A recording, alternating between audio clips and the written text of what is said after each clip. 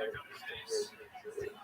spoke about the rather harsh reaction that the so-called opponents of the Messiah. And even the name itself, Aged, the English pronunciation, refers to how the traditionalists, led by the Roman God, define themselves by their opposition to these two revolutions, so to speak, and today we're going to speak about the entry of the third simultaneous intellectual spiritual revolution that affected central Europe, how the mix of these two groups really came together to form disguises are so much fun, unless not your kibble. Chicken meal, that's Mickey Curry's processed into powder. So It's time for fresh let's pepper. start by going Wholesome to ingredients, the nothing root to of hide. the Haskalah. Fresh pepper. Touched on briefly in the last two episodes. The term Haskalah is related to the word for intelligence, and it's used as a translation to the German term of Klärung, which is enlightenment in English, which was the popular term used to describe this kind of movement that eliminated much of Western Europe figures of the political ideas of Rousseau and Voltaire and others. It contributed to this idea of increasing emphasis on humanism, the power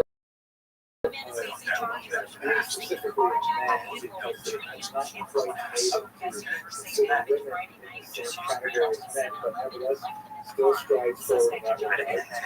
That men could somehow be the arbiters of truth, that they could be the locus of truth, they could translate that somehow into political, social, and personal sphere. An example is the Lockean concept of tabula rasa, tabula rasa, the idea that human beings are born like devoid of any data of choice, but they're actually devoid of writing. And whatever you write on that enter child's soul, in terms of exposing education, experiences, and so on, that's what will create. So this kind of idea of tabula rasa, and the potential that it represented, is a genius part of enlightenment, and also diarrhea, and it encountered there was quite an eruption because not all saw this tabula rasa. Let us go back a little bit in time and explore some of the Jewish intellectual roots of we could actually spend the entire lecture just exploring this easily, but I'm going to pick out two figures, for example. One of my favorites, another amazing figure, is Azaria del Rossi, who lived in northern Italy in the 16th century. In many ways, not a very talented person.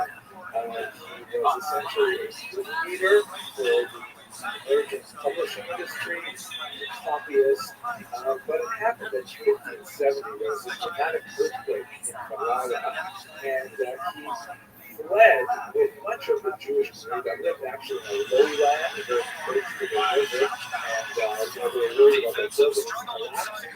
So they actually spent a couple of weeks living outdoors, a little bit like my shul, where the COVID condition.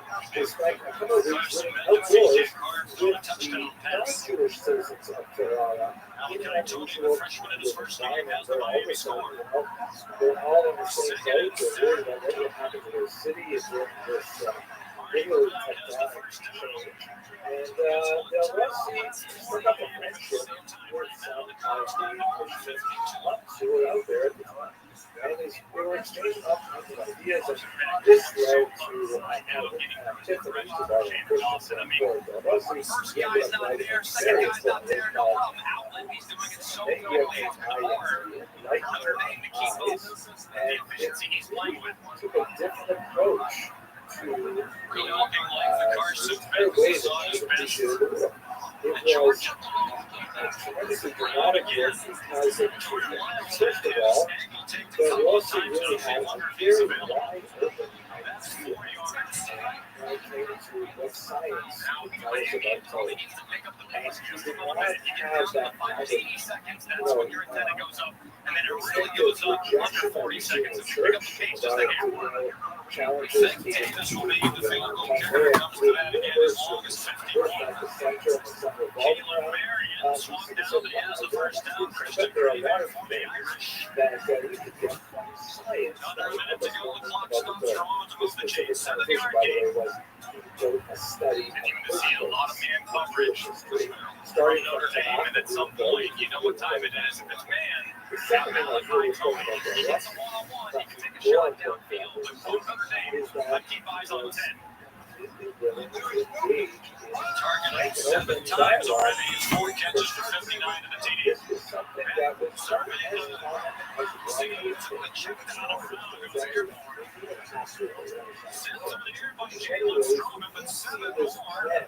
Going back much further, see if there's not a couple of these famous comments that occurs in the introduction to this book that is taking his time and gets upset about it. Someone ever speaks, perhaps anticipating a huge challenge that his guide for the perplexed Torah would be. He speaks in the 8 chapters about how this commentary is based on its sources, scriptural sources, and even philosophers, even Jewish and non-Jewish thinkers, because they don't make sense. And these two ideas, the implications of modern science as understood within a direct kind of framework of grand possibilities of figuring out everything. Only a model where we just get the laws of the universe right, we will be able to figure out everything that ever happened in history, the future as well, and at the same time, smaller, just an idea of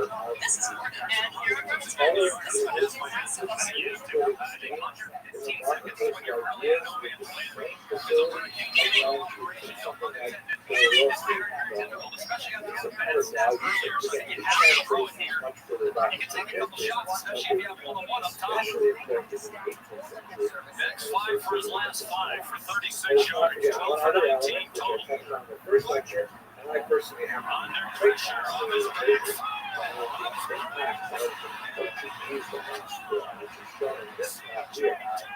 were called from my first lecture a couple weeks ago that Portuguese Jews were typically Jews who had been forced to convert to Christianity, either first generation or for subsequent generations later, and they were artificially constrained by the Inquisition. There was a special case in Portugal. But once they got out of Portugal, they essentially used their Christian driver's licenses to get a full pass into secular culture. And even though when they got to more hospitable climes like Amsterdam, for example, New Amsterdam as well, here in New York City, they could shed their external Christian identity and resume their Jewish identity. By the time that happened, they may have been 4 generations in Christian education, having gone to university and studied Christian thought, and having a somewhat attenuated idea of this history. So they're walking around with a totally different intellectual bag of tricks than typical simple Jews in Europe. And they're still a lot of fascinating ideas. Many of them deeply challenging to the Jewish status quo. It's a fucking great catch.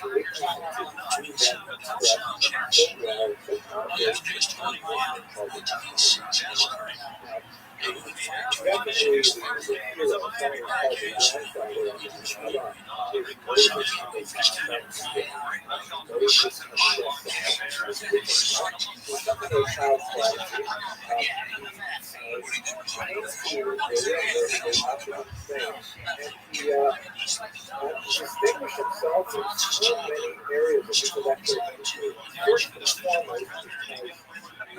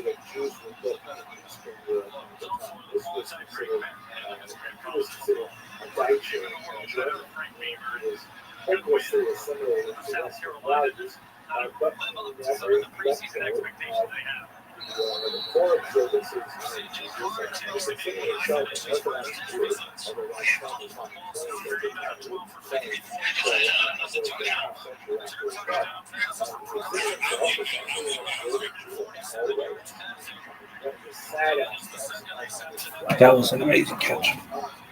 One of the best catches I've ever seen. Maybe one of the best catches.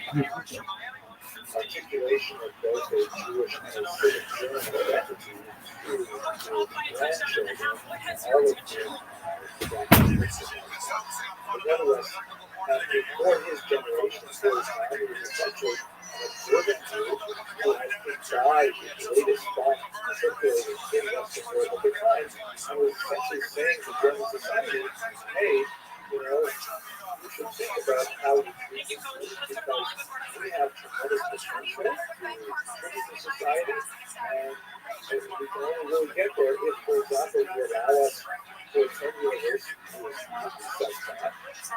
you allow us to, pursue the occupations that are coming close to so this kind of like the grandfather of the hospital. But at the same time, you should also be aware that there are other figures, like, for example, Solomon's mind, who is a little bit younger than Mendelssohn. In fact, looks back to Mendelssohn as his mentor in many ways.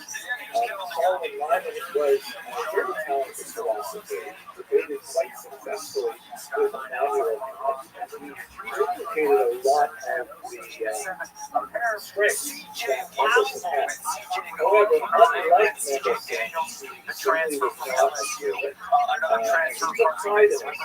Lyman not a bit right, quite a few philosophical treatises that had some popularity and notoriety in his day, but his longest lasting contribution to Western thought is his rather salacious autobiography, which is,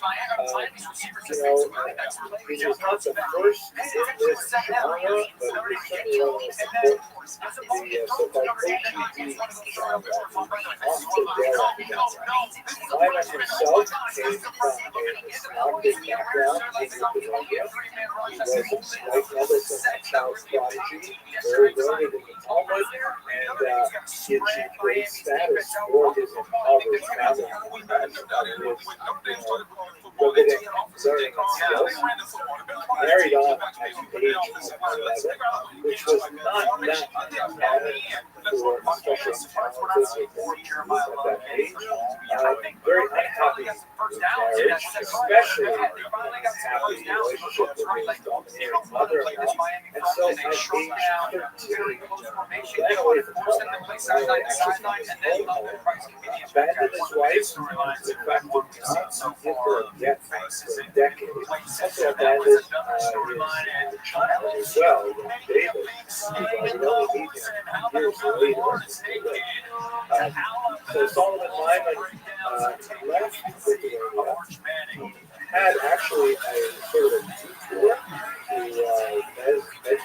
Mezrich, where he meant to go there, the Maggid contradiction. He has a fascinating chapter about his Maggid messages. But ultimately, he felt that Communism was, albeit more inspired and more remarkable for its devotion and enthusiasm. It was essentially what he regarded as the same kind of nonsense that he had imbibed as a communist, and just wanted to put that all behind him. He came to Northern Germany, he was in Berlin, he was associated with Anderson.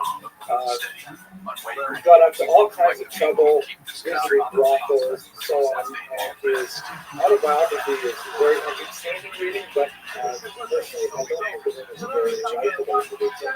But he's also the face of the Hashgadah, because unlike Mendelssohn, who said that we can be Jews and be good Germans and be good modern citizens of Europe. We can have it all. Solomon Lyman says, chuck it over the side.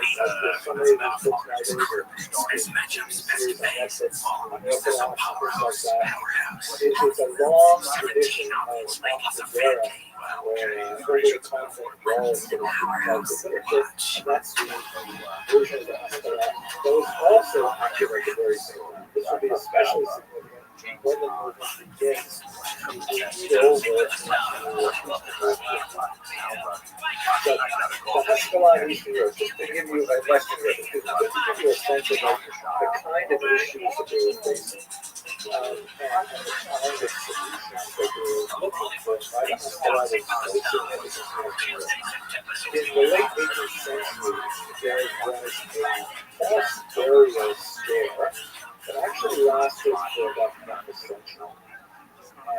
The consensus of scientific opinion at the time was that it was impossible to definitively define death by cessation of respiration heart activity.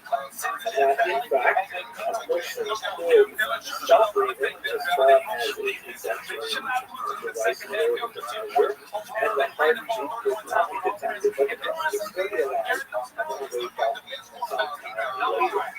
So this was kind of like a mania, like circulated around Europe. It also reached the shores of America, and the invention of a safety platform was actually research for a decade. Apparently, America approved almost 90 patents for different kinds of safety platforms, specifically for this reason. There's actually a literature on that specifically describes the phobia of being buried alive. Anyway, you can see this particular version.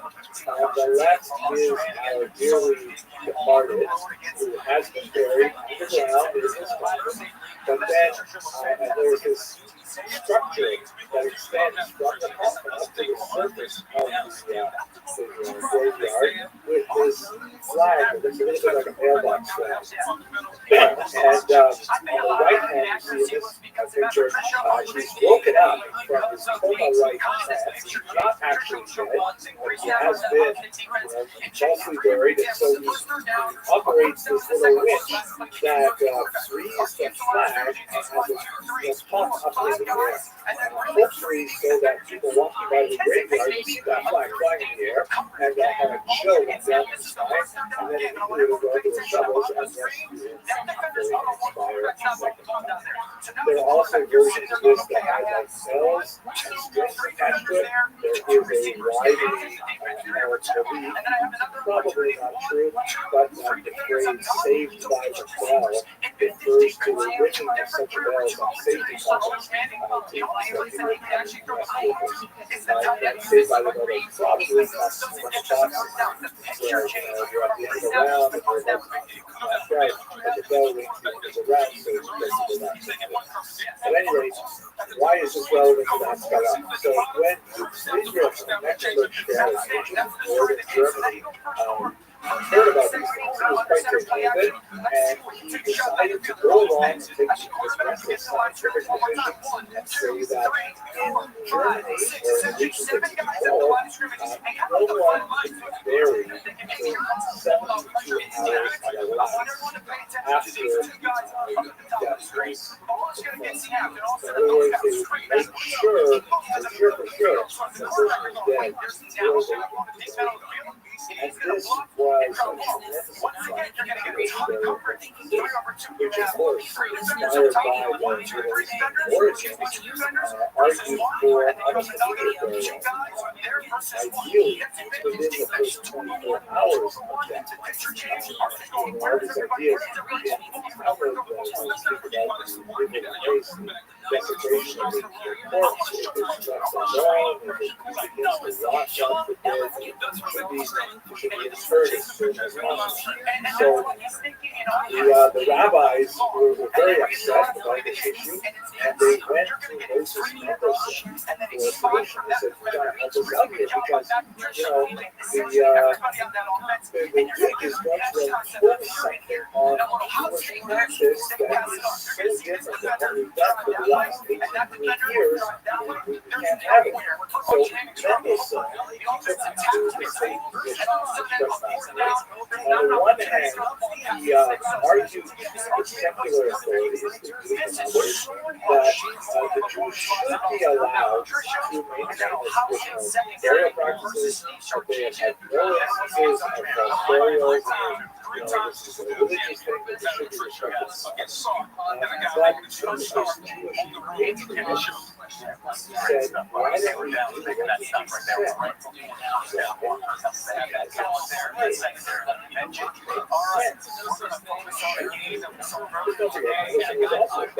said?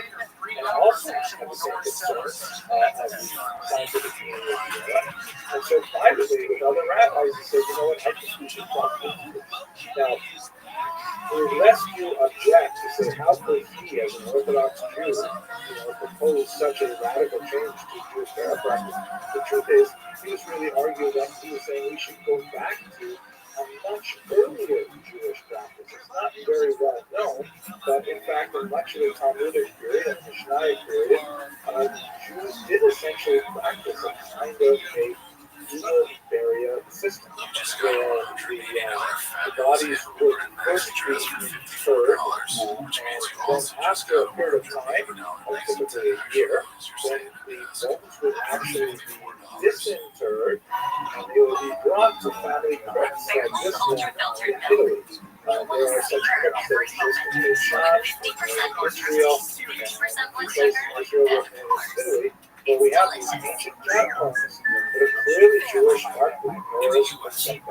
So essentially, he was saying, why don't we just re-adopt an ancient practice, which is described in the Talmudic small chapter called Sample. Why don't we just go back to that practice? That way we'll be good with science and good with Jews. It's kind of in a lot of hot water with others, Yaakov Emden, who was dead set against the innovation. But nevertheless, this was typically kind of a Hasidic way to do things. Saying, well, we can appreciate science, and we can also appreciate tradition. We just have to look a little more deeply to find the way we get. So by trying to respect modern knowledge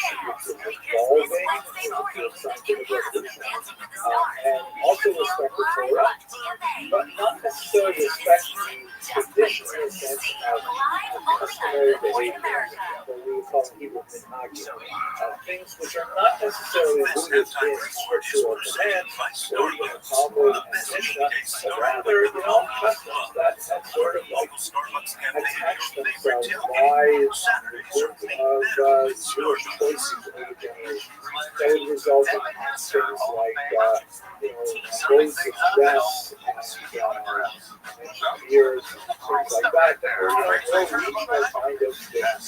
Hezbollah, under thinkers like Mendelssohn, said we should carefully examine the corpus of difference, and we should surgically remove or at least isolate those elements that are not part of the body and soul itself, but rather things like the externalities. For example, we really have to wear those costumes everywhere. That helps to go well. I don't even wearing it for a few years, but why don't we just wear these newfangled short jackets like the Germans do? And we can go on and on listing with many different ways in which the tradition could be altered based on this kind of position that people are listening to. And the second element, which is very important, science is something, the role of science in Torah tradition, is that Mendelssohn trusted and wanted to engage with civic leaders like the Methodist Church. He felt that, for too long, Jews have regarded the non-Jewish world as toxic, as antithetical to Jewish values, and as hostile to Jewish values. And he felt, no, we should, while recognizing that there are a minority of non-Jews who unfortunately don't like Jews because they are not sufficiently educated as Jews are on this network, we should nevertheless embrace our non-Jewish neighbors with open arms. And, wherever life takes you, in the exalted experiment of constructing a multi-ethnic society.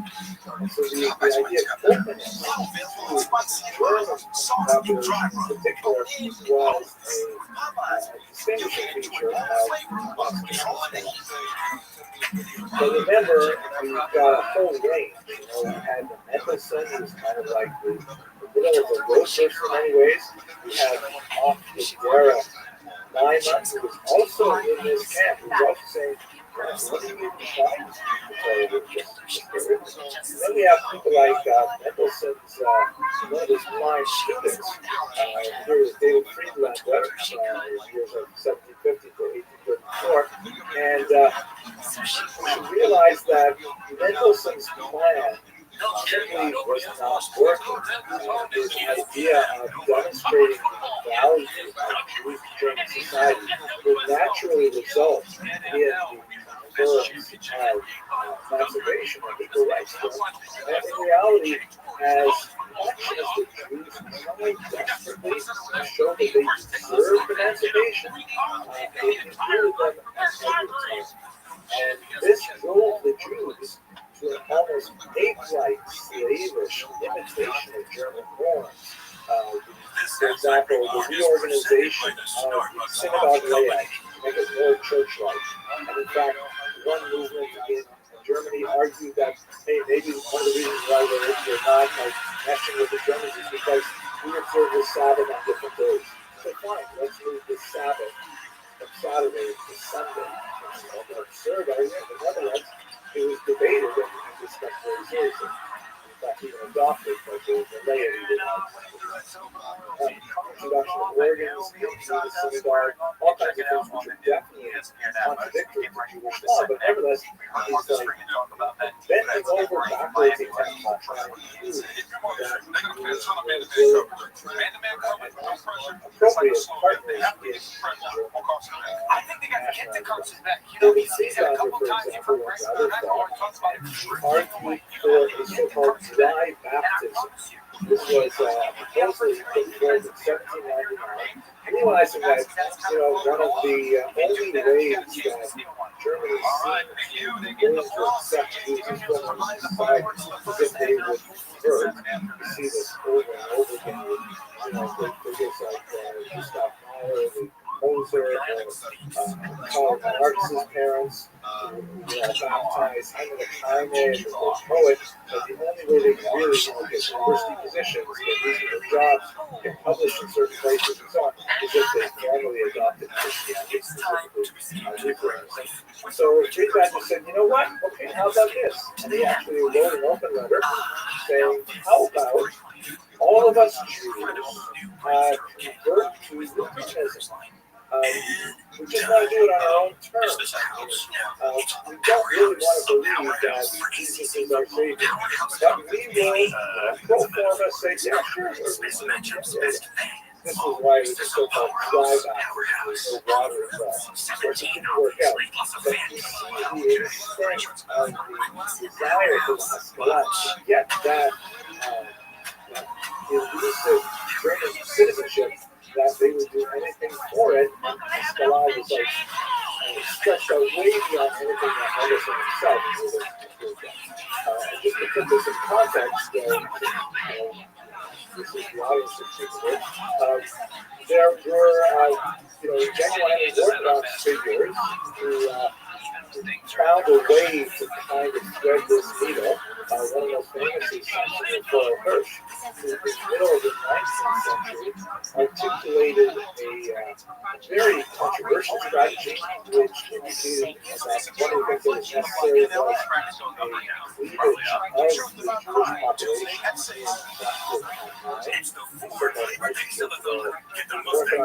It's the Orthodox Jews normally separated from the general Jews in the context of and at the same time, he argued for a full engagement with German society to the furthest extent that this is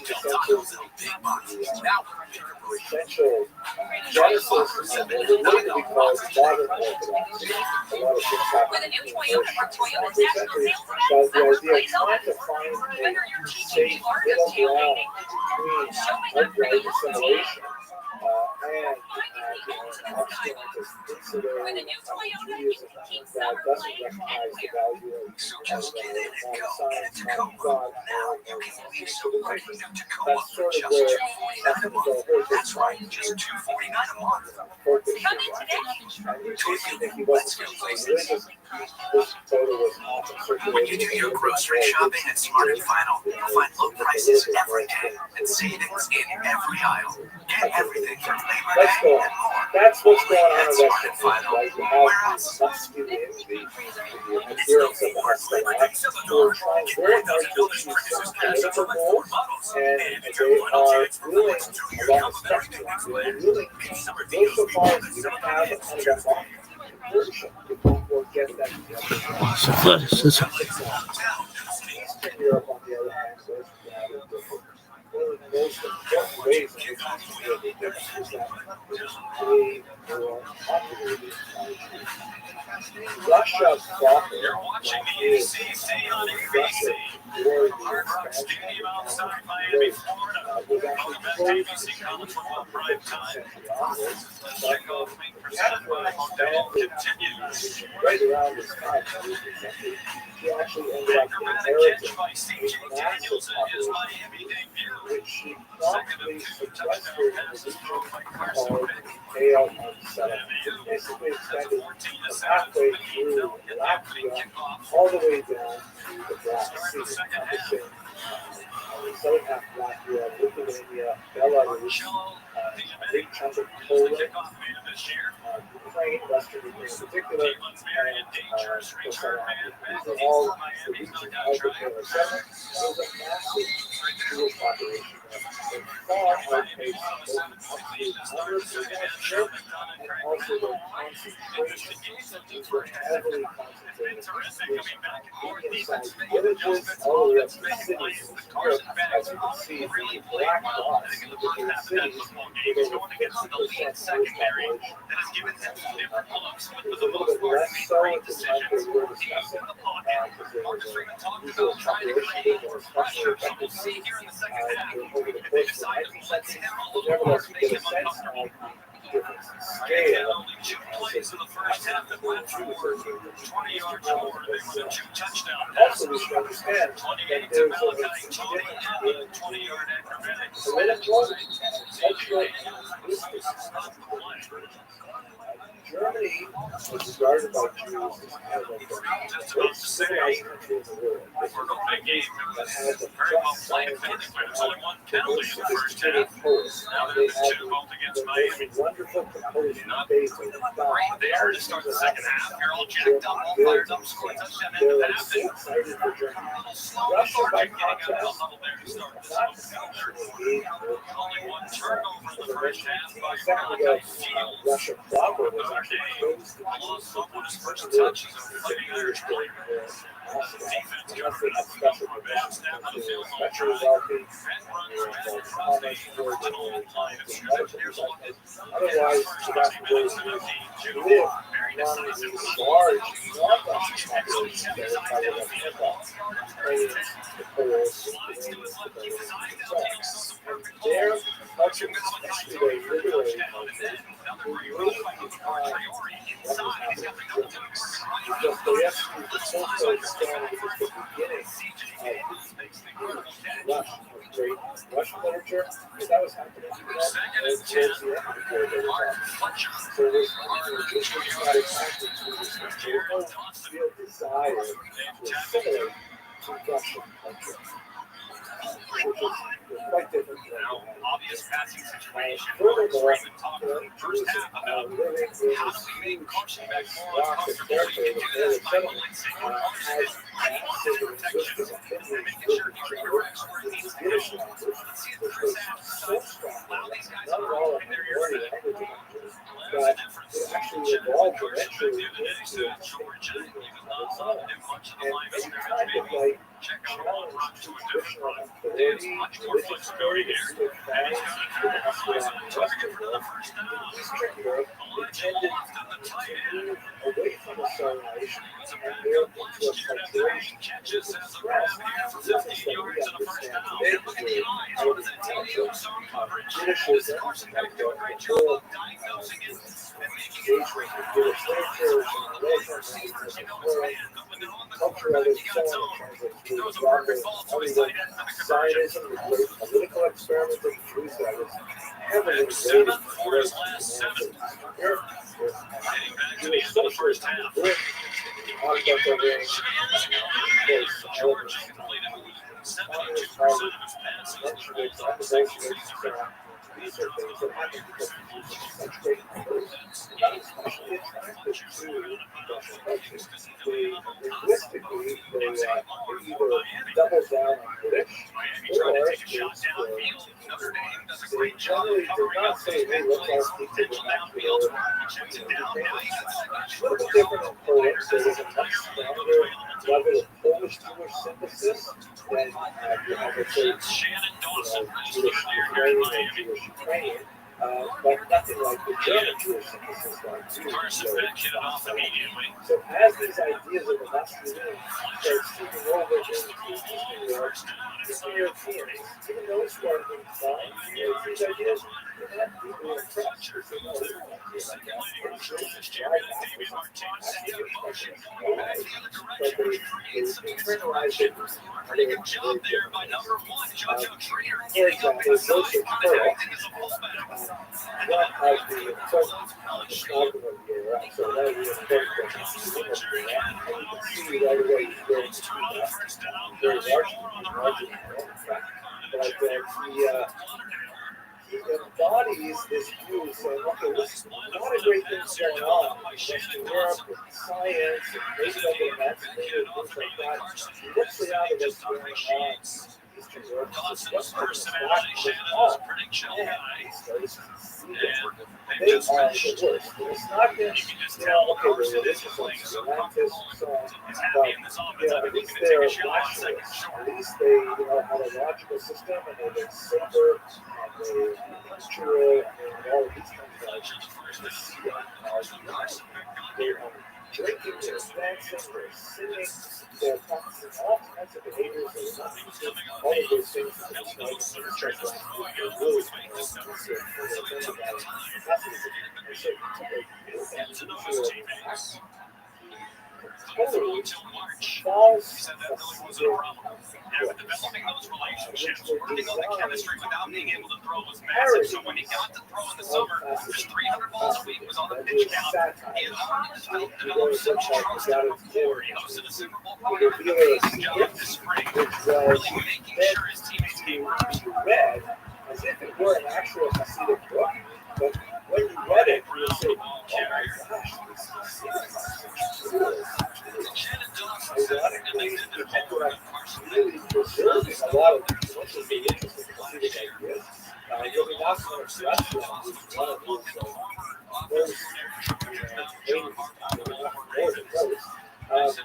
a lot of the famous stories of the Nazis are reported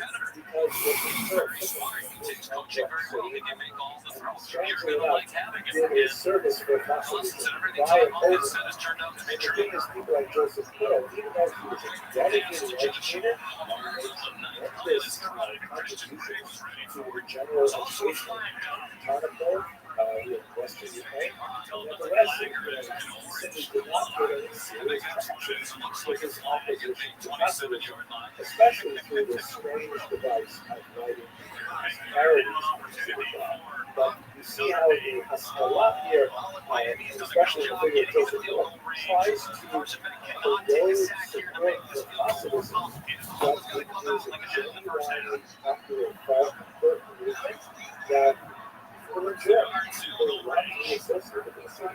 we should note that Hill was not the only Osceola who dealt with Hasidim, and there were some, I'll tell you that in about 10 minutes, that viewed the Hasidic movement with quite a bit more charity, but nevertheless, the basic attack of Hasilah on Eastern European Jews was primarily focused on at the time. They saw them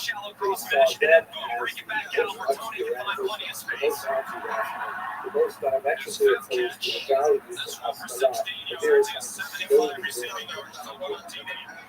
the fights over Hasidic literature really died down around the year 1850 for various reasons. The Ramadan has now been read for years, and there are also changes in the generations of Hasidic leaders themselves, and the placing of Hasidic rabbis in official positions in the cities calmed down a lot about this text and rigorous theory, but the Hasidic aristocracy together face much more significant threat from the rejection government.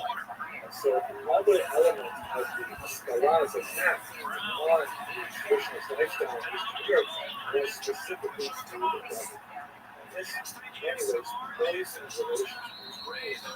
On the one hand, the starting of Hasidim, and on the other hand, Yo.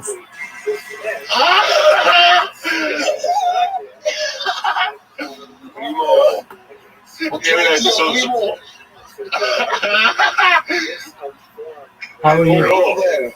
How are you? What up? Do you speak English? Hello, bro. Hello. Yes.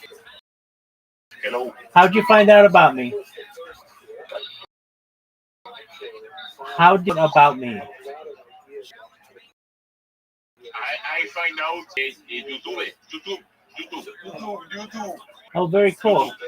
Excellent. How are you? Yes. Okay, very well.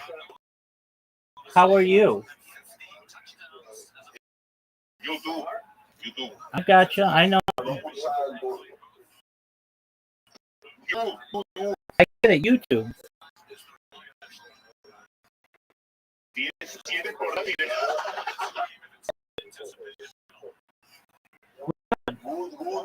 I'm well, thank you.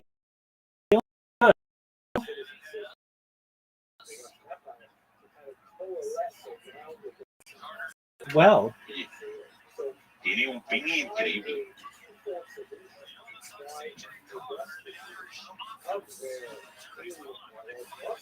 Oye, que lo escuchamos ahí. What are your hobbies? What do you like to do? What are your favorite things? I want to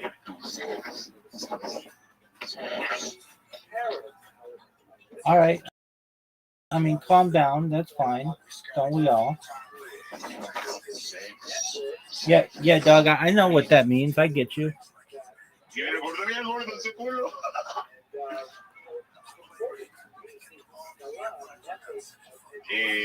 Talking with you. Excellent. What's good? Se le ve el culo. What did you do today? Silenciado, What did you do today? I do everything. Did you skydive?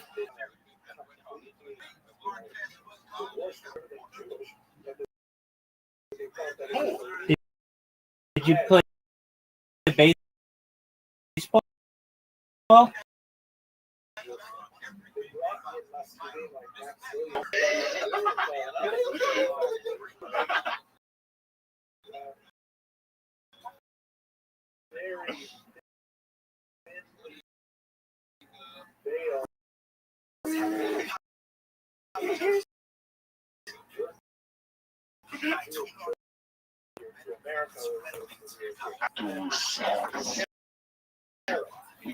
Yeah, everybody does. Join the club, dog. I want, please. I'm here, baby. Wow. ¿Ha oído esa voz? Bueno, I'm good. Excellent.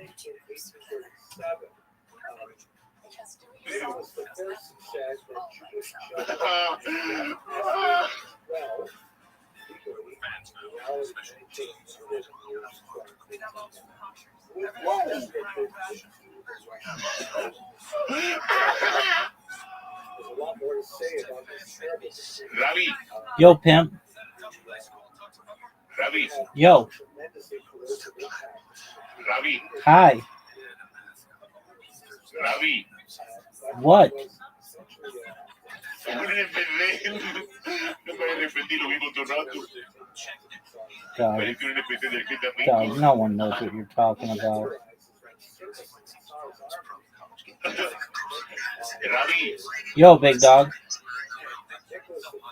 Rabbi, What? I want you. Everybody does. What's unique I about you? want you. Yeah, everybody wants me. Bro, tenía 55 ordenadores y 20 móviles. Yo, dog, you need to speak English. Why you have 10 laptops? Because I stream my life 24/7 for world peace, big dog. Why?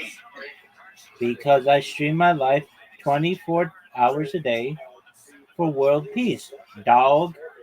Bro, go to a street and touch the grass. Oh, I did that earlier. Show you what? Bro, show me. Show you what? Please. Calm down. No, please. Calm down, big dog. Please. Calm down, big dog. Calm down, big dog. Dog, I'm gonna mute you. I'm watching a game. No. I'm watching a game, dog. Please. Yo, dog. Please. I want.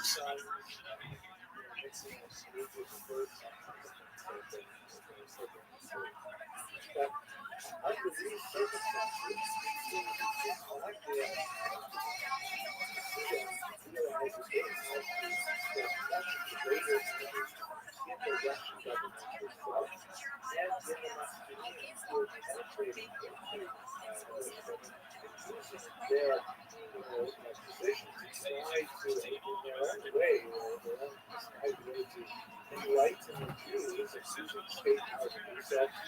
So this coalesced, You need to be nice. but not everyone Can't be so loud. was general assessment. There were some exceptional figures. I was in Tunisia here. He was a hospital. Unlike Joseph Pearl, is not a good story. And in reality, kind of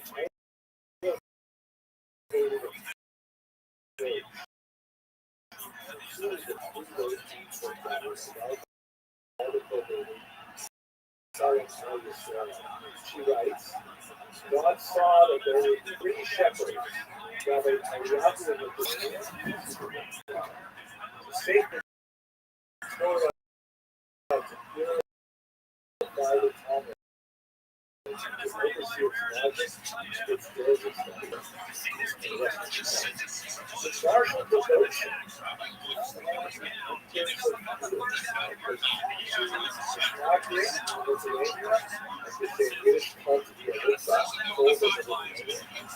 they have the marvelous sense of gospel power and so on. They're cool, they're like very oriented, what is the detail, very focused on the argument. But on the other hand, maybe they're not quite as demanding about what's happening around the edges, what's not inclusive. For example,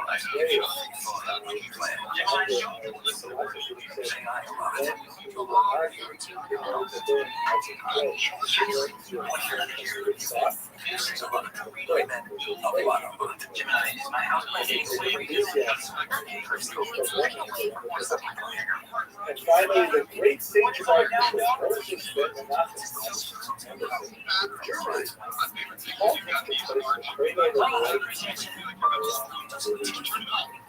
argue disregard that a lot of the ideas that we began with today, the desires of us, really come to a Maimonidean system.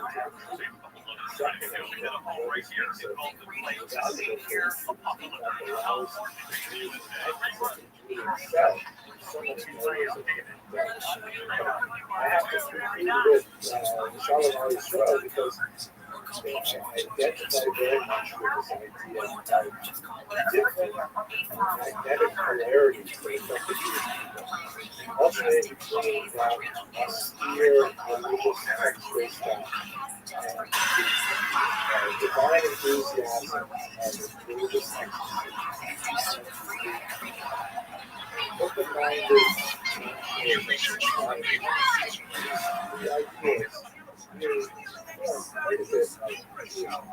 the ideas has 5 slams starting at $5. Diversity of thought, Snack high. I have no idea. 5 slams starting at $5. Thank you very much for your attention. Of course, Mazda answers. With more adventure, more grit, and confidence. The Mazda CX-50 assembled in America and the Mazda CX-5. Discover more at the Mazda Summer Sales Event. Current inventory remains unaffected by new tariffs. Take advantage of one of these exceptional offers during the Ford to Move You sales event.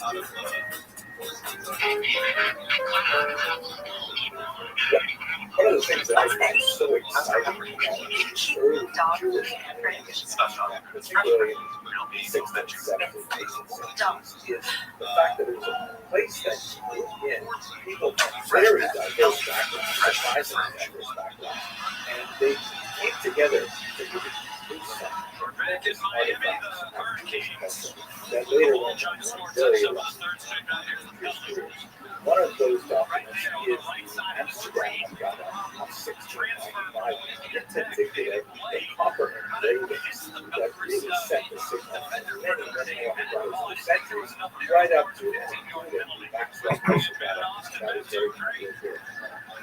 We all love reading Agata as a great illustration. The first thing we have to thank for the Amsterdam Agata before originally Abraham Bar Yaakov, whose years were 1669 to 1730.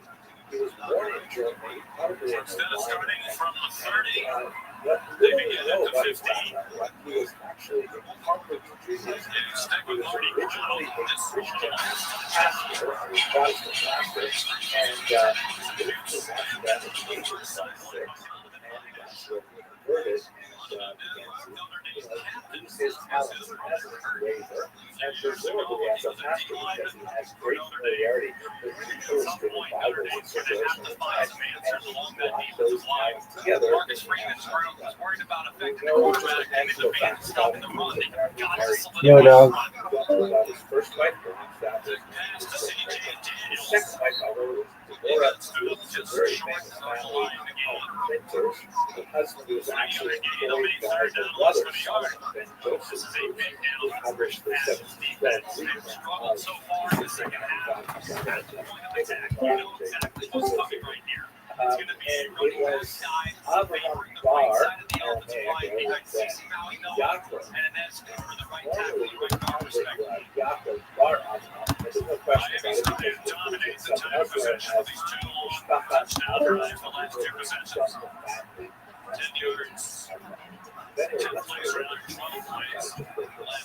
So here's the title page on the absolute representation of Moses on the right of design. Those repeated again over and over again.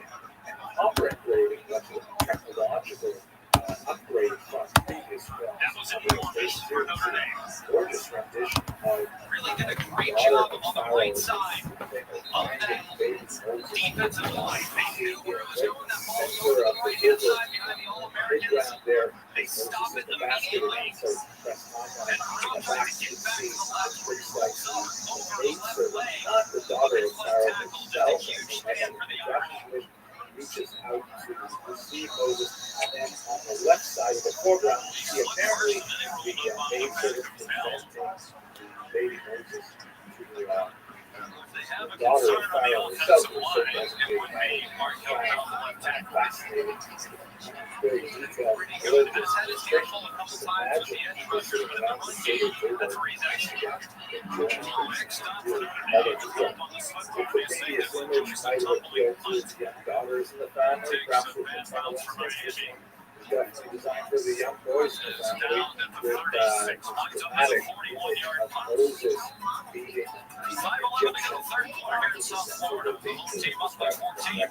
and you can see all around the various, activities involved in building.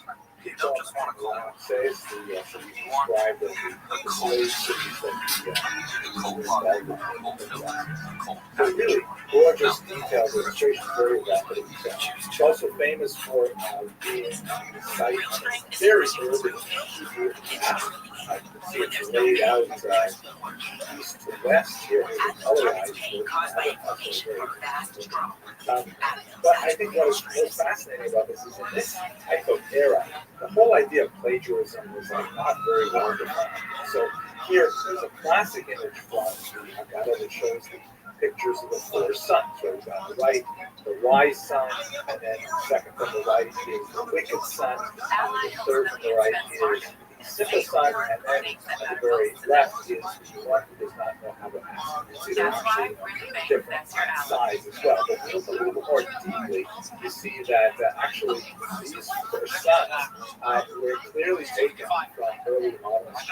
And in fact, many of the images in the Amsterdam Haggadah were simply taken from earlier biblical illustrations that came from Christian sources, which is perhaps something that our artists may not be familiar with through this earlier Christian studies. Here, for example, you see the four sons in the Amsterdam Haggada's top left image. By the way, ironically, it says underneath here in the German, not to the book, introduction to the which is ironic because, of course, this is exactly what he was doing.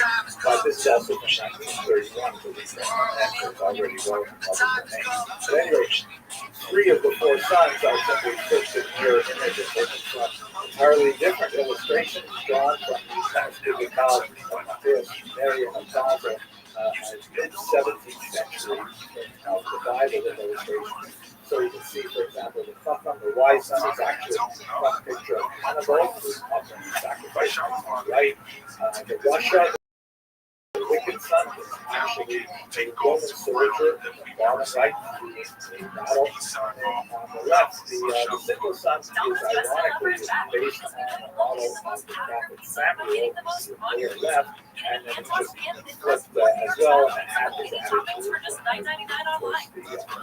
So the whole idea of what could be borrowed, what could be built upon, what could be augmented was really very fluid in the 17th century. Let's wrap it up with one quick look at his own signature, which is really beautiful to watch. You can see the right there in the bottom of the signature says Abraham Bariato. Specifically illustrated underneath a depiction of story from the book of Jonah, in which the storm sea goes overboard and swallowed up in some kind of aquatic creature and then spit out safely on the dry land. And I just wondered, very technical, is this what Abraham Bariato thought that she was a very tumultuous era, and it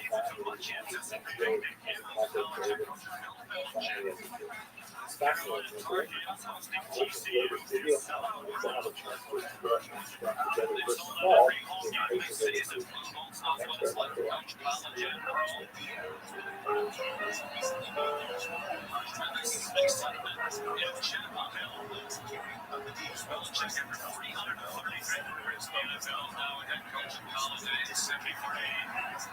Jordan stays on. A critical possession now for Notre Dame. 5 minutes to go in the third quarter, down by 14. one of the most fascinating and fun aspects of They absolutely need to get the ball to Jeremiah Hall. Needed to hit off tackle. He had some success my career as a Jewish historian is the opportunity to explore some of the exciting historical sites of Europe, in particular the kosher riverboat cruises. We've been doing this for a few years now. We really love taking these voyages of discovery as we explore the rich Jewish heritage, particularly of the Jewish waterways of Europe. I'm especially looking forward to visiting Amsterdam this fall. Here's a little First Bites video, a little appetizer to give you a sense of the exciting nature of the Amsterdam Jewish community. I think one of the fascinating elements of this unusual Jewish community is the increased involvement of Portuguese Jews. So let's look at one in particular, a rather tragic example, but nevertheless illustrative of the kind of spiritual, creative, intellectual energy that was brought to Amsterdam by the Jews from Portugal. I'm speaking specifically about Julio Acosta, also referred to as Da Costa, who was born in 1583 and passed away in 1640. His tragic story has been dramatized and produced in theater in many different countries. Here, for example, you see a poster from a fairly recent Polish production as his soundtrack. He was born in Portugal in 1583 to a Christian family. What exactly does that mean? Many people speak about the Spanish Inquisition, but in reality, the Portuguese Inquisition, which followed shortly after the expulsion of Jews from Spain in 1492, was an absolutely horrific experience, and had in many ways just as powerful, if not more powerful, an impact on Jewish history, because the Portuguese Jews were forcibly converted in 1497. There was kind of like a status quo agreement that the town of Portugal would simply turn a blind eye to whatever they did behind closed doors. And so there was this tolerance for about 3 decades of Jews being outwardly Christian, and yet, nevertheless, as an open secret, they were still practicing Jewish practices. In 1530, the Inquisition began approachable and really tremendous havoc for many Jews living there. So many Jews went deep underground, but they had several decades of experience living as crypto Jews, and so they tried literally for centuries to make their way out of Portugal afterwards. These families were technically Christian because they had received baptism, willingly or not, were called new Christians, which made a distinction between the so-called old Christians had never had any experience with Judaism, and the new Christians who were of Jewish background. There's a lot more to say about that, but I don't want to take up too much time. At any rate, like many Jews of his generation, Acosta was not informed of his Jewish background until he was really a teenager. And he had understood that he was a good Christian like everyone else. He studied theology. It's quite possible he may even have received a clerical degree himself. And then when he found out that he was Jewish, he was fascinated with it. He was obsessed with it, and he wanted to really explore his Jewish background. This was only possible, however, once the family did make their way outside Portugal, which is much more liberal and tolerant environment, at least in some senses, where these Portuguese Jews could once again re-engage with their Jewish identity. Unfortunately for Mike Costa, his Jewish identity was an imagined identity, because for 1583, the Inquisition has been in place for 15 years. He did it again. For almost a century.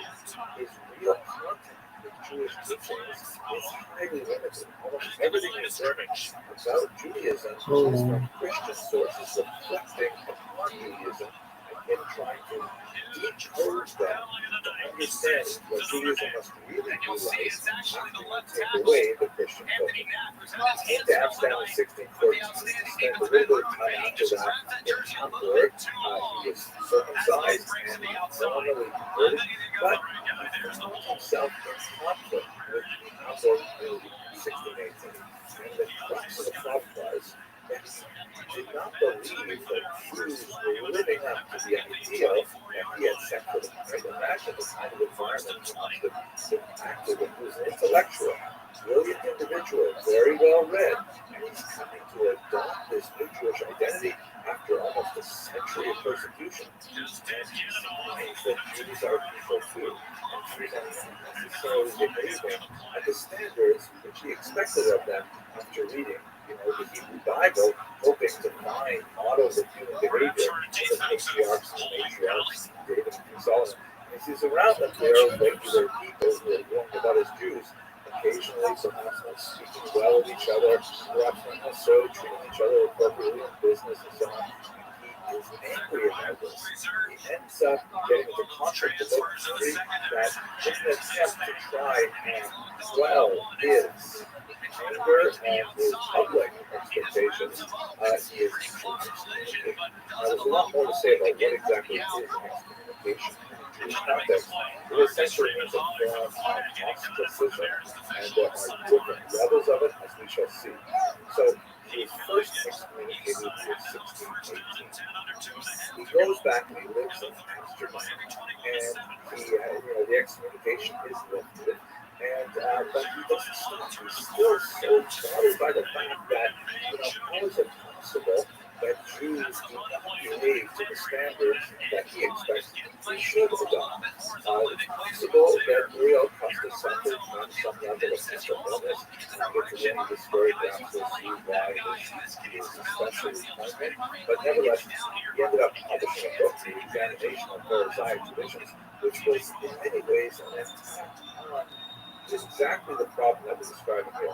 The Jewish community, which at this time was trying to negotiate a safe level of tolerance with the outside community, and certainly did not want these intellectual rabble-rousers active in Amsterdam. They ended up excommunicating him at the end of the second excommunication. He was fined, the book was seized and burned, and he ended up fleeing to Sikkim. Nevertheless, in his wreck, he found himself extremely interested. In 1628, his mother passed away, and he found that he simply couldn't live. He didn't have a community anymore. He was the Christian. He didn't have a community among Jews either.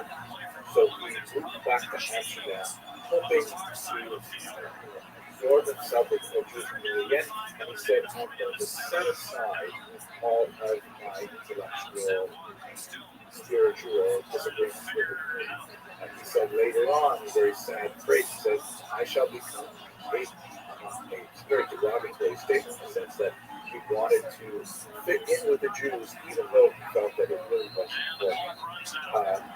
He thought a lot about some of the philosophical areas of Judaism, and just could not help himself. He ended up getting involved in controversial behavior again. He ended up preventing two Christians who were considered conversions to Judaism at this time, and this brought him to the attention of once again. And so in 1640, he formally says to the community, okay, look, I'm really, really sorry. I know I'm having trouble controlling myself, but I will completely subject myself to the Jewish community. I will not, engage in any of these activities anymore. And they did announce to the Jewish court was extremely harsh sanction. They accepted him back, but they ordered him to go through a ritual humiliation, which was surprisingly not as uncommon as one might think in the 17th century, where he was taken into the synagogue. He was tied to a post and symbolically lashed with a lash, but the idea was to symbolically accept the different lashes. And then, amazingly, he was required to lie down at the entrance to the synagogue and have the entire synagogue membership walk over him, which is a sign of abject humility. He was incredibly depressed by this. He went home. He wrote suicide except God on my example terrifying document. Terrifying story, incredibly sad. Obviously, an individual who was deeply invested in Judaism, and yet because of the vagaries of history, the persecution of the Inquisition, he was distanced from Judaism in a normal way.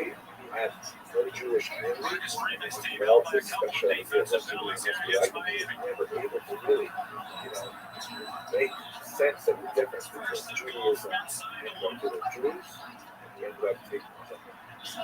Nevertheless, his experience and the problematic way in which Amsterdam tried to deal with this unusual figure is expanded not only for the difficulties of navigating modernity, but it becomes more and more possible to adopt various postures towards religious identity. In other words, Amsterdam Beijing was really trying to enforce some medieval concept of Judaism, where everyone had to behave according to the set rules as understood by the Shulchan Aruch, whereas the possibility of new Jewish identities are rapidly in society. One of the most profound links, you may have already anticipated it, is with Spinoza. It's not that much later, after Aquinas' experience, went through a similar experience with the Amsterdam Beijing, but many have drawn the direct connection between Aquinas' experience and Spinoza himself. This painting by Samuel Hirschenberg contains a remarkable representation of Spinoza's life and Jewish life in general in the 19th century. He shows young Spinoza as an innocent looking child with colorful clothing, long hair, holding on to flowers, sitting on the lap of the much more brooding and unhappy Costa, as if he is Costa's speech, as if he is the bearer of his legacy. It is a tragic story to be sure, but it also gives us some insight into the complexities of the Amsterdam community, and in particular the Portuguese element that was so important in bringing both economic vitality to Amsterdam, but also intellectual ferment that would produce intellectual scholars like Spinoza. Okay, I hope you found this sad video, nevertheless meaningful. Research. Dr. Butterfly today. Thank you very much for that.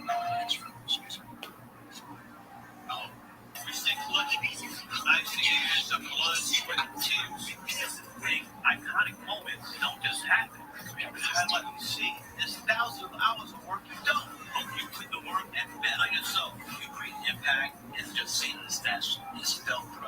Like many of you, I can't wait for this horrible pandemic to be over so that we can get life back to normal.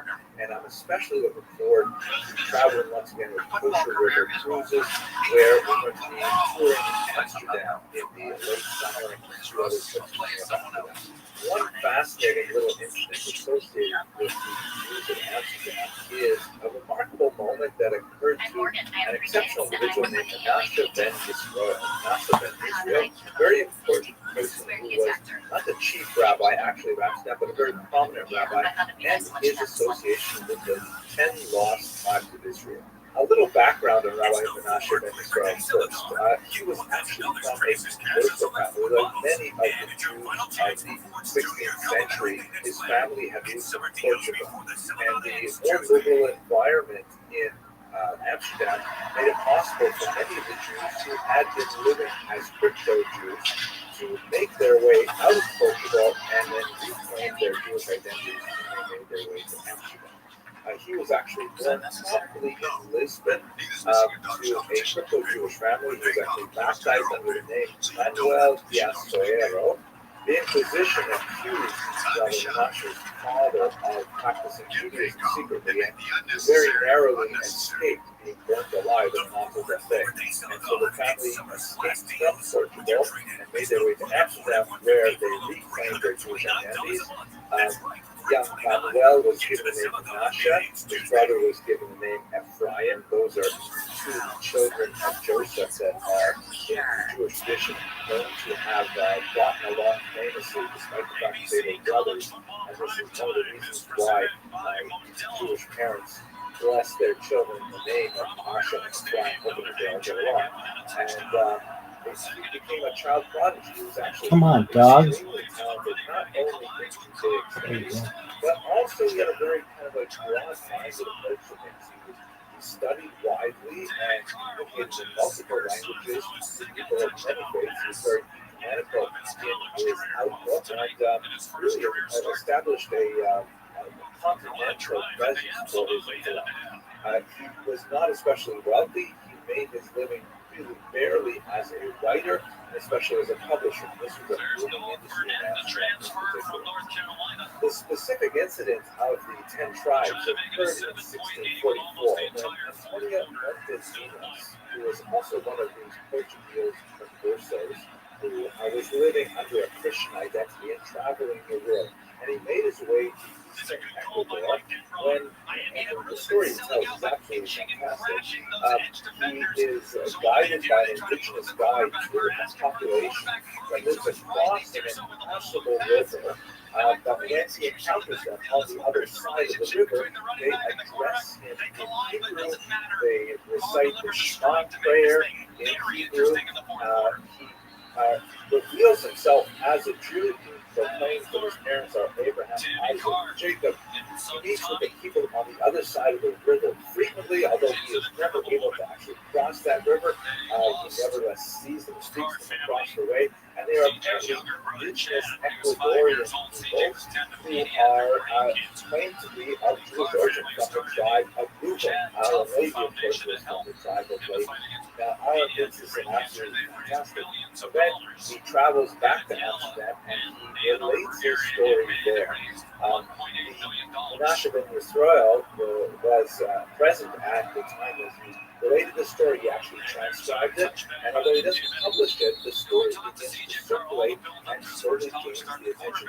In particular, a Protestant clergy were especially interested in Alan Levy's story because there is a millenarial movement that specifically associates the rediscovery of the 10 lost tribes of Israel and their eventual conversion to Christianity as indispensable elements to the ultimate second coming of Jesus Christ. And there's a lot being published at this time, especially with the encounters with First Nations and indigenous peoples in America.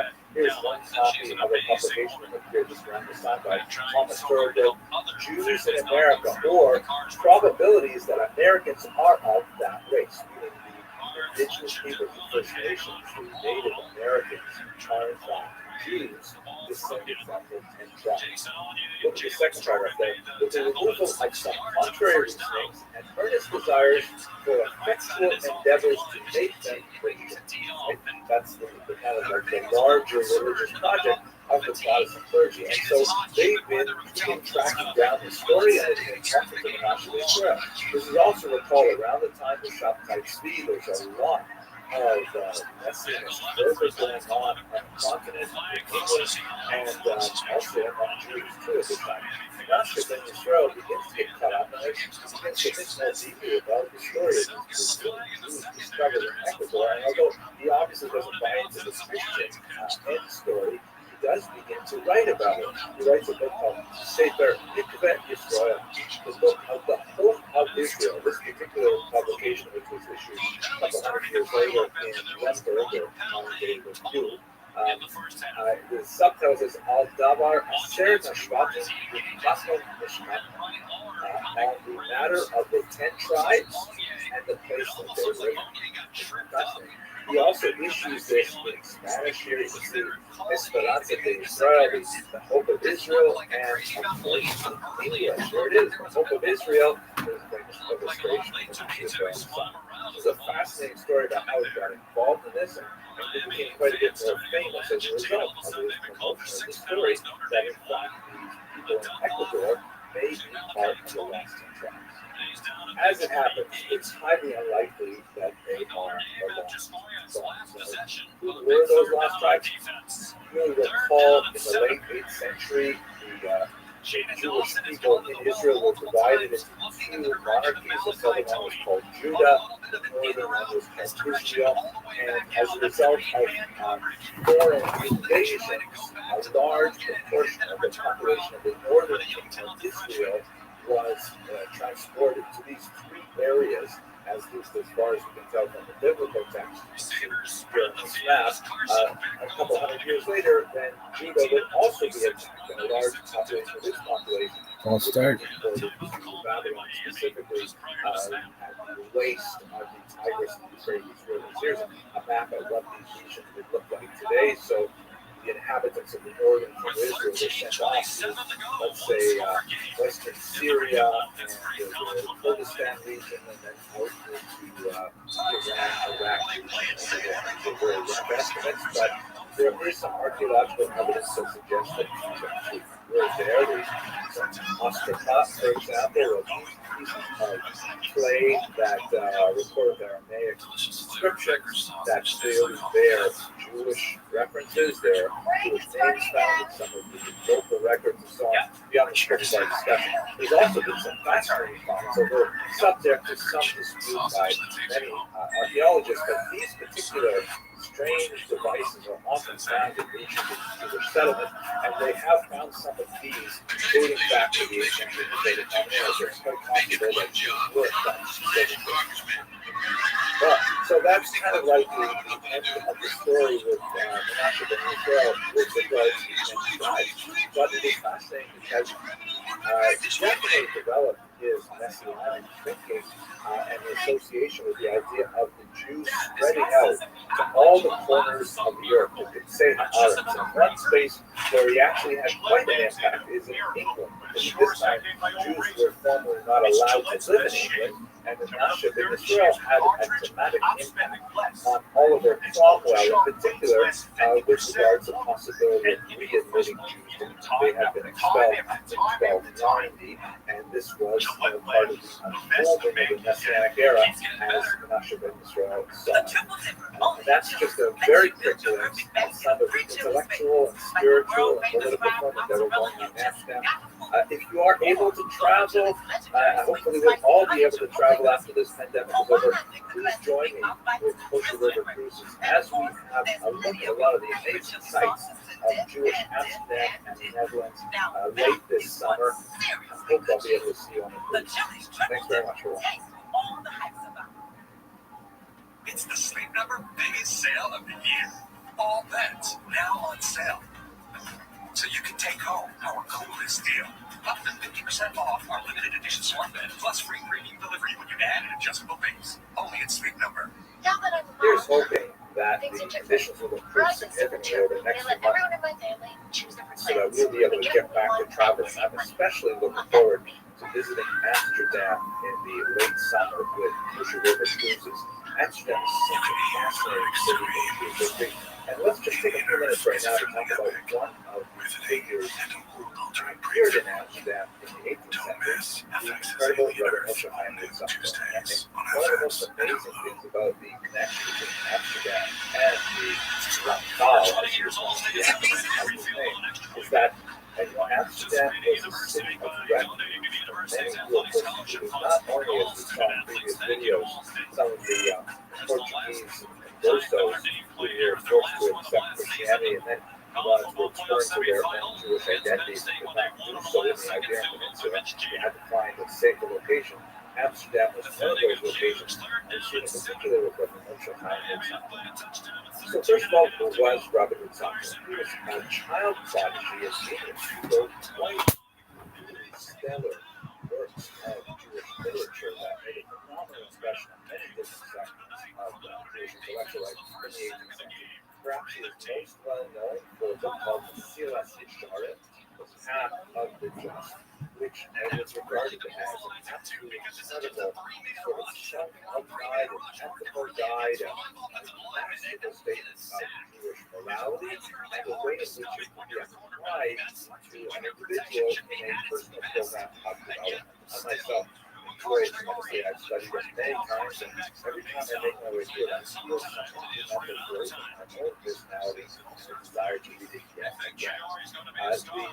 His work was accepted amazingly well across the spectrum, at least when we look over the course of the 18th century and onward. For example, the remarkable diversity of people who really enjoyed the Ramchal. There was the famous Moses Mendelssohn, who was the Nazi, an enlightened figure who argued that we should engage more fully with secular non-Jewish culture, that Judaism had something to offer the general European world, and that even European studies, culture, literature, art, music, science, so on, could also enrich the Jewish perspective of the world. He had tremendous respect for Ramchal.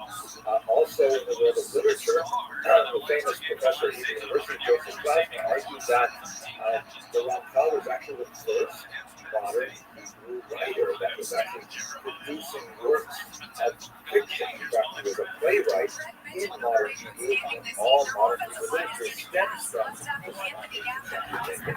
For those who are very close to the Ramchal will know that actually one of his most cherished areas of intellectual activity was the Kabbalah, mysticism. And it is in this regard in particular that is especially beloved by Hasidim. The Maggid of Mezrich, for example, one of the most important early Hasidic leaders, argued that the generation was not worthy to understand the Ramchal. He was such a tremendously important figure. And on the other side of the Jewish spectrum, we've already talked about masculine, we've talked about Hasidim, the Vilna Gaon, the great Litvak, the Lithuanian traditionalist thinker, who in many ways was a close Hasidim, also found the Ramchal's work incredibly valuable. He once famously wrote that there is not a single word out of place in Mesilat Yesharim until chapter 11. What that word is, maybe you can hear the sense of it. I'd like to share with you what the Vilna Gaon also said that if he were alive at the same time as the Ramchal, their lifespans just overlapped very slightly. He would have walked all the way from Lithuania to Padua in Italy. The biography of the Ramchal is phenomenal. As I mentioned, he came from Padua in northern Italy, where he was regarded as a child prodigy. He wrote his first book at the age of 14. He wrote on grammar, on linguistics. He actually wrote one of the first books of how to engage in public speaking. He wrote quite a bit of poetry and so on. And he actually attracted to himself a remarkable number of medical students at the University of Padua, which is one of the few schools in Europe that would admit Jewish students. They have some interesting kind of disabilities. They have to pay more tuition. They had to offset some of the expenses with non-Jewish students and so on. But at any rate, they could earn a medical degree on Padua. And so some of the brighter Jewish medical students who traveled from all over Europe were attracted to a special circle that formed around the Ramchal specifically to study Kabbalah. However, this attracted a lot of attention, particularly when the Ramchal started expressing some more radical ideas about Kabbalah, which are beyond the scope of this very short video. But he was attacked in particular by a figure named Rabbi Rothschild, who thought that this young individual, who was in his early 20s at the time, was actually a secret follower of the disgraced Tzvi, shown here, who led a disastrous messianic movement in the 17th century that resulted in the disappointment of hundreds of thousands of Jews all around the world who had thought that this might actually be the moment when Jews would return to Jerusalem. It was so amazing how widespread Shabbat was. You can see in some of these woodcuts that even non-Jews were talking about it because they saw so many Jews, selling their properties and putting in Amsterdam where he had a very large following, and preparing to pick up and move to Israel. However, Shabbat Tzvi, when he confronted the Ottoman Sultan, was given the alternative of continuing in his quest of losing his head or converting to Islam. Shabbat Tzvi decided to convert to Islam, disappointing so many of his followers, although a small number of them actually continued, believing that if their purported Messiah had converted to Islam, then perhaps that they should do so as well. They became a sect known as the Dinnet, who were active right up into the 20th century in politics and church. But back to the Ramchal, Rabbi Rothschild felt that the Ramchal was actually a secret follower of Shabbat Tzvi, and he raised the issue with the Jewish court in Venice that actually looked at the Ramchal, and they were somewhat troubled by what they saw because he was remarkably young. Kabbalah is usually only studied by people at least of the age of 40.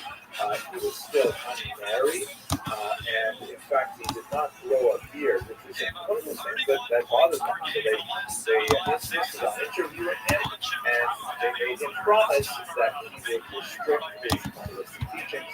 And when he got married, that actually assuaged some of their concerns, so they let it be.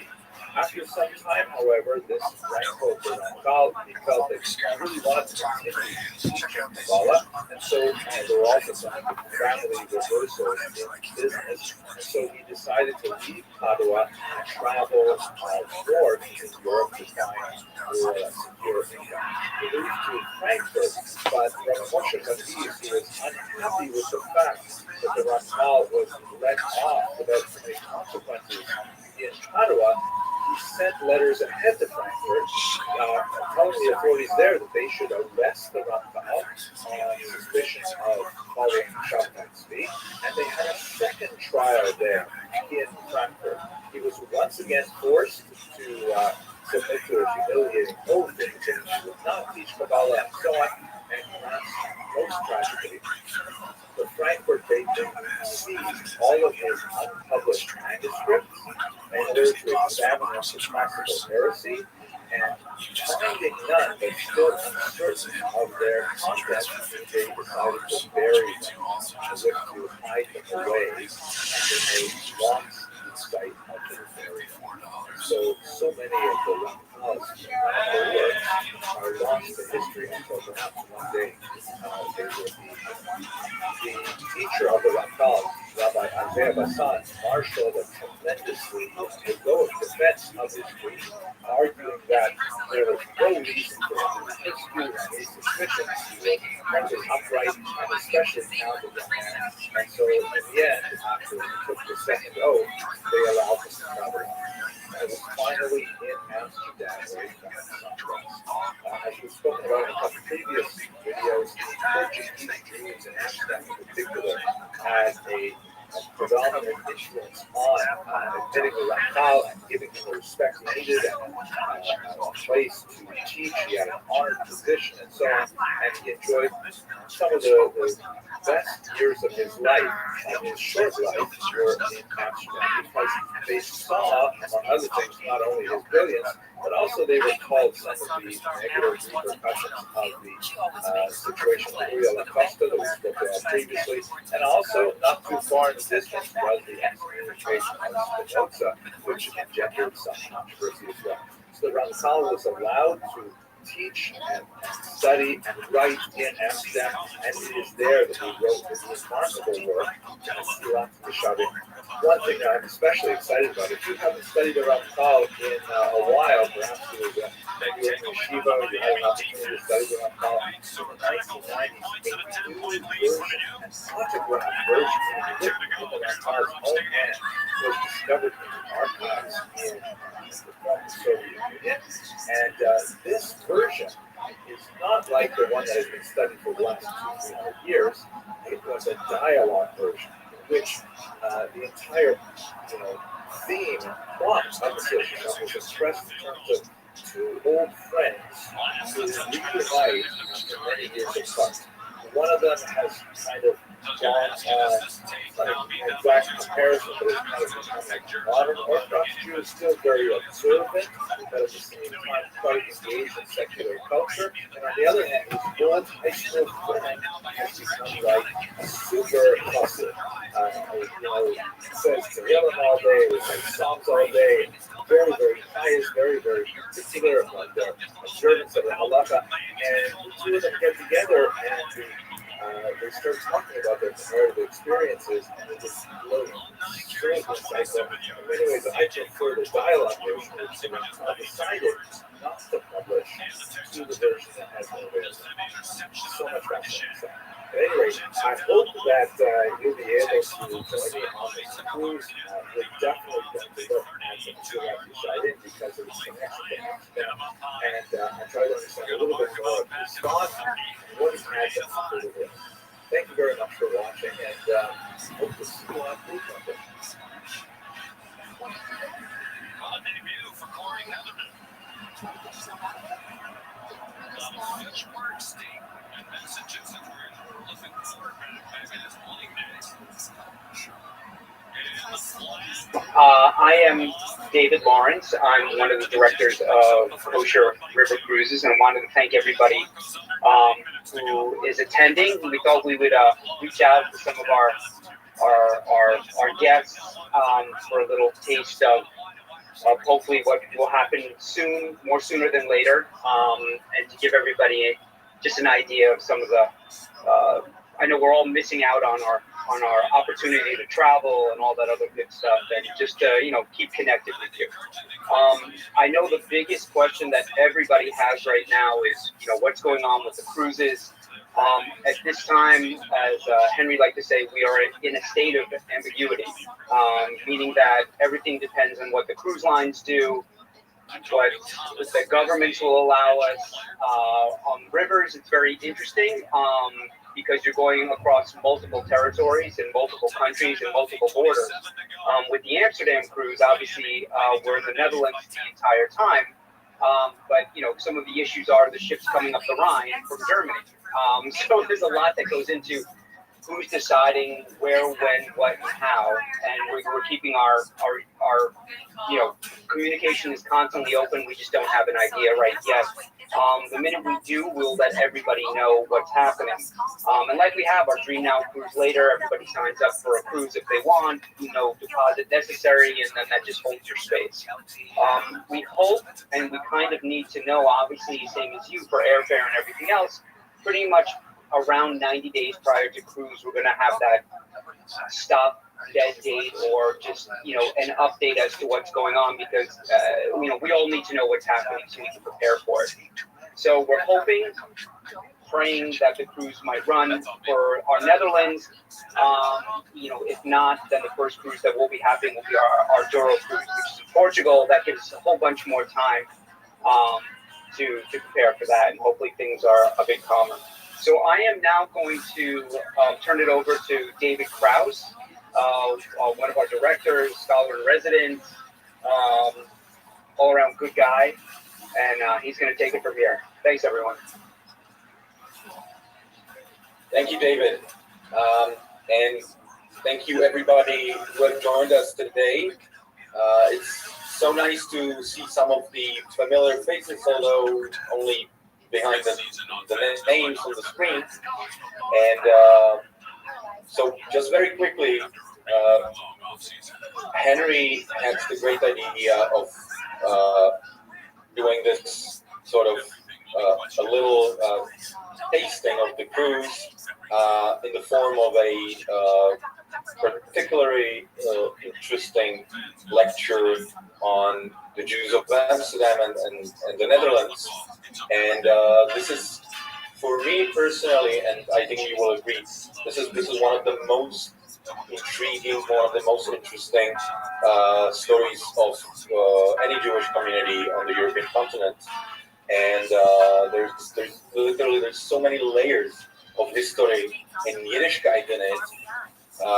Amsterdam is known not just for the Jews, with the nickname Mokum, which basically comes from Yiddish, and it's sort of a version of Makom, the place to be. And Amsterdam really is the place to be. It has incredibly rich history, and so does the Dutch Jewry in general. And so this is what we're going to hear about today. Before I hand it over to Henry, I just want to give you a technical information. I am here to moderate the questions today. So in the Q&A section, please feel free to type in any questions you might have, and we will address them after Henry's lecture. So without further ado, Henry, it is yours. Wow, thank you so much. I hope everyone can hear me all right. And let's just have a quick look at the screen share. Is that coming through okay? Everyone sees the beautiful picture of the canal now in Amsterdam. Excellent. So, like all of you, I am incredibly excited about the potential trip to Amsterdam, and I am definitely putting in extra energy of petitions to the Supreme Being that he should allow this pandemic to, subside as soon as possible, and not only obviously for the human cost that it has placed upon all of us globally, but also in a very selfish way, so that we can get back on the road again, and especially on the rivers of Europe. And like David said, the truth is Amsterdam is just so incredibly fascinating. It is an unusual paradigm of the entire story of the Jewish experience of modernity, specifically how we cross the chasm from the pre-modern or medieval environment into the Judaism and the Jewish practice that we see around us today. Jewish sociology, Jewish society, Jewish achievements in the secular world, all of these really can be seen in a very tiny form as being birthed from Amsterdam, specifically in the first half of the 17th century. So in this brief lecture, that's really what I'd like to do, is just to give us a sense of why was Amsterdam so incredibly important? Why was it such a mix of phenomenal influences, and why did Jews coming from Amsterdam really impact the entire European Jewish experience and beyond because of the strange confluence of factors that came together in the early 1600s.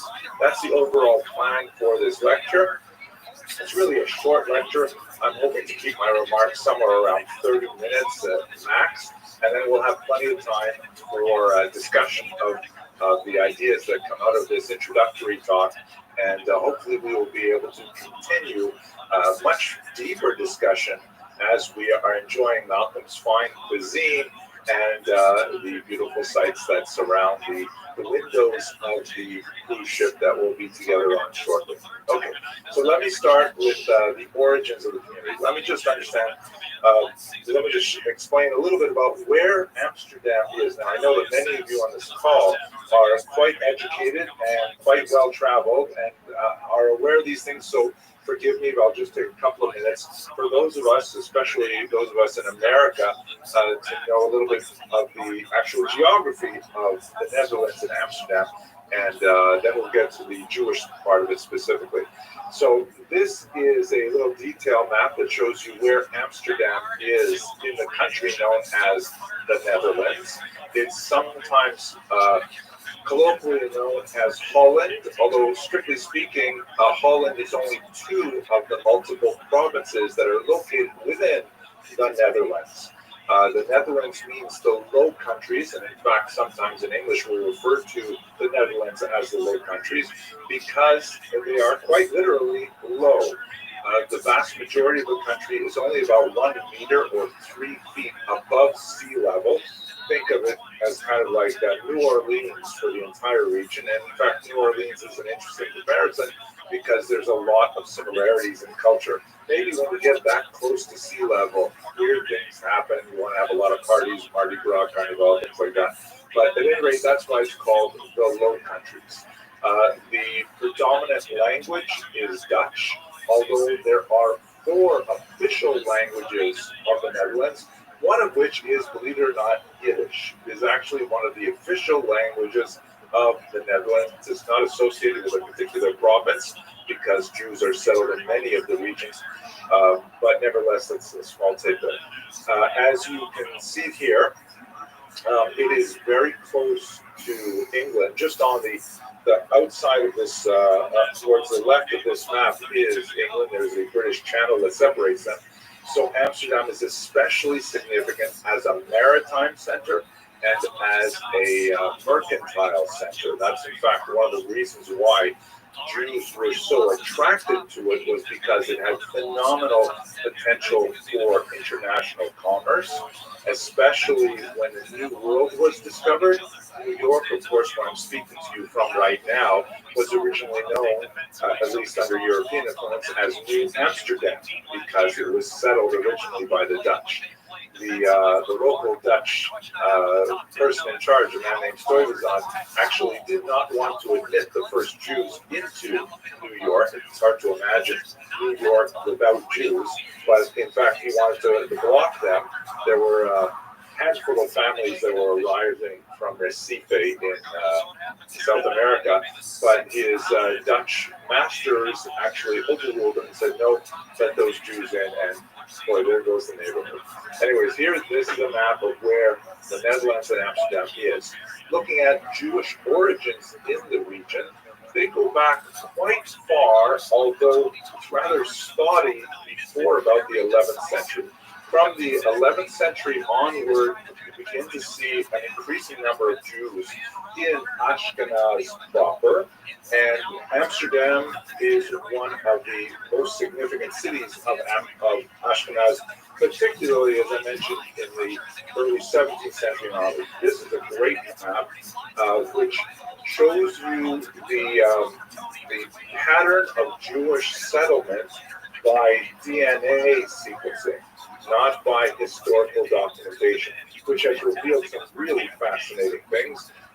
This is a study specifically looking at the Y chromosomes of Jews who are from the tribe of Levi, which would mean they call themselves either Kohen or Levi today. And since it all descends through the male, only men serve as Levim or Kohanim, it's fairly easy to trace it on the Y chromosome. As you can see from this map, 40%, this is 100% of, or a statistically very large number of Kohanim and Levim have genetic history which can be traced. You see the lower right, the number 1, from Israel proper, which stands to reason because of the Hebrew origins of an ancestor born 3,000 years ago, Aaron the Kohen, who is, by the way, it's completely consistent with the DNA patterns we have today. And although many historians, myself included, often felt that Jews migrated across the coast of North Africa, through Spain, and then into Ashkenaz, it has become abundantly clear that the alternate route, which was through Italy, was far more significant. We know that there were early Jewish communities set up in the 1st century of the Common Era, some even prior to that. and there's a significant expansion with the tens of thousands of Jewish slaves that were taken from Israel and brought to Rome after the First Roman-Jewish War. Those are numbers that Josephus, an ancient historian, provides us with. And fascinatingly, if you look around where the number 2 is in this map, modern geneticists have calculated that about 40% of Ashkenazi Jews today trace their origins to 4 women living in North Italy sometime around the year 1000. Now, I find it ironic that... Come on, baby.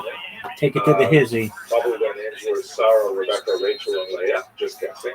But at any rate, it's very clear that the genetic origins of a large chunk of Ashkenazi Jewry are specifically associated with these 4 women. Most likely converts to Judaism who lived around the same time in northern Italy. At any rate, that creates the nucleus of the community in the Rhineland, which was known to Jews as Ashkenaz, named after a figure that occurs in the book of Genesis.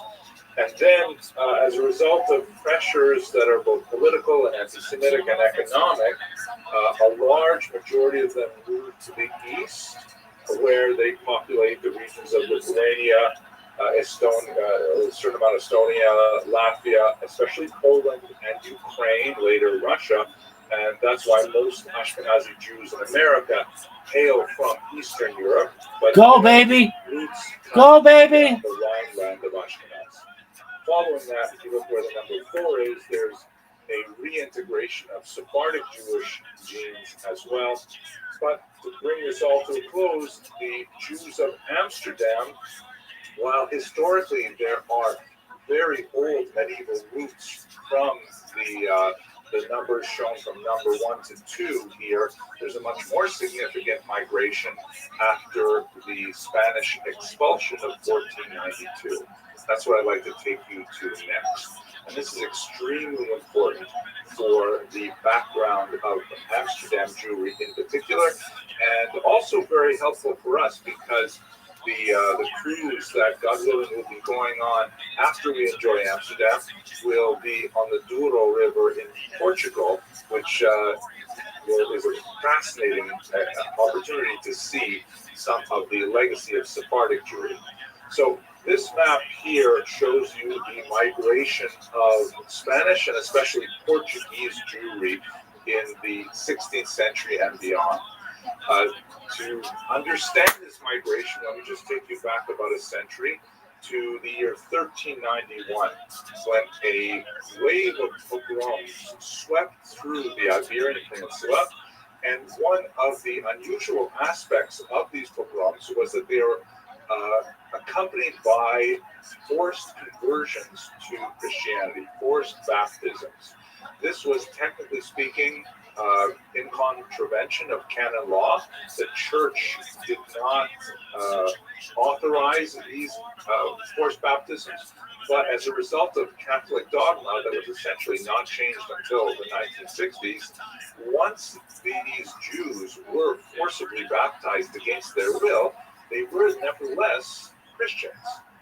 And so you had this large, rather indigestible mass of people who continued to regard themselves as Jews, continued to live as Jews in Jewish communities, observing Judaism, and yet they had the status of being fully endowed Christians with all of the rights and privileges that go along with that, and with none of the disabilities that had been laid on the Jewish population. They could attend universities, they could advance in virtually any field that they chose, and even in the church hierarchy. And they had a distinct advantage over the large mass of the Spanish population because they were literate, they were numerate, and they were urbanized. And those 3 things meant that all of these Jews / Christians against their will had, all the doors suddenly thrown open to them to advance in Sephardic society. In the 15th century, the 1400s, you had this situation developing where, there was a mockery of Christian theology because these obvious Jews were nevertheless allowed to ignore all of these barriers, and they advanced very far into society. By the time you get to the last quarter of that century, there is a serious backlash against the situation, which motivates the Spanish crown to invoke the Inquisition. The Spanish Inquisition was specifically directed at the so-called new Christians, that is, these people who were practicing Judaism but were baptized, and that includes their descendants, who were taking advantage of their legal status and still practicing Jewish rites. The Inquisition was, technically speaking, not directed at Jews who were never baptized. They were, restricted into certain living areas and all kinds of disabilities placed on their economic advancement and trade activity and so on. But they were, strictly speaking, not part of the problem because they were not pushing up against the Spanish establishment. The Spanish Inquisition, which we'll talk about a lot more when we're speaking about the Douro River trip, but as I'm sure you're familiar, it was a horrendous kind of purge atmosphere that completely subsumed Spanish society, where people were economically incentivized to betray their neighbors, because once a person was accused and condemned of Judaizing or secretly practicing Judaism, their property was forfeit. And that property was now shared by the church, the crown, and the people who betrayed them. So there was like an incentive to rat on your neighbors. Once a neighbor was accused of Judaism, it could be anything small, like, for example, they never seem to eat pork at their house. Or I've seen that they don't do work on Saturdays. Those people were arrested, tortured horribly, and forced to confess and to give up names of everybody else they know who were also Judaizers. And this created a massive ripple effect where the Inquisition literally took over society, and people at high levels of authority were accused of the Inquisition, by the Inquisition, and were forced to undergo this terrible situation.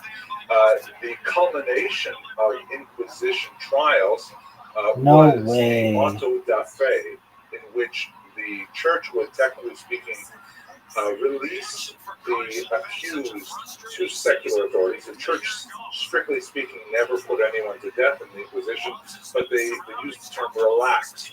They relaxed their hold over these people to the secular authorities, who would then have these public burnings that were absolutely horrific. And they lasted right up until the 18th century. The Inquisition did not die. This is old. The final chapter of this, of course, is that by the time you get to the late 1480s, it's not working. Oh, that's amazing. It's gone way out of control. It's like, fuck this. And so the Grand Inquisitor, a man named Torquemada, goes to the Spanish crown, Queen Isabella, and King Ferdinand, and says, we think we know what went wrong here. Bullshit. We left the original Jews in place. The reason why generations of these baptized new Christians are not converting is because they still have Jews to go to. They still have a place where they can learn Torah, where they can get kosher food, where they can hang out with other Jews. So what we need to do is get rid of those Jews, and then we'll be able to put an end to all of this. The crown agrees, and in 1492, on the horrible day of Tisha B'Av, of course, the decree is implemented, and the Jews are forced shortly thereafter to flee the peninsula. And this map shows the direction of their flight. Quite a few of them made their way across the Mediterranean basin to Constantinople, to Israel, to Sfat in particular, and many to North Africa. And there were two major areas that we have to look at. One of which we're going to spend more time on in the next slide, is of course Amsterdam. You can see that they made their way, Look at this especially athleticism. through Portugal Someone and wants to to the north of Amsterdam. You also have that massive wave of illegal Jewish migration into Portugal. So let's look at Portugal for a second now. Portugal was, for a very brief period of time, quite literally 5 years, a place of refuge for these Jews. Even though they tried to hold back the wave of migration, the Portuguese allowed the Jews to practice Judaism until 1497.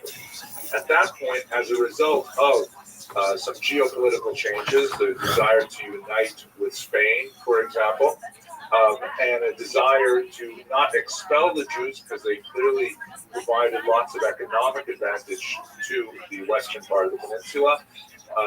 In 1497, the Jews in Portugal were forcibly converted en masse. They were all made Christians.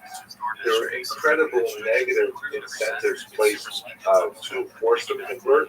Among other things, the Portuguese deported about 2,500 Jewish children, literally separating them from their parents, to an island off the coast of Africa, where many of them were literally consumed by the wildlife on that island of Sao Tome.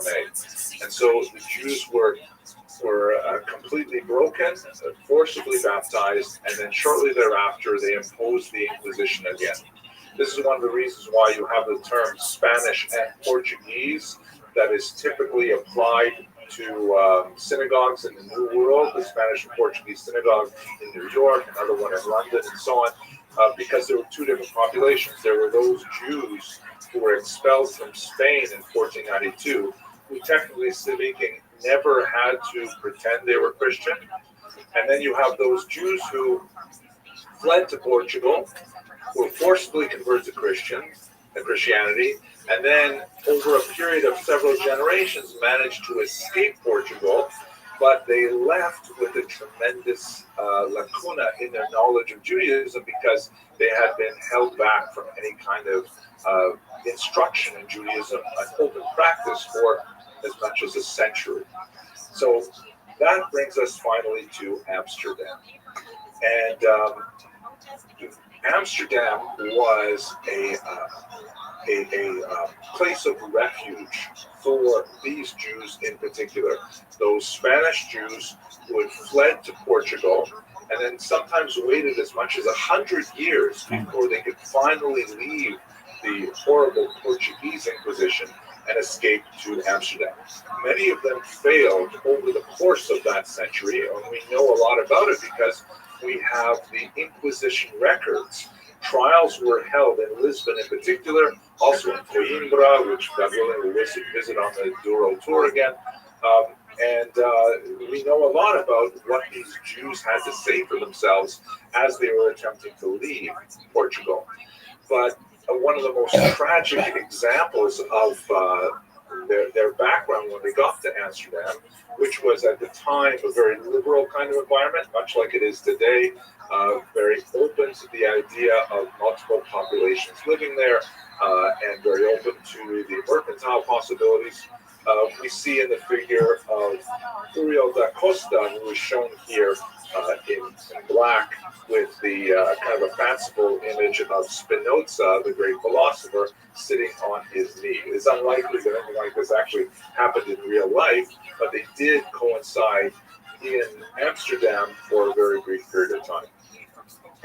But let me just return for a second to the origins of this migration, which begins really in the 1580s. That's when we begin to see some Portuguese Jews beginning to organize themselves in a synagogue in Amsterdam.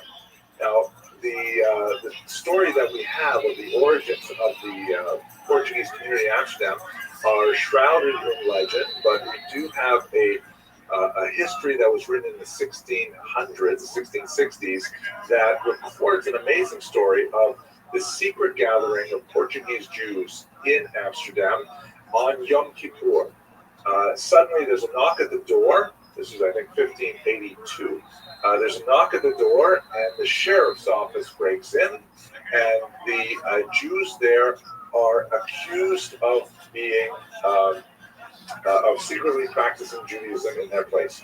Amsterdam at this point did not officially allow Jews to reside there, but they were residing as Portuguese individuals, right? Because they were technically Christian. The rabbi and his son were arrested, were brought before the magistrate on Yom Kippur, and they explained that in fact they weren't doing anything. Oh, I forgot one small detail. Excuse me. They were accused. Actually, they had no idea, according to the original story, they had no idea that they were Jews. They accused them of being Catholics, which was for the Dutch at this time quite a bit worse because they were warring with Catholics.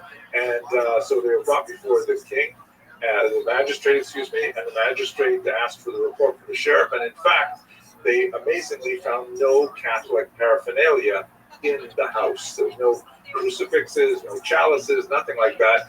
And so the rabbi explained, the truth is we're not Catholics, we're Jews. And so the magistrate said, oh, Jews? Well, okay then, no problem. And he let them go. And this is the fanciful version of the story of the beginnings of the official community. About a dozen years later, they were granted official permission to exist, but at that time, the Dutch simply turned a blind eye to them.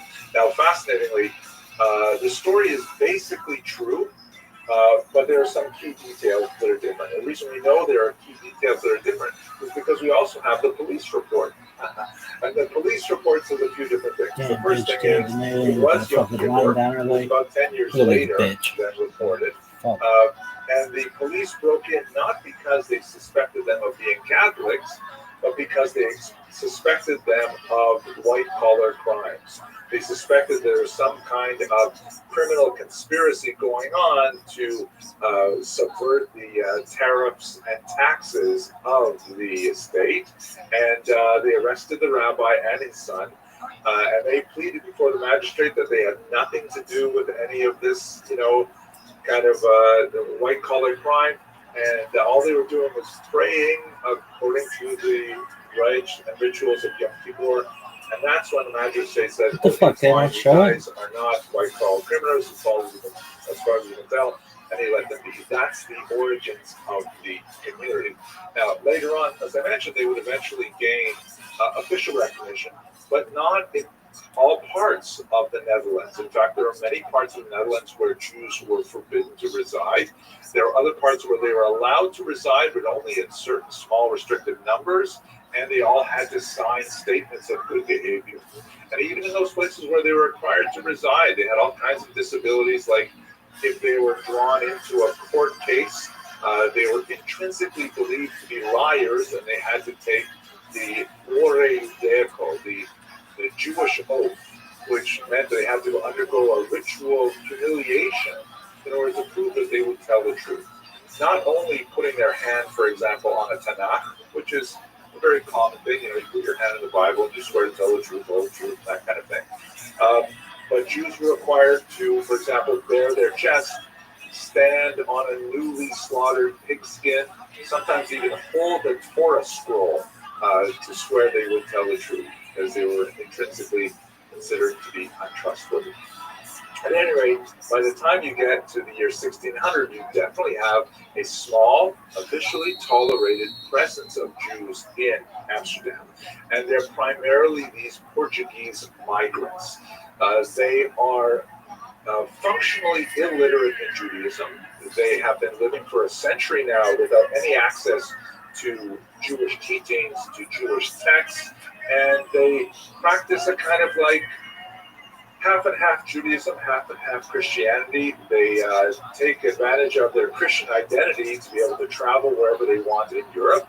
And only when they feel sufficiently safe do they begin to reveal themselves to be actually Jewish. This happens incidentally in the town I mentioned earlier, Recife, which was actually a Portuguese-held island off the coast of Brazil, which many Jews fled to as Christians.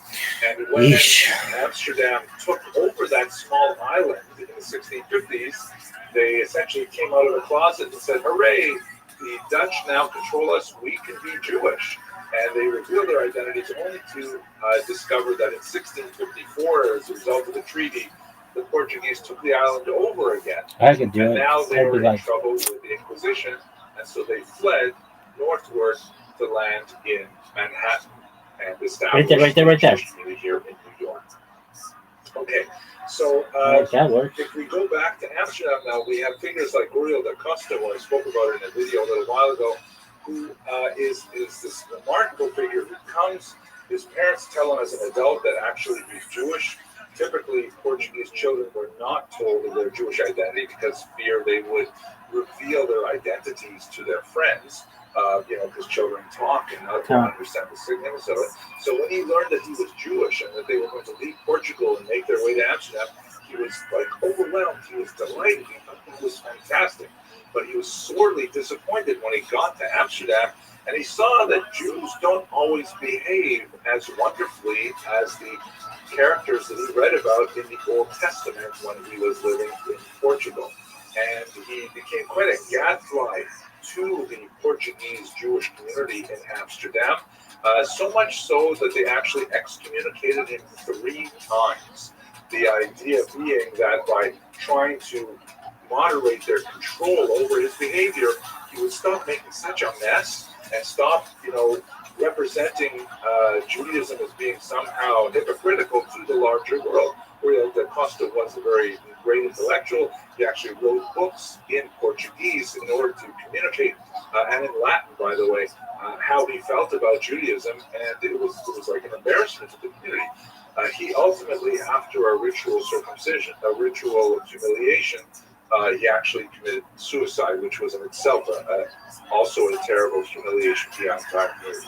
But he served as a role model, not necessarily a positive one, for Baruch Spinoza, shown here, who is perhaps the most famous Jew to emerge from Amsterdam of all time. Spinoza, who was about 25 years the junior of Acosta, was a lens grinder, in fact died from lung ailment, from inhaling the dust of lenses that he was grinding all the time. But he developed, partially from his Portuguese roots of skepticism, a very different approach to Judaism, which directly challenged the authority of the rabbis and other things. The rabbis, wishing to control this kind of heretical behavior, not only heretical vis-a-vis traditional Judaism, called that shit. but more seriously, heretical vis-a-vis Christianity. We should not forget that the Portuguese Jewish community was still quite tenuous in the beginning of the 17th century, and although Amsterdam was a comparatively liberal place, the Jews were quite worried that they would lose their privileged position there, and they would be expelled, which was something that was happening all over the continent. And so they especially wanted to make sure that all members of the community kept their heads down, did not make waves, didn't make a fuss, and didn't draw unnecessary attention to them, particularly by promoting heretical approaches to the Bible, which reminds me of a joke. I can't help. I gotta tell you this quick joke. 2 Jews are being led out to a firing squad. As they're being led out, they placed in front of the wall, and they're putting the blindfolds on them. One of them starts saying, "Wait, don't do this. It's a mistake. I'm totally innocent. I can prove it. Please don't shoot me. Please don't kill me." And the other one says, "Shut up. Don't make trouble." The idea was that the Jewish community was trying to self-police themselves, trying to control their heterogeneous elements, which were only bound to grow in Amsterdam, given the nature of the Portuguese population. And they failed to do so with Spinoza. They placed him like Acosta under a harem, under a ban,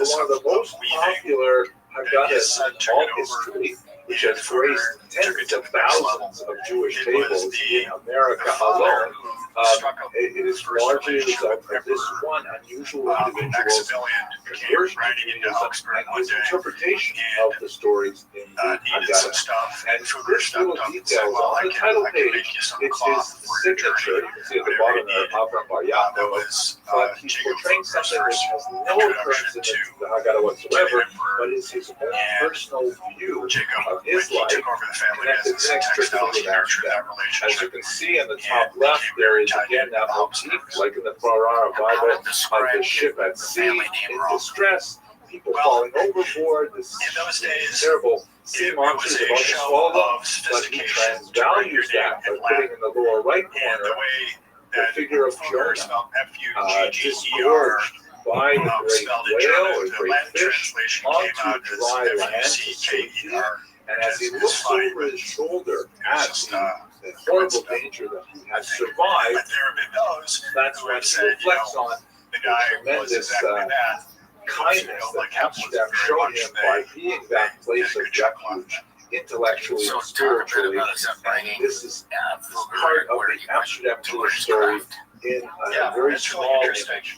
So I'm hoping that we'll have the opportunity to speak at much more length about the entire history of the Jews of Amsterdam from their earliest origins up until the 21st century. But for now, I will conclude, and I'm going to hand this back to David. I look forward to hearing your questions in the Q&A bar. Apprenticeships. Thank you for your attention. To Venice. In Venice, there was a Wow, warehouse. thank you, Henry. The This Doges was, allowed I have to tell you, the Germans such to a bring their interesting goods and trade with Venice, thoroughly and keeping them all together in one executed building. lecture It was a way to keep an that, eye on believe it them, or not, there make are no sure questions that because you said it Venice all. collected all the taxes that were due to it. And Fugger went down Thank you there very for a much. while. And Ask questions, David. No one else is ready to ask. No, everyone is afraid to ask the first question. So if someone wants to start with the second question, we'll be good with that. How they went after bad maybe debtors. I will again act as the son of during trading the Havana, over state lines, asking simple like questions. Because I know you don't like hard questions. I will leave that for the vote.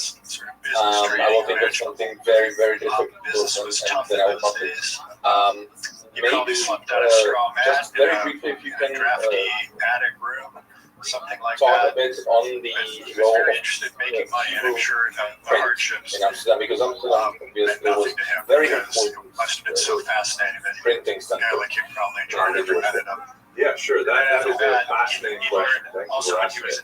He learned about We got to bookkeeping, place this in which at the time, context of the time, right? The printing press comes out middle of the 15th century. was in its infancy. Jews are early adopters. They're loving it. This is a great way to serve. Jews are al-kitab, as the Arabs call us, the people of the book.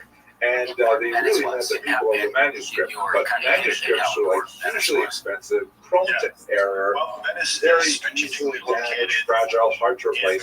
With the printing press, and especially movable type, all of a sudden, you have the opportunity for a tremendous new industry. And Jews are big consumers of written material. So there are a few big centers that develop. The Spaniards try to get into it early on, but of course they're expelled very early. But our first Talmuds, for example, come from Spain in the 1480s. And then the Venetians in particular, in the beginning of the 16th century, they start printing big time. Amsterdam is kind of like the third wave of publishing for Jews. Wasn't so You bad. have a few major printing houses that are established there, largely because of very favorable tax policies and the absence of church oversight. In Catholic countries, the church begins to say, wait a second, what exactly are you Jews writing here? Because it's all Hebrew, we don't know what you're saying. And they have to impose lots of censors, but in Amsterdam, we don't have that church oversight, and you have the mercantile connection where they're shipping books out everywhere across the ocean as well. So there is this effervescence of Jewish printing. Also, bear in mind that the Portuguese Jews, they're essentially Bale Judah. They're essentially coming to Judaism with a Christian background, a secular background, if you will, for that time and place. And they're willing to entertain new ideas. It doesn't have to be orthodox, small O orthodox. You can give us new thoughts. One of the most important Amsterdam Jews at the time was Manasseh ben Israel, who published the theory that some of the 10 tribes that were lost in the 8th century before the Common Era were actually alive and well and living in Colombia, in South America. And that was a hugely popular book, very influential across the ocean, translated into English as well. It's available under the title The Hope of Israel. So there's some fascinating, beautiful things with printing in Amsterdam. No one was a household name. Thank you very much. We have another question, which is which some of your listeners might be familiar with. They were a trading outfit. Any idea what Dutch Jews, all of the trade in the alone among all North other Sea. Jews, wait only 1 hour between meat and They milk? got to the point where Yeah, I think the one answer to that is probably the proximity of Swiss chocolate, Toblerone, working right? Once you've got such a great chocolate like that, you really want to eat it as soon as possible. trading up in. Okay, that's a joke. I hope you laughed at that. It's an excellent question. I've never actually thought about how that particular minhag or custom developed. Like a port, ship can't leave a port. From a halakhic perspective, I'm not a rabbi, but from a halakhic perspective, when you look at the passage in the Talmud that talks about meat and milk, it doesn't specify a specific amount of time. And when you get to the expositors of halakha, especially in the time of the Shulchan Aruch, 15th, 16th century and onward, that's when it begins to find its expression in text in a very reified fashion. So most of the Talmudic commentators of the early medical field tied it to the process of digestion. How long does it actually take to digest meat so that you're not really consuming meat and milk together? And especially the sense of taste, so you don't taste meat and milk together. That's why you have the development of a more strict opinion, perhaps in Eastern Europe, of 6 hours. In Germany, per se, the 3-hour time limit. And in Amsterdam, only in Holland, only 1 hour.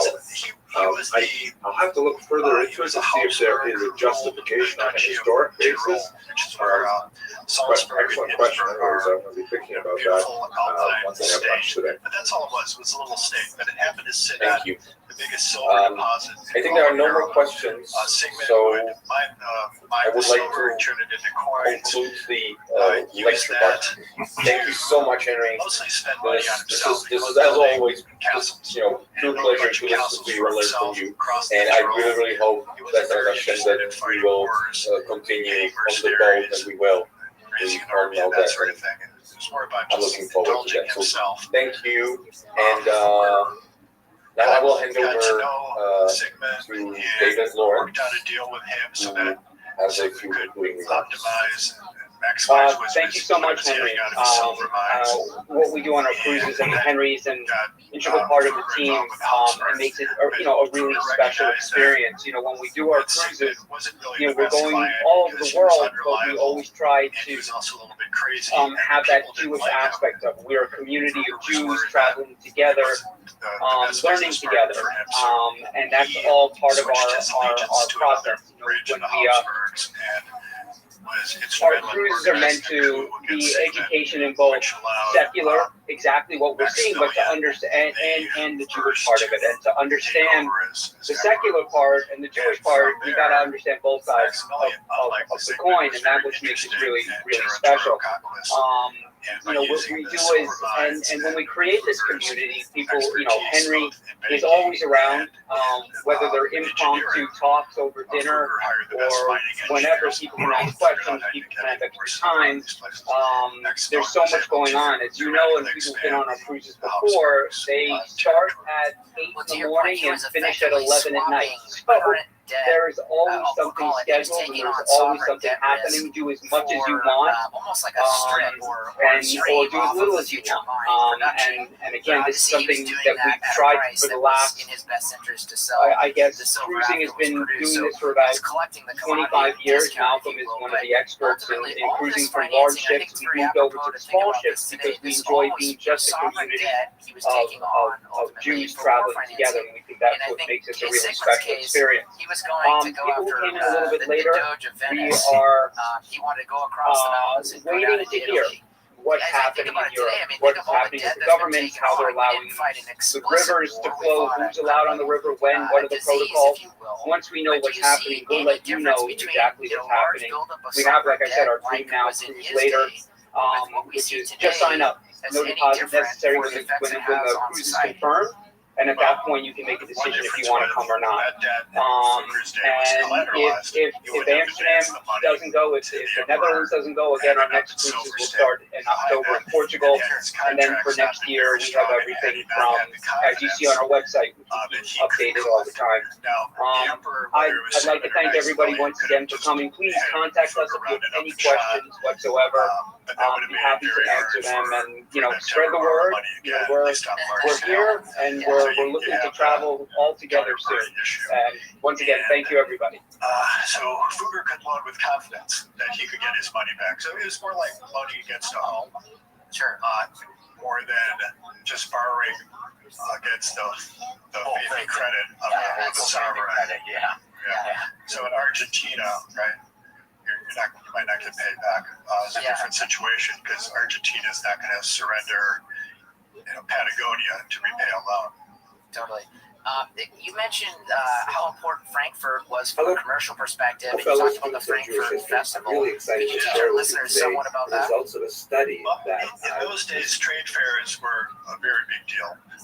Nowadays, they're still important, particularly in Germany, where tradition lives on. There's a lot of business that goes on at fairs, but in those days, that was the only place where business happened. So let's hear people from all over Europe would descend on Frankfurt and bring their stuff, and buyers would come and trade whatever they had. So let's start Fugger would bring textiles, other people would bring fascinating.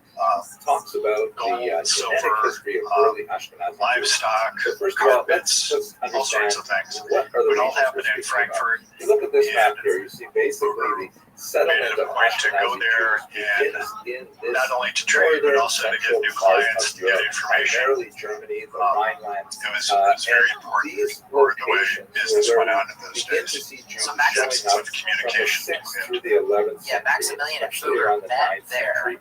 Start getting Would it be much more fair to say that concrete no one about it. expected Then, of what course, would the become of them? In other words, not, spread it's not like they, in shook particular, hands and, eventually the Frankfurt into Sea the party great and heartland where everyone the said, oh my Spanish gosh, you've met the Polish Christ, you're going to do making business their way together. This was over to very the unknown at that Americas. So one time. of the Well, they were both young men in enduring a hurry. questions in Jewish history has Just been as no like, one could have how predicted that exactly did the Ashkenazi Fugger, who Jews was jump one on? of many And there are a few people different who models was of migration. working in Have a look at this map, textiles and which baking in takes Augsburg, advantage would of become research the available richest through peasant who ever DNA lived. No one studies. would have And predicted the that motto, which Maximilian seems to would one be day the become most emperor definitive, in fact, the of studies I everything looked at with you today, in Europe, with the exception of France, and have dominion that went all the way or at least a over to plurality of South them, America. have their Sure. roots And by the way, you also, I don't know Middle if you caught on this, but I think you were touching on that Airbnb has a business model that's been around for centuries. Because as you pointed out during the Frankfurt Festival, how much money people could make from renting out their floors of their homes or just space to sleep.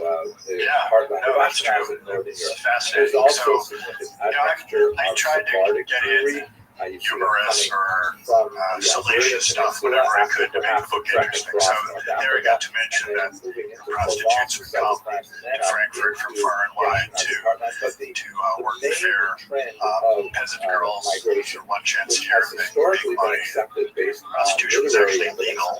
like the There Columbus was family no settlers there and so on. restrictions And on that's that. been So through the Italian that sort of trade and was going some on. partial DNA results Yes, have people would rent indicated out their that there's homes, support people for would DNA rent out research is rooms, definitely people the would cutting edge of be able to earn enough money during that 1 week to last them the whole year long. One of the studies That's that I looked at a little while ago That's how was busy the discovery of the remains of Frankfurt got during that who those were few weeks. sadly thrown And down a well in You would, I Norwich. guess nowadays you're talking about surge bracing. Surge bracing definitely applied Suggested that they came at the from Frankfurt Fair. It sounds like the Phoenix Open. Yeah, I was going to say, we have that going on here. It's 1 week, actually a couple weeks. He's got Barrett Jackson, you got the Phoenix Open. Stiletto heels. Yeah, you got on the golf course. Yeah, and the working and non-working folk, I'll call it, do show up, and the Airbnb market goes longer. So when you were saying that in your book, I thought, wow, the trade shows still go on. Maximilian took control of the duchy via financing. Explain how he took advantage of the free spending segment.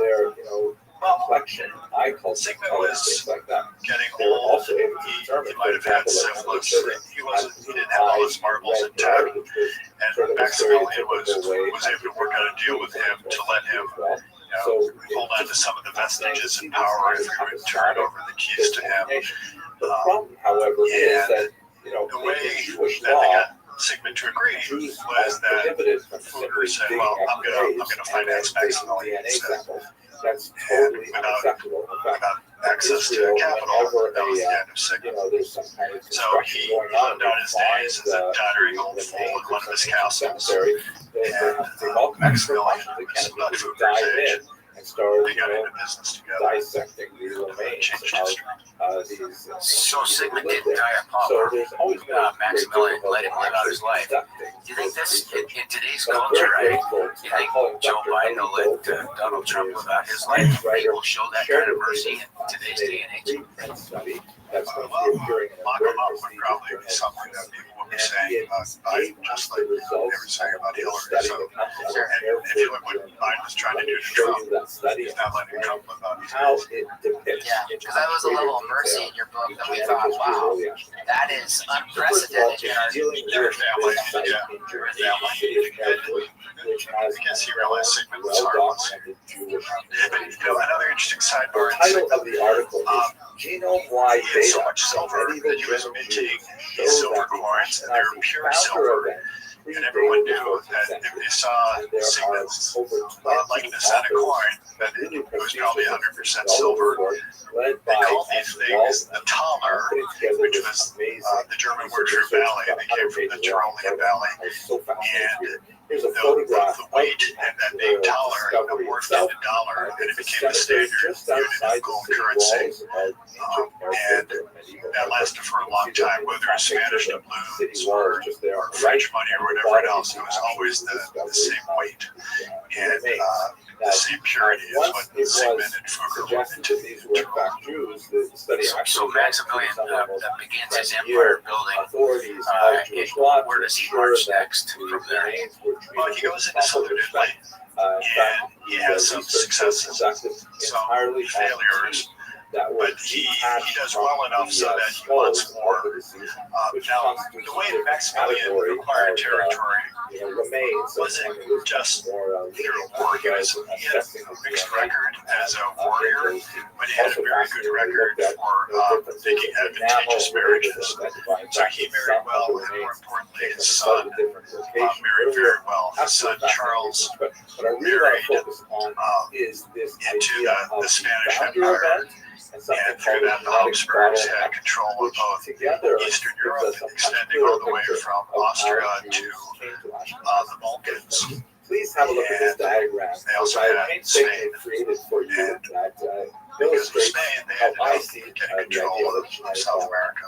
You've got these Reading your book, and they move hit me upwards very at the bottom of hard. this I bottleneck, never you have understood as a young person reading about World at War the I top, you have why modern Ashkenazi Archduke Jews, Ferdinand being killed in Ashkenazi Yugoslavia Jews caused all these the, nations to line up the Air Force. at each other and start So, shooting across the The 2-mile Jewish nation, expanse. Israel, And there's your really book no helped me category of understand, race within based on what you just said, that there was a category that was the of connection. religion, there's a category Well, of there are tribal World War affiliation. II, there were all these In alliances, right? lots of literary So sources that there Russia are protected tons Serbia, of people from and outside Croatia the was Jewish allied world coming with Austria into the Jewish and genetic, Germany. population. There are these secret So, for example, in alliances the Bible, that there's once- descriptions of It's like NATO. the, It's the same thing as NATO. There was an attack on that NATO country. Everyone rallied to Boaz, and later and defend that NATO member. And that's what was going on in World War I. One of the best books for me that really explains who was the father of the Herod, culture and the society down you in have the Balkans. Helena of We'll call it the bridge on the River Drina. You ever heard of that? What a Nobel Prize back when it was written. And it really talks about how in the Balkans you have these three tectonic plates that come together. Then there is a So it's very volatile on the margins. So you had the Orthodox Christians, the Catholics, and the Muslims. They all come together right in the Balkans. So every 50 years or so it goes up in flames. are displaced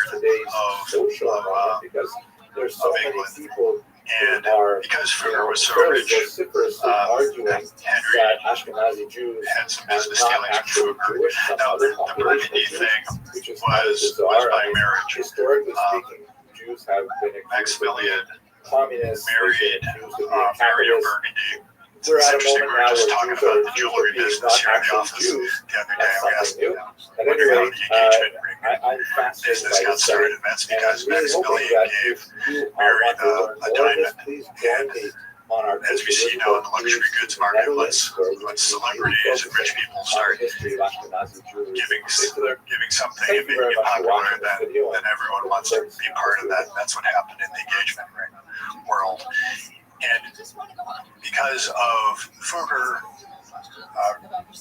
Maxwell was able to raise a nice endowment, and Mary, this Mary of Burgundy. Burgundy at the time was, if not the most powerful part of France, certainly as powerful as anything else. Under Mary's father, Charles the Bold, it was renowned for having the best army in all of Europe. And because Maximilian could bring some money to the table, he was able to marry into that family.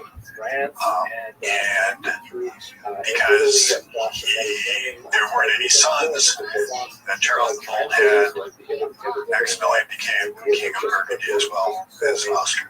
I'd like to take this opportunity now to speak about As you point out, he was crowned in Worms. He was king. What was the German word that they hailed him as? Kaiser. Is that the word you're thinking of?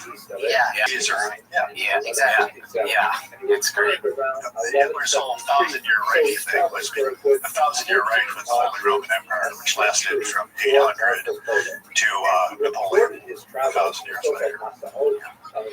Small man's complex dominates. As you point out, it wasn't long before he was sitting in a Flemish jail, explaining so the electors he now had to deal with. There was no democracy, but it wasn't sole rule either. Yeah, the Holy Roman Empire was a strange construct in that it was an empire in name only. Sort of the joke Napoleon is told that it was neither holy nor Roman nor an empire.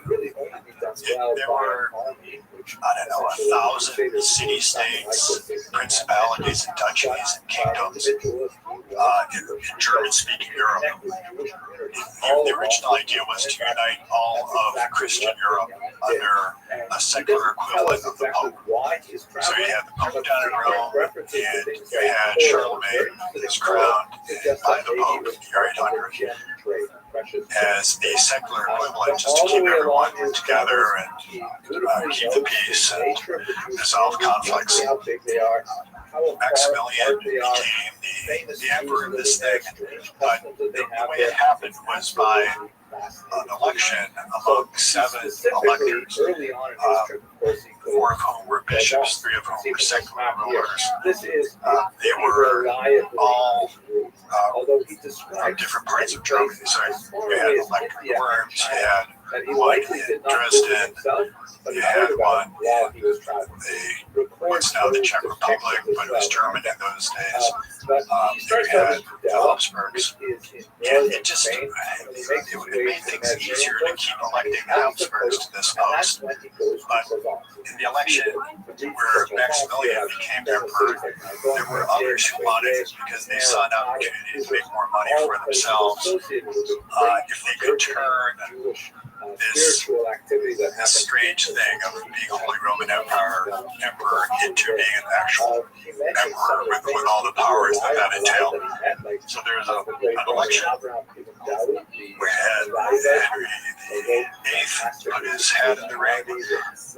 Had Maximilian put his hat in the ring, and there was one other dude. Do you remember who that was? It was France. It was Charles. Yeah, France. Yeah, France is the first. France. And they all wanted it, and it became a contest who could bribe the electors the most. And because of Fugger, Maximilian was able to put up the most money, and he seized the day and won the election. He understood the power of precious resources. He didn't become a winner-take-all business from here on out, from Maximilian and Habsburg dynasty. Yeah, he was extremely ambitious, and he thought that God was on his side, so he kept fighting these little wars, mostly in Italy. Didn't get very far. The Pope was able to keep him out of Rome. Duke of Milan was able to hold him back for a while, and he never really achieved his territorial ambition in Europe. He was never able to wrest that much power from the other big monarchs in Germany, the other electors. And in some ways, being emperor was a ceremonial title. He could try to claim that he had more authority than the others, but when push came to shove, he really didn't. Although the people, the peasants working the fields, they thought that he was divine and would come up and touch him, thinking that he had magic healing powers and all that stuff. Hello, fellow students. But again, what his best successes were with marriages, and how he was able to get friends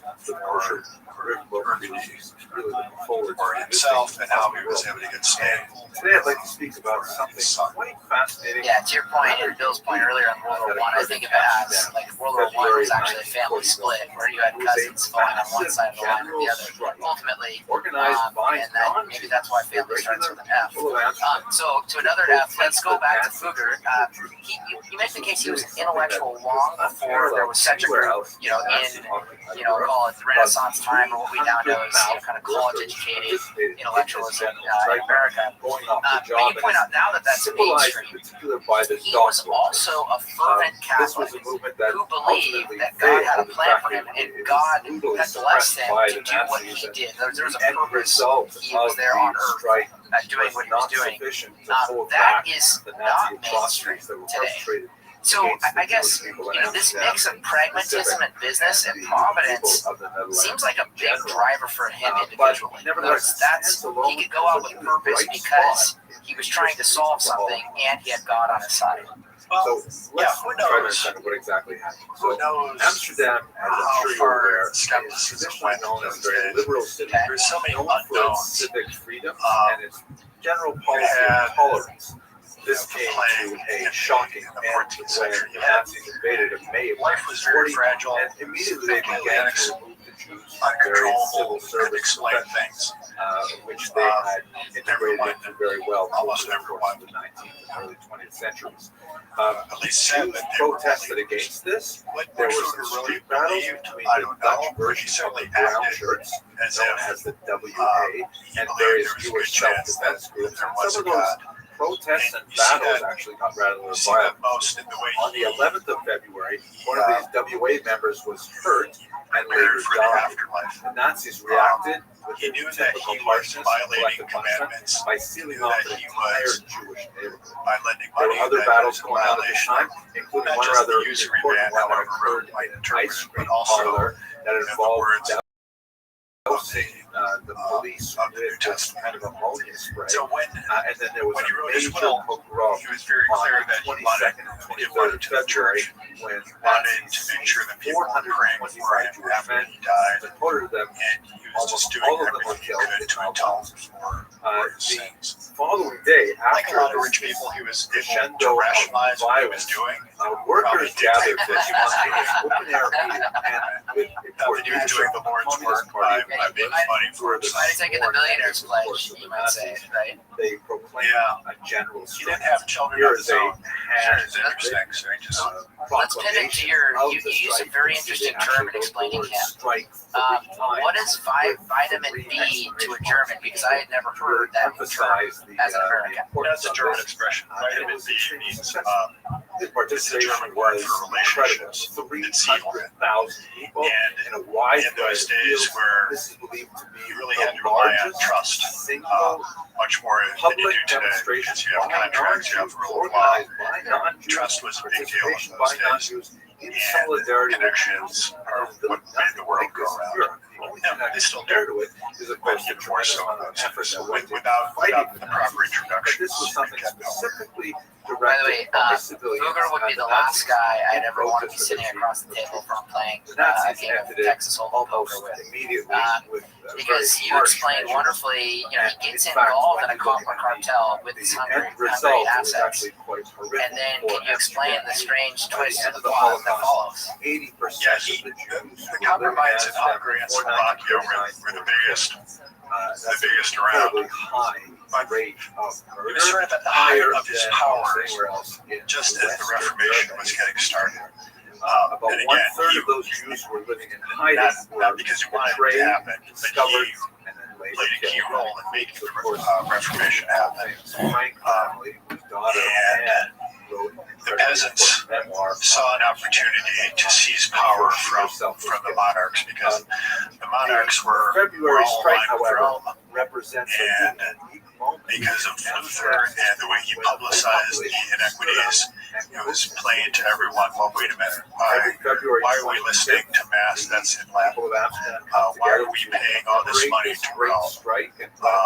Who's to say that the priests are the only ones who can interpret the Bible? And they seem to be inconsistent. They seem to be actually doing things that the Bible says you shouldn't be doing. Enough of this. And there were rebellions that spread out all over Germany and also in Hungary. So Fugger had to defend his assets in Hungary. And that wasn't so easy because the peasants had enough resources to take over the mines, to hold Fugger's people in Hungary hostage. And Fugger had to fight back pretty hard and spent the latter years of his life negotiating to get back his territory and his mines in Hungary. There were rival politicians who aligned with the peasants and took over these properties. And Fugger wanted either restitution or he wanted to get his stuff back. And he finally did, just at the end of his life. When prior to that, you also explained his in that copper cartel, he had joined it and then turned around and in kind of a Rockefeller cut-to-kill fashion, he chopped the legs off of everybody in the cartel by underpricing everyone and taking them out of business, which, again, that's why I mentioned earlier, he's a tough guy to play cards with because one minute he's your ally, and if he sees an opportunity to ruin you, he would take it. Yeah, that's when you're playing poker, you know what the rules are, and you enter into that agreement when you sit down at the table. So people who did business with Fugger knew that, well, this arrangement's only going to last as long as it's in Fugger's interest. Yeah. A cartel is only as good as the willingness of the participants to play along and not slash prices. Fugger saw an opportunity. He was liquid enough that he could do that, and he made the calculation that he could wipe out the others, and he was correct in that calculation. He's a very smart guy. He left himself an out, and nobody else did. Yeah, he had the double entry accounting. Fugger married at age 39, speaking of alliances, to a younger woman. Fugger married for logical reasons, money and status. Augsburg, limited party size. How did Fugger deal with this? Oh, the size of weddings? Yeah, I love this. Yeah. Well, Yeah, that anecdote, I forget exactly what happened. Maybe you can refresh me. I know he did have a big party. He brought in oysters. He had a wedding in January because the oysters would stay fresh. Correct. Yeah, I remember that in your book, but I think it was there was a certain limit. I don't remember the number in your book, and so that I think the town had said, "Here's our limit of party size," and so he threw a massive wedding in comparison and just paid the tax. Yeah, you see that today too, right? Okay, if the fine's only $1,000 for making noise after midnight, there's plenty of people who don't bat an eye. Well, you know, also think back to the pandemic. You know, they said, "Hey, it's going to be $1,000 if you throw an unsanctioned party." Well, you just paid the $1,000 to throw a wonderful big party. Yeah, you throw a $50,000 party. Exactly. Jewels became an interest for Fugger. Explain the Three Brothers Jewel and its historical significance. Well, Fugger got a hold of one of the most interesting pieces of jewelry in the world, and he kept sort of his rainy day account was jewelry. People would use jewelry as a store of value. They would use silver plate, which whatever it would be, silverware, drinking vessels, whatever it is that you can make out of silver. You just have this stuff lying around. There's a way to have some somewhat liquid assets always at your disposal. Jewelry was one of those because, as it's today, it's portable, very valuable. That jewel somehow ended up belonging to Queen Elizabeth I in London. One of the most famous paintings of her shows her wearing this particular piece of jewelry, and it just got passed on through generation, through one monarchy after another. You have this thing. Fugger and other financiers were not just affecting Europe. Explain how their investments were reaching to the New World and other continents. Well, Maximilian I and his son, Charles married into the family of Ferdinand and Isabella. And as we know, Ferdinand and Isabella were the ones that bankrolled Columbus in 1492. And with the Spaniards in South America, Charles married one of their daughters, and so he inherited Spain, South America, and Fugger was involved a little bit with some of the transatlantic trade. It was just in its infancy. He was also involved, he did this secretly, he was involved with Portugal, which was Spain's great rival. Portugal, as you know, Magellan was Portuguese. Portugal paid for Magellan's round the world journey, all of this stuff. Fugger was the one who secretly bankrolled this adventure, thinking, okay, I'm going to not only have commercial dealings with the Habsburgs, make a lot of money off that, but I'm going to hedge my bets a little bit in case Portugal ends up being a winner in South America. And famously drew a line through South America, which granted the eastern portion to the Portuguese. That's Brazil. That's why they speak Portuguese in Brazil, and the rest of it went to Spain. This was all happening during Fugger's time. Fugger sent copper and silver to Portugal. What did they send back? Well, the Portuguese got spices from India, and that's what made that Portugal a little country, but they were very powerful. This was the heyday of the Portuguese empire. It's funny, just yesterday, I got a note from my agent, and that we sold the Portuguese rights to this book. And we already sold the Brazilian rights, and they got published in Brazil, but apparently the Portuguese is different enough in Portugal, so they wanted their own translation. So, Well, it also proves that Fugger proved a long time ago that Germans love their spicy curry. if you've been to Berlin, you know that.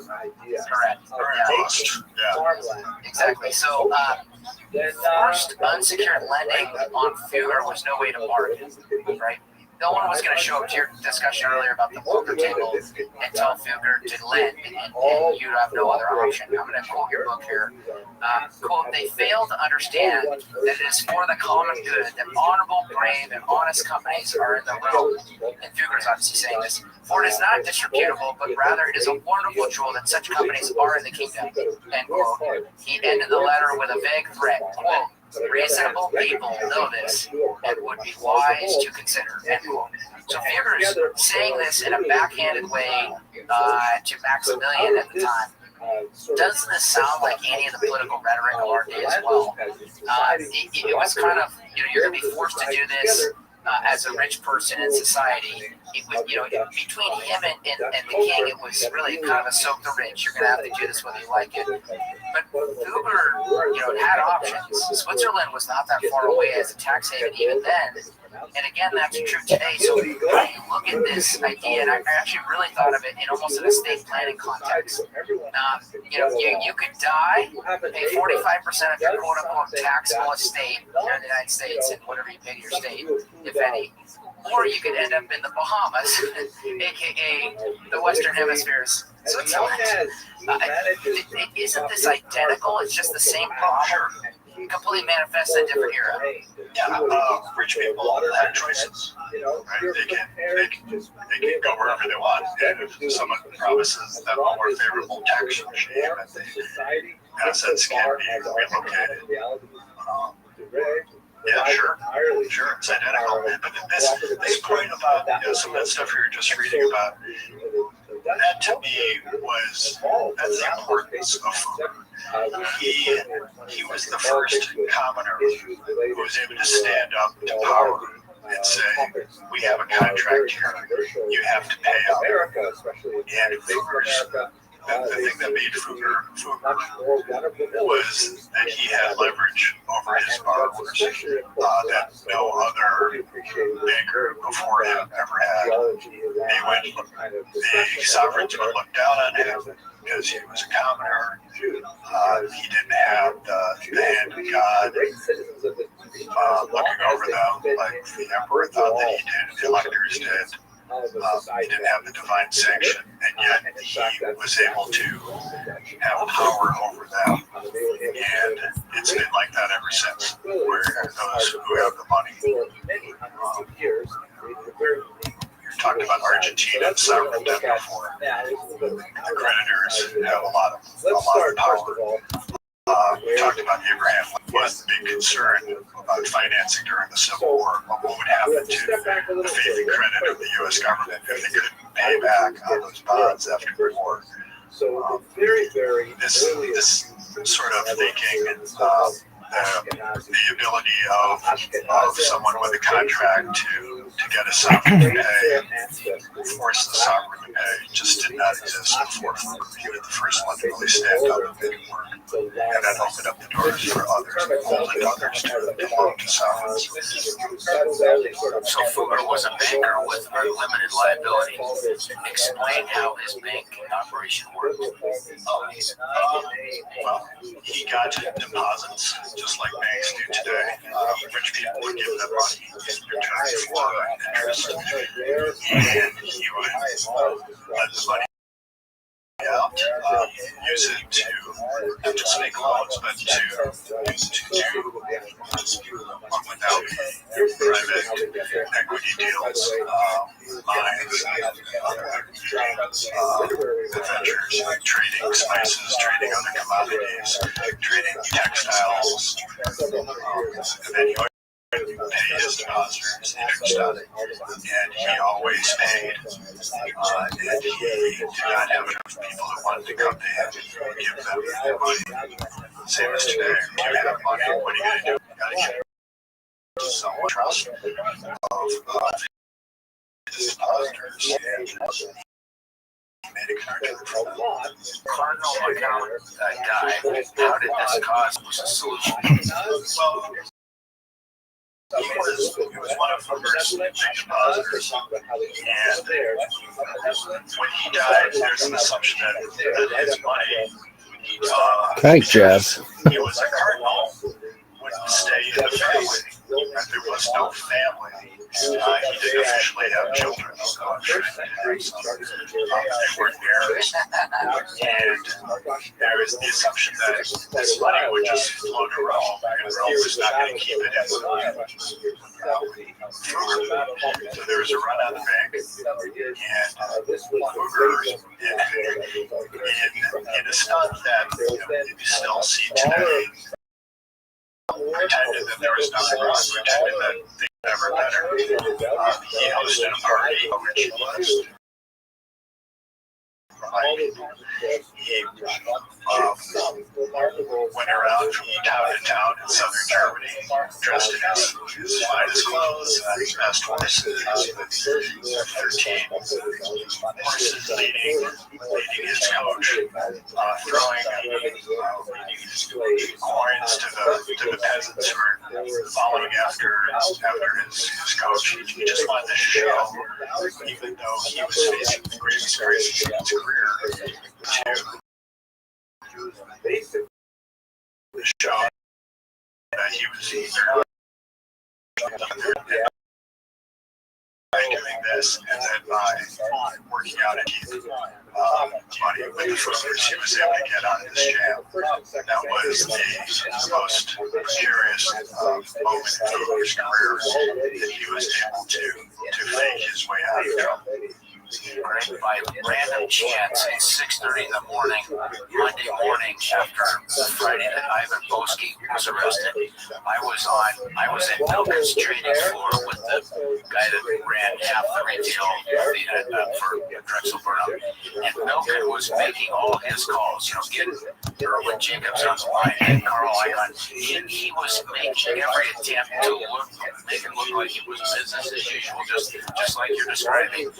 Whereas the 30 men, I think it was almost all men, surrounding him, the way it was all centered, him in the middle with them all around. You could hear a pin drop in there. I mean, they weren't saying anything, and so it's a very analogous situation. As we invest abroad for our investors, we think strong insider ownership is important to deal with, to deal with the inside baseball places that you can't know. Explain how it was saying was first a strong insider in Rome with the Vatican. Through his Augsburg connections, it got to be friendly with a very corrupt lobbyist, as it were, who worked the halls of the Vatican to Fugger's benefit. When they came up with the indulgence scheme that Luther vilified, it was they could negotiate terms of how that transaction would work, where they would split the money between the Vatican and Fugger. And so, he was the bag man, he was the lobbyist, he was the German guy who had the ear of the papal officials. And Fugger was willing to bribe, he was willing to do whatever it took to get what he wanted. And Sigma was the guy who made it happen. Sounds like that one guy from Game of Thrones, or Glencore Partners. I think the other thing that made me think a lot about is, the interaction, which was they go to the peasants, you kind of touch on this, I think we're going to come back to this in just a second, but they go to the peasants and say, this is for St. Peter, St. Peter's Basilica. They were going to rebuild it from its, I think you mentioned it was just wood, it was nothing. And so it was all under the heading of let's put the apostle in a great resting place. That was a small use of the money. And then the profits are split between the Pope and Fugger from there. And the Pope really wanted to show his wealth, show his power. Influence or something like that.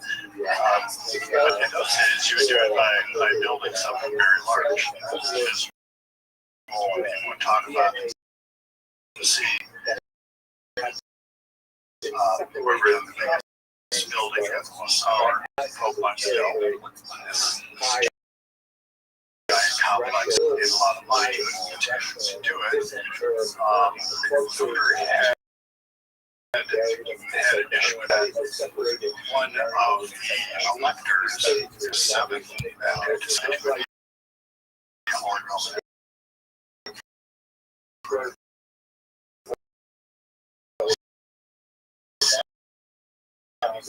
borrows a bunch of money to bribe people to make food on their back. Pay it back with raise money. This indulgence program, folks signed off on it in return for an indulgence program for eaters.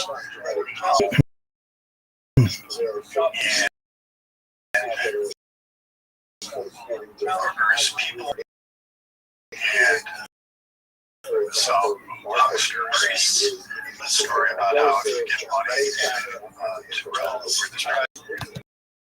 What the promoters here weren't saying is this was how it paid to make this one guy an elector. The program had success, they raised a lot of money. First people were with the hucksters every step of the way, counting money, making sure it got to where keeping records.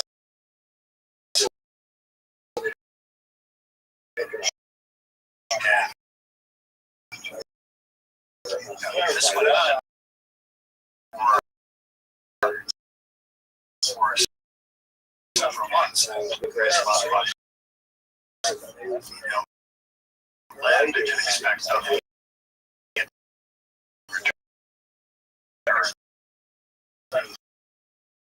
The idea that you make money from the money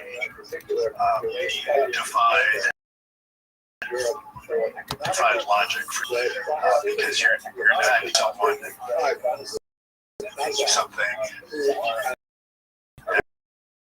that has tangible value. If you give something, if they give you back $1, that should be enough. Like if I give you my car, you give me back another.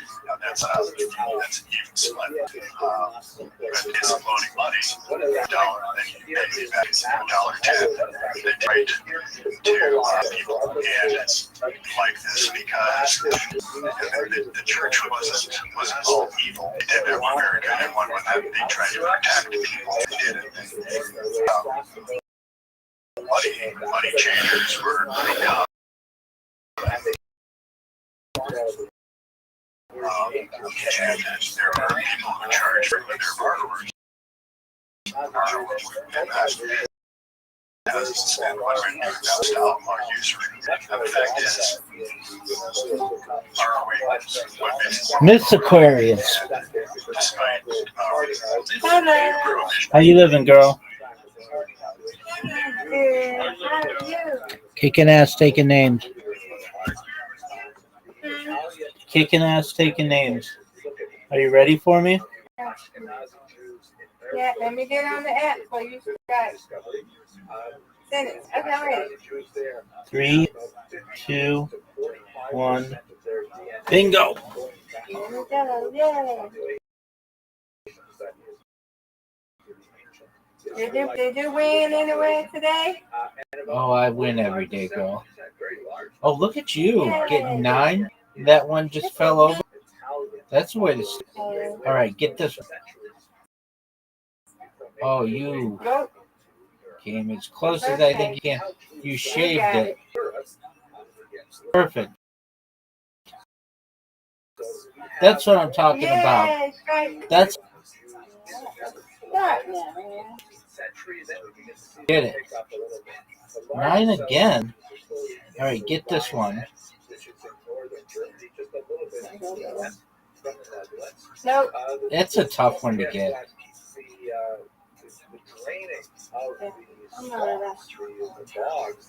Almost. All right, I need to get this split. Get it. Ooh, doggy. That was good.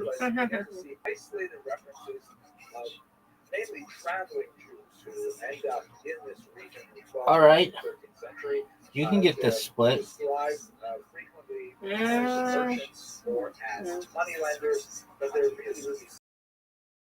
Oh, okay. You got one.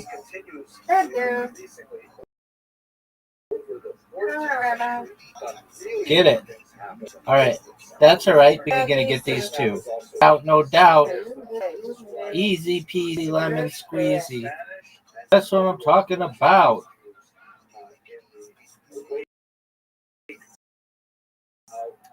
All right.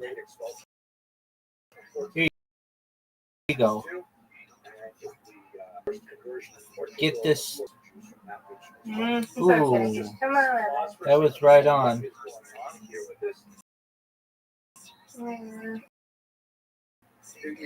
Uh-oh. Oh, for sure. No doubt. No doubt.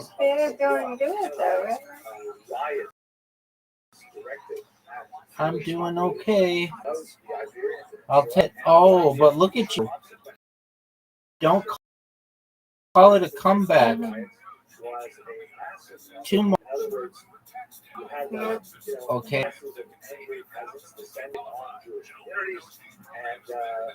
Get two. The goal is two. Can't get it. Anyway, come on, Rabbi. You kissed that one. I got it. All right, go ahead. I'm going to get these four. Maybe not. Okay. All right. 291. Yay. On the way to 300. Okay, you want to run 300? Look at you. All right, Miss Aquarius. You're All up. right. Let's see you win. No, what the world happened?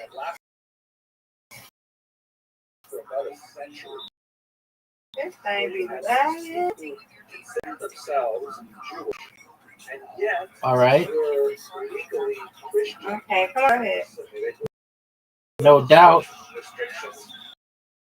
I'm going to get this one, and everybody's going to cheer. I do. Come on. There we go. Yay. That was on. Get it, Mr. Aquarius. That's it. It was looking good.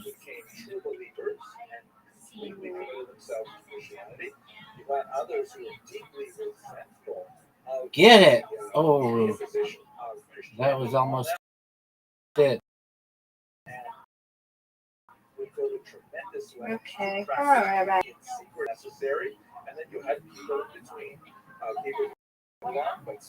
Oh, no. No.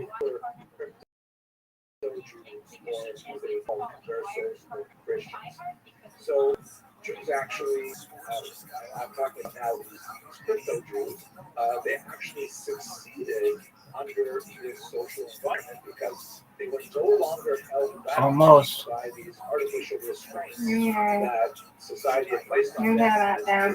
Come on, Rabbi. You got it. That's what I'm talking about. That's what I'm talking about, Miss Aquarius. Because they were illiterate, All right, we did this. they were urbanized, they had a very high level that they placed on education, and so over the next 100 years, Get it. Nope, I thought I could. It's okay. Come on, Rabbi. No doubt. No doubt.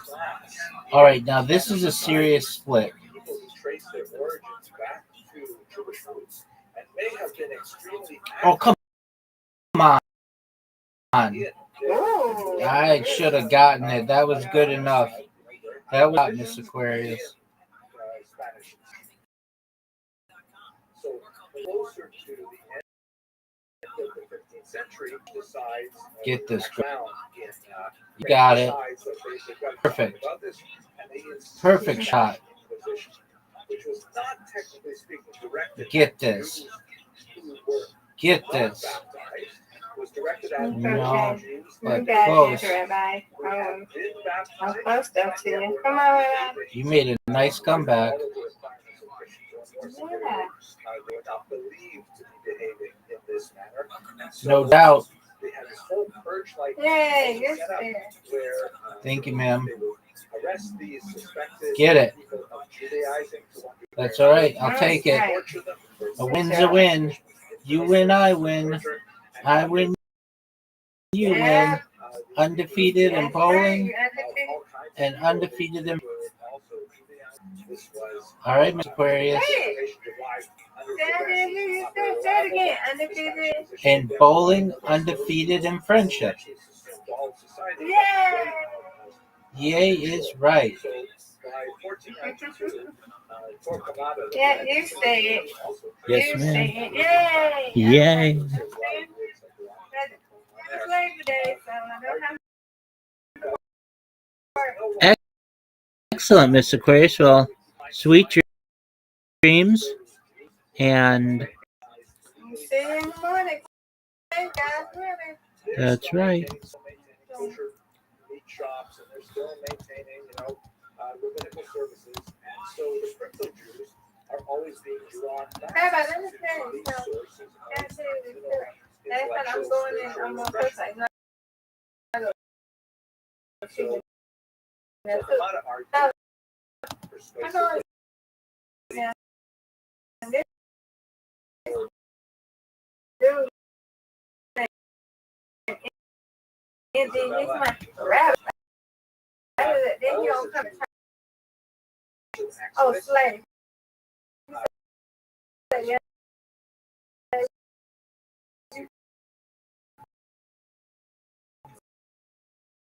Me too. Slave. Somebody said, "Oh, you trying to be racist?" I said, "I would get them out of here." No, he can't talk shit about you, but I just kept it mute, like whatever. Bill came back.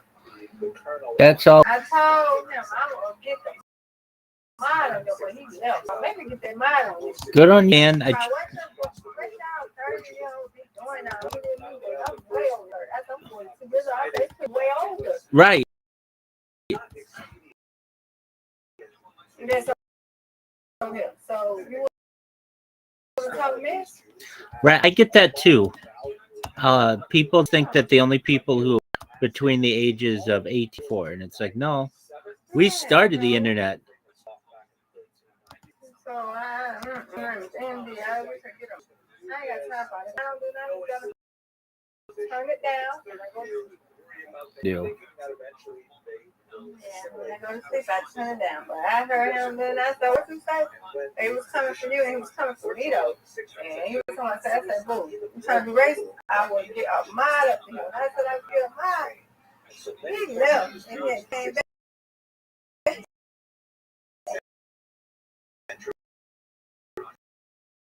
Of course. He doesn't want to get banned. He didn't want to get bad, but I was wondering about that other group, though, huh? I think they was going to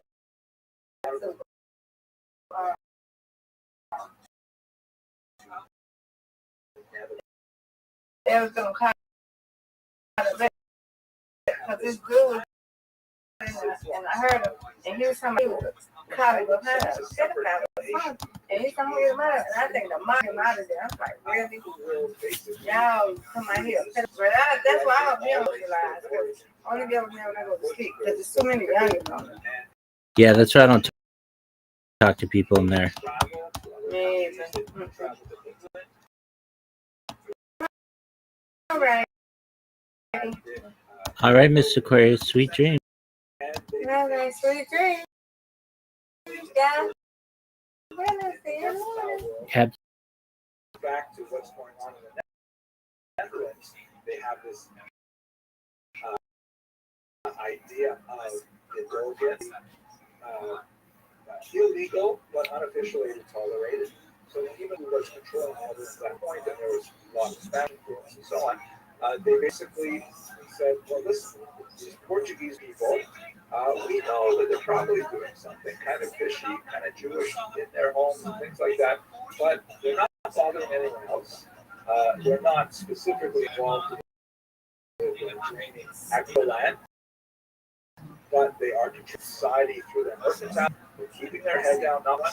So why should we be persecuting them? This was also in line with the form of Protestantism that was very strong in this region, in contrast to Lutheranism,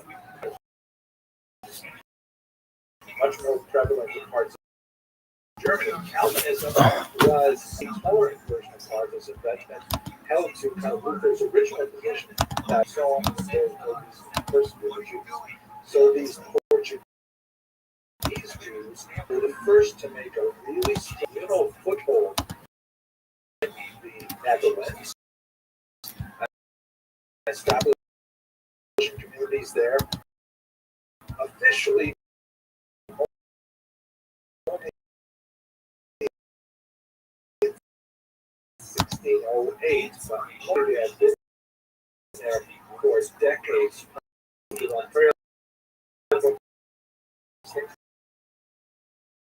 Like that.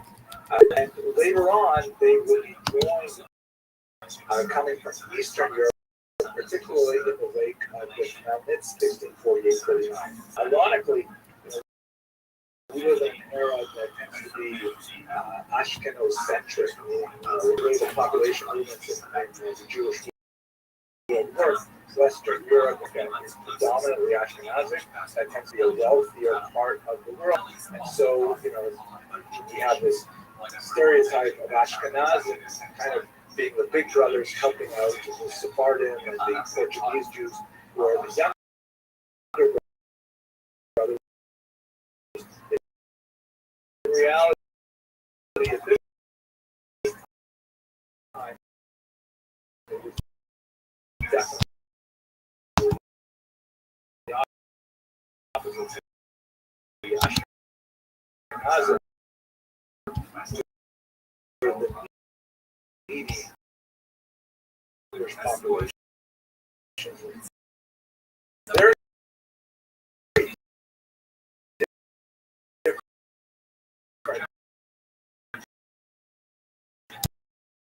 attitudes, very different perspectives on life in the world, and it creates some of the most fascinating ideologies. And that's what we see, especially perhaps the most famous Jewish inhabitants in second, really, second but famous one, Uriel da Costa. This is a remarkable event. If you've heard any of my lectures on Costa before, please, I return to this figure quite often. He is someone that I think is extremely important for our understanding of Jewish modernity. Uriel da Costa was a Portuguese Jew who many did not lose Jewish identity until he was hurt. It was very dangerous for Portuguese Jews to tell their kids that they were in fact Jewish. So his parents had already earned a degree from the University of and he was very, very excited about it. He said, "Oh, this is fantastic." And he came to Amsterdam. He actually spent some time elsewhere in Europe as well. But he was unable to fit in with Dutch society, Dutch Jewish society, because largely he had this, this idea of what Jew would be like that was entirely on only the version of the Hebrew Scriptures, the Old Testament. He wrote about Abraham, Isaac, Jacob, Moses. Jews are fantastic, but we got that from some of the regular people that they were of a gadfly on the community, and he took it to extremes. He actually was criticizing the Jews and criticism. Ultimately, he was excommunicated by the Dutch Jewish community more than once. And after a third, he kept on coming back saying, "Please, I have to live on my new, I can't be separated." Ultimately, after a third and ritually humiliating rapprochement, he decided that he should rather take his life, and he died by suicide after 12 example of human life that says a lot. Is what Jewish identity means in modern. Now, sitting on the lap in this remarkable picture, you see that Costa has this, he's all dressed in black and has this kind of like claw-like grip on the edge of the chair. It's got this 1,000-yard stare. He looks very somber and a little morbid. And sitting on his lap is this carefree boy with long golden curls, and he's languidly holding onto some flowers while looking askance at the text of a book. That's supposed to represent Susa. For those who went through much of the same process as Acosta did, but unlike Acosta, he was able to somehow, I'm going to go on my merry way. And here, the same artist, 19 years later, painted this version of Spinoza excommunicated. He was in other perspectives on the Bible, and in fact, what would be called later biblical. There's a lot more to say about Spinoza, more than I would expect. But in many ways, he is the art of modern philosophy. He was also affiliated by the community. He felt that his ideas were not only antithetical, but they were also antithetical of the community because the Ashkenaz Jewish community did not want to rely on this idea of illegal demolition tolerated. They wanted everyone to stay in line and have their ties on and look proper. And they regarded him with some hatred and fear, whereas in this painting we see his attitude was, well, sorry about that, but I'm going to go on my merry way. Much more to say about Spinoza because he is indicative of the intellectual ferment of the Jewish community there, depending on how you understand. It was a place of tremendous activity, a tremendous exchange of ideas, huge center of printing. You may recognize this piece from the Amsterdam, which is a landmark in printing that's copper engravings that were illustrated that Haggadah used hundreds of thousands of Jewish tables every cover. It was illustrated by Abraham Barnes, fascinating convert to Judaism who lived in Amsterdam. This picture, which depicts himself as being none other than Prophet Jonah, being tied and swallowed up by that great sea, finally deposited on solid ground. Abraham Bar Yaakov, who signed his name at the bottom there, clearly saw him as someone who was lost in the sea of intellectual Judaism and became a very important master copper engraver.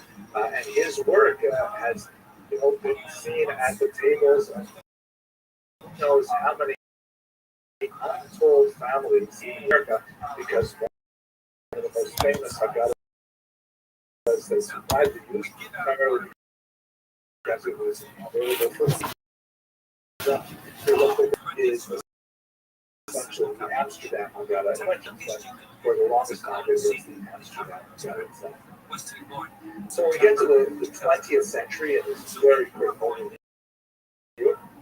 Jews are finding themselves very much at home in Dutch society, and one of the lowest points in history, and specifically during the Holocaust.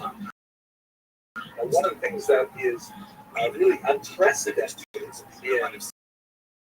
Europe during the period of Nazi occupation is a widespread general strike in Amsterdam, specific protest of the treatment of Jews by the Nazis.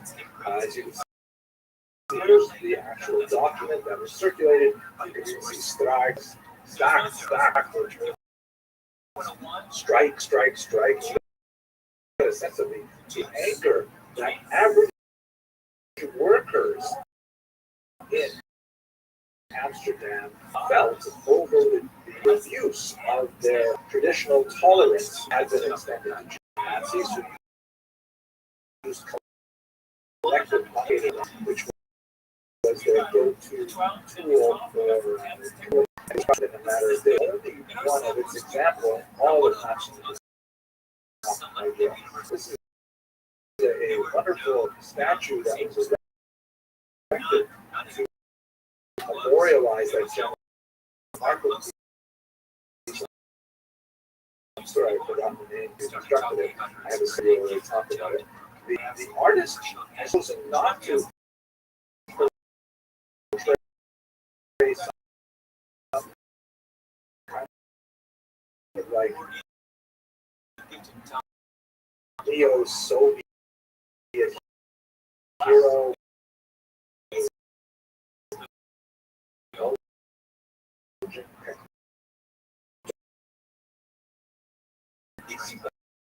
The way he's just a regular working Joe. But he's looking up to the sky. His hands are like slowly clenching as he begins to feel the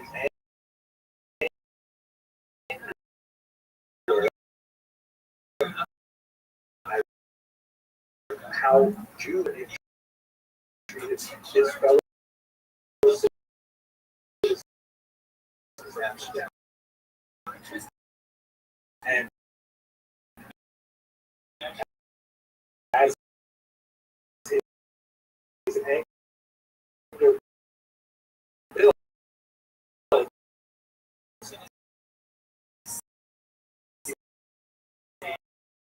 comes resolved to engage in this general structure.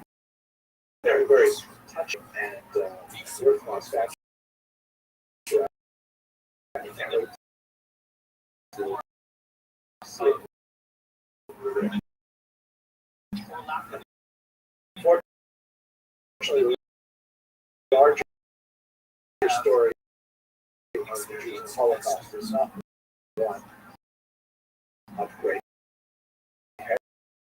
There was in Amsterdam, in particular, of course, that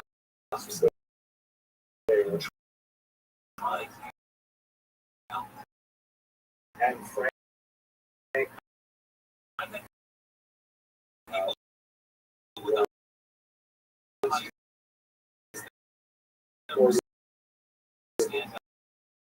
lost life after recording her thoughts in a remarkable diary later published. And in fact, Amsterdam had a horrific demographic impact under the Holocaust, worse than most other countries. That's the sad reality.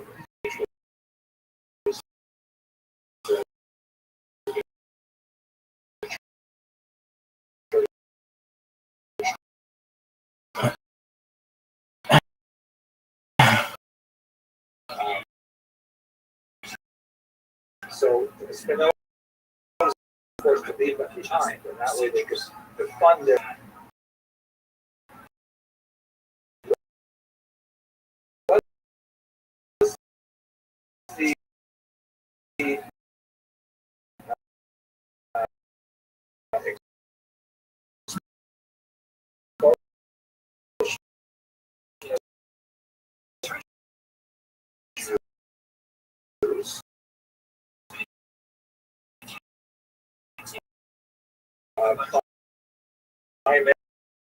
primarily the summer.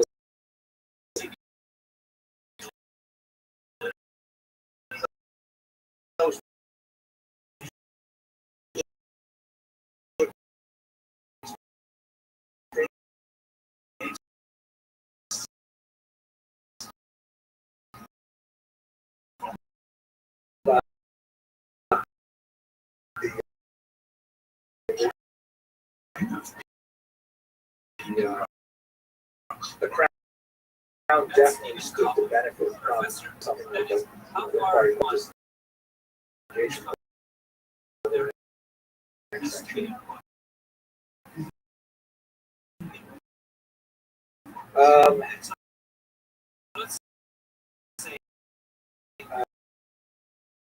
There's Stacey Adams, one of the Jewish writers, Spanish Jews were embarrassed by the poor immigrant Jews and actually pitched in to send them off to the British.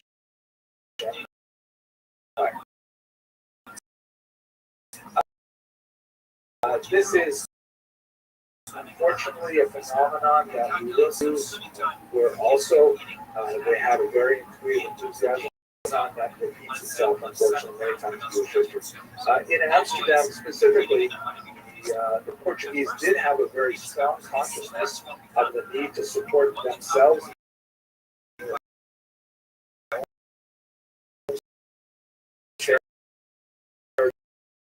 First, but the bulk of their charge of the nation actually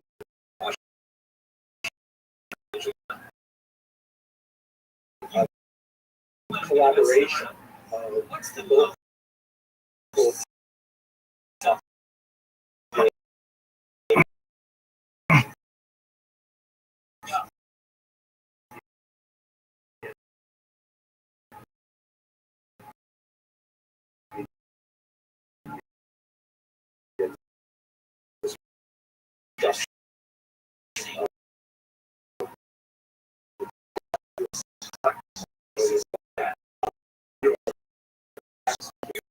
states in the West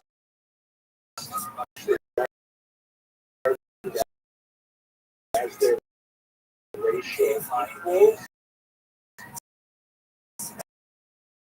and how they treated slaves.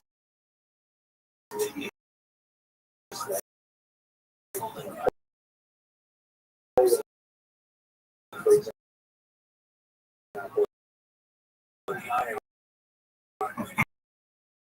which they regard as the racial under and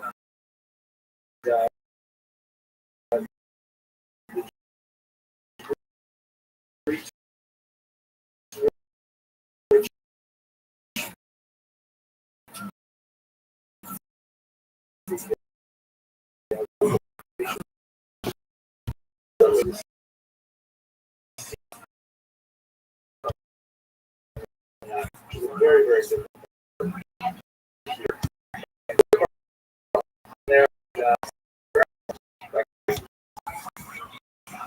Very much.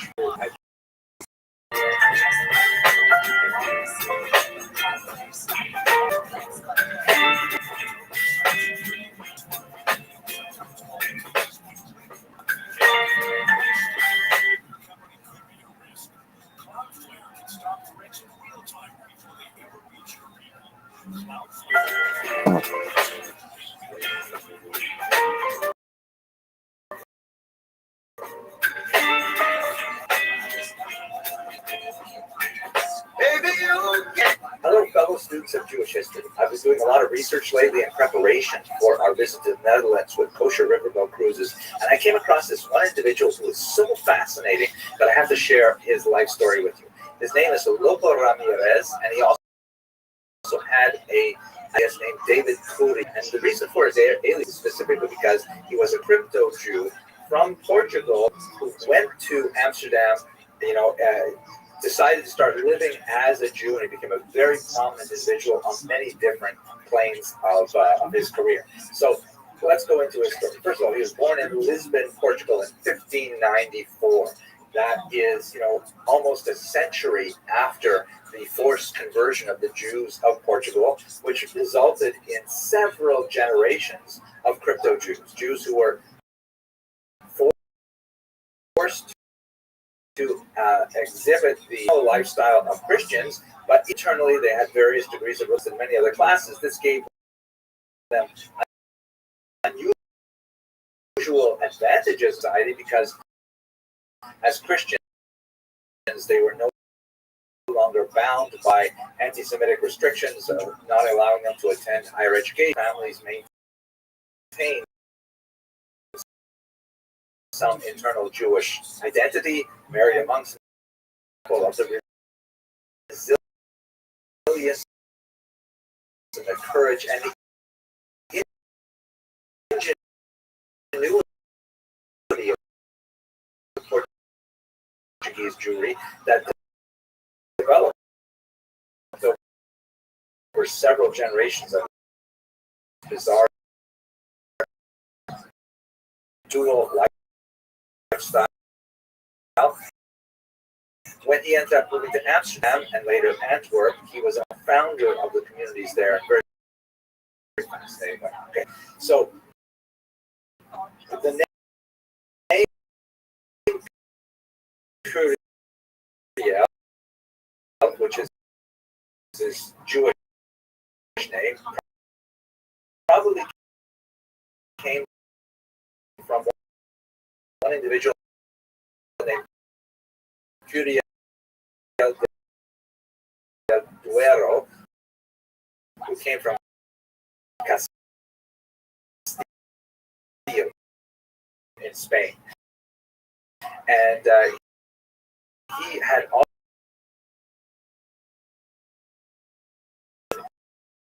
the Portuguese members of the family and some of the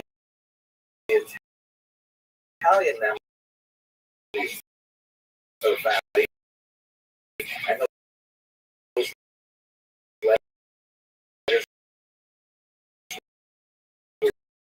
were discovered, and this essentially out Portuguese members as being crypto. So the Portuguese branch of the family is very much involved in practicing and teaching Judaism in secret. We know that way because when some of the relatives of the family were arrested of the tortures and the confessions and things like that, and so we actually have this sad, tragic record of what was actually going on. So when Ramirez died in 1609, he was a very prominent individual, and especially doctors held a lot of sway, so frequently they were immune from a certain degree of persecution. But once he died, his family was exposed. So Ramirez's wife and his children fled first to France, and our protagonist, Lopo, was 15 years at the time. They lived in France, but his mother died 5 years later, and Lopo, with a younger sister, ended up moving to Amsterdam. In Amsterdam, he ended up rising as a very successful businessman using connections with the local Portuguese Jewish community. He ended up becoming extremely successful in both the jewelry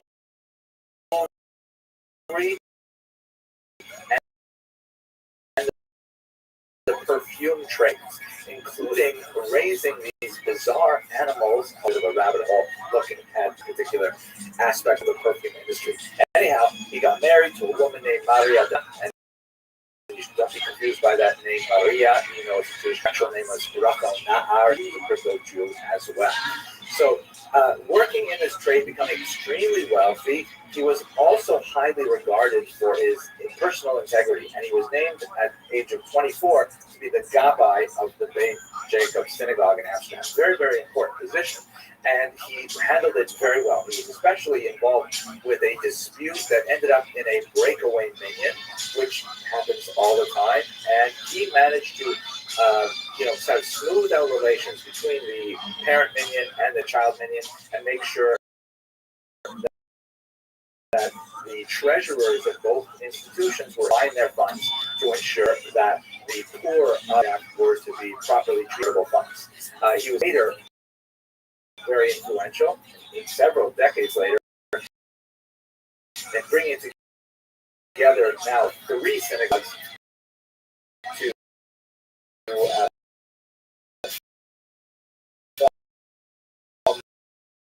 one single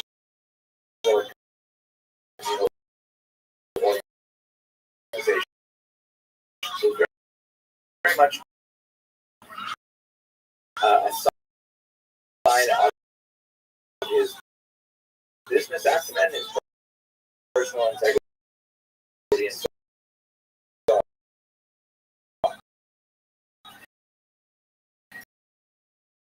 It was a particularly dramatic moment in his life.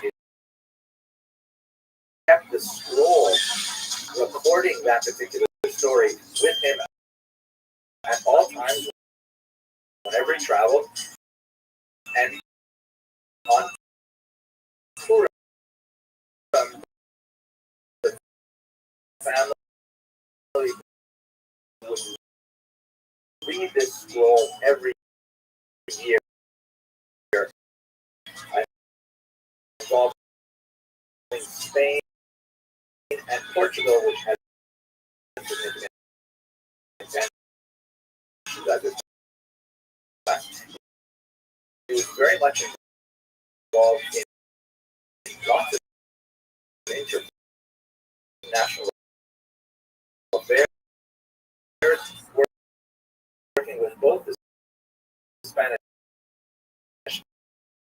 and the Portuguese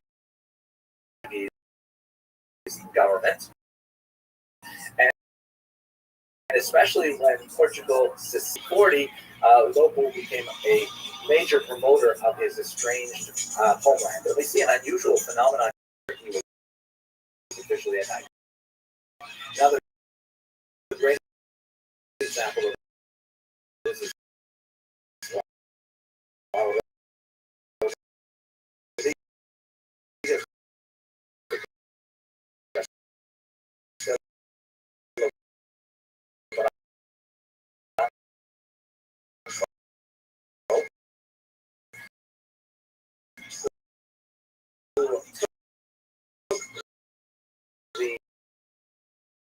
Latin name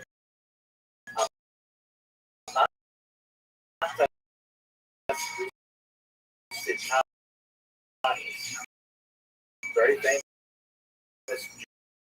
Jewish doctor who was,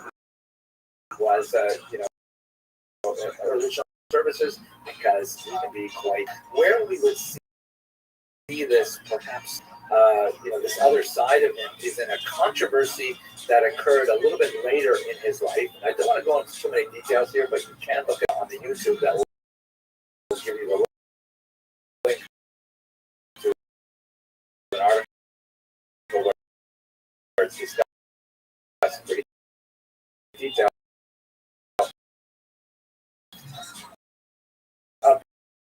Basically, there were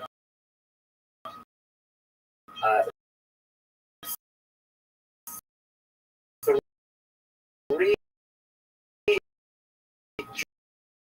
Jewish men married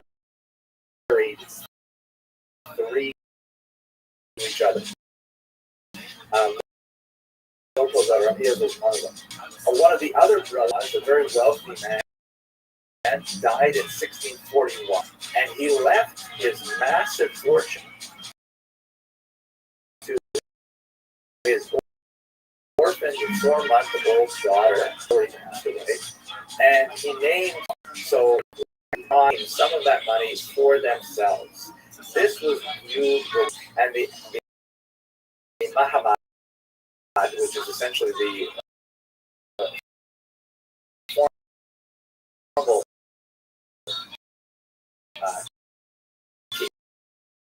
organization, formal community, placed both of the brothers-in-law, including our local Ramirez, in Lidui, which is ostracism that is one level short of terror, which is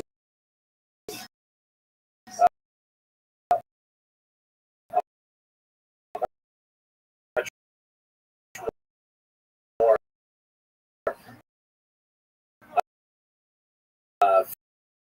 stringent and sometimes called excommunication. In general, the Amsterdam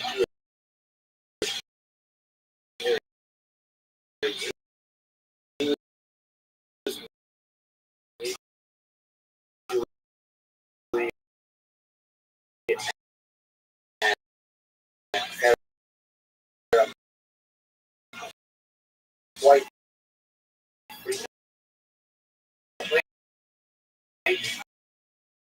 You may be familiar with the case involving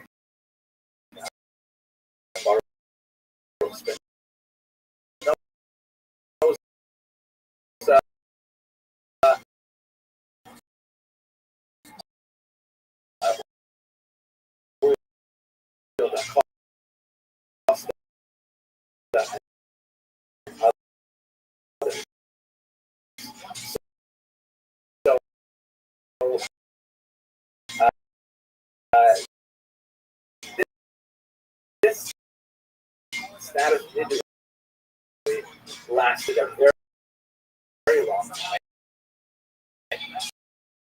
And look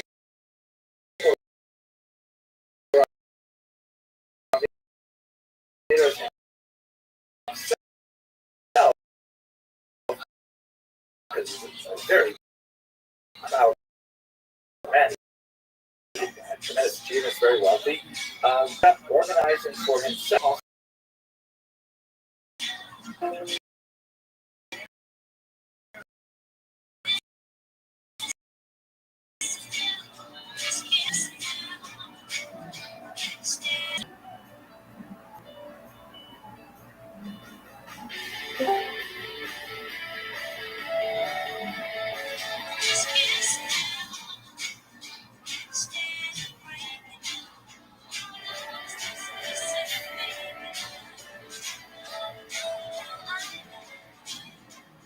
Hello, fellow students of Jewish history. So, in the course of my research and preparation for the post-biblical Amsterdam later this year, I came across this remarkable story, this fantastic biography of someone known as Rabbi Rothschild of Amsterdam. His story was just so mind-blowing. I got to tell you about it. Let me start first of all by talking about the period of time in which it was. It's an era of the so-called Batavian Republic. This is a period of time when Amsterdam was invaded by the French, who brought with them the tremendous ideals that were encapsulated in the Revolution of 1789. Specifically important for Jewish history, but of course important for general world history, is the Declaration of the Rights of Man and Citizen that the French had proclaimed as part of the revolutionary values. And when in 1795, the Dutch Republic, Batavian Republic, they inherited some of these ideas, and there were many local Dutchmen who said, yeah, this is great, let's do this, let's stay with these French invaders, and let us adopt some of those ideas. The Jews at this time were rather divided, as they were among most of Europe, actually. There were some Jews who were very much in favor of maintaining the status quo with the old regime. They were known as the Orangists, and there were those who were saying, no, let's adopt these new values. They're teaching important emancipation and so on. The divisions between Jews was so intense that actually there were fist fights, fighting in the street over this with some Jewish Orangists and attacking those revolutionaries, not just Jews but non-Jews. This was eventually closed in August of 1790 when the authority of the Batavian Republic put the Parnassen, those were the traditional leaders of the old-style Megillah or Jewish community, in charge and actually placed guards at the edges of the Jewish border to make sure that people behaved. So it shows that Jews were united on this at all, just to get a sense of the kind of mental sort of conservatism of many elements of the Jewish community. Here's a beautiful mantle dating from 1898, 100 years later, but it actually has written on it the Top Keter Torah, the crown of Torah, in the year of the coronation of the Queen Wilhelmina. I've never seen a Torah mantle that actually specifically is dedicated to the coronation of a non-Jewish president. Here it is, and it shows you some of the systematic services that have anyway, on the other side, the progressive part of the community, those Jews who wanted to adopt the values of the French Revolution came with the invasion, organized themselves in a group called Felix Libertate, which essentially means happy liberty. One third of the membership of this group was non-Jewish, and 2/3 were Jews. But equal rights for Jews modeled on French example. To recap, we can look at some of the other videos when I talked about the Arab and so on. We go to Rothschild in 1709, and when we explained this rights of man and citizen, there was a question, hey, what about us Jews? And the French government at the time, they waited thinking about that. They took basically about a year. They said, okay, we smarted them. They're close enough to regular French people who will emancipate them. And then a year later, by 1791, they said, okay, all the Jews can be emancipated. What emancipation meant was obviously the right to vote and also the right of residency, very important from the territories of Russia. Right to pursue various occupations, right of higher education, so on and so forth. Oh, it's not this is lettuce, Susan. The Canadian Republic in 1796, in September, the Jews there were also emancipated. We got the vote, and they began to exercise that privilege. Ultimately, in 1798, a Jew was finally appointed to public office. Moses Salomon Aqua became a member of the city judicial. Now, there's some great internal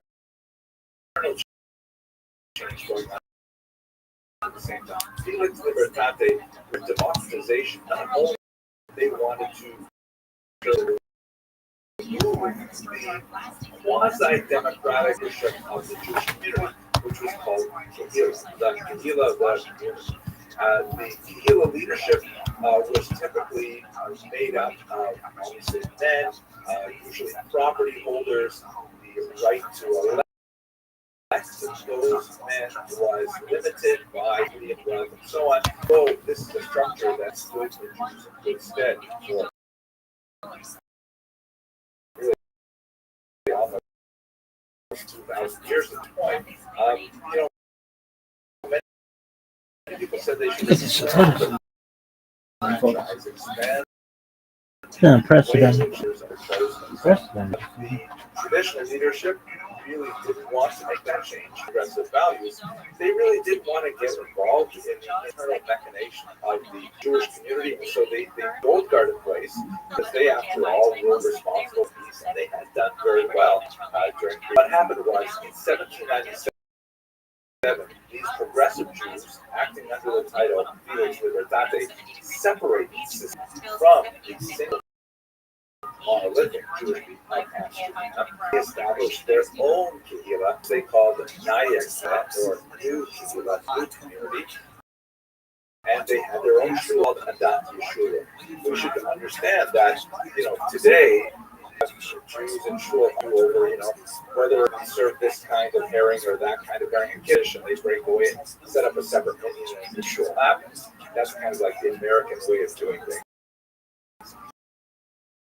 But the traditional Europe, one community for Jews, those several synagogues, but they're all sort of organized under a single, almost feudal kind of structure, represented a tremendous break. It would also later, when Rabbi Rothschild in Frankfurt am Main would famously succeed in something that was known as the Auschwitz, the separation, secession of the more Orthodox leaning Jews from the more liberal leaning Jews in that city. So this actually preceded it by a good century. At any rate, New Kehillah, and they have their own shul called respected unity judge and Dayan to be the new rabbi. His name was Rabbi Yitzhak Ger. His years were 1738.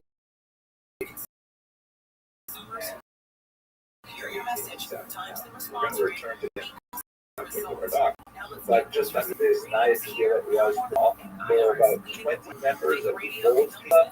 The new Kehillah only had about 700 people, and only 108 of them were actually paying members in 1799. There was a taxation to keep the membership going. So it was much smaller than the large community, but it was certainly worth its weight in Machlokas, in controversy between Jews. I would love to go into this. I really intend to do a deep dive on this later before the cruise, but there was kind of like a year-long literary war between the old Kehillah and the new Kehillah, where they published competing Yiddish language pamphlets called discourses, where they attacked each other, the new community, and they attacked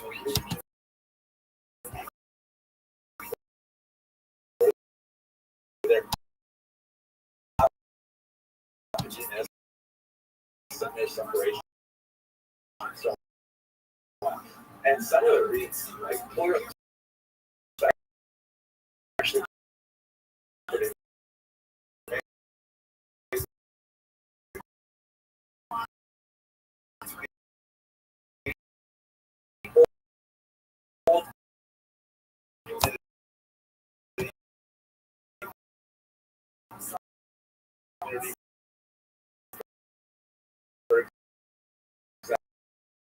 example, published fake advertisements for events to be hosted by the new community, saying that they were going to be serving lobsters and oyster Friday night, smoking, which were huge violations of Jewish law, and completely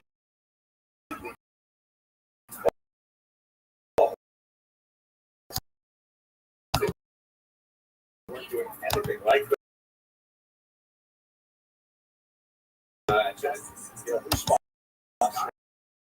And kiddish and things like that. I mean, it's not like they're not ritual services to make the announcements, but switching to the Dutch language was a statement of civic membership that although the rest of the literature, the rest of the prayers were in Hebrew, this particular language exception. Second, amazingly again, but it's pretty funny because almost I've never prayed on Friday night always has this particular psalm or another psalm. It's a hymn that was composed in the 16th century spot in Israel, beautiful Kabbalistic hymn. Welcome Sabbath Bride.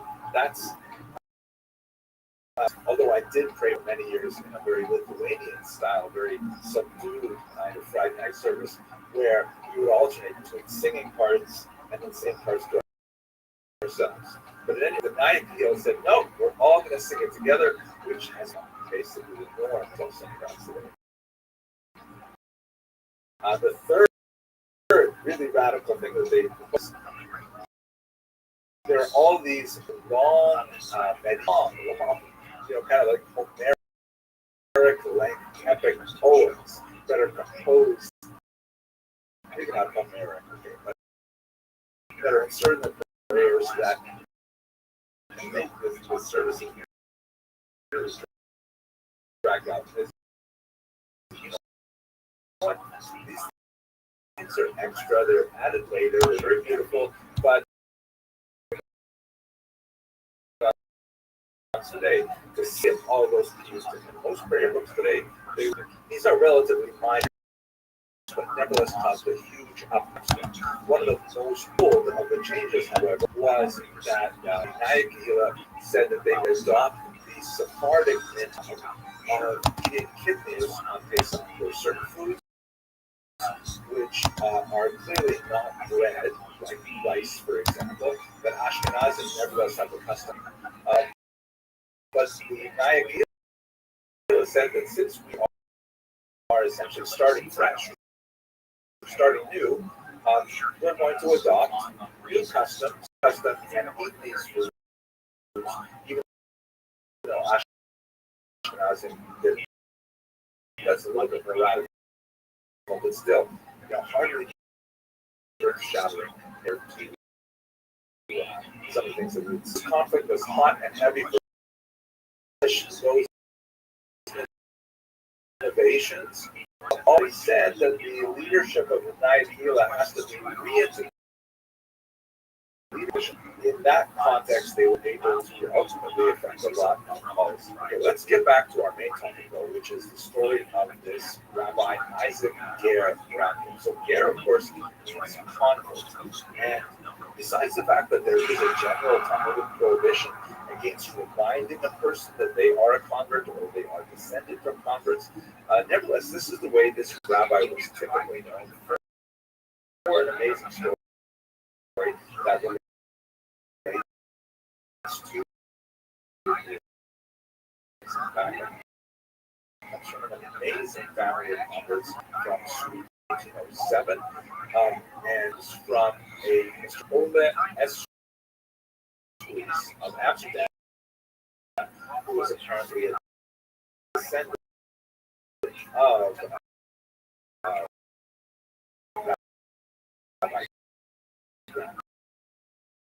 and posted Mr. Mississippi. And sort of next to him in this kind of diorama, or I guess it's like an allusion to his book, which was Sarah Yitzhaki wrote this book in 1789, and in the text in which the world stands. Welcome to A Book with Legs, a podcast presented by Spade Capital Management. Capital Management.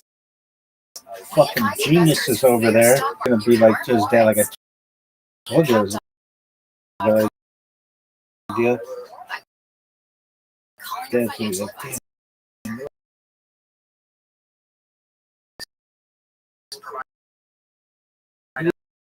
This information for filtering.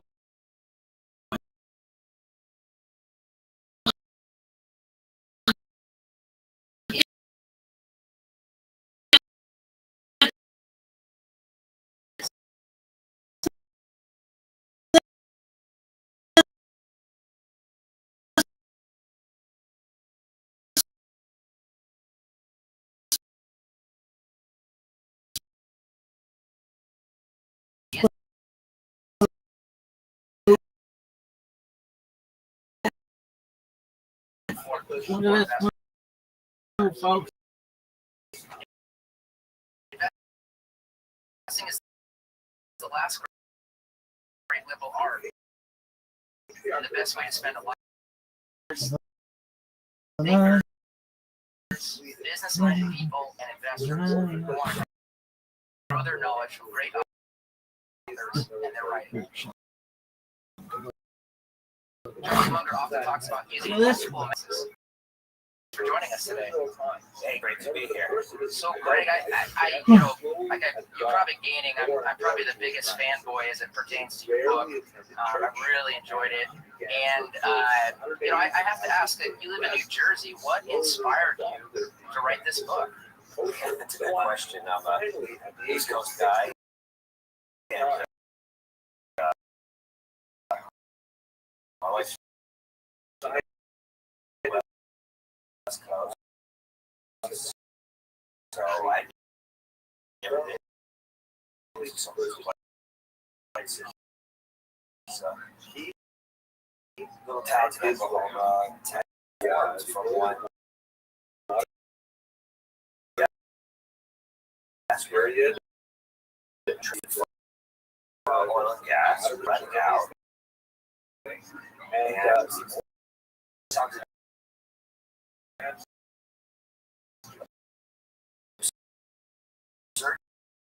to me. So, frankly, this baby is a full story. People would be highly what were their stories? How did they lay out?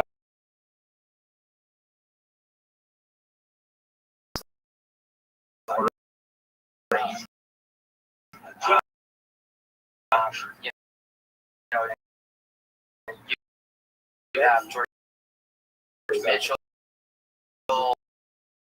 you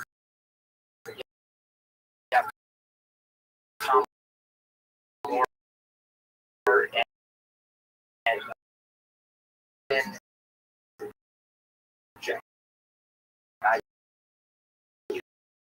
you have Harold hand, you have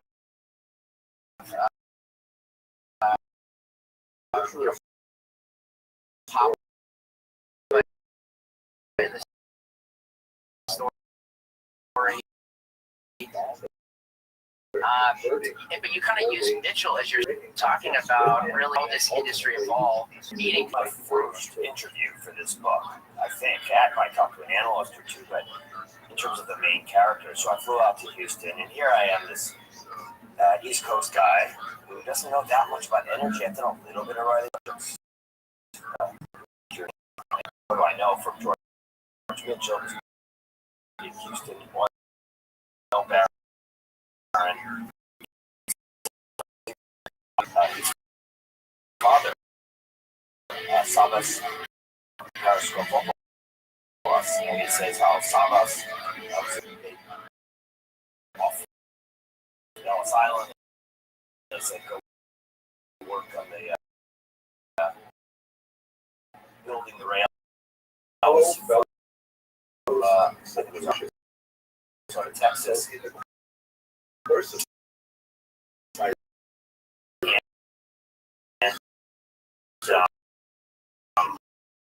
One day, he's a paymaster.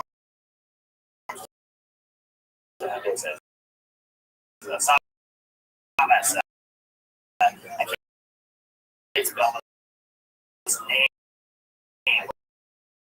With his name.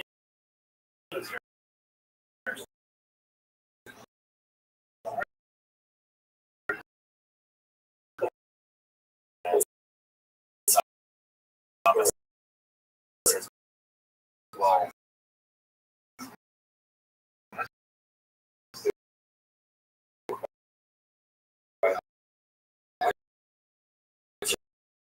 journey. He goes,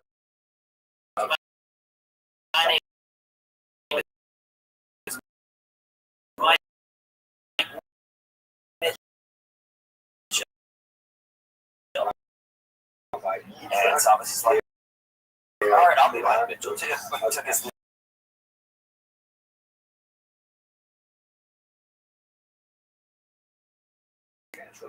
story, his family, but just the fact that he had to persevere.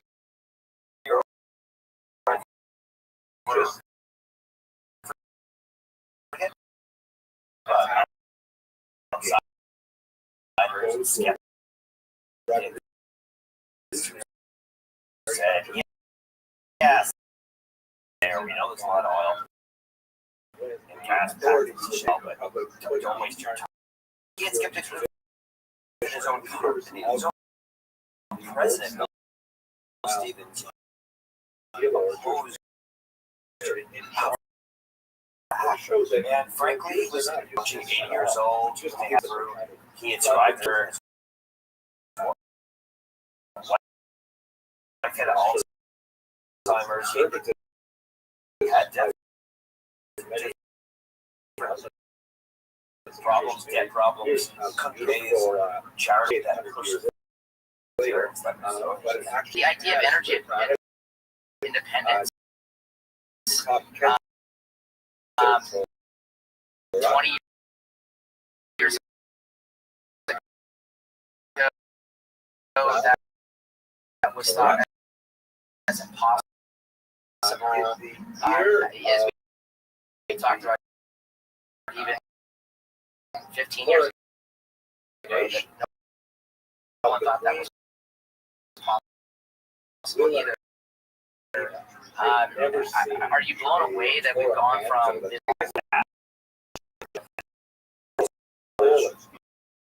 that we were dependent on equals that running out of oil and gas in the United States, and then today we're at the point where we're exporting it. It's so much exporting of gas, even oil. We're exporting to the Saudis. It's a great, one of the most You tell the story, like you said earlier, classic American story, Lebanese immigrant who gets this idea to, in effect, import natural gas under the heading of we don't have enough here in the United States. Could you kind of teach our listeners, that story out of your book? Because I think it's fascinating to see the pivot and about face that you had to do. Yeah, there are really fewer more unlikely characters to lead the U.S. energy revolution.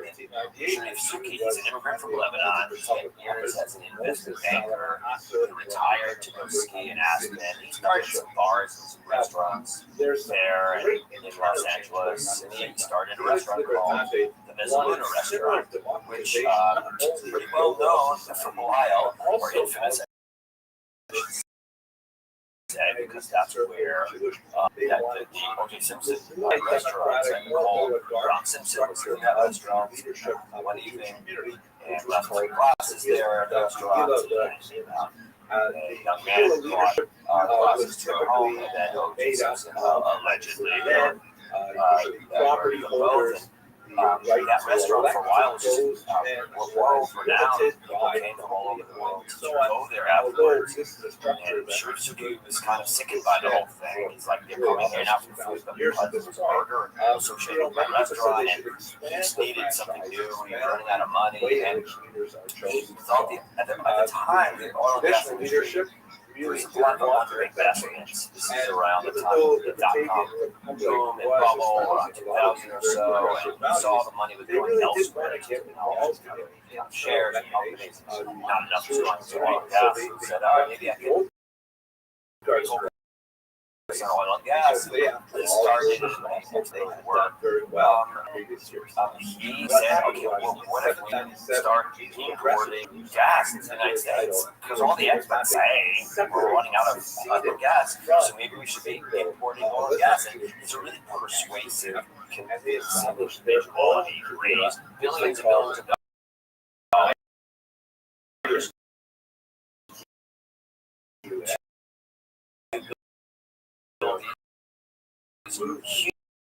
Huge plants in Louisiana for natural gas. And all of a sudden, we have this surplus gas that's developing, and you talk to people like Robert Rothschild. They were like, yeah.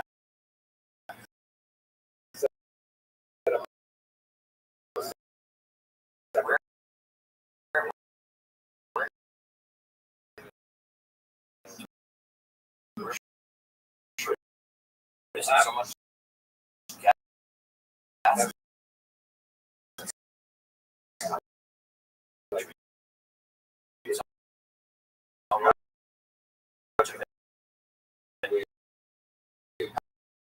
don't know why you're in.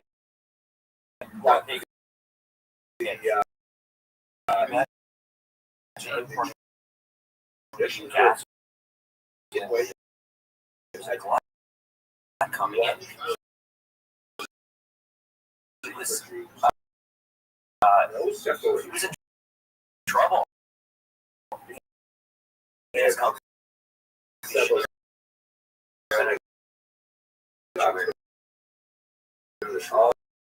In trouble.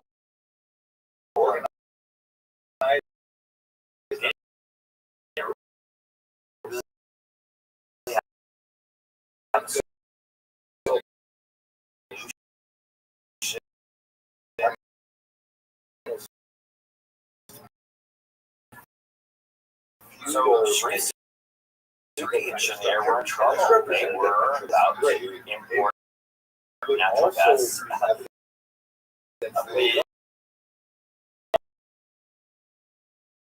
Parallels of then seem like they're kind of ringing in our ears now, and I don't know if that's something you've kind of paralleled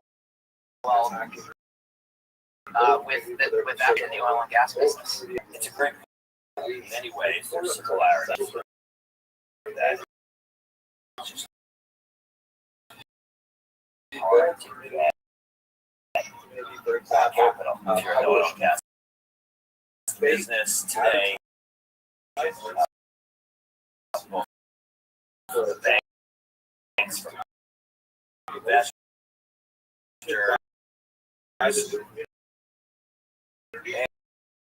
And frankly, there's been a change.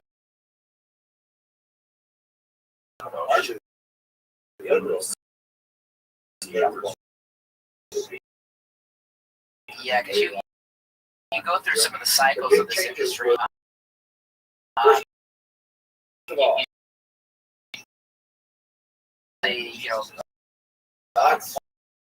More a kid comes from a very simple means and ends up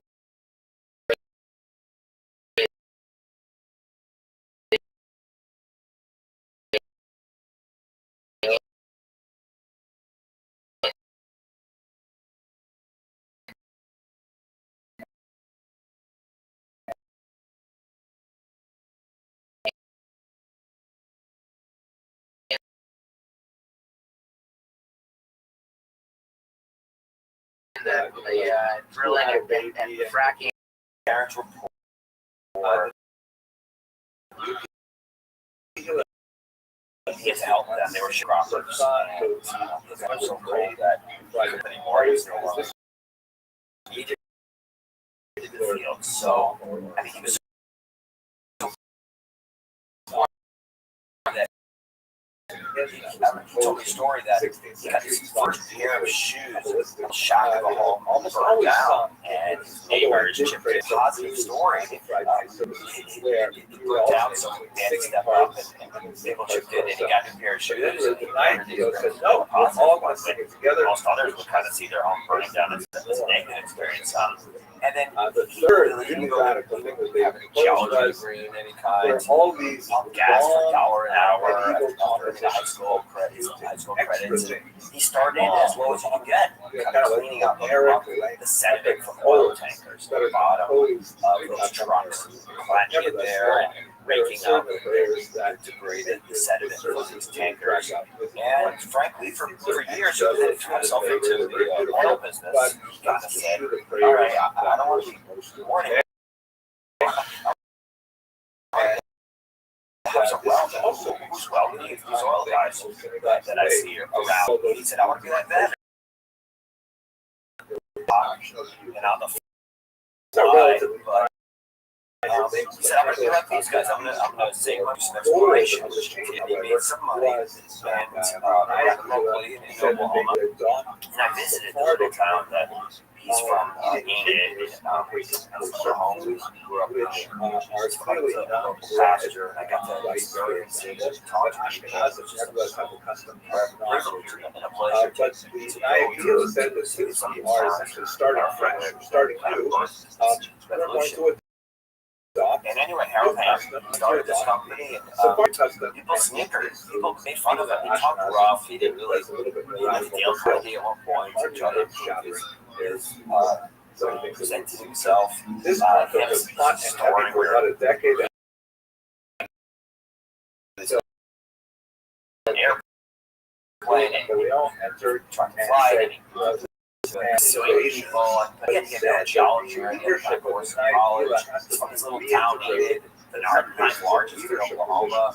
But he heard on the pocket, he heard about the promise of the pocket. He kind of believed it. Tight limestone there.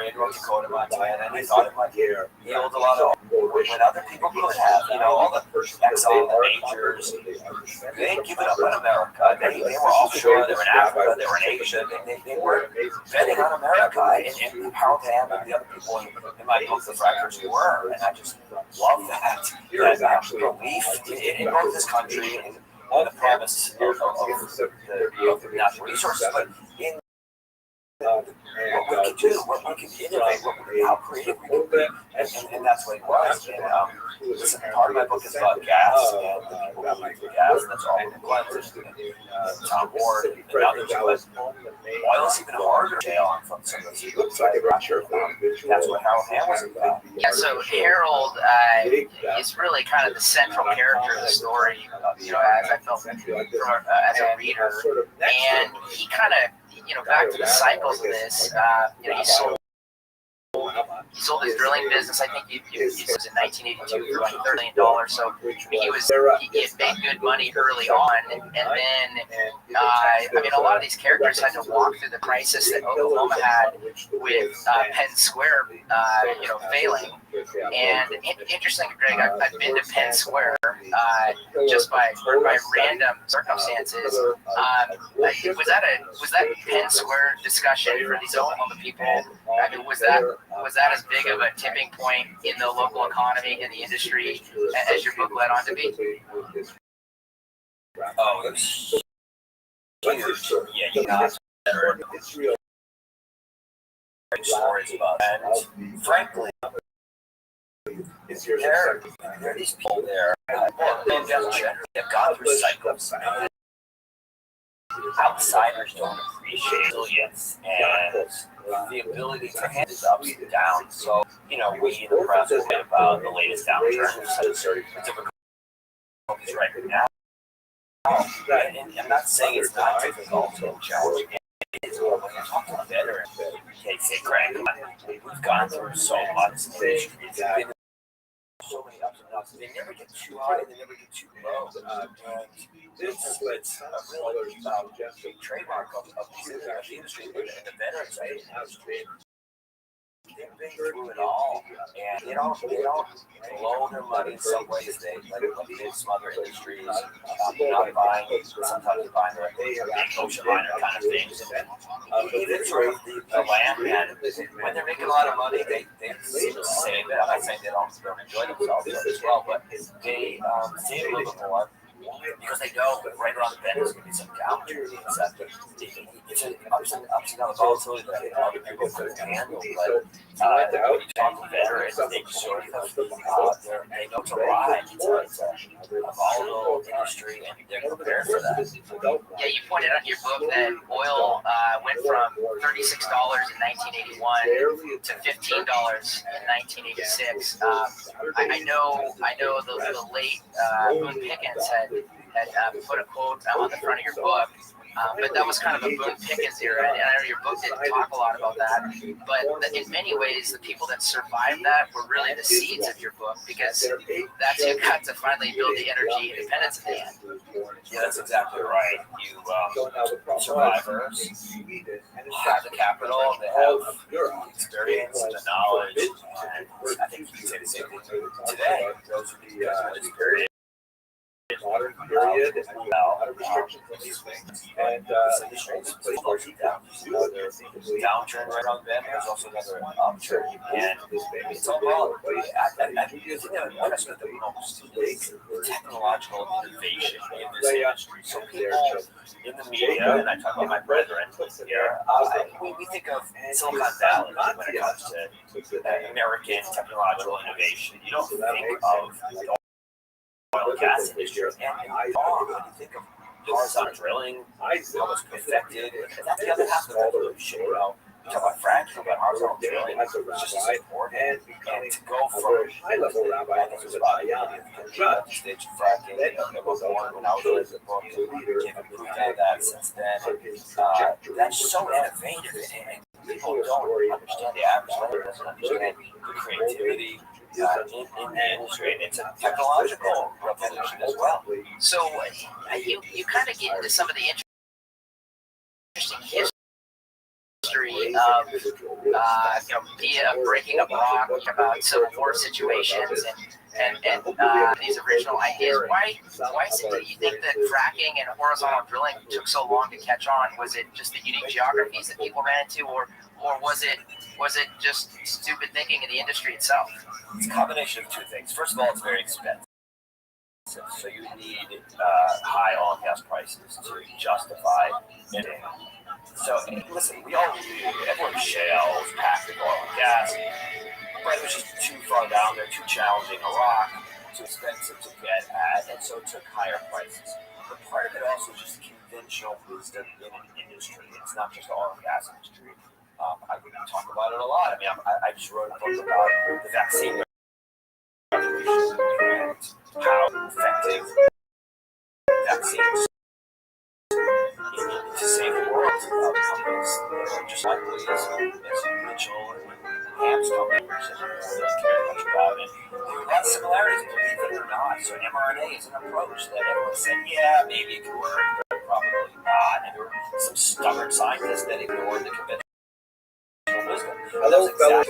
Here, people say, yeah, fracking, hypothetical work, shale, yeah. That's an interesting rock. Production of it, Got all that oil and gas, but don't waste your time on it. And it took guys, I did a little more research and Mitchell and his team, look at it. people I write about, Actually, and Alan Ham and all the the National to Defense ignore the website. conventional wisdom, and I sometimes got to share too, this in the conventional wisdom, among the giants was don't waste your time by with a shale. Jewish cartographer named Abraham Stubborn Preston. entrepreneurs, I'm going to spend a little bit of time talking about to his ignore the biography, the conventional relationship wisdom. with Jews, Everyone the else navigation preached, and go to Africa, go to Asia, then we're going to go look into America, go to Exxon, and a little bit about headquarters, other Jewish on top activity, which is just of fascinating. ground zero. First of all, Fracking let's get his revolution. name right. Barnett It is Shale. kind It of was confusing. Exxon exploring. He's known in much of the scholarly literature as Abraham Preston, but actually Preston was his given name, and Abraham was his father's name. This is a typical way of Yeah, so there's this interaction. Like you said, it takes a lot of capital to frack and do these exercises and techniques. So there's this constant interaction in your book between the public art and these companies. It's enhanced by, like we said, the cycles, the 10 squared situation. Mitchell, developing the woodlands is kind of a sideshow to his life. And selling out in 01, and then you have Chesapeake, who went as low as $1 in '99. So I guess capital structure, time and time again, was really important for these people. Your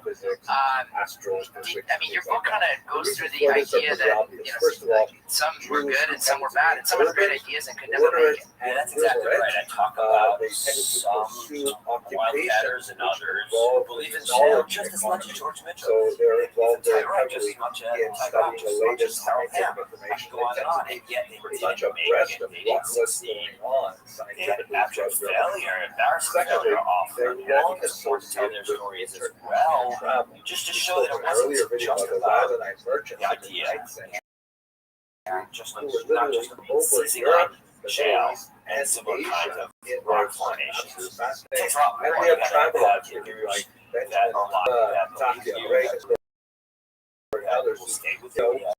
their travels from Jewish community to Like Jewish the first Europe sign of and failure. None of so them with the had combination that, of and mathematical skills,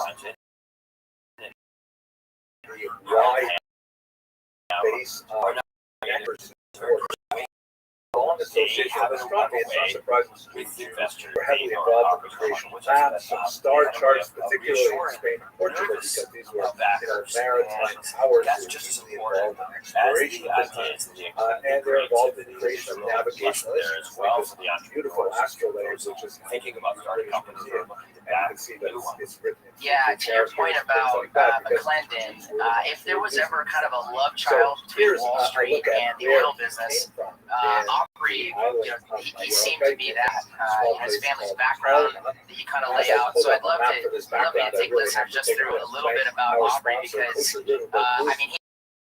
he maybe understood the markets better than anyone. Aubrey McClendon is fascinating. People said to me after the manufacturers, Greg, I really like the book. I just don't know if I like these characters. I do sometimes I don't, which is a chain reaction. And if that were to have, they're great characters. No one more so than Aubrey McClendon. Thank you for listening to that product. Oklahoma So the oil map was mobility, probably commissioned sort by of. John His mother's family was the out from of the Caribbean and it was family. intended But most likely right as a side gift of for the his family, cousin, so Charles they had money, but not VI a ton of money. It has been ever since. It's not necessarily now available online as well. In the video family industry, I would put a little link person, in the information box. there's going to be an account. And it has been studied for centuries by the scholars. I'm going to look at the work of Ariel Fine. Dr. Fine is absolutely He's very charismatic. He's a man, A website called Smart History, which I discovered it was just filled with fantastic articles on Jewish art history. So I'm going to spend a lot more time. Frankly, he's a fast follower. But a lot of the research I not present George comes Mitchell. from He Dr. didn't come up with the idea of So targeting the shale. atlas He itself, realized, hey, I think there's there are something about going on here. 65 by I think 50 that centimeters this in country, dimension. Or about 25 by gas. 20 He was all about natural gas. Over time, they have integrated, they were put onto like hard stiff boards, folded up so you can see them kind of like separated like this. The map that I have behind me, personally the actual geographic part of the map. The first two have like introduction areas, which are more like astronomical, especially connected to zodiac, things like that. Absolutely fascinating. These are actually reproductions that give you a sense of natural origins of colors, especially when they were original. Unfortunately, the original has been split in half. When you go to the videotech site, you'll see what it looks like actually. Now, there's a couple of ways in which this basketball franchise should use a geographic enjoy the limelight, just so worlds ahead. It's so fantastic, far ahead. And the problem is, you too much. Basically, two ways of representing the world in graphic form. You have, for example, kind of like a theological, philosophical type representation of the world, like this map Salter, which comes from a century prior.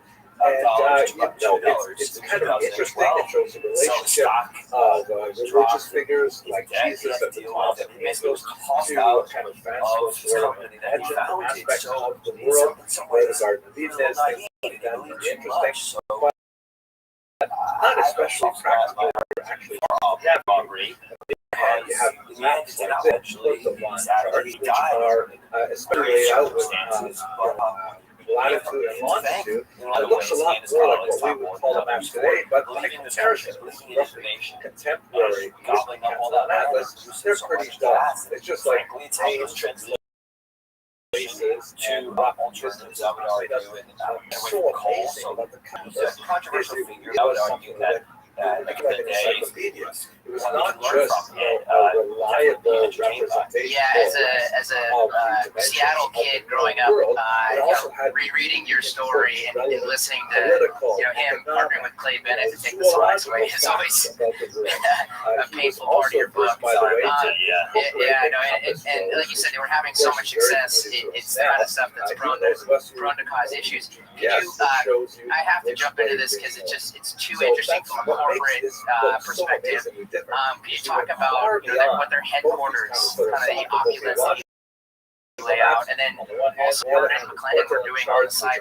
Yes, so Oklahoma City, So let's have a look at got there. I don't want to exaggerate. So here is a representation on the upper right. It's actually zooming into the screenshot from the bibliotech.com website. So this is the way it looks over there. And just the higher you can see that a couple of the things. First of all, it's not like all modern day maps as you read sitting in one position.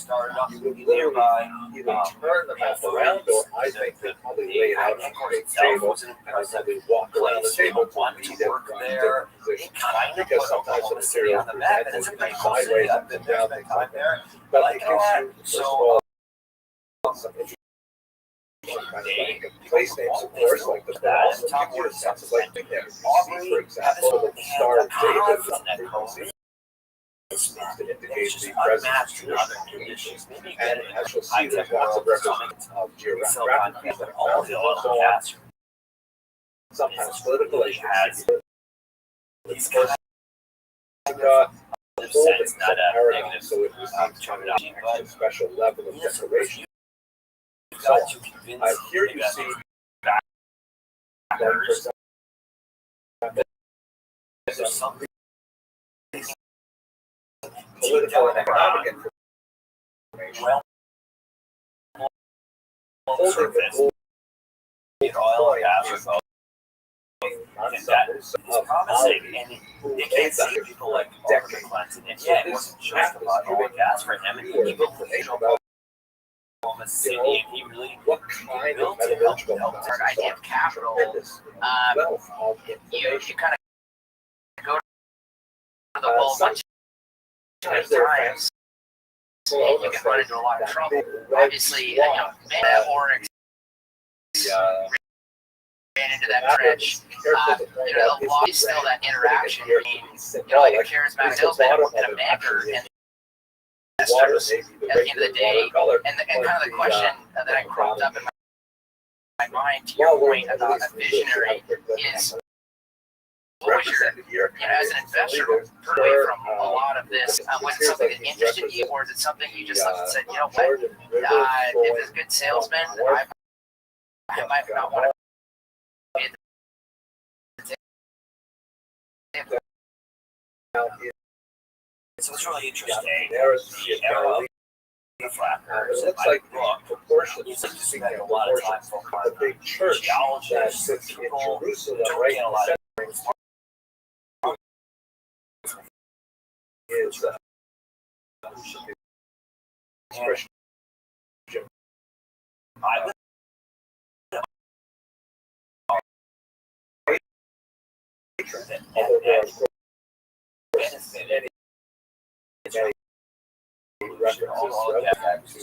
location.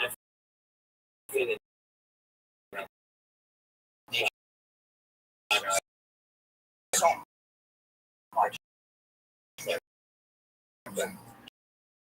Here you have moving to the east, fascinating cartographer who never actually saw an elephant in real life.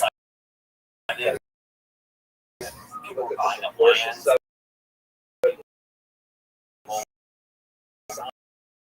size of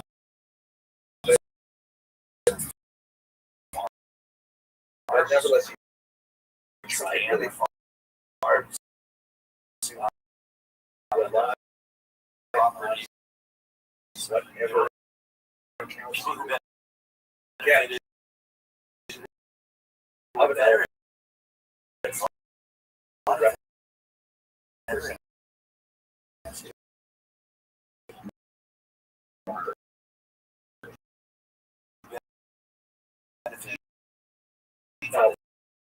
He also represents revolutions. So the country, all the way out to China, the whole economy, right on wheels. The housing collapse. So he's lying to have a shot in the arm. Travel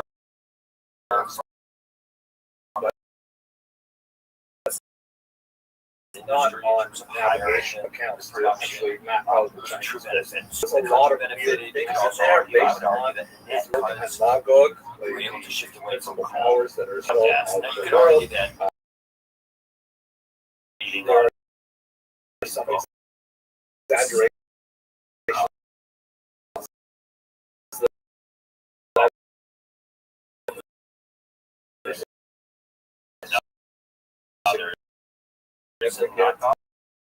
Punctuation for this cash flow, sure, and looking at kind of thing with its benefits is that notion that we see several figures of prioritized cash flow and who will go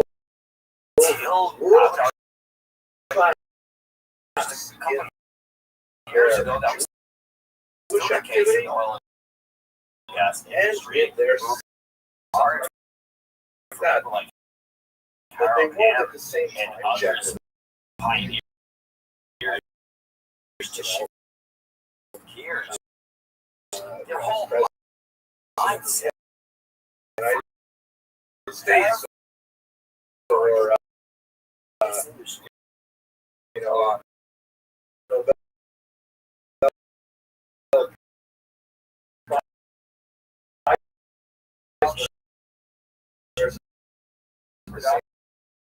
It's like a mantra. chemistry or something.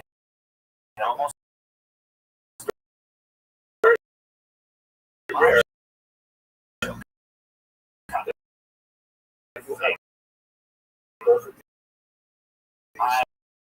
together. For example, Is Spain. was not about earnings. Jewish Everything poet turned on and its eye. So Talmudic scholar who published in it's really areas. that Some it's not so clear that also investors right. They were not the Muslim for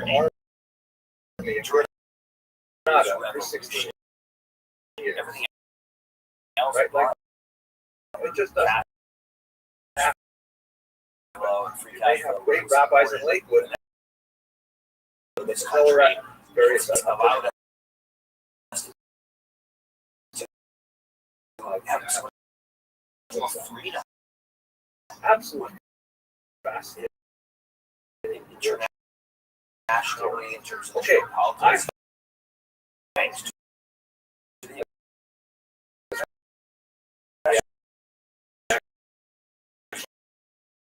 there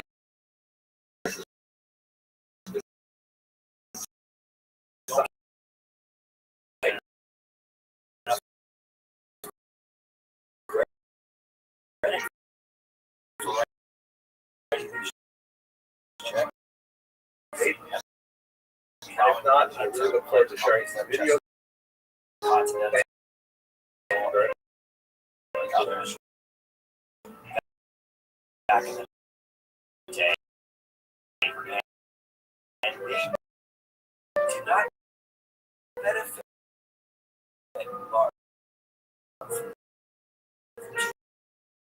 large extent.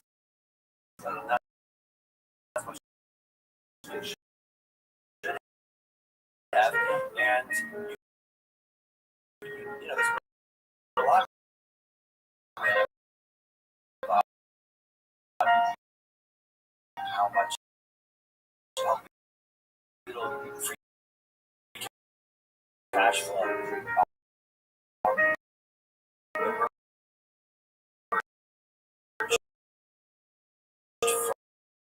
From these rebel still happen, and I think there's some really interesting entrepreneurial work on that version. Franklin, you've got ideas for your audience. I'd love to hear about them. I'd love to write about them for the journal, but it's changed in that regard, and I guess it's positive for the industry. Shake out the consolidation. Most, just as a writer looking for characters and drama, and people should be doing what they were doing in hindsight.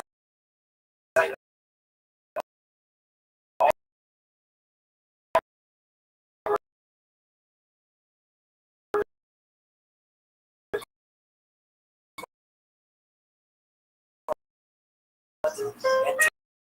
Tom Ward too quickly. In hindsight, Harold Camp should have been focused on free cash flow. That makes sense reasonably, but as a storyteller, it's background in this industry.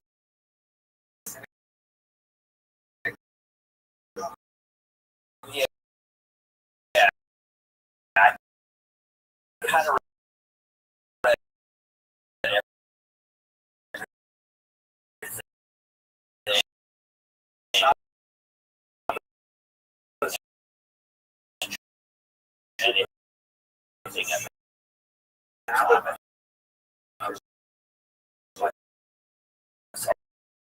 everything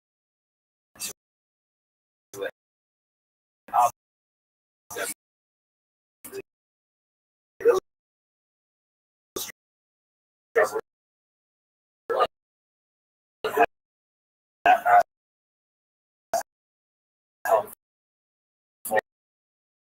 booklet Mitchell's people kind of an obscure book.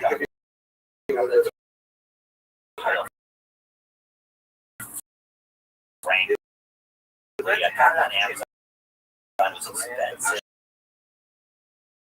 Because we don't have that opportunity enough from society today, and it's living this big divide. And again, with my new book, which is vaccines and people about so everyone's believing the size in our American society, and it's so sad. And I think it's a reflection of the fact that we just don't have an opportunity to meet each other, and I've had that opportunity, and I'm so grateful that I can bring bread and people in Oklahoma and get to know each other, and we've also got so much more in common. Who actually started a riot People on the coast are very wary, but people on the West Coast are very wary of those in the heartland, and vice versa. And it's like tribal at this point. My team is your team, and it's so sad for me because we're Americans, and we share so much more than you would think.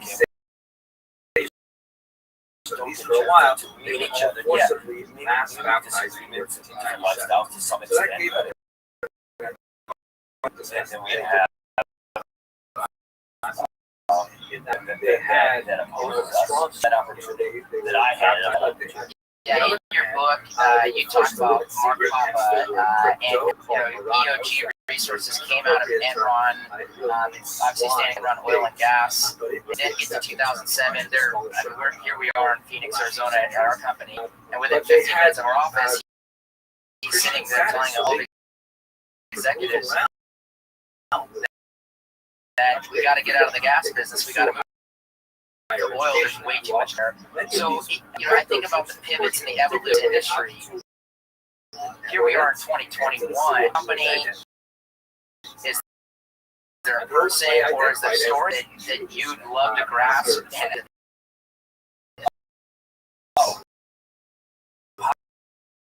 What he did a lot is both precedent and surprising. Natural gas. And this was around, I forget, around 2009. She was nominally allied He was scared to death. His employees were high-fiving and celebrating, and Mark Papa said, hold on a second. They are also all the oil, gas, I'm sorry, all the gas is natural. The others are also. Maybe there's a company in trouble.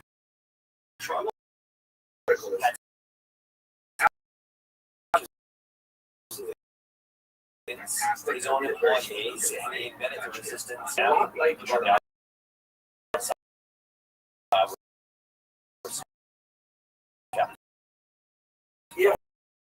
But the German let's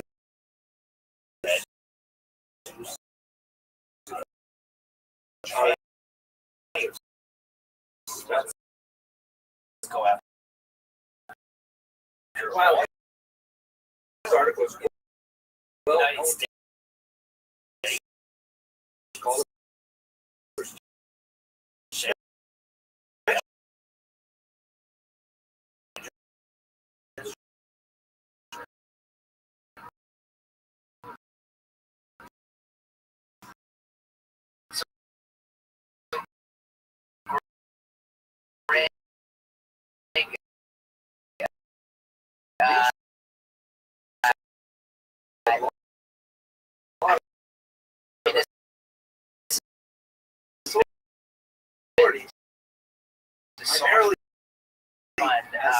It is touch on, like I said, as we step forward to 2021, that you think is missing that's been said. And push type of sources that are not innovative, pat Right, that emerges is really easy to photograph. George Mitchell, we were running out of oil gas, so we had to come up with creativity. And I never counted the industry out as a result, but that's kind of one established one thing that emerged. Sharif Suki.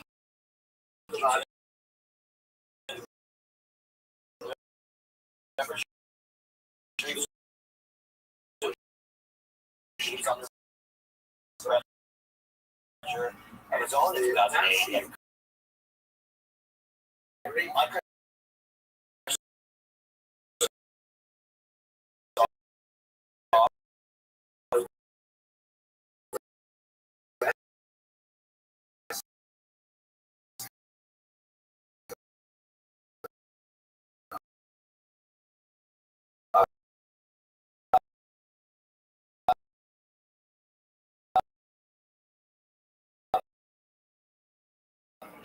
You see also in industries how it's smaller upstarts and innovating the giants.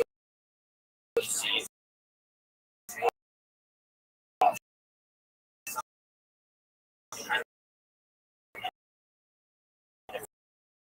freshers as well. Well, I think your idea of back against the wall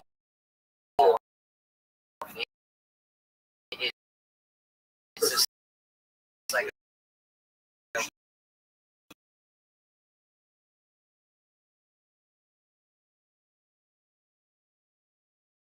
instead of succeeding and survive.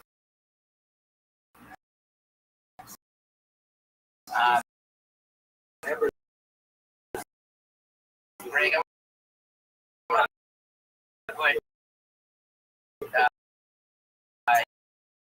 your newest book,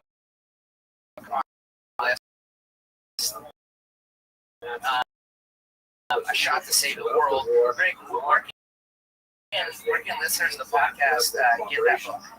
I love hearing it. So,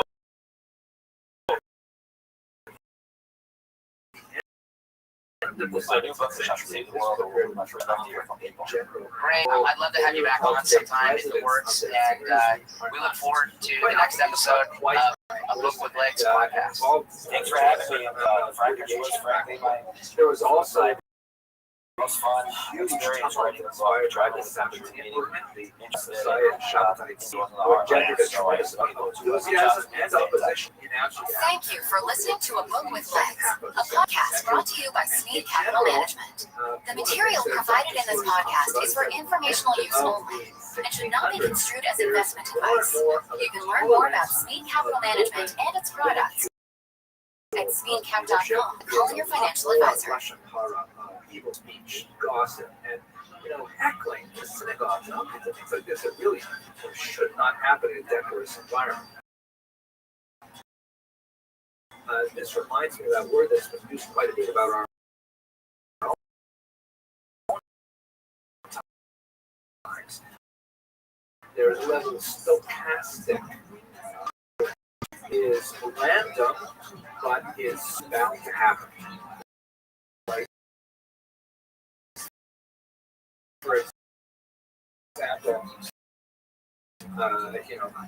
if a kid is running with a parent, it's almost guaranteed to happen. Or as the another Amsterdam resident from about this time, Moshe Sato put, a blind man walking beside a river is bound to fall in. It's not guaranteed, but the randomness of it and the likelihood of harm is such that so this was also compounded by one last President Trump announced a new tariff, essentially to tax Chinese goods coming into this. And now, Beijing is French language, which you might think should be reasonable.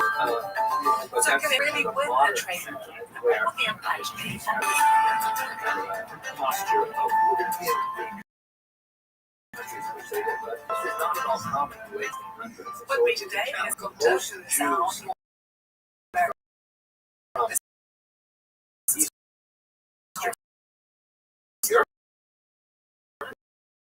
And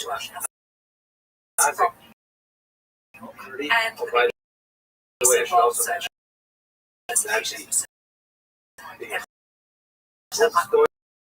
well, if there's one thing we know about Donald Trump, had to urge no, terrorists. he had a beautiful voice. And he also thinks they're useful He introduced other countries. innovation to look around but didn't figure out what exactly to do. Before we go any further, He started we need using to cover some thinker basics. and they passed. So apparently what You see, a tower is a tax on prayer goods from foreign countries. Tariff is a apparently had tax a on like a voice or something like that.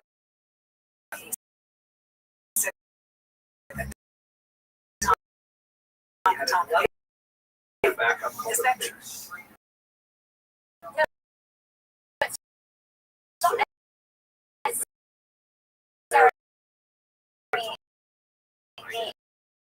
The country that pays all the tariffs in prayers, business you would that have typically pays that like extra instead charge. of having this black decade Largely century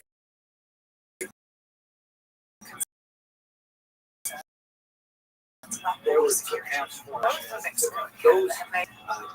ways, this is work to show in some ways we kind of are a good deal because, as you say, called up Canada and Mexico did seem to Trump's demands when it came to having extra border security. But there's also the US trading off too in some ways, and many experts have said that you didn't need necessarily the threat of tariffs to get some of those things done, and it also does cause concern and uncertainty about tit for tat and the escalation of a global trade war as well, and that's what many experts and economists have been warning of the dangers of this. the biggest target of Trump's tariffs so far though has been China. Whenever a member of one of those camps got up and got Aliyah, Stephen Echeverria, he would say, "And a special thank you to you."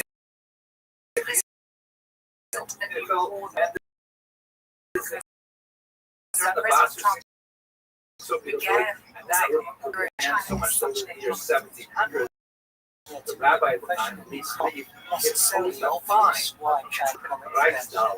And anyone who like started trouble during Mishra should be ejected from it. That seemed to work for a little while, but then after Rabbi Leib Charitz passed away, they appointed in 1708 a new rabbi. So the Arya Leib and David, very, very well regarded scholars. But he didn't billions more goods than exported to China. So I think President Trump, when he sees that, saw that big Sabbath, holiday of Rosh Hashanah, and the holiday of Kippur, which is also the high turning holy off days. so some Very specific which the idea is about China for familiar with this word. That Sabbath is yourself, be a better person. Go into Yom Kippur and atone for your sin. technology to Chinese firms. If they wanted to set a population, they do it say with a joint venture, they had to transfer their technology. Also, he accused China of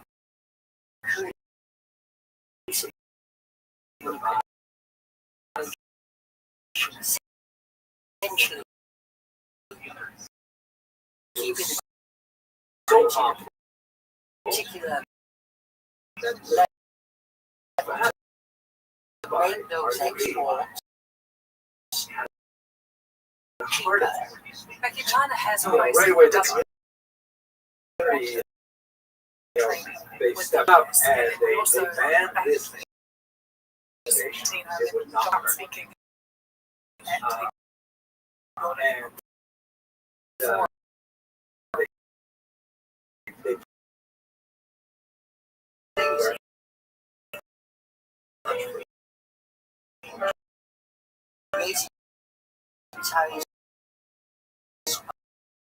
by 10%, 10% again, 25 cases.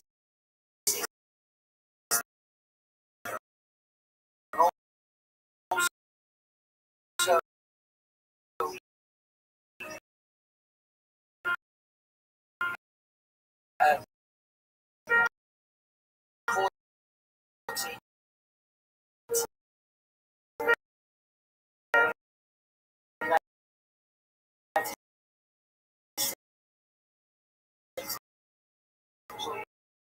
trade organisation is stopped by the user, which incidentally is the kind of tools which is already using now.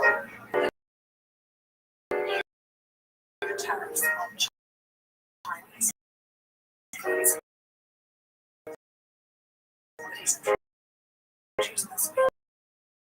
So some of the TVs, your laptops, game consoles, and it's also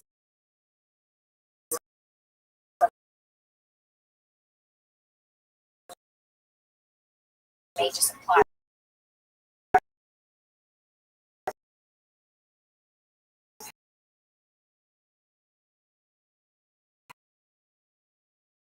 Appliances as well, and also footwear. You see a lot of footwear products also being imported into the US from China. And what your tariffs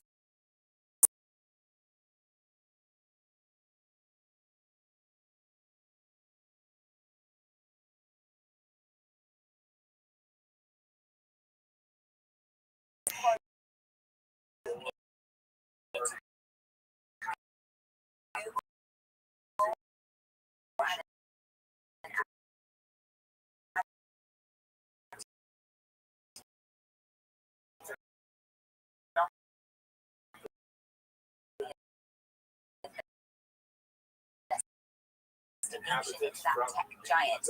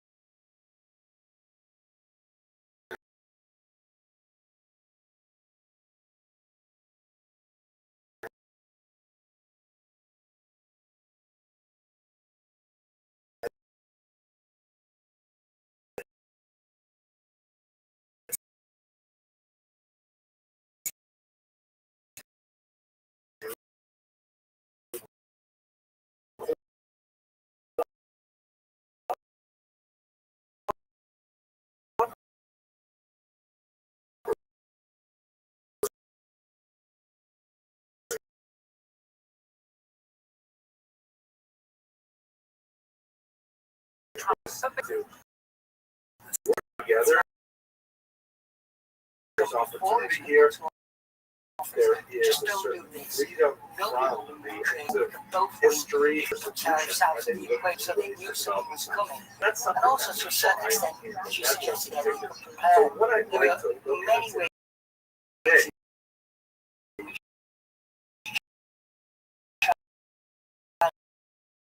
is the fact that, you know, tolerance We know in Donald heaven Trump sees did not tariffs as a come way and to all do prevent this, let's all tolerate difference and all this that could happen. so Not that China's economic those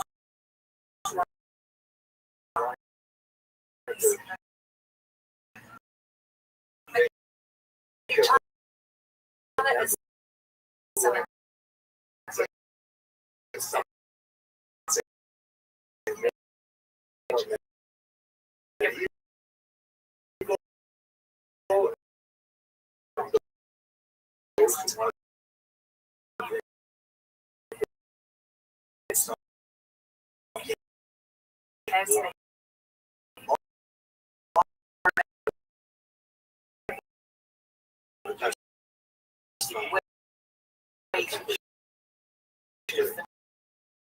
Non-economic. So, unlike France, which has a citizen, and like the United States of America, with civil century examples, with the Declaration of the rights, things like that. There is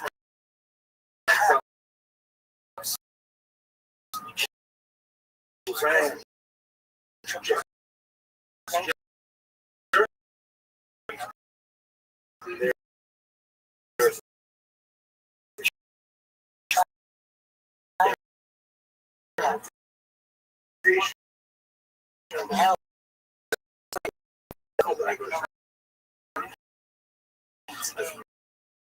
Everyone talks about President Trump being very transactional.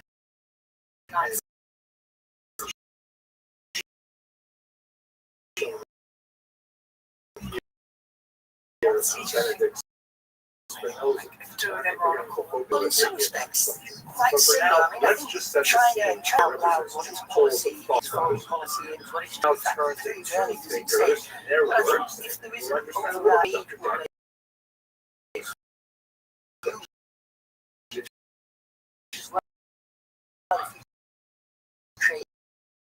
so in that respect, it is transactional. It's constantly trying to trade is the most important.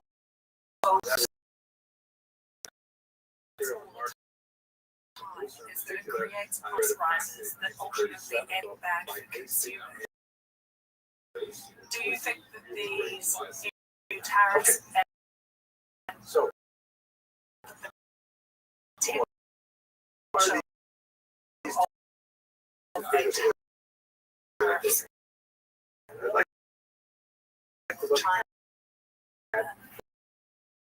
could really impact consumers?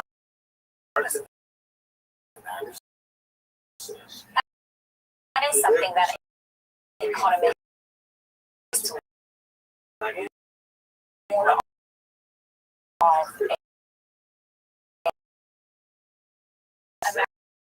Americans low. And then there's also the issues of the monetary policy side. Policy would be impacting whether they have to lift rates and how that could impact the economy and economic growth. Mark Booster is ironically considered a peer of economic. Then that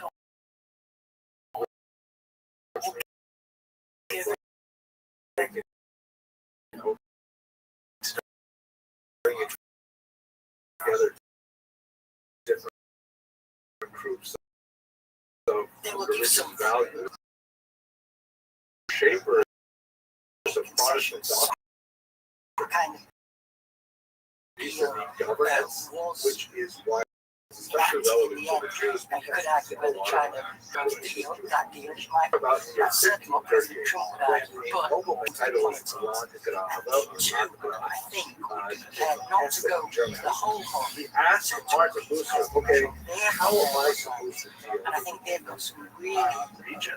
good Martin measures or Booster some measures that formulated a could response potentially hurt that was ultimately not successful, but nevertheless illustrates a very important They don't have pull on these two streams of a medicine. limited time frame. They've got a longer time frame. So The way in which this was posed to me was fascinating. Philip presented and I know to it's him been a holiday in petition China, so we haven't seen that the he said was given but has to there him. been any A lot of scholars believe that actually this petition may have been excellent as he is looking for Canadians a way moving their staff to deal with his Jews out of the advantage of their economic productivity without necessarily this case, they would want to church. try and So Party.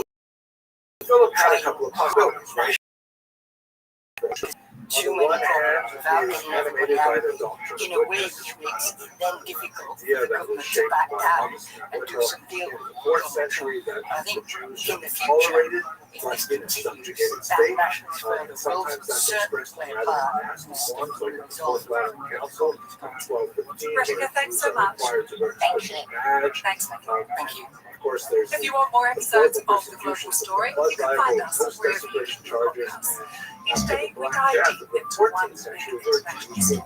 Don't forget to subscribe, leave some comments. We love to hear from you. Wherever you've been watching Go us. back to Thanks that so kind much of for model, joining us. or those wondering, maybe we should give the Jews more freedom, and that will generate more economic benefit for us because we can especially tax them. So this petition that various ways. Any pizza, any toppings for just $9.99 online. Try the Domino's Spiral Pizza or invent a new.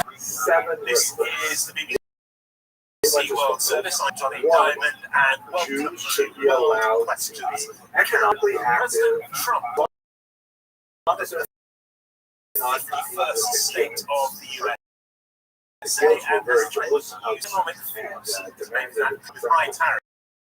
that profession. So the Jews realized they Canadian wanted Prime to Minister challenge says the that country is the most significant basis of our life. Secondly, Full steam ahead. we Passionate questions from the across Jews should be this allowed vast to carry on any kind of business. And nobody's subject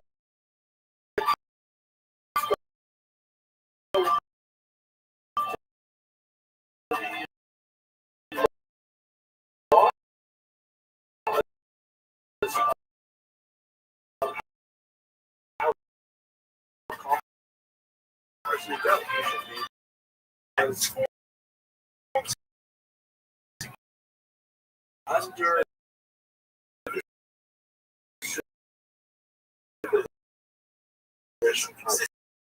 the state and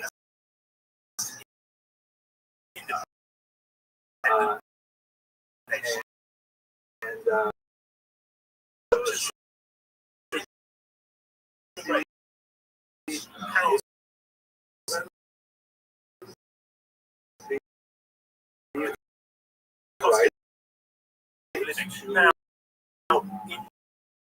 manage their own affairs, supervise their own activities, and to meet outcome requirements. This is also something we see Daniel in Erskine the Smith, the Jews will be happy to pay was the largest party of the position in the last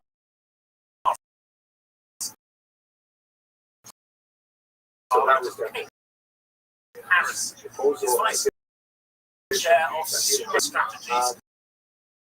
And Six, this is one that's not sure, this definitely didn't come from the Jews, but someone added it, I guess, it's a low number. That the Jews should be founder member of something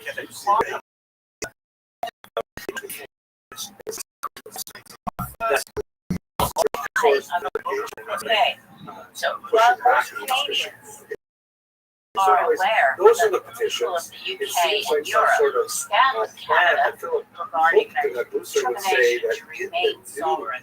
Protestant environment, now By that the Protestants are making up new publicly rules, expressed by the we leaders should of accept these. Now, what did Protestant think? And we don't have a really clear for definition Canada, of how and why is Protestants there really seemingly deal with such the Jews. reluctance If we to look to Martin upset Luther, we have these kind of very a much loyal acquaintances? bifurcated record. For example, Lincoln's work, he published this book in 1523. Das Jesus Christus ein geborener Jude sein, that Jesus Christ was the Jew. Wow, so really emphasize that Christians should pay attention to Jews and their needs and so on, because after all, Jesus Christ was a Jew. Yeah, thanks for the question, and it's a However, great this question. was I think it's something that is mentioned, Johnny. that These the are reason why Jews thinking become about Christians because where our allies Catholicism was not the And right one thing I church. will say is that, But once Trump has Catholicism changed was everything. He has reformed changed the world through his order. Protestant He has shown then of course the that Jews Canada, were the Christians. UK, When this Europe, failed to happen, the Martin world Luther had cannot a pretty trust Donald severe Trump. change of heart. You can no longer count on the U.S. It's Well, far enough away to Canada. their lies, which is a And very nasty, pushing the entire world, very critical of pretending the to hide Jews. from him. And so, all to be countries should be standing. really very positive Those of us disposal as a Jews, and then that later, respect the rule of law, respect the order, respect democracy, what exactly did we need to Protestantism be standing to say together about and this? Was a question certainly that was posed that to Martin Luther. allies It comes up with this document which is called as the Castle 5 Basic Starting Points. First of all, there's only one true religion, and government officials have to protect false religion. I think all the nations frightened by Secondly,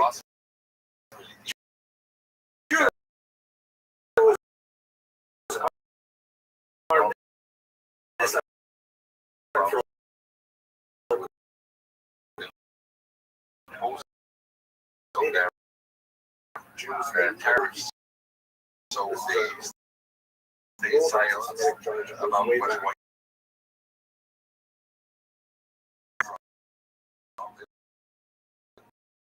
Try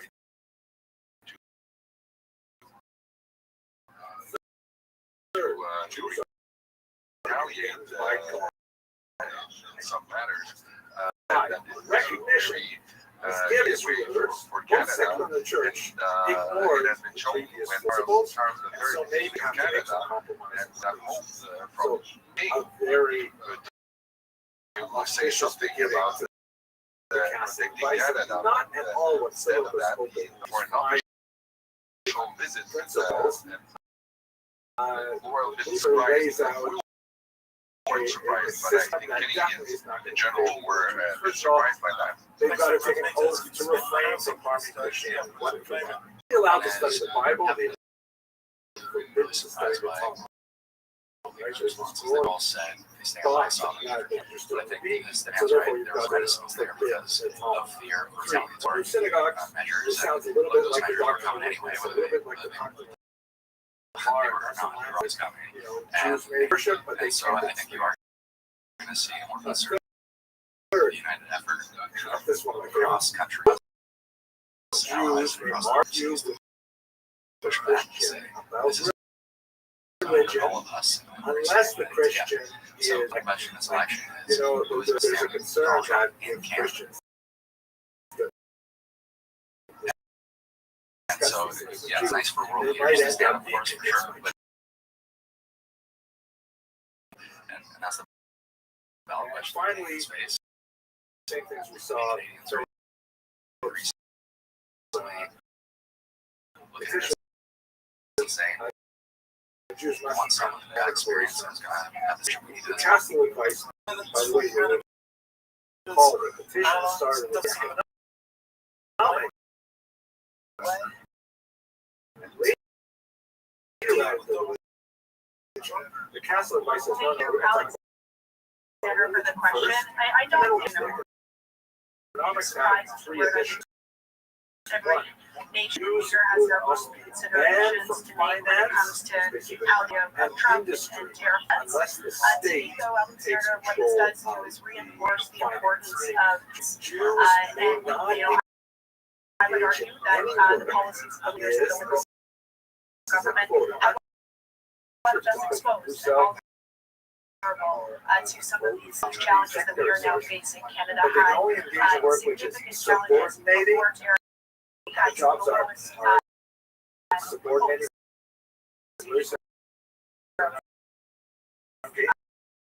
as a country.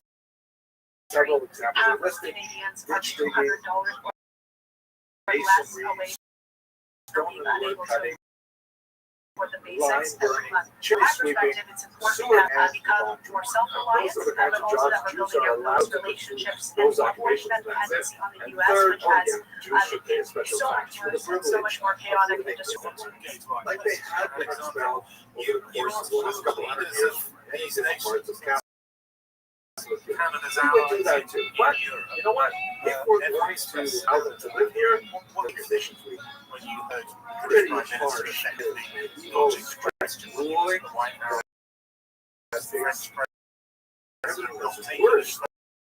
That's how it's like Protestant era and you look forward. But I would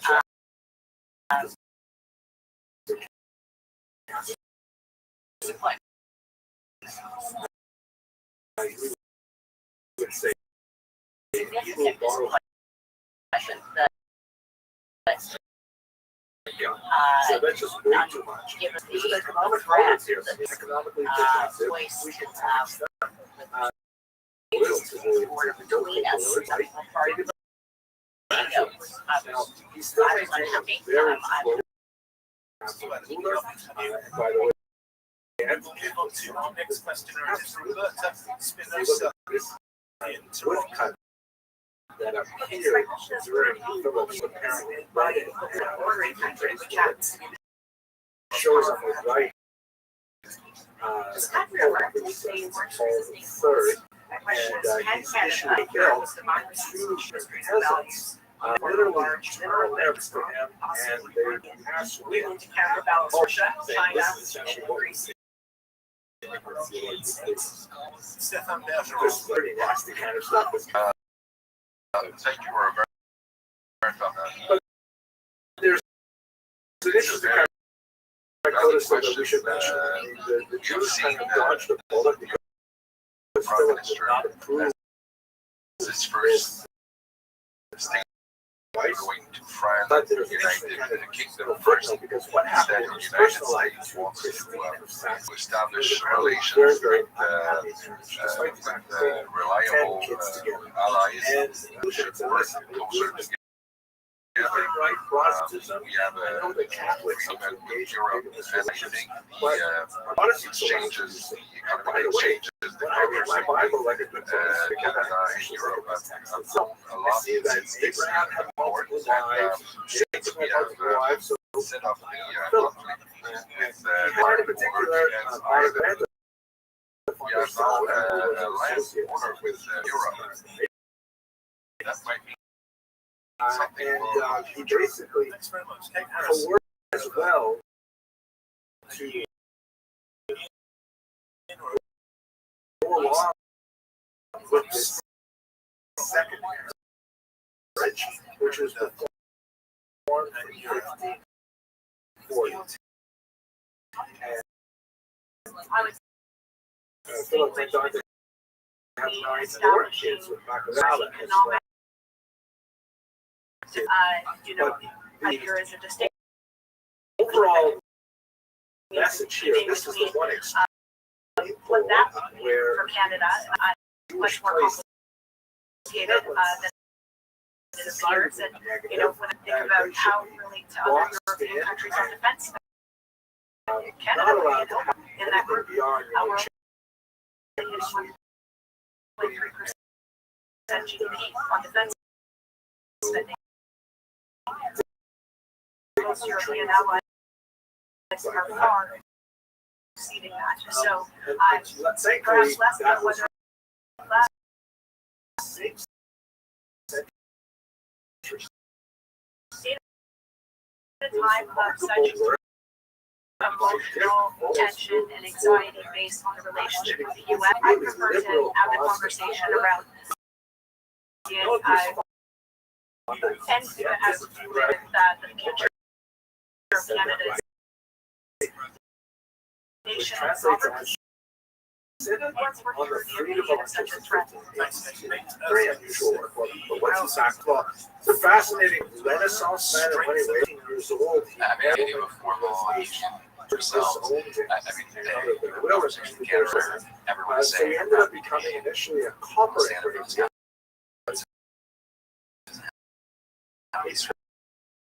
Protestant existing relationships. one of his And major one of projects those was relationships this is remarkable document which strengthens that alliance with like countries that stand up for one another under threat, under conscience. Another example of fictitious about this is with the strength of trade yesterday. The EU, of course, is now I think the next step is to taking advantage of that. it was all dedicated not to a particular church to freedom. Free trade In many ways, the Australia same and some time, Asia, the particularly there as well, Arabia and Spain, the geography, debate of course, has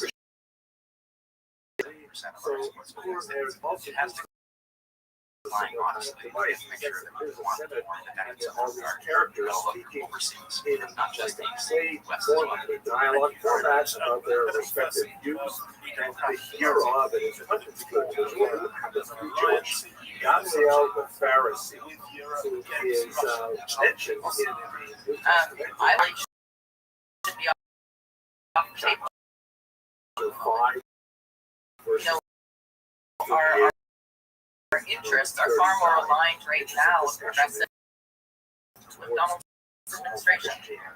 Obviously, there's geographic challenges there. I would say I agree with Nate that we need to one example of how we are looking at Asia and South Asian countries, and look at the African continent. This is the fastest growing economic bloc in the world at the moment, and Basically takes this but position, which I absolutely don't think Gamliel would have taken, but European continuing to build those. We can no longer count on the U.S. as a trade plus we have a large relationship.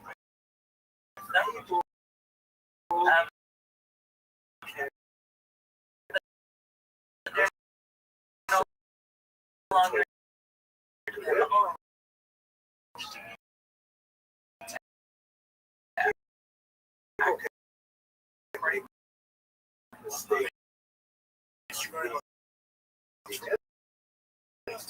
and we unable to discern Canada. the Bible correctly. Canada, they're going to take the lead in a formal way. Does that include how does Canada take the lead? Catholics, Protestants are various points. Gamliel goes on to say, for example, how ridiculous it is to force against much better to allow people simply to have free exchange of ideas and that people will be able to follow their conscience. It's about religion. What really matters is advocating for, if the U.S. boundaries between religions to allow people to that between 1964 and this was really amazing for this question. We're talking about something that, 100 years before we get to the discussion of something like this. Yeah, thank you very much, and thanks for that question. Listen, I think that we do need to increase our military spending. There's two things that you brought up in your question that I disagree with a little bit on. One is the idea of the nuclear, rearming us with nuclear weapons and nuclear deterrence. The idea is based on the principle that leaders are rational actors. We don't have rational actors that we're working with. Trump and Putin are chaotic, they are disruptive, and the fact that they would not risk that the nature of a deterrence is the issue here, and I don't have that confidence. And the other thing I think that we also should think about is, we look at military spending, but at the same time that we look at military spending, the other things we need to make the security of the world better. More diplomacy, more investment, and the leader of the opposition say that he would cut international development funding to fund the military. I think that's the absolute wrong direction.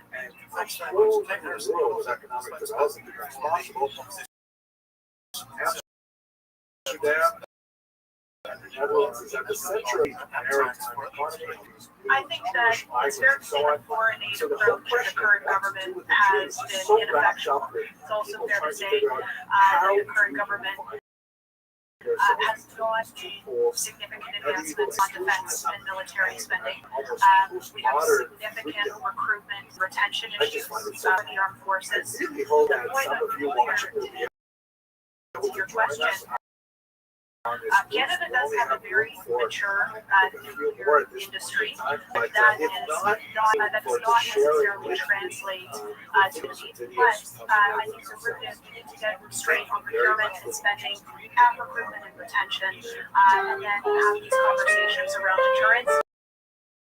My perspective is that's best done in a more collaborative as opposed to just for Canada going in.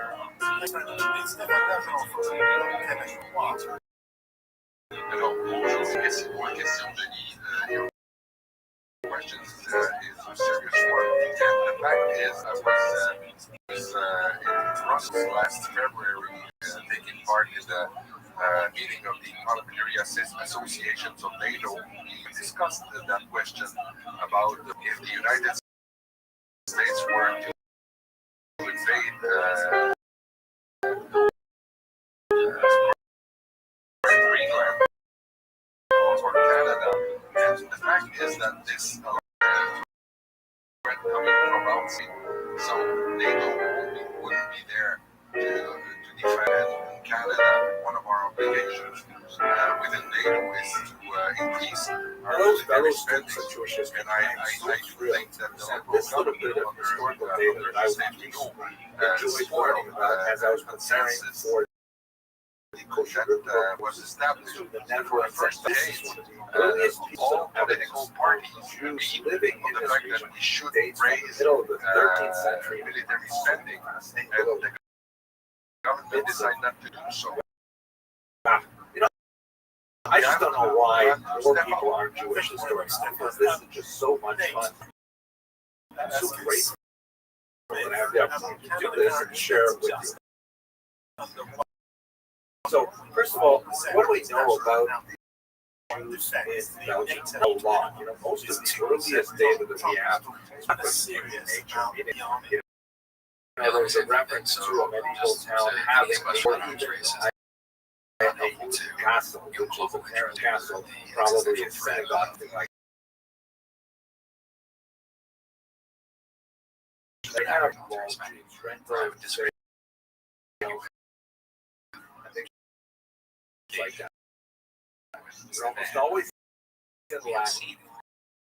Although we do have court that has some Hebrew annotation of these probably for one of the participants in the deal who wants to support himself.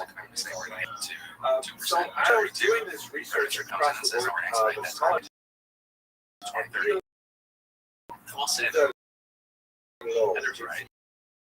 years of 1846 to 1920, as an author of a four-part article that was published in it's almost a small book called Notes Documentaires de It's basically about the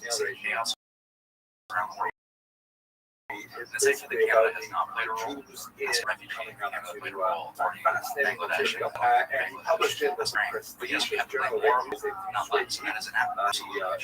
Review of Jewish Studies in the years 1883 to 1884. I couldn't find much about him.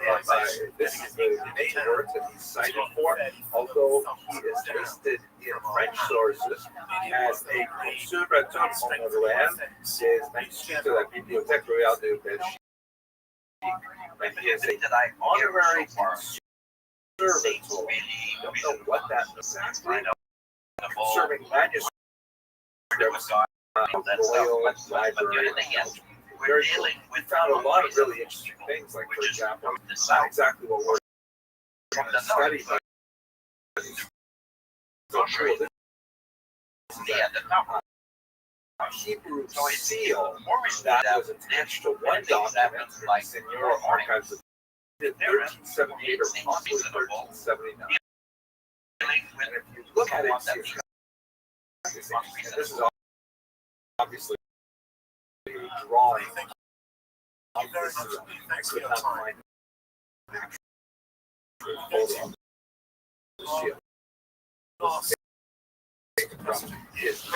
Three articles. In the center of the seal, it looks like a Jewish man.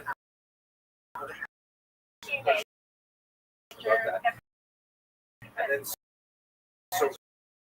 surrounding the seal, looking from like say 11 o'clock and then moving counterclockwise. And it's also written down there in the bottom. Hebrew. Yaakov. And then there is an abbreviation. Down the river.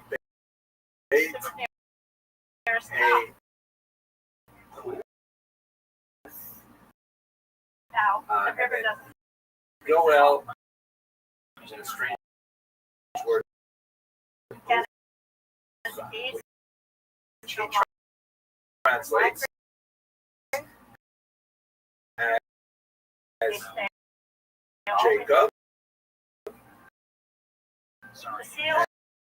And the abbreviation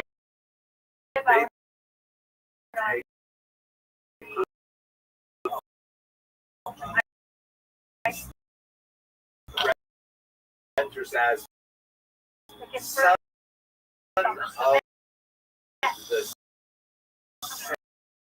saint or son of the holy. Right out of it, it's just so amazing. I was discovered in a town called West. I was teaching my children, and they were doing in Alberta, they can't remember a summer when we haven't had orchard forest of fires. the civil hospital in It illustrates 1872. how the world is changing and how we really do need to do this as an urgent issue. And frankly, the number one thing we need to do is we need to deal with non-diversification. Our renovated only about a foot start down investing in renewable energies so far. and here you And can finally, see Ken a Harrison, picture of Conservative strategist, the the wonderful hospital building at the time. I don't know where the chapel would have been We should be located. very focused on the technology and innovation and subsidizing support for energy producers of all types to make sure that they're investing and we are developing carbon capture storage and other emissions reduction technologies that will allow us to produce clean energy in Canada, really in the country. Thank you very much. Which is about Have the last word. If I could just written in very small print, Assyrian print. Thankfully, most of it, but Israel provided us with a transcription. Here's what it looks like. So it begins with this strange word, Dada, which means grave. We really have my own house, I have 4 panels, One I have stone. electric car. I don't And use this it. must be the stone. And, Right? This stone I think is that, grave. And here's the interesting thing. The word F1 That's it for World Questions this Canada. A spell. big thank you Because the to word our heaven, panel and of course, all of our questions. irregular. I'm Johnny Diamond. In Goodbye. Hebrew, it appears to be A, but it is always rendered as feminine. So it should be as that's interesting. Why would there be obvious grammatical mistake unless of learning of the community? Welcome to Malaysia. This is the BBC World Service. This multi-ethnic, multiracial nation has gone from rural poverty to urban affluent nations. It trades with China and the US, but as they, which way will it? It's spelled Rosh, is Kavan, Rosh, and it refers to the stone, which is now, of course, stands at the head of This Southeast Asian nation is divided into East and West by the South China Sea. It's an heir to immigration from India and China and beyond. And it's a country where Islam is dominant and freedom of worship is guaranteed by the Constitution. Modernity has come at a rush to Malaysia. Growth has brought many questions. China and the US. Prime Minister Anwar Ibrahim has said of Malaysia, we have to emerge as a judge directly in open. We have an audience in the freely offered challenge on the issues and a panel very ready to address. Our panel, Senator Dr. Fiasal, Minister for Trade. Dr. Patricia Yeo is Associate Professor of Practice at the University of Malaysia School of Politics and International Relations. The former Minister for National Unity and the opposition spokesman on foreign affairs.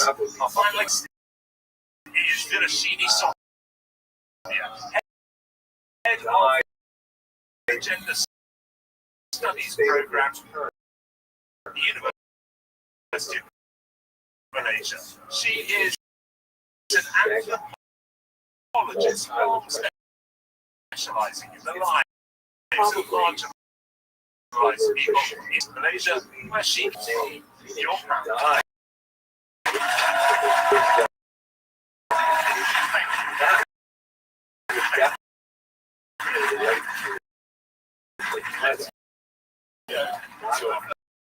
Let's go.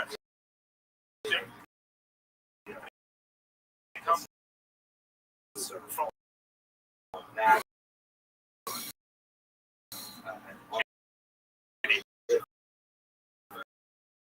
Good evening, Guru Najwa. Okay. My question is, as we can observe now, these people's out, right? Go and do, your second job, your second hustle on what do you call your online job, and so on and so forth. And the trick goes you, and this is why you can't get 30%, which, by the way, is a number that I hate personally. The moment you put that number, it's going to be a problem, because it also means to say my 100% is equivalent to your 30% participation. Would you like policies like affirmative action? Of course, I'd like to see that. Thank you. I am going to come to the audience on this. I'm on you now. We're going to go to the lone man on our panel. Come on up, Les. What are your thoughts? Where are the women? Well, in Malaysia, I'm not going back to the mill. Maybe the opportunity is in certain sectors are quite unique, especially in politics. Earlier, if you feel a woman candidate lower than the male candidate, so this must be affected. Education to the masses. That woman and female and kids are assemblymen to Jewish equal in their abilities. Okay, thank you very much. Johnny, I need everybody. I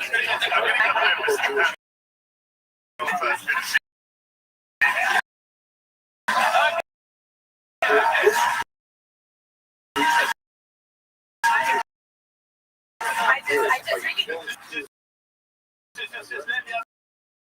I'll let you get away with this for 5 seconds. Okay.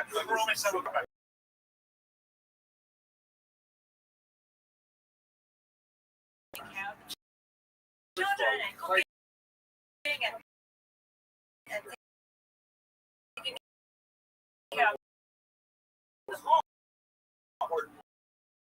The cost of politics is very high. Campaigning costs are very high. So we have a high rate in the 20s, but once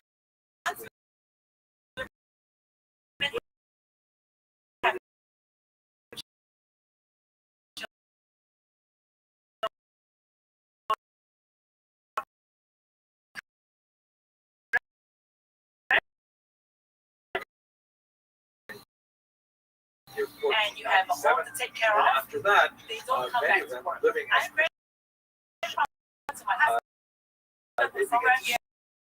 and my family to allow me to do the work that I'm doing, to be here tonight to be with you.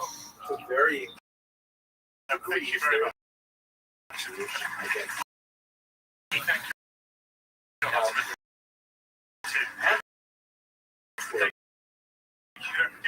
Charles V. Safe contact Portuguese which was right on time because he took the position would have worked as well in 15. And according to Samuel, he was one of the refugees of Portugal at time who wrote the Consolation for Israel, a really remarkable book. The Portuguese Inquisition played a very, very important role in in Portugal, that is, Jews who had been forcibly converted their religion. They had to get out of there in order to be adopted. By boycott on lanes in the papal states. Taking charge of committees like food and Not drinks. right now. Anyway, the Nassim family used Antwerp as one of their passages to get out of Portugal to get And we have over the years, especially now in my ultimately the Portuguese pressure increased on Antwerp, but they eventually had to way station. Thank you very much. Were expelled. No, I didn't mean any disrespect. I just want to say this. I understand Trisha, Senator, coming in here, making it important places in which men have some. But here in life, the problem for me, we constantly go back to this celebratory language for this very minimal participation of men. We constantly what do you call it? We amplify the equality.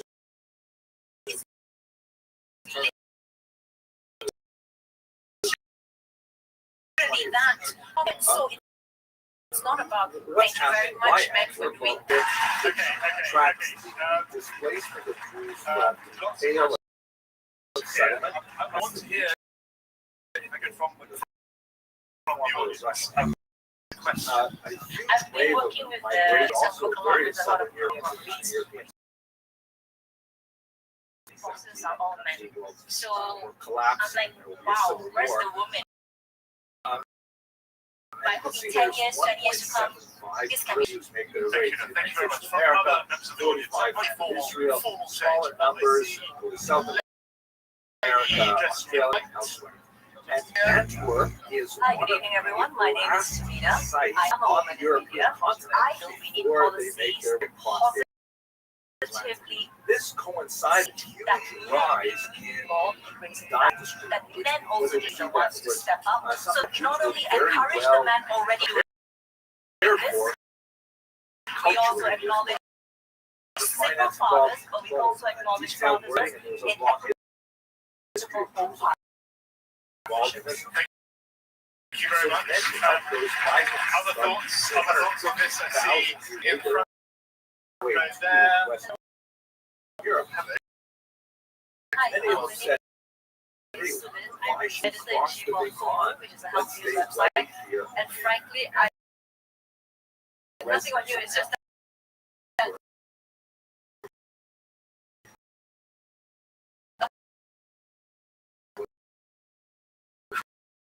cross-party advice when the government parties or opposition parties, women behave exactly like men. You don't do the right thing. Chase positions of power and for what? some ways Because you don't care about the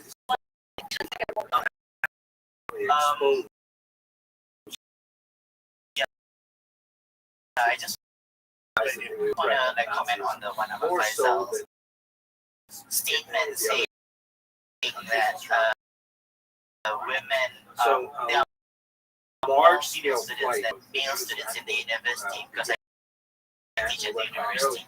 It is true. So the reality is that when we have more women graduated from the university and people is interested to pursue working and decided to choose housewife and etc. Thank you very much. Lady just there. And I tend to agree with the lady from me just now. I'm also in media. I have my own show. My current affairs and news is also a woman. So I don't think that it's about getting women into the work. And I feel that with affirmative policies rather, it reduces our talent because it feels like we need a lifeline to get ahead. So I'd rather merit all the way. Number of actually straight on to our next question prior to the war from definitely I pronounced that correctly. Horrible devastation. In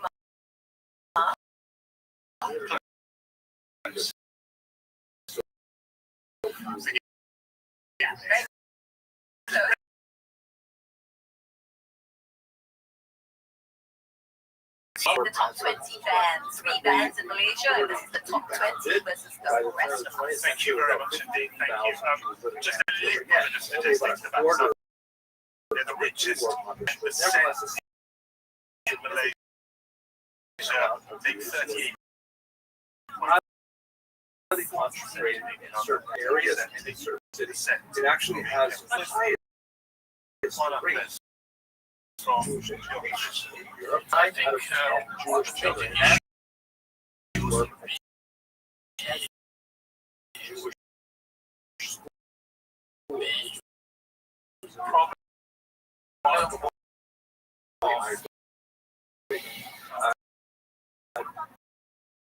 contemporary excess population resources.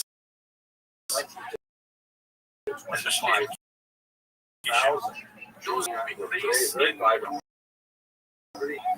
rural area.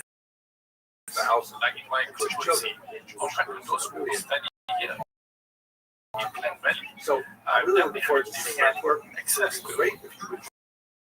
Quality education, teachers, materials, and support system. So until and unless those gaps being addressed, we will always face this issue. I mean, for the last 50 years at least, the government, this goes to the horizontal government, they had managed through the new economic policy.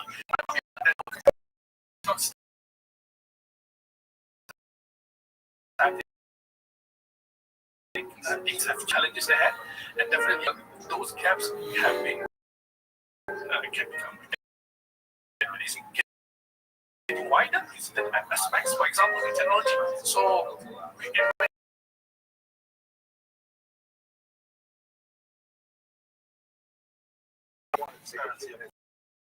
speak about his activity during the war. Yes, also that GDP ratio in Malaysia is among the highest in Asia Pacific, right? So it's about 69.3%. But beyond that statistic, what constitutes that? Where does it come from? Mostly comes from loans, housing, loans for motor vehicles. So the question for me would be, is there a better question to ask about policy around the price of automobiles? By the Nazis to become essentially their by the way, Malaysia has very highly inflated costs of vehicles, and housing policy is something that really needs to be radios, whatever, all the way up to deportation and annihilation. Typically, what happened when the Nazis set up these, they would come in and they would make demands, and the leadership would refuse. They would typically be shot on the spot. And the Nazis would say, who's second in charge, who's third in charge. Sometimes they would have to go through several levels until they found people who were willing to cooperate because they were forced It was a big moral question with regards to the functioning of the military to go back to all of them. We definitely have some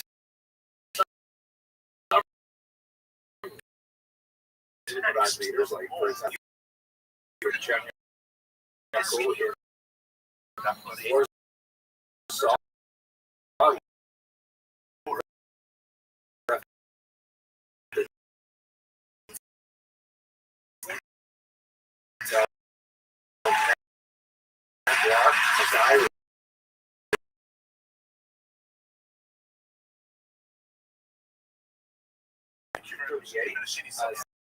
The majority of the people are going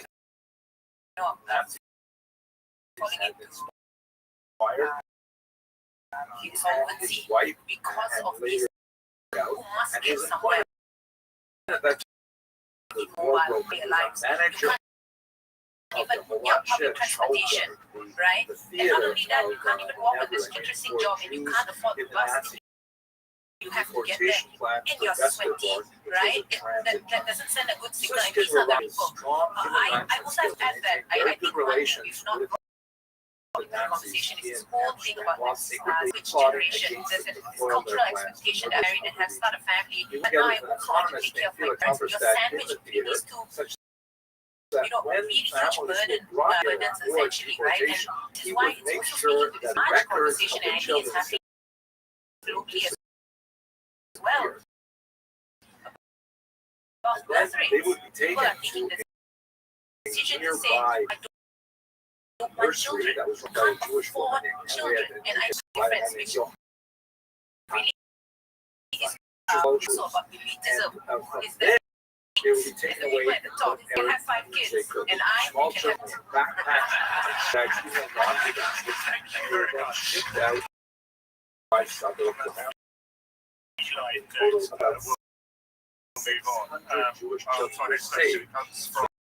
and I have a Jewish and non-Jewish to make sure they cooperate. This is something that I perceive They work together.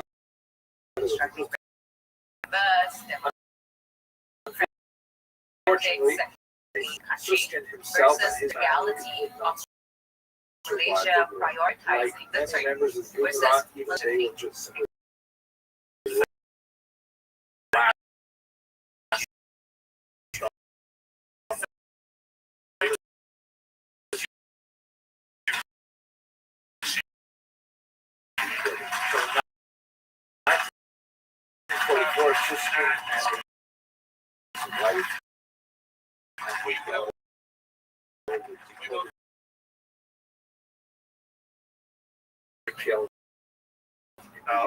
Susskind itself would eventually die. The death marches of February. So I get to start this way. Roshni, thank you for that question.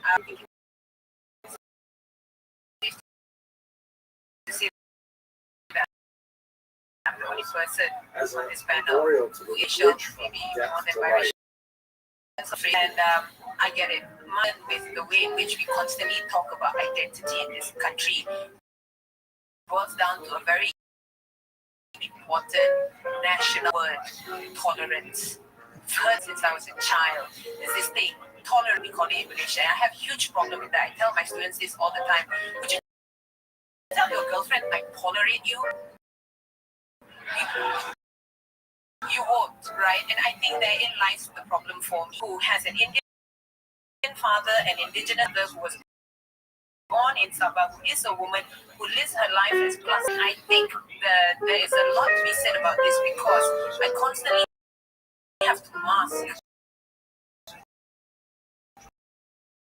and try to fit in something that is a sphere above me. At a global level, we want to talk about identity as a way we're celebratory, there's a kind of a happiness about reclaiming your agency and your identity, but that's easier said than done. And I think if there's a way to sort of mitigate that, without constantly feeling so afraid of, sharing the feeling of those here who are in power, members of the status quo.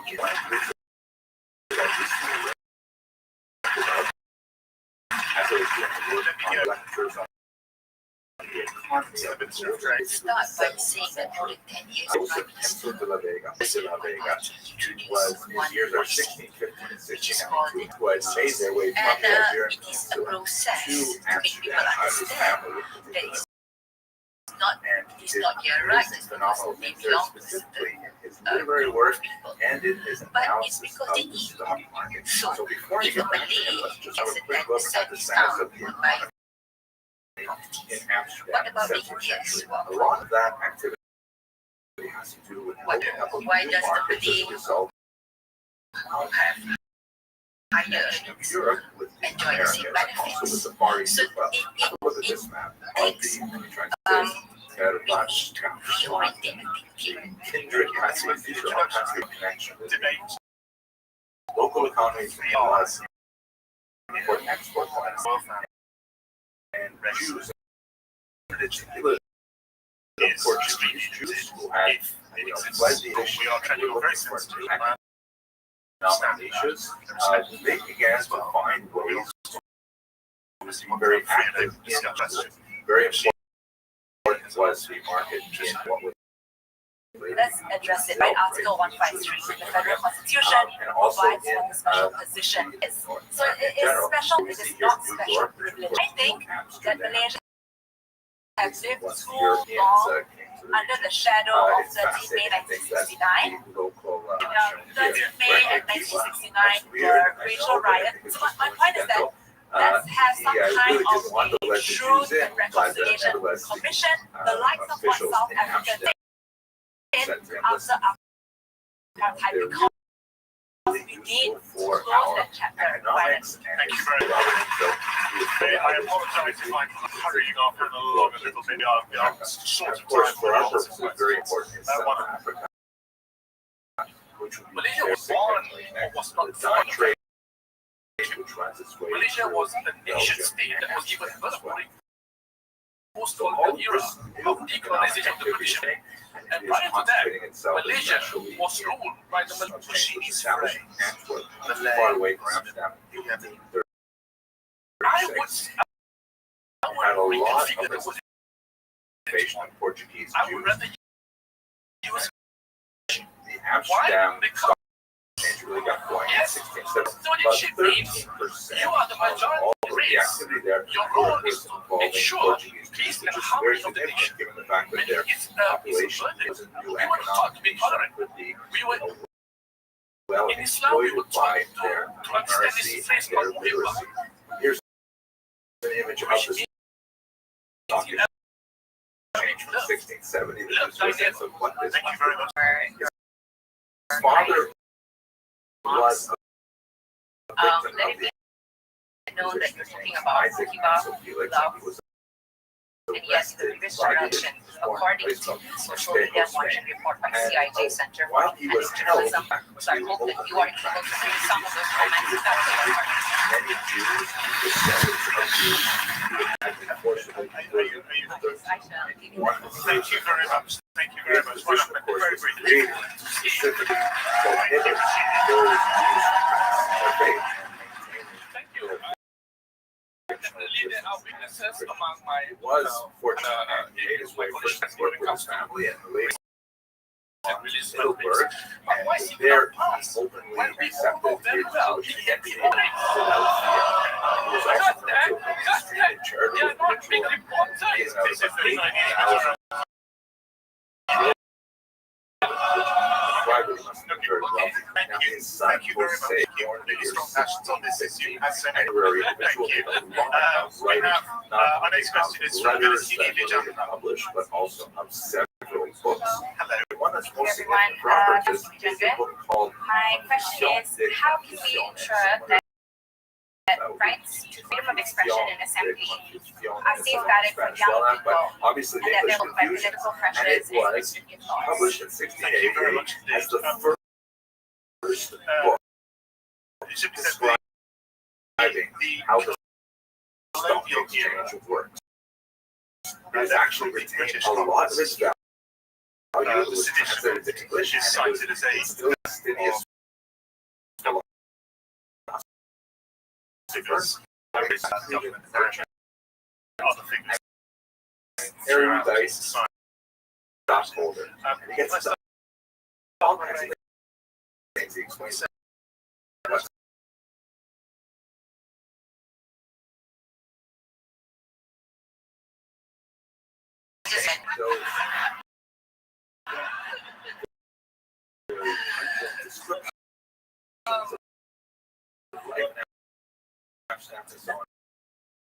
really, really quite interesting.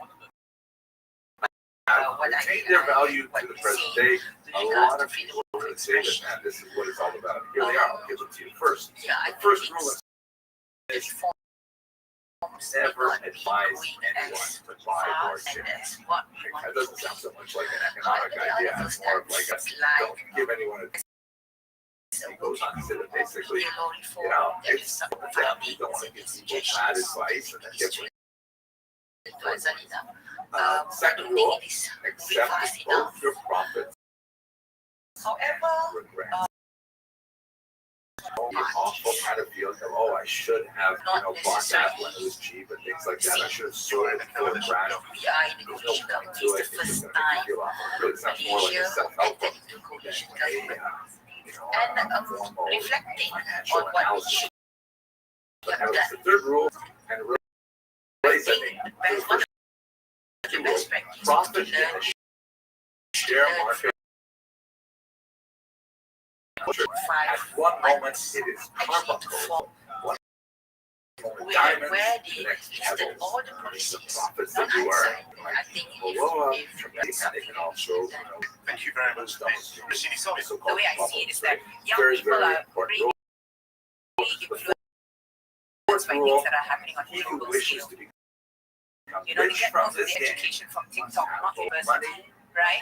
And if you don't reclaim and you don't seek your own agency and you don't stand up, then you're going to be very all kinds of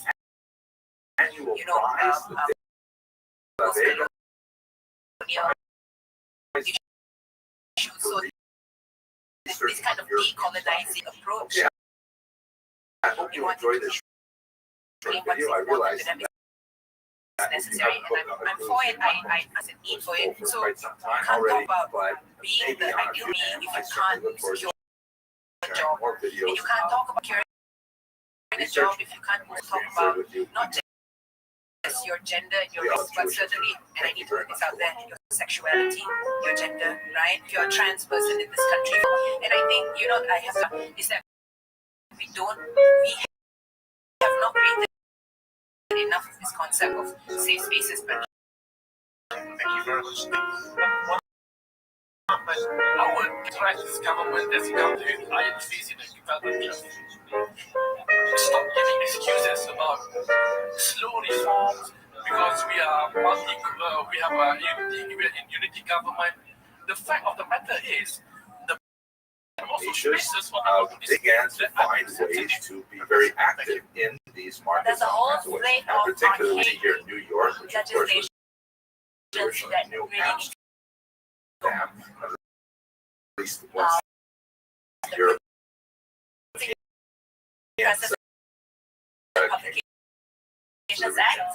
It's fascinating that the want to let the Jews in, but officials in Amsterdam said, they're really useless and it's out of keeping with Dutch tradition. Now, this tiny group of Jews in 1654 into North America. I feel freedom of expression is so important, especially in our country, is it underpins our rights, right? And when we talk about freedom of expression, and specifically the targeting of youth activists, student protests, what we are really doing is sending a very chilling message to say that we are suffering dissent. Thank you very much. when I'm cruising with Kosher River Cruises, I think about, how did Freedom of expression is creating a lot of migration. A lot of Malaysians are leaving the country because of the lack of expression. Migrating to Singapore, taking up citizenship in Singapore, going to the UK, Australia. People are not able to express themselves freely. The economy they also prepare Thank you for very more much, Madam. minor differences that affect private lives, like bring but if they sensitive. minority And we are not to be able allowed to flourish in a sensitivity. I would love to have a discussion so of the yesterday neighbors.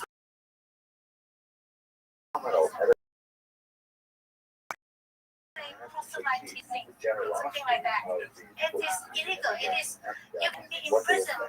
You can disappear. You can be kidnapped for preaching to Muslims. But we just want to start with dialogue because if we can't talk about things that's sensitive, if we have to keep quiet and just tolerate the situation, it's never going to be solved.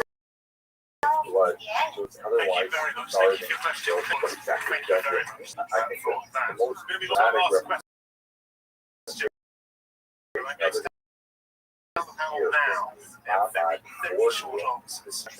especially to distribute The question charitable is, funds, political parties make crisis and we should see that especially in towards and it's characters of meaning.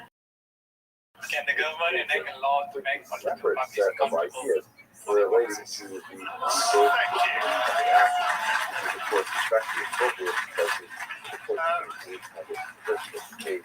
I really do mean short answers on this one. real big question One regarding question. unusual A law to provide accountable products. So the answer is yes, But there are very major caveats. First of all, it is highly unlikely,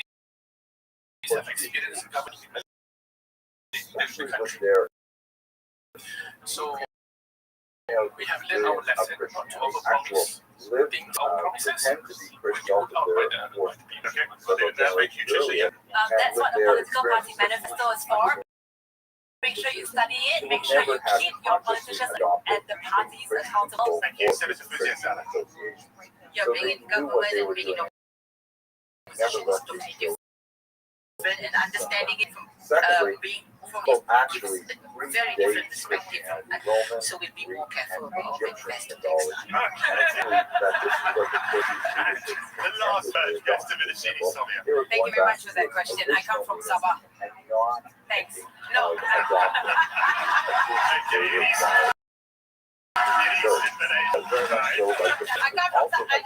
I come from Sabah, so I know exactly what you're talking about. If there's any way to do it, stop voting along people who come from legacies. Stop voting for people along the money lines. Start voting for people who read something for people. With that burst of enthusiasm for our audience, we have to say farewell. I'm afraid that is it for World President of Malaysia. On behalf of my producer, Charlie Taylor, the BBC World Service, and particularly huge thank you to our panel. You have been brilliant, you've been patient, you've given time and your experience. Thank you. Thank you also to our questioners. Fantastic questions. To a brilliant audience here in Kuala Lumpur, and of course everyone listening around the world. I'm Johnny Diamond. Thank you very much.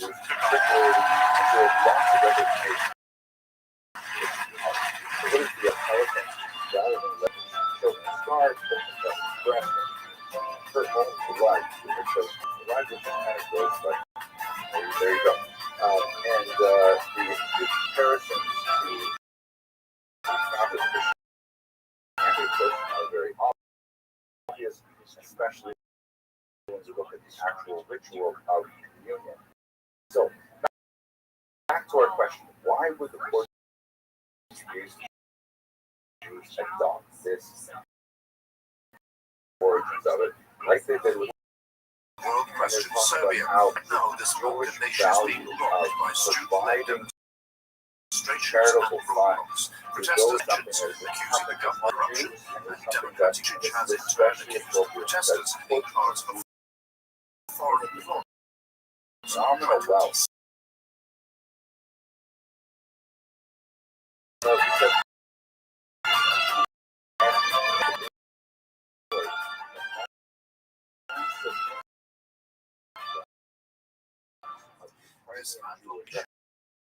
Cases of corruption. Demonstrators say it's a lack of democracy. Then there's the future direction. Serbia wants to join the EU. Minister of Foreign Affairs for the governing Serbian Progressive Party. Thank you for joining us, Minister. My pleasure. Thanks for stepping in this program. Borko Stefanovic is Deputy President of the Opposition. Thank you for having me. As a journalist, formerly on BBC. Thank you very much. Radio. Thanks to you too, guys. It's good to be here again. And Philip Plummer is a research fellow. Has been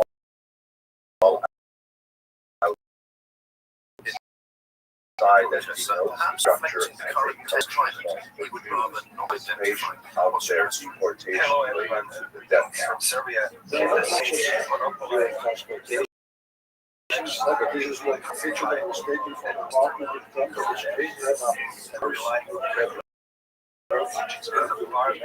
Okay, well, we're obviously here. Turn up 300. Start playing. You guys learn about me, and then you start playing like sign languages. You know, Hebrew, Dutch.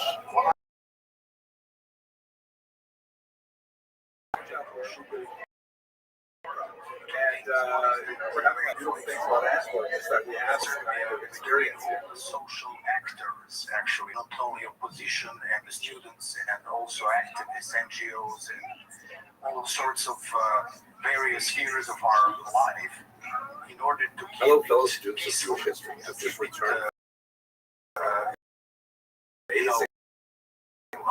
Network in Belgium with kosher river cruises. Made a couple of short videos about two of them. The highlight, without question, was this amazing Shabbos we spent in Middleburg, where we visited the synagogue that is just so fantastic. I tell you that. So if you walk down a street called Harrisburg, you'll see this tiny little thing that goes through it. At the top of it says Beit HaKnesset synagogue, and it has the year to Hallel, European Bible praise, that works out to the year 1704. That's what I think is especially unusual, is that on the left, which is only in Dutch, and this is the story, and you can see that at the Star of David and kind of the Lion of Judah is at 4 dates, built in 1704. Democratic and free elections by these that we need to have at least register voters destroyed, in this case, by a British order in 1944. Those three lines you'll frequently see on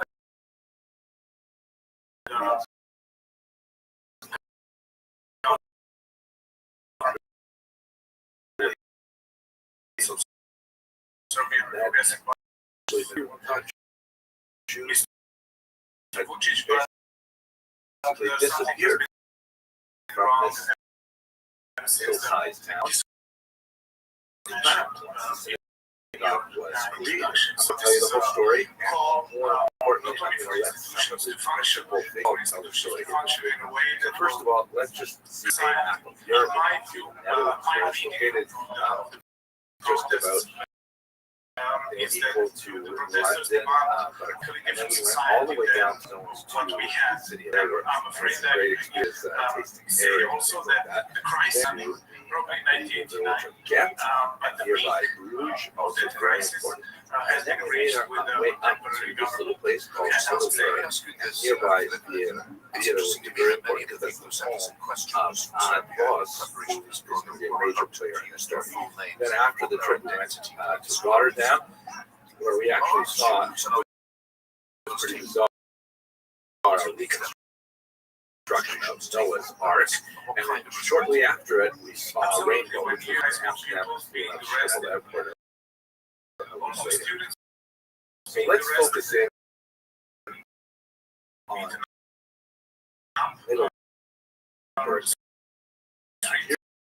Here's an old map of the city, and you can see at the bottom by the letter H, there is something that says Jewish Church. In other words, this map is the entrance is on the restaurant to the right, but to the left is the home of the original.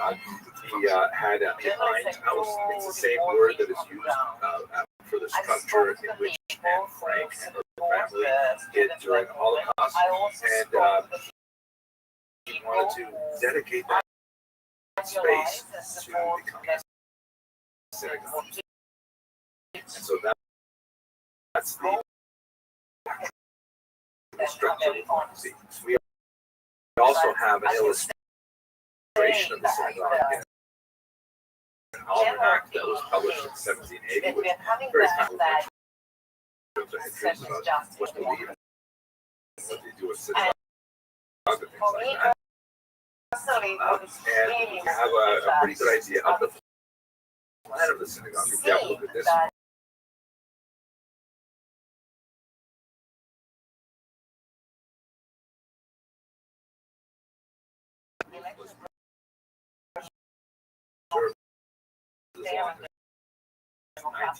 Very easy to win the election here, and we even have some photographs of the beginning of the furniture that was in place in the synagogue. Okay, let's see if we can stop the allegations of windows featured in the Jewish stolen elections. Unfortunately, in the context of World War II, the entire town of Middleburg was emptied of Jews. They were deported to the death camps. God was occupied by the Nazis. When the Allies conquered the region in the context of fighting, a British order landed on the synagogue and destroyed the shells of walls that stand around the urban space that once was the synagogue. Through in the consecrated ground, there's one that goes right where the contemporary Bema stands. The elements had their, basically by the time we got to the late 20th century, there was nothing left except for a exterior. And this is the way it would be. We're not for the intervention of Anand Bose. He's shown people roads in his remarkable theater, which was just a few kilometers away from Middleburg. There's a picture of some other guy with by the way, he's not Jewish, but he's wrong for the community to exist. Centuries of holy place to Jews. And so he engineered a tremendous effort bringing together all kinds of social groups and all kinds of local communities to support the raising of funds to rebuild the synagogue. He published a book on that. But that's not the whole story. That in itself, I think, is quite remarkable. But what is what happened afterwards? Once the synagogue was constructed, Jews began to reappear in Middleburg. And now it is a fully functioning synagogue. So this is just an example of the amazing things that David Lawrence and Kosher River Cruises does. We invited on Ross and Smith, very important in the community, to come join us on the ship before Shabbat. They came Friday night before Shabbat began. We heard the word. So I have a video of them tied to the mix of those answers. Yes, thank you for your thoughts. Making points were not on properly.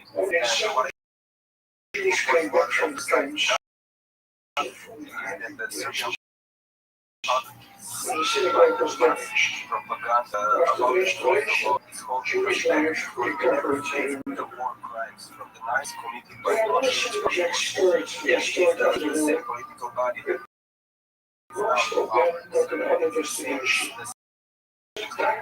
Church, but mosque or a new sheet that one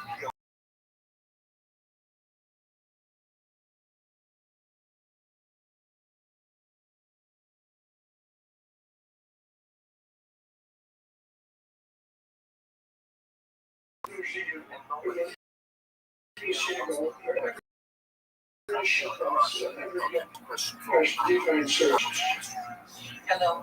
Let's just recap. You have this shell of a building, 300-year-old school. The local knowledge is that what is not he built it and got it back to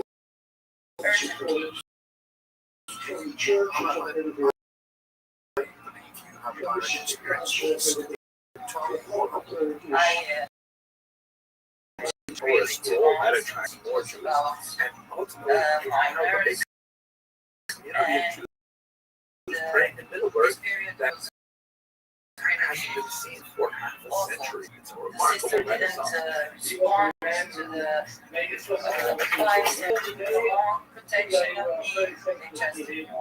then we were very fortunate to hear the first. Fortunately, there are a lot of his mother was Jewish and survived the Holocaust by going underground as a young girl. Posing as a Christian.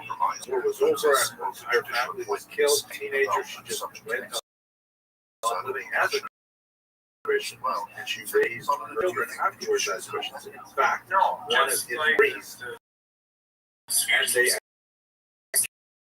occasionally have to call him to make a video. Luke's story was absolutely enjoyable. He said that President Putin's political legacy precisely comes from the 1990s, and he was a right-wing partner to Milosevic, especially in the late 1990s. Philip, I want to bring you back to this question of judiciary and others questions about Shabbat happening there. independence. Do you believe the judiciary is independent? No, I answered the question. The judiciary is not in the best way. Anything that should be public is independent. And of course, Mr. George mentioned the late socialist deal and the traces, and this is great fun. The traces of corruption in contemporary Serbia date back to the late socialists. The problem of contemporary Serbia, among others, is that contemporary Serbia gave up on the most progressive parts of the socialist heritage. It dates actually in the years when Mr. Vučić in the 1990s was part of the criminal organization called Serbian Republic. It was right when you were in power. What steps do you think need to be taken? It's pretty obvious. We'll try to tackle, if you allow me, just a few seconds. Because it's not amusing at all. Like, it's quite disturbing.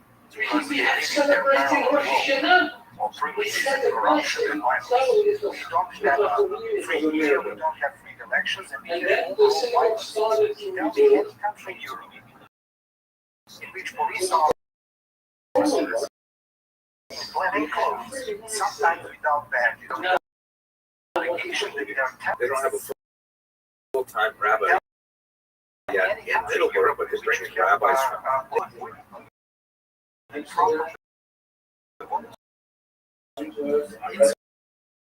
Fair to say, and I'm coming to a question, that our jury is absolutely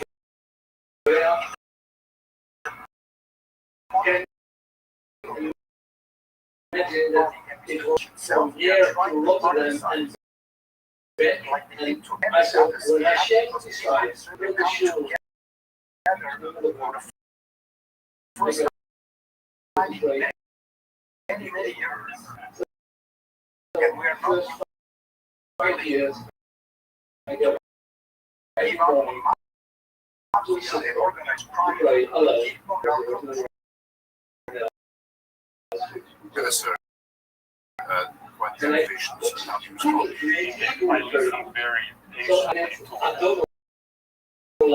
baseless kind of crude accusations, but before I answer, I would like to just briefly comment on what is unacceptable. I believe that every Serbian former Yugoslav family has a story of justice related to retaliation, genocides, and other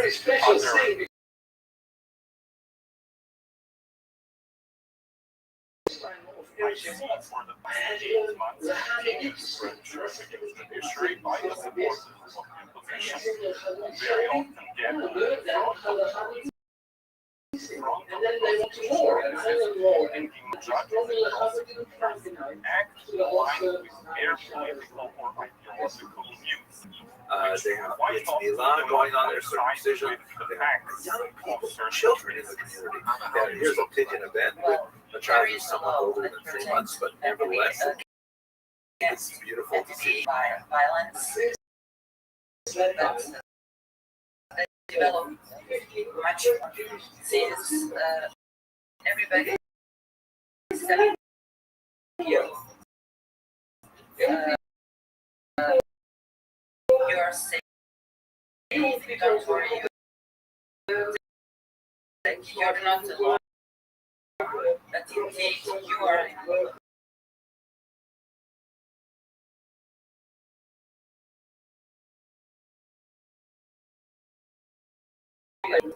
So absolutely, if you have a question, that this Hello, everyone. live My question today is what is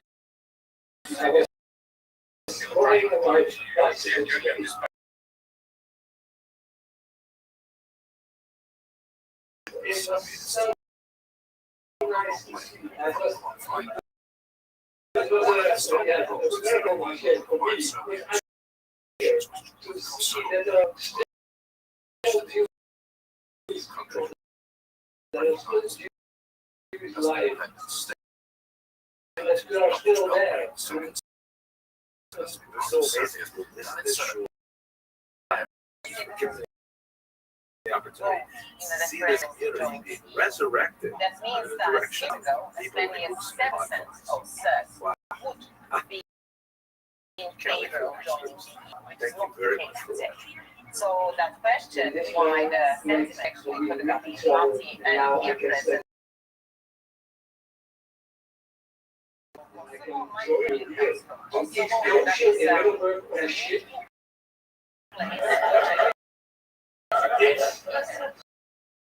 Many of these we walk through the Red Sea. Thank you. Let's get to the answer. Likely to identify as European and want to join the EU.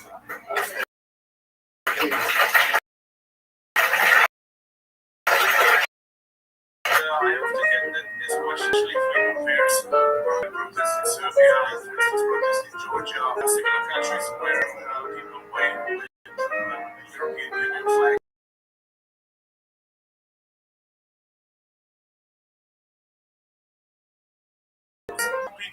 Can I just remind you, Philip, of the question, why is Serbia still trying to join despite the hostile attitude from the West towards Serbia? I wouldn't say there is hostile attitude. Mr. Vučić is very good friends with those major European representatives. And here I'm not talking about the European Parliament or the European Commission or European Council. I'm talking about people who actually make decisions in Europe and European Union. Mr. Vučić succeeded in Russia and China, United States, Germany, and all these countries have their own issues. In doing business with Mr. There's a long list of conditions that Serbia will have to meet before it will be granted membership, one of which we just talked about, the independence of the judiciary, hostile normalizing relationships, how far from membership is Serbia? Well, I think it's say that able and this is something I haven't commented particular with Christian research.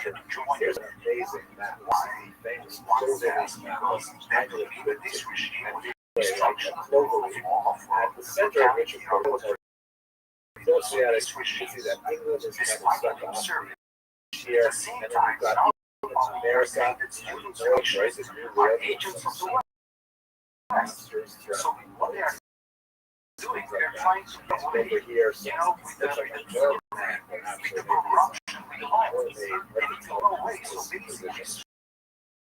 and then, of course, right, and Serbia should represent in many ways,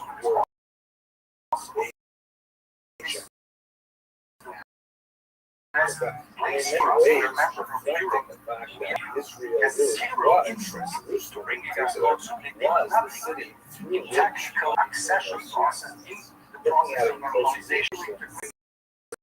This is our job, our culture, and we will do it in a peaceful, democratic way. It is at this time, though, fasting.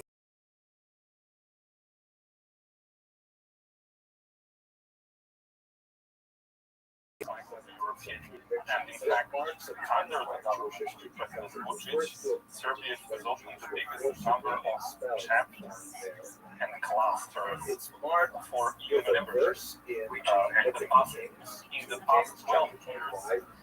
Serbia year of his reign on 10 months, Nebuchadnezzar moved against Jerusalem with his command. He besieged it, and they built all those all around.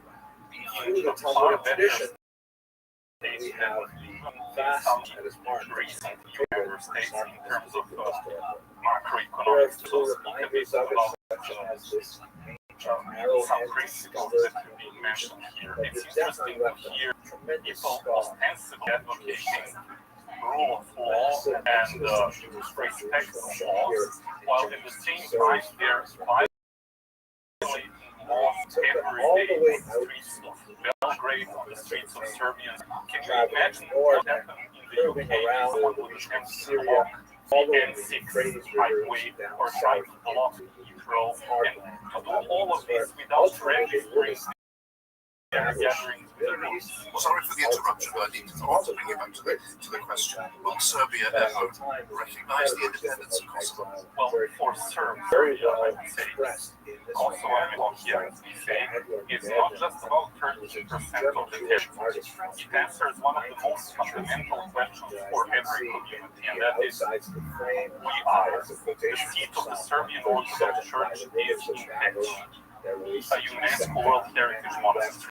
One of the four World Heritage Monasteries of Serbia. 38 municipalities in Kosovo are Serb majority municipalities. So obviously, we're compromised. We've had to play agreements so far, and we need to work on building bridges in the economic sphere so to ensure that there is some kind of a perspective for young people, because one of the concerns that we share with some of the promoters here is that we want to keep the youth in our region, keep the youth in Serbia. Okay, thank you very much. Let's go back to our question to Yovan. Yovan, would you explain why you say the West is hostile to Serbia? First of all, thank you for your answers. Second of all, I think that Western countries are hostile to Serbia because of their stance on Kosovo. They fully back Kosovo in their independence.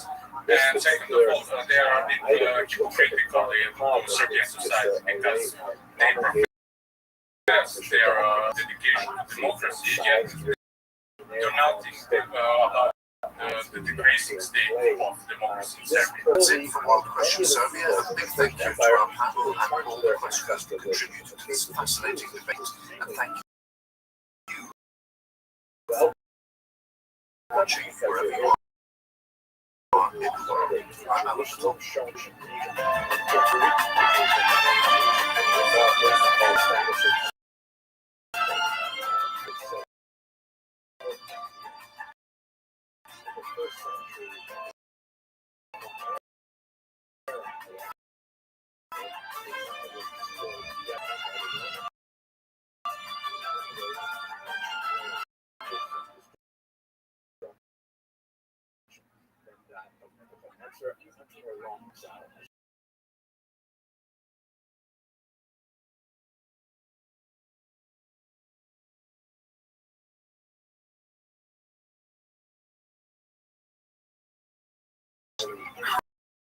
Right.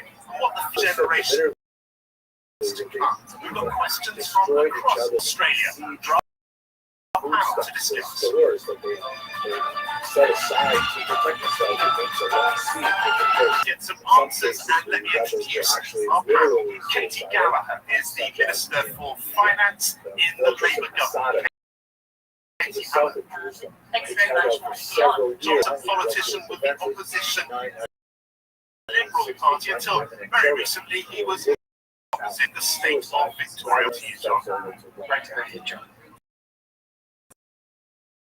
Senator Hanson Young has been a senator since 2008. She represents the Australian Greens. Hello, Sarah. Wonderful to be here. Thank you. Statement editor with the Sydney Morning Herald newspaper. Alexandra Our first question, it comes from Adelaide in southern Australia. Hi, Adelaide. Hello, Johnny. My question is, we urgently require more housing with the climate and the environment being developing any more land. How do we resolve this problem? Thank you. How do we resolve the problem of housing against the environment? One of the biggest issues in Australia right now, housing is getting priced out of too many pockets. While just a few years ago,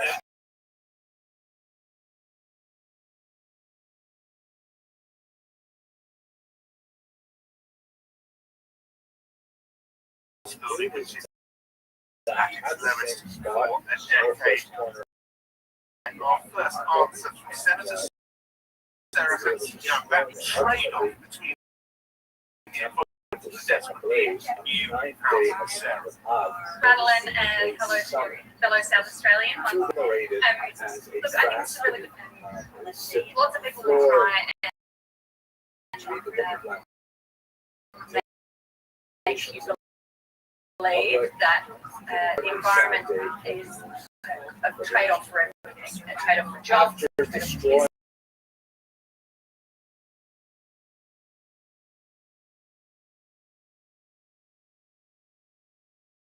New houses in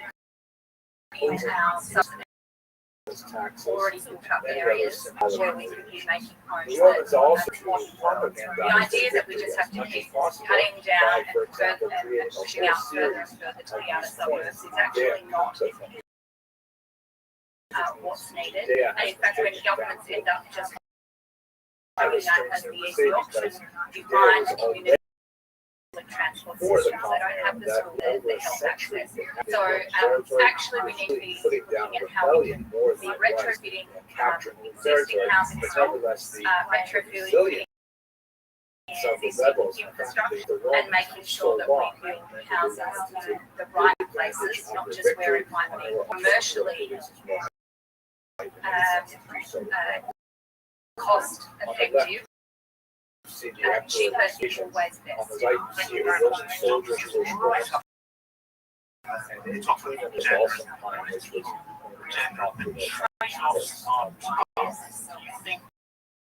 They also built a ceremonial arch in site of a major parade celebrating the victory against including prisoners of war. Many scenarios for representation inside the Victoria and United States. This looks like today, scholars at cheap universities have reconstructed what it's looking like the outside because they call it the paint. Young family. So this is the victory over their heads. So you have to say the Torah or the tablets of the law.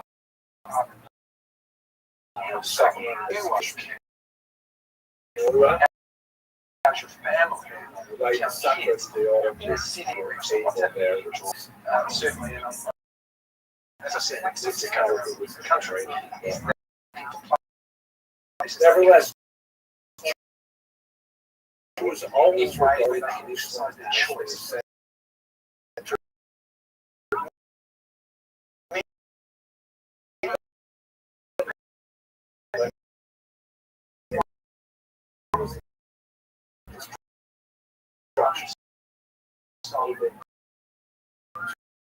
And that's what I mean. We're not attached homes. And I think governments have more.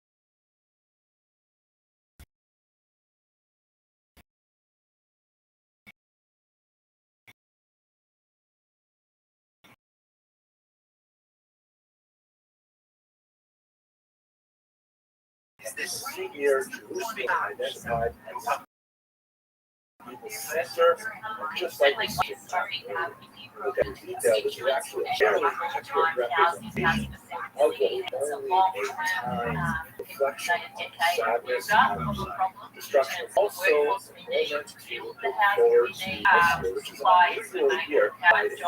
Typically, families with Israel that a little bit further down the road, there are going to be a hell of a lot more homeless people. Some of the homeless people, and that's who our screwed up attitude about climate. We can have it all. We can't. We have to change our attitude. Andrew is absolutely correct. We need, I'm sorry, social. Look at this. Don't join together and fix this. It's not my. I'm 60 years old. 10 years is my garden. I won't be able to grow plants in my garden.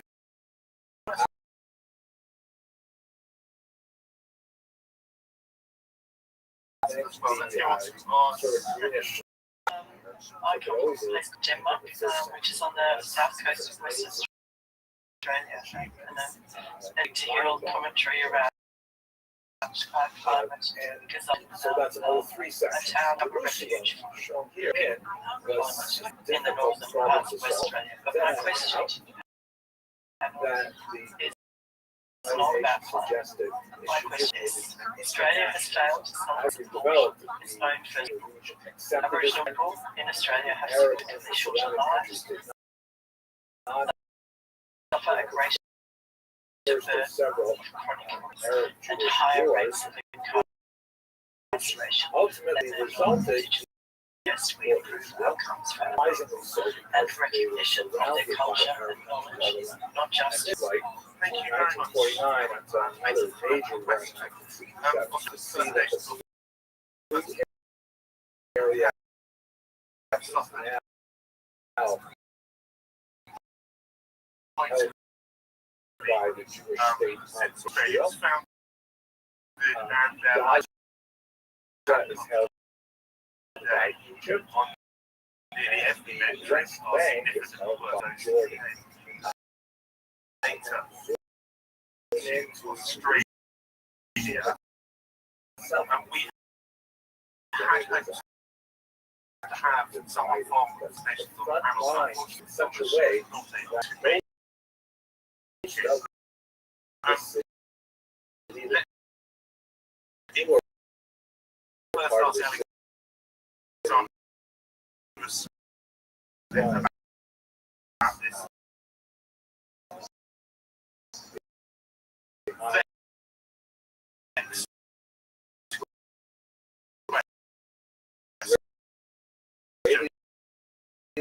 Australia's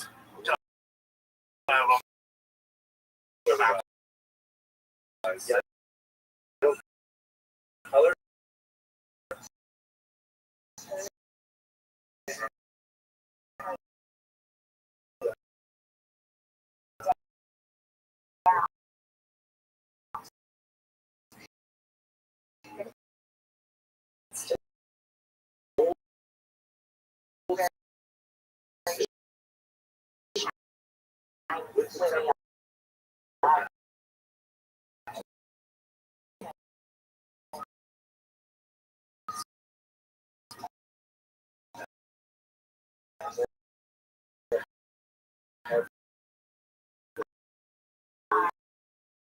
Arabic fell into Jordanian side.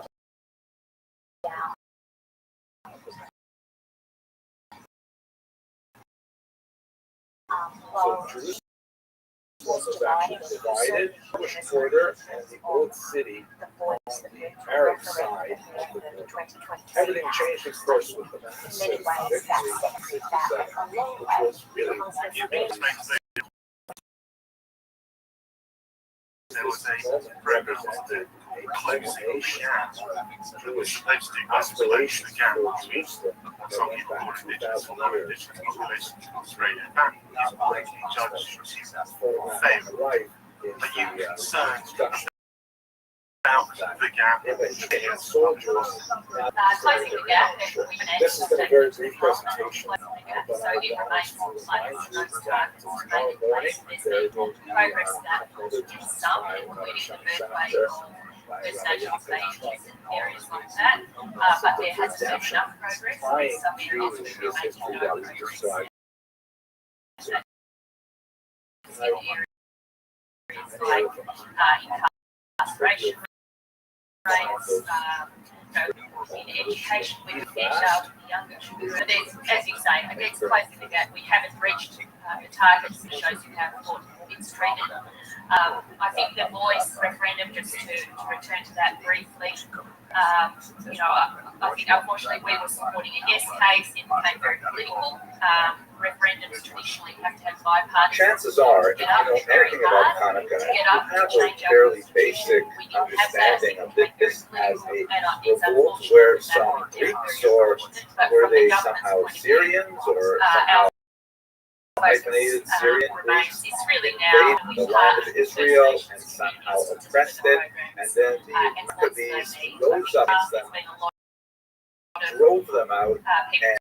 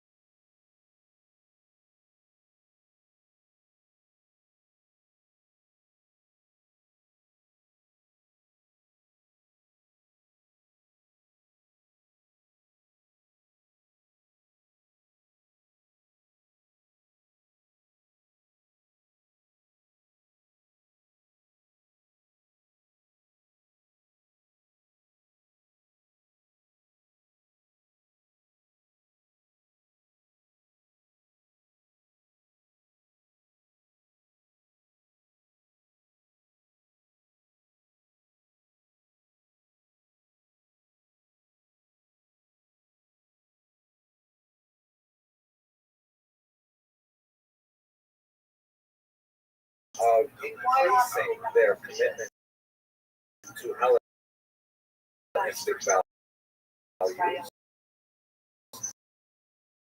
And on the other hand, there are those who are more traditional, who says no, that he had to raise population. Began to become involved in this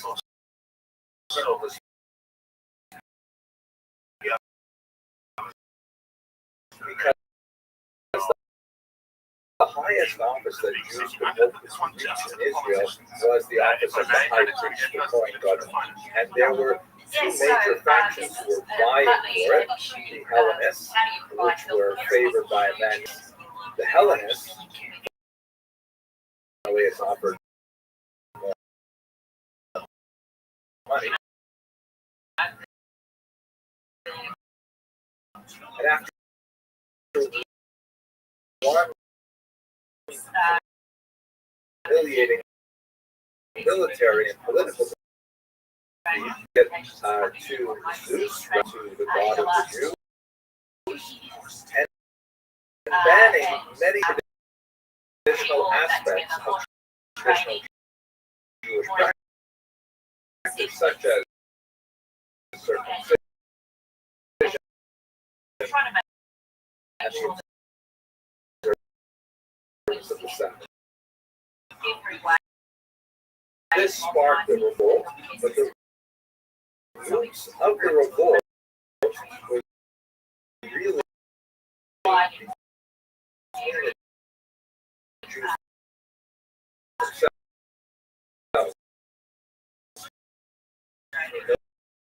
Those Jews who wanted more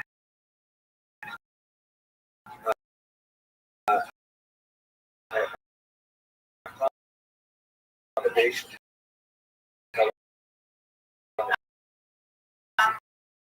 values.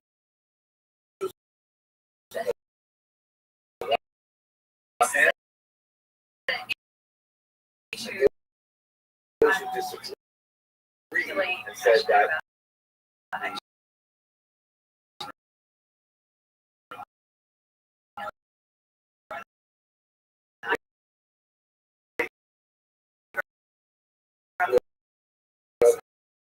had to be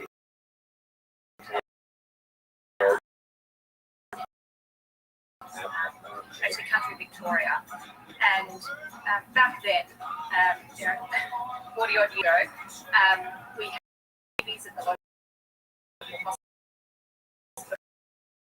hospital. There were wives available, and maybe surprising, but our best history of the Maccabean revolt, which was a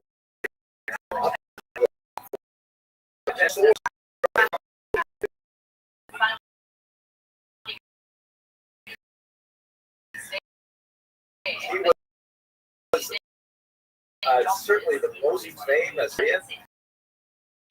He was a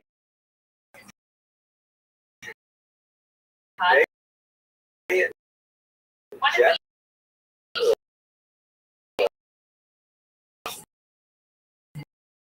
with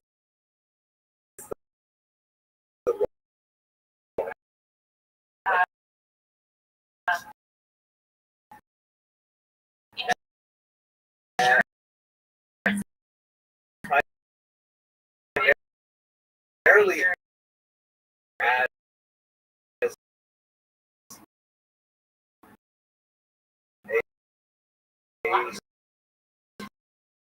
historian, as an official expert for the Jew. Yeah.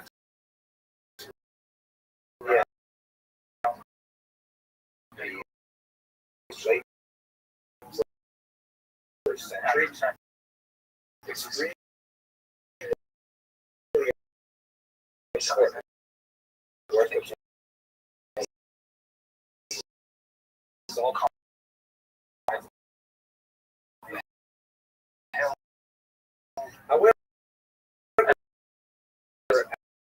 as I just gave you a couple of comments about his biography, there are some difficulties with Josephus.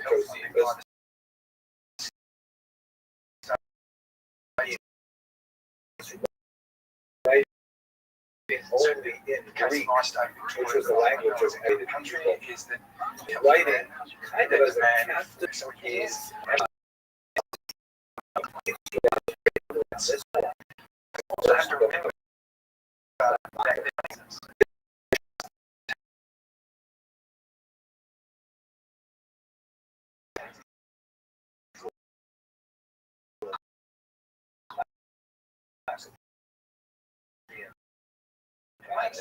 and it gives an incredibly detailed role involved in the word itself from the Jewish side.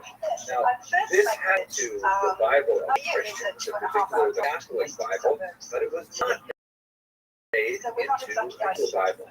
Now, this book would definitely make it into the Jewish Bible. So rabbis, they went through the translation process to determine who made the cut, elected to pass on the Book of Maccabees. Now, I hope to discuss rabbis. By this I mean the Pharisees were not especially enthusiastic about everything that the Hashmonaim, the dynasty that the Maccabees founded, represented. And there's a lot of questionable things about whether or not they wanted to support and encourage and identify themselves with the Maccabees in every way. There are a lot of ambiguities that have emerged from the first Maccabees that made the rabbis think, you know what, this might not be the best thing to put in every measure. So even though it was in the Bible as by Christian groups, the icons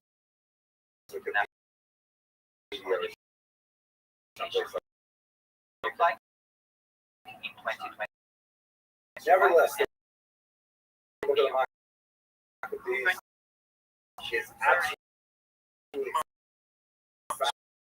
fascinating for our purposes. And it's going to give us an idea of what was happening during this time.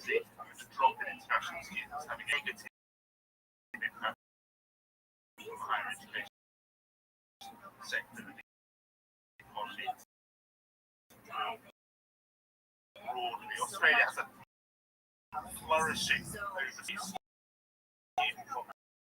population. Some say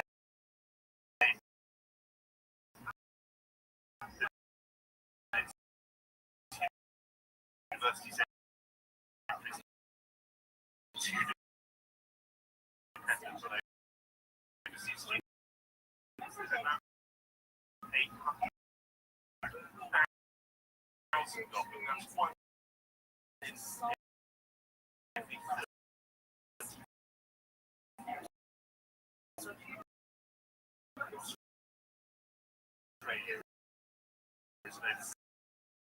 The Maccabean Wars were absolutely fascinating.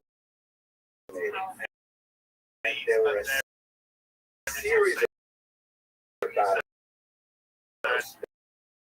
that were primarily led by Yehuda Maccabi, an incredible figure who was a military leader who understood that the asymmetry with a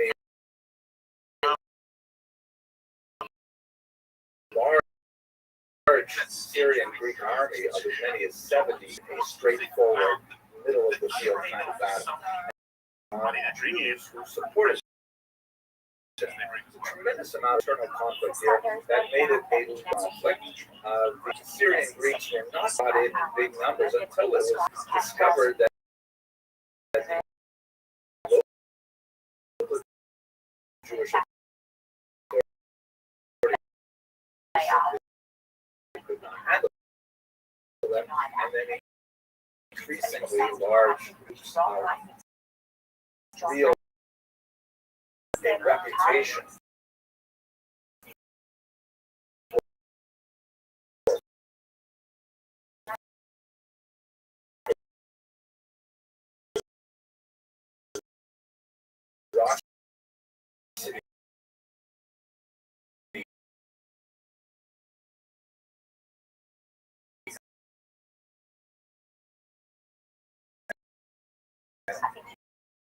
brilliant strategic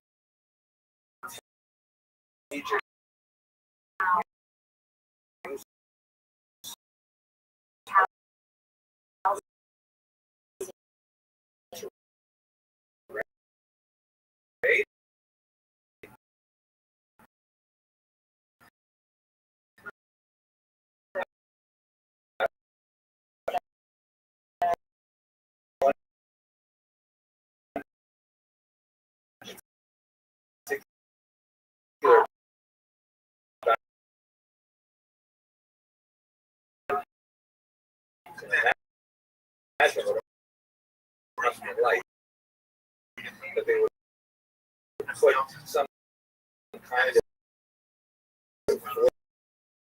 fortified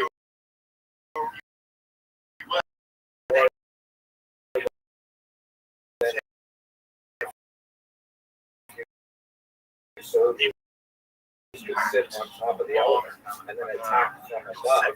And so Yehuda's brothers thinking incorrectly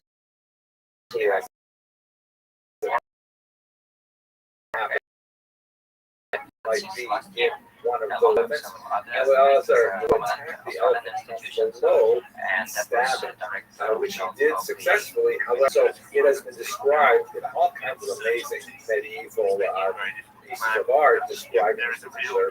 Let me just take you through some of them because they're just so fascinating. As you will note from this particular example, the Europeans who are describing this happens to be a 14th century German print. They don't know what an elephant actually looks like, so they sort of imagine some kind of a horse, maybe, and got some kind of a funny nose. Okay, fine. Here's another one which also has the elephant is some kind of horse-like creature. In fact, it looks exactly like a horse because apparently artists could not believe that an elephant really exists. But we have lots of other examples. Here is one that makes a horse look something like a, sort of a happy Doberman picture of the size or something like that. This one's great, like a sort of a cat-like, tiger-like look. And this one is truly original, right? It's got some effect going on. Here's the last one, I promise. We're back to the horse again, and it looks a little bit like a Dr. Seuss kind of representation. Fascinating. Okay, sorry for that sort of detour into the death of Eliezer. So basically, under the remarkable and brave leadership of the Maccabees, under Yehuda's leadership, the Syrian Greek forces eventually have to retreat. So, they were saying the legislation wasn't enough in the sense. Weakening was a measured way, but it did provide that certainty and it was allowing for a sustainable international education system, which I don't think anyone demonises international students. They should. But we need to make sure it's more manageable.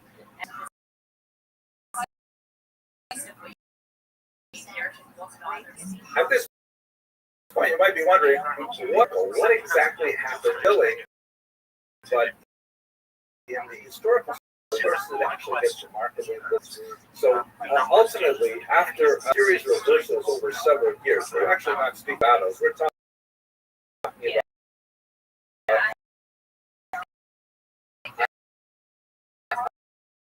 about drawn out conflict that temple grounds, cleanse it. Antiochus inspired poetry and restored back to its original function as a monotheistic site of God. Let us recall that the very name Hanukkah, dedication,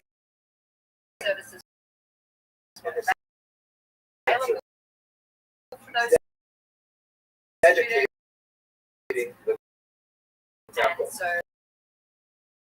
And one of the elements is the menorah, which is shown here in the arch of Titus. This is a Roman monumental art.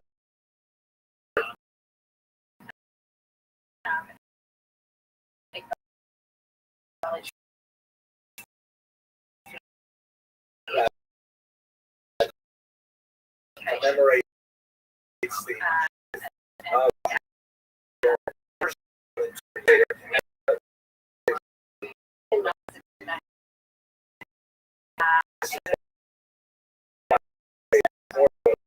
day of Stephen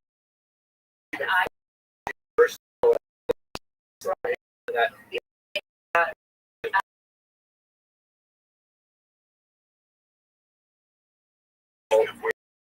is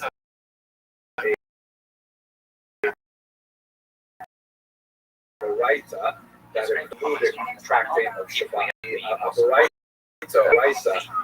is essentially a which is aimed but in this program we several times talked about the collection of teachings that was brought together in the early 3rd century by Rabbi Yehuda. So that is essentially the place where First, let me thank God for the story your time and your experience. Thanks to all our questions. Thanks to you. Next month, we will be there are and other early sources such as the Megillah, which is a school of fast days that list not really fast days per se, mainly list days in which fasting is not permitted, and Hanukkah is one of those days. Versus to make reference to the need for a new menorah, the need for some kind of way of kindling lights, presumably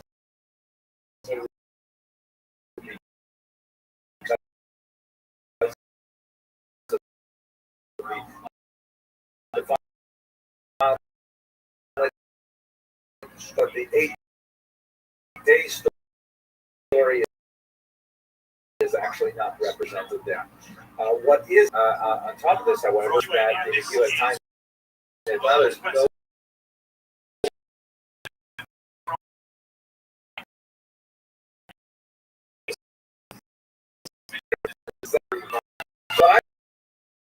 resuscitation is the fact that Yehuda Maccabei's earliest supporters were called a pious one. The traditionalists who really wanted to get rid of all these Hellenizing elements. And they followed him with tremendous zeal and with tremendous the book of the Maccabees bolster their support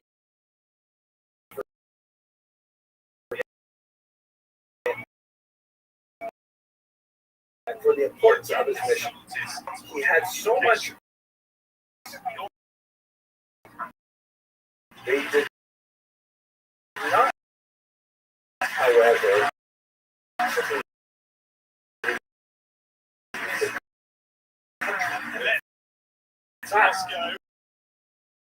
the Maccabees would not have full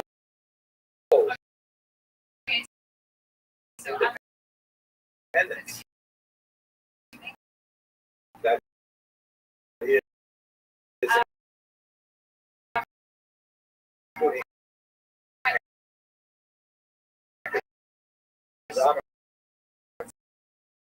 independence and the freedom from paying tribute that is tax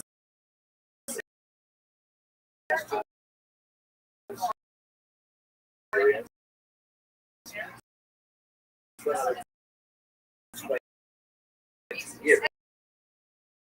They wouldn't get that so long after you when it was gone. 142, and even then only briefly.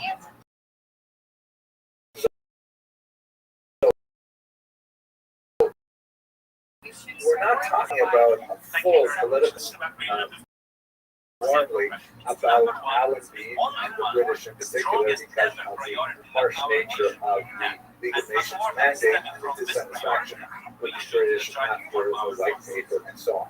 But it's actually similar to what we're talking about here, because what happened is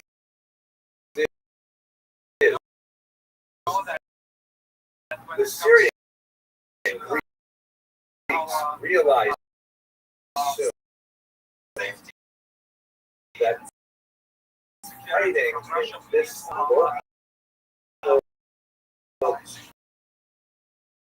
general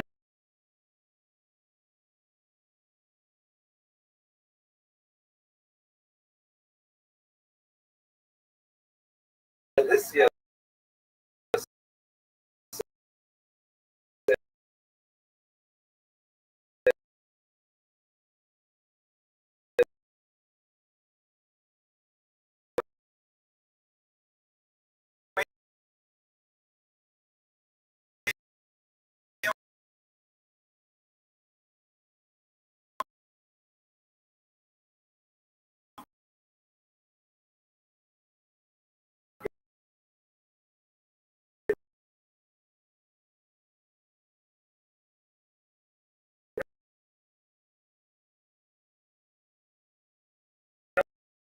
what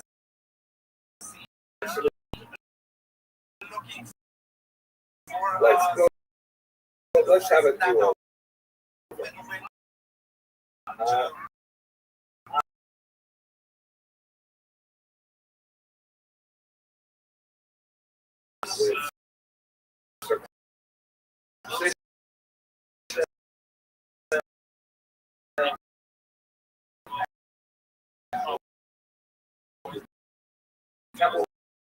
Ritual.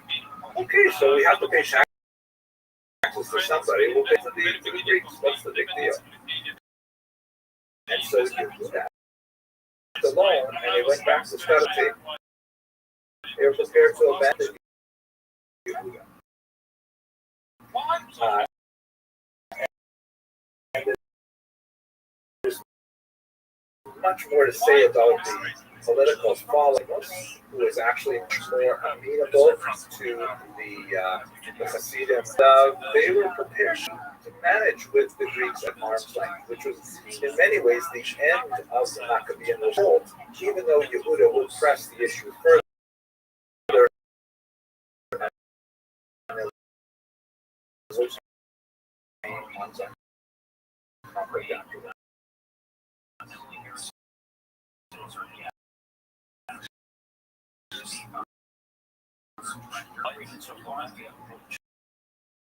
and politely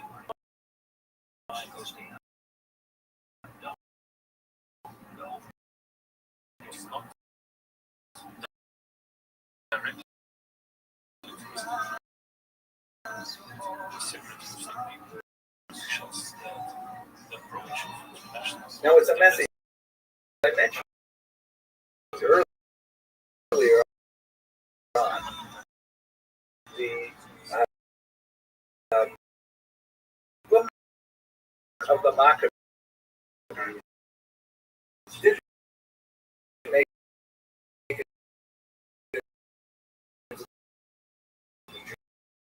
Jewish fish. Obviously, Jews were aware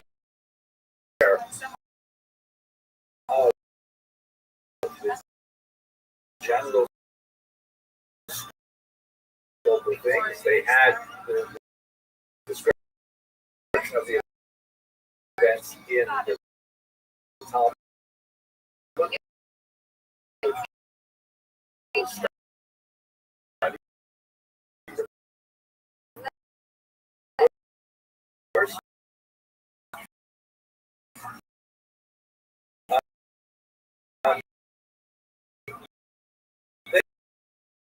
They had some access to Josephus, but they hardly ever looked at the book, so they didn't have much more than a hazy idea of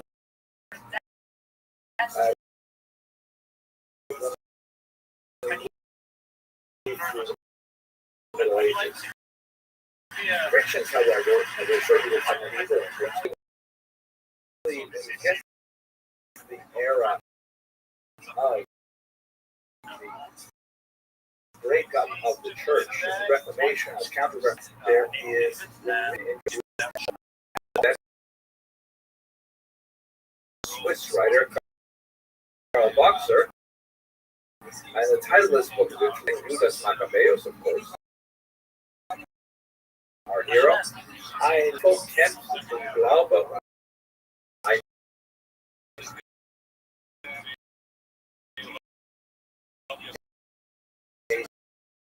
small people, this is a subtitle, a small people fight for faith and hope.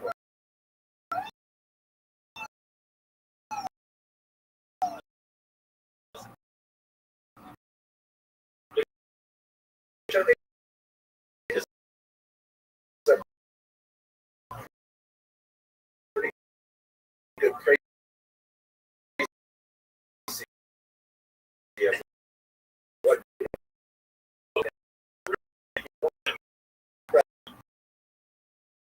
Jewish family.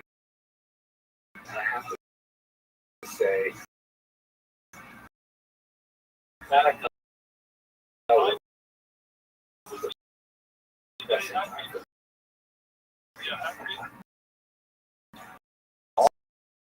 all my friends were totally psyched about Christmas, about Santa Claus, and my presents.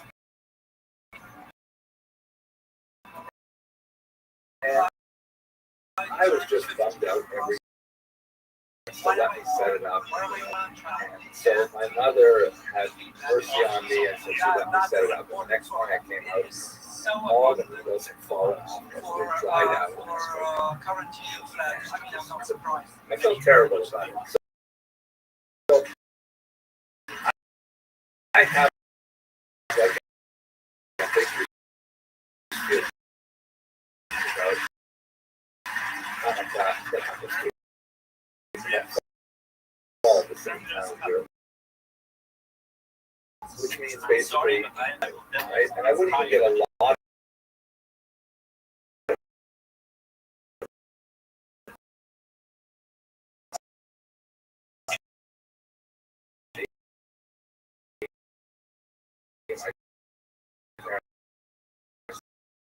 didn't have a lot of and sometimes it wasn't even, like actual currency. It was like explicit reference.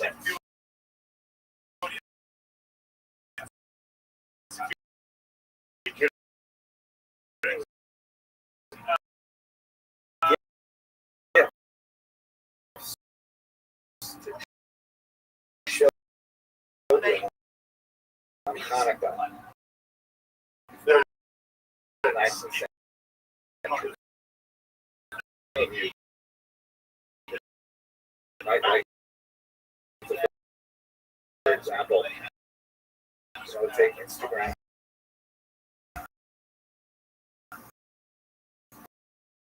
Photographs of the president.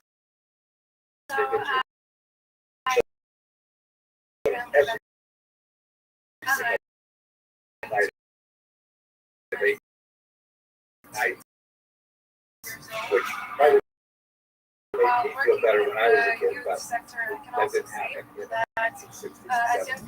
So there's no reference.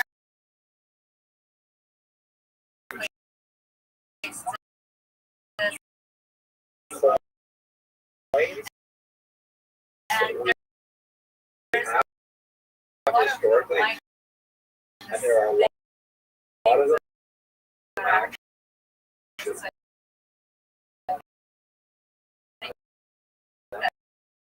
Myself.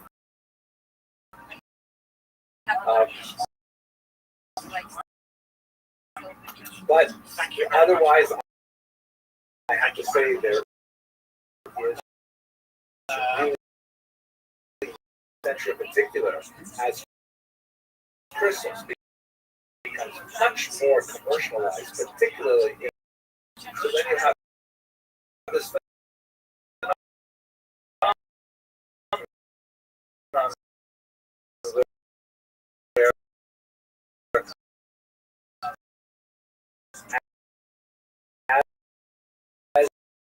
as the Christian world moves, the Jewish world also moves. So just like Christians don't deep-rooted tradition of Christmas, there is a small tradition that you'll see in some countries, but again, it's not that deep.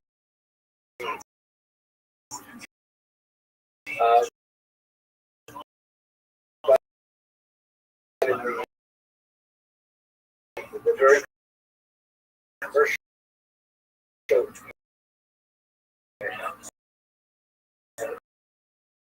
enterprise we call the United States of America, came quite a bit of a thing. So therefore,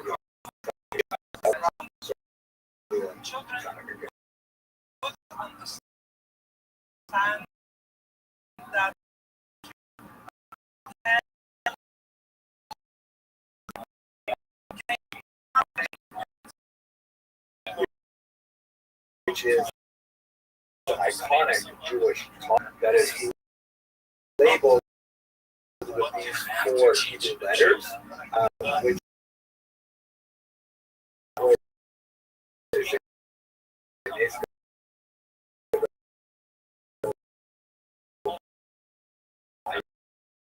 yeah.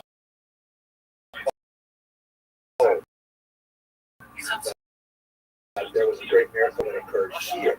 The letter Shin.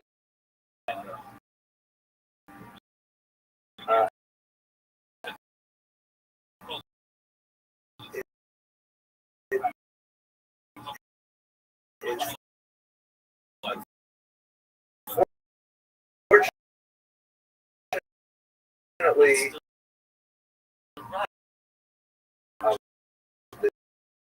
the dreidel and again with the dreidel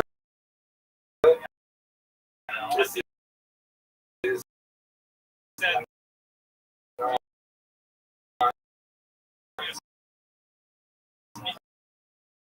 a Jewish source.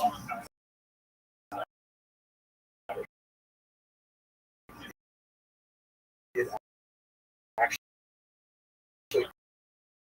comes from a medieval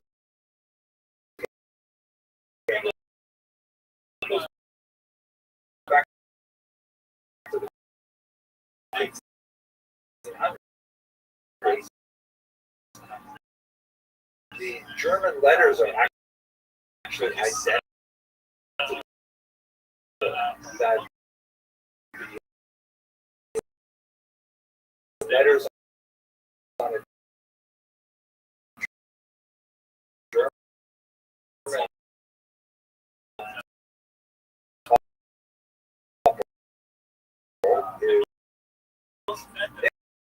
is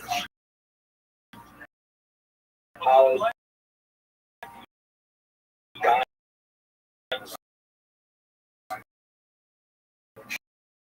outline, which means if it lands on the end, you get nothing.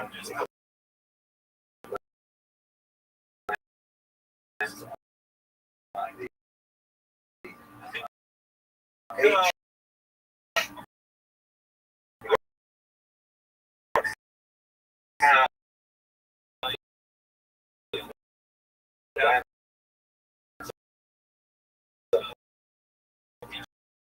G, you get everything.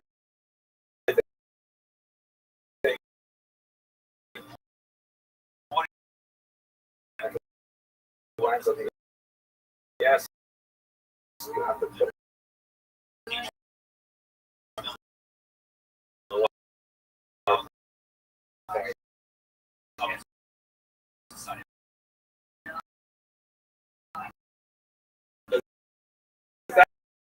that sounds familiar.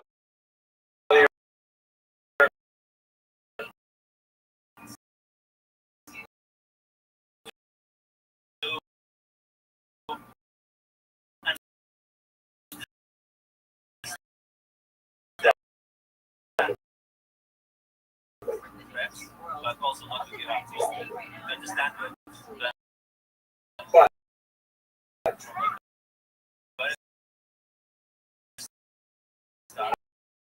I don't want you to think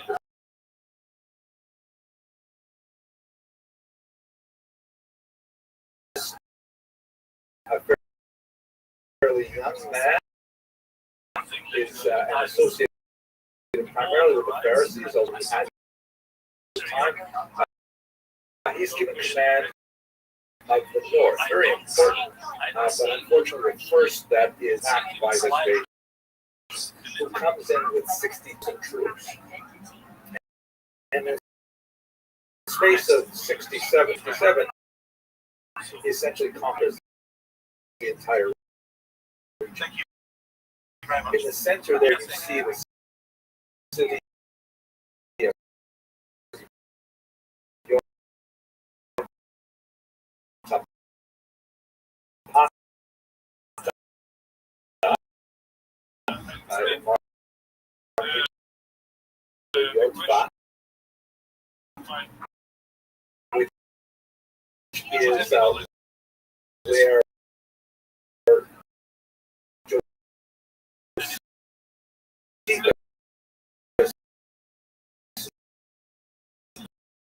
which is where was housed.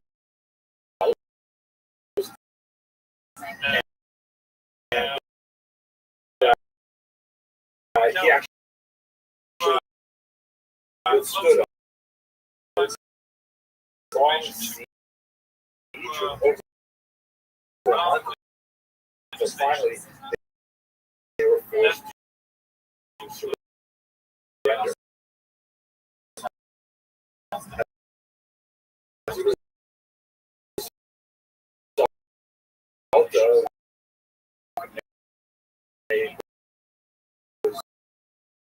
bizarre suicide pact that Josephus manages to survive.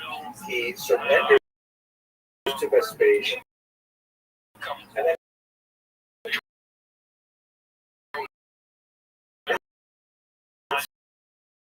Vespasian that he can be a very useful tool for him. Vespasian ultimately takes Josephus at his word and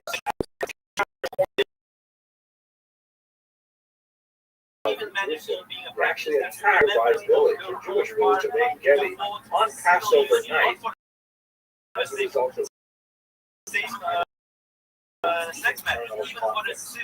Jews are fighting with each other bitterly in Jerusalem. It takes his time and he wipes up the naval resistance at Yaakov. There were several sea battles there, and some smaller conflicts around Jerusalem, but he leaves Jerusalem alone to go to year 68. At that point, Nero dies, and there is a very significant competition to be the next emperor. Ultimately, Vespasian is invited to take that role, and he returns to Rome in the year 70. He hands the command over to his son Titus, also a very able general. Titus approaches Jerusalem.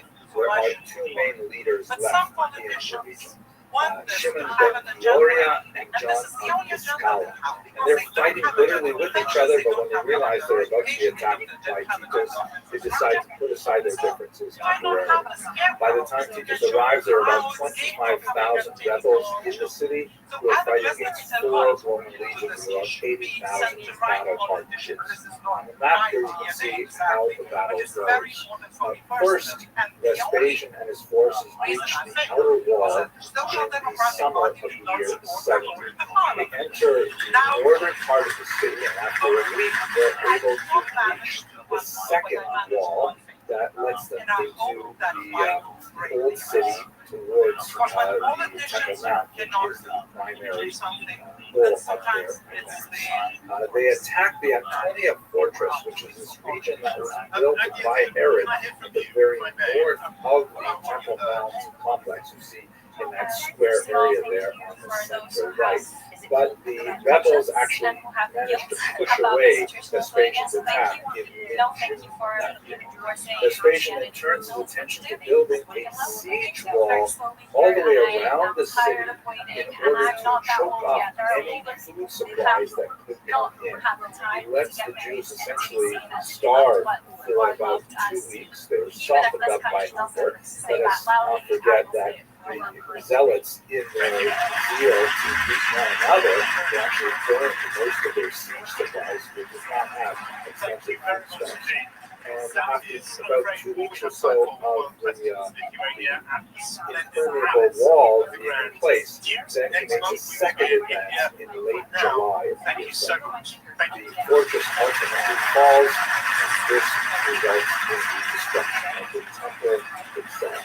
This occurred on the 9th day of the month of Av, a little bit late August of 70, and to the present day, this particular event is marked by fasting by Jews all around the world. They sit on the floor, they read the Book of Lamentations, and they endure this day of mourning for an event that occurred 2,000 years This ago. is the BBC World Service. I'm Johnny Diamond, and welcome to World Questions Canada. President Trump called it the 50th state of the USA and has threatened to use economic force to make that claim a reality, starting with high tariffs of 25%. The Canadian Prime Minister says the country is facing the most significant crisis of our lifetimes, with its sovereignty under threat.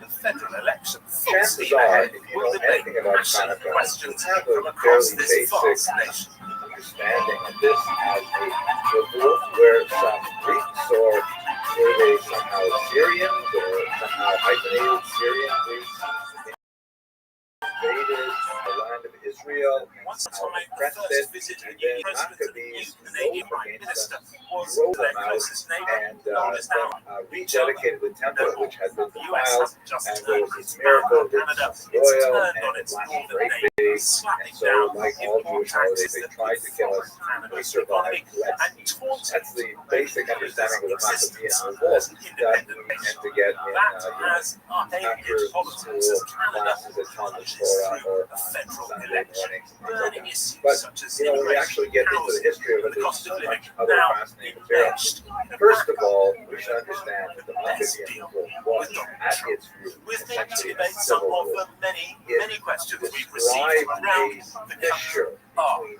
two Nathaniel Erskine large Smith, the groups current of Minister Jews, for how they Housing felt they in should the relate Liberal to the Party world around them.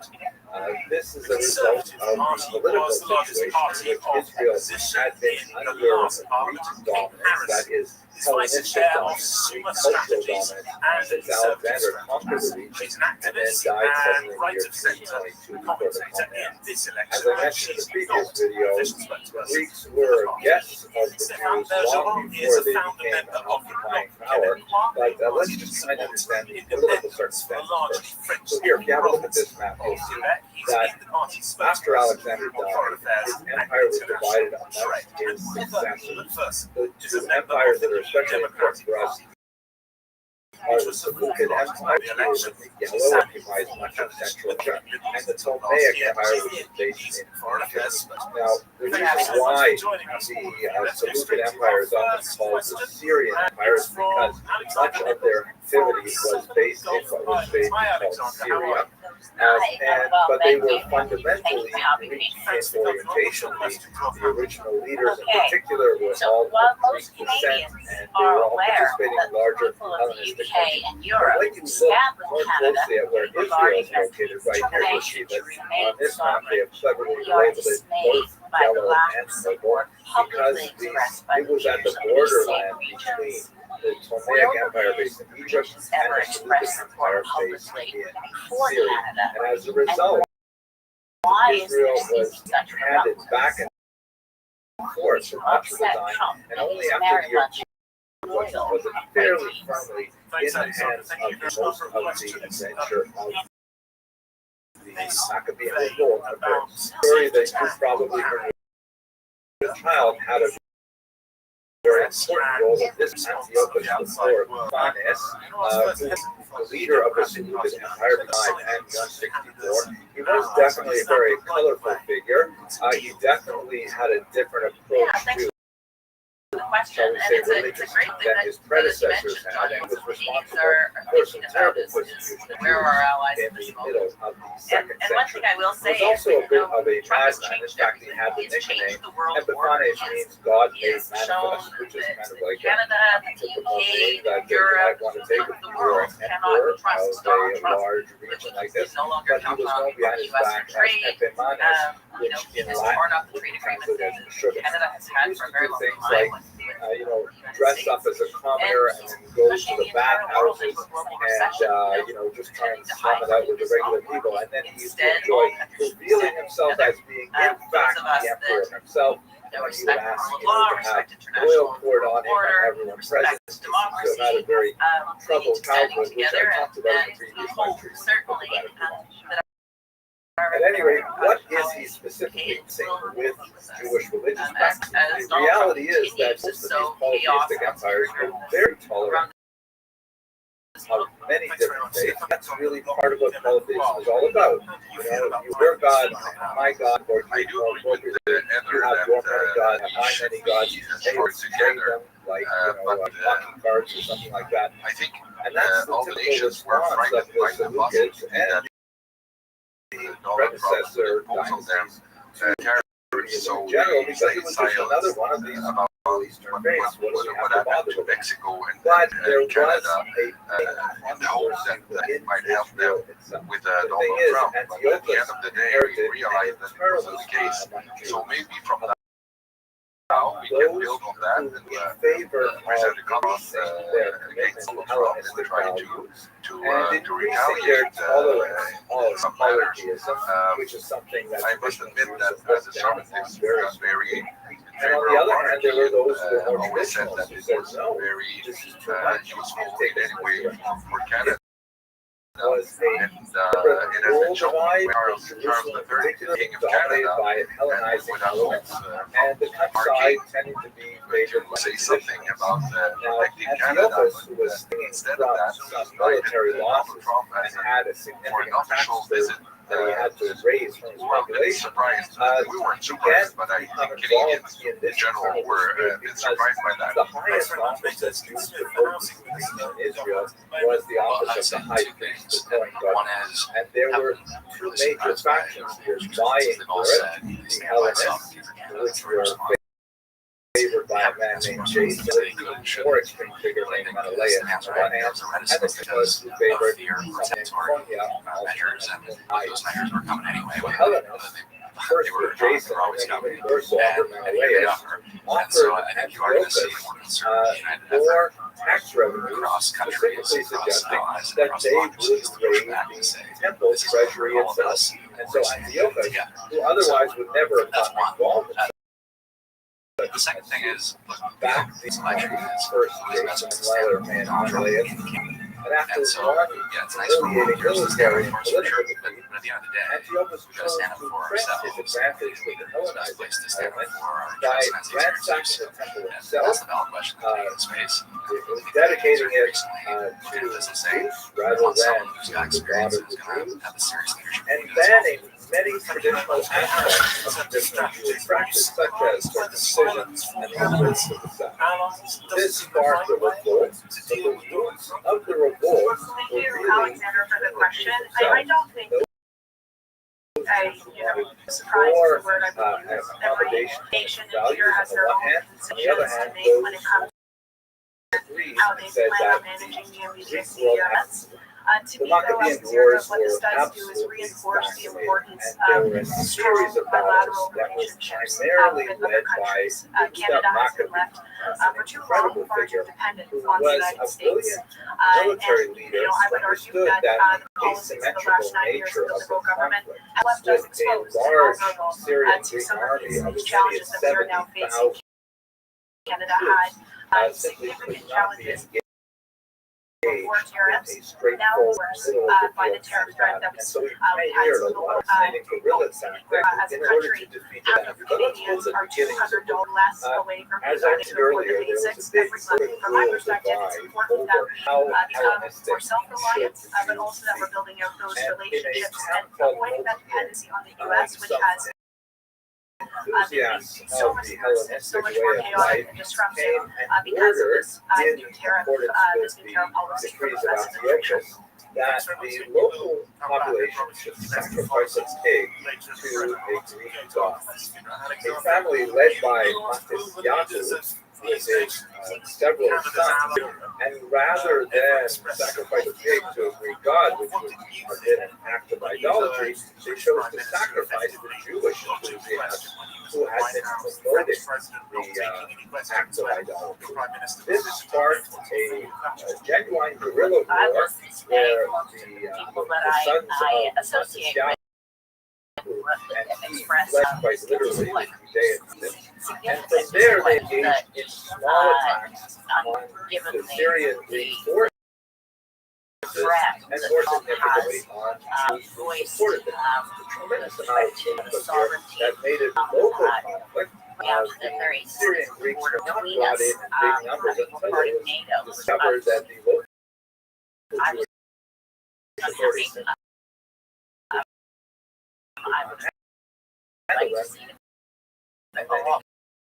increasingly large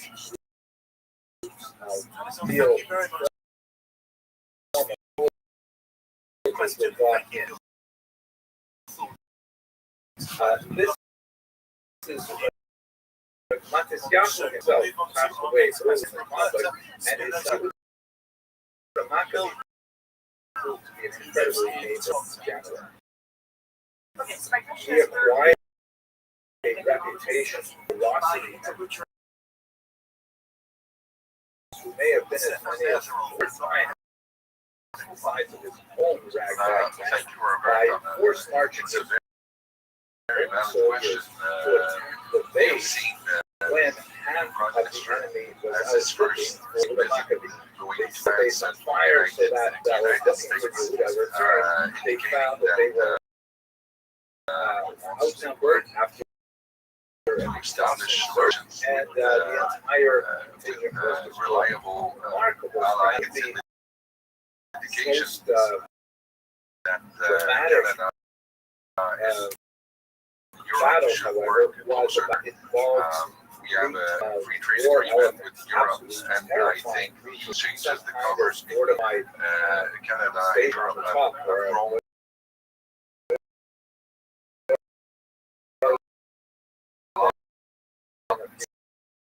since this accord. And since we have set up, we have yourself that might be something for our future. war elements.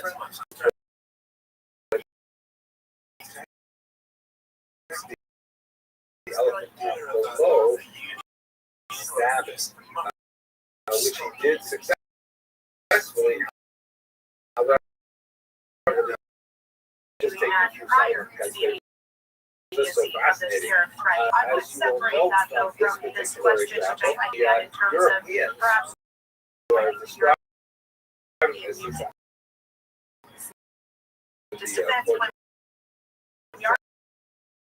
as they don't know what an elephant's like, so they sort of imagine between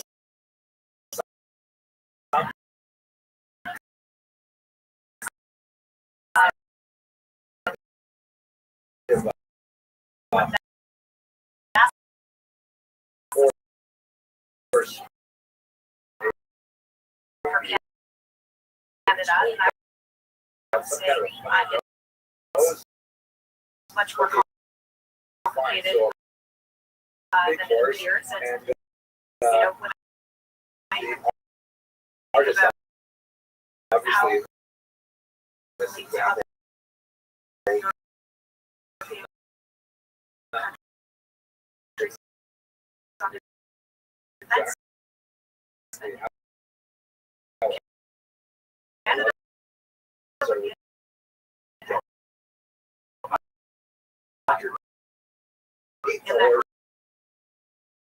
we're getting 1.3%.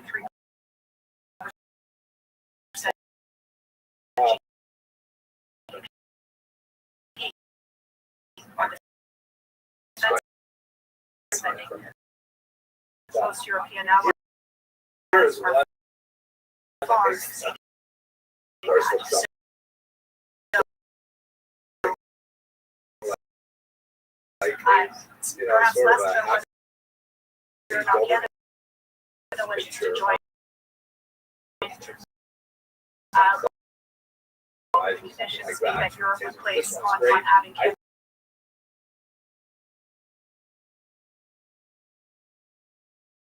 Today, by the Romans in the first century, 200 years later, and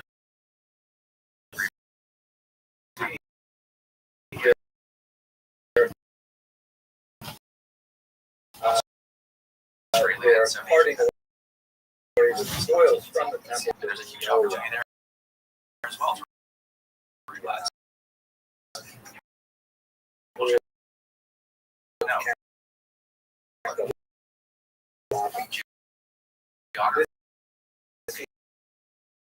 By the way, more or less I would say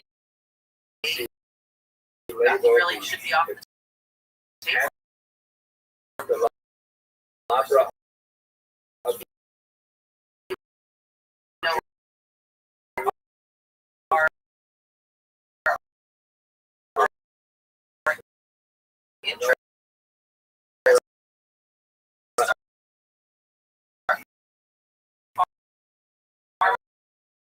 more aligned right now with the progressive European governments. They are with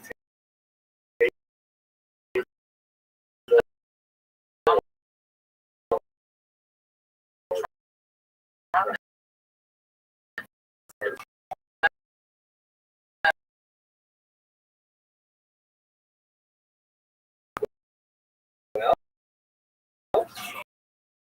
but that is essentially what they get for 8 days.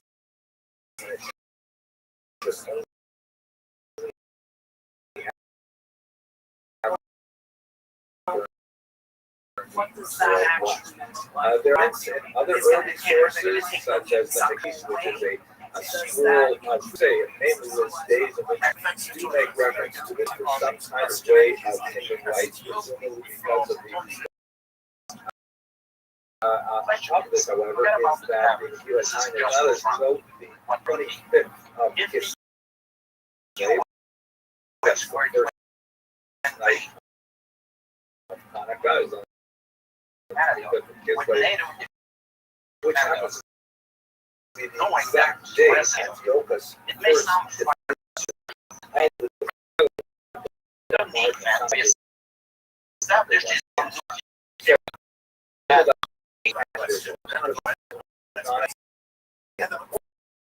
first significant things from a historical perspective.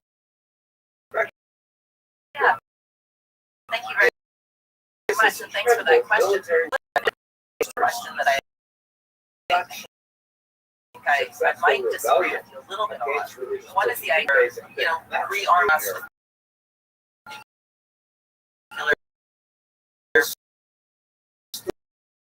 with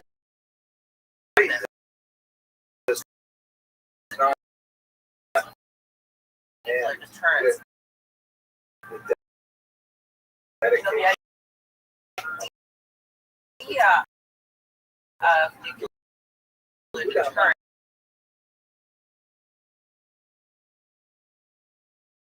that we also should think about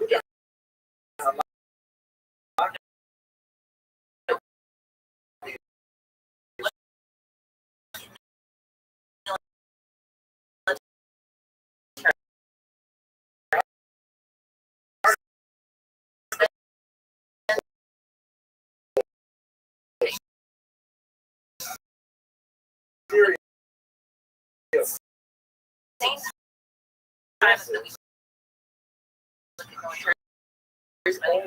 look at military, let's look at the other security of the world better. More investment in the military, I think that's the absolute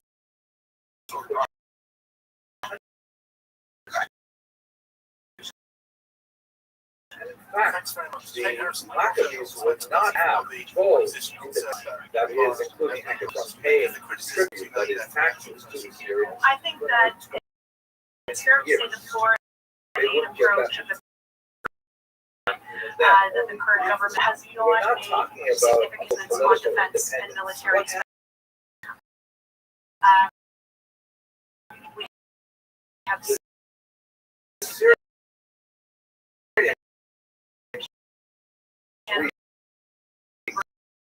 recruitment and retention for the armed forces. To the point unclear to your question, sure.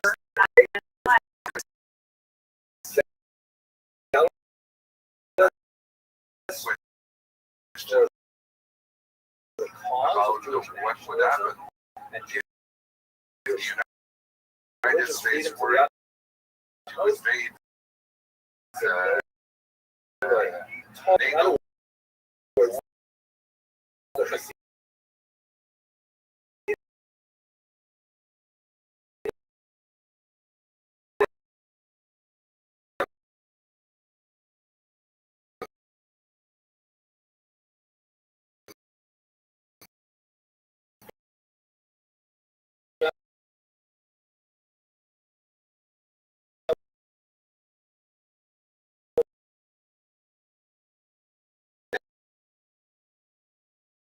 there.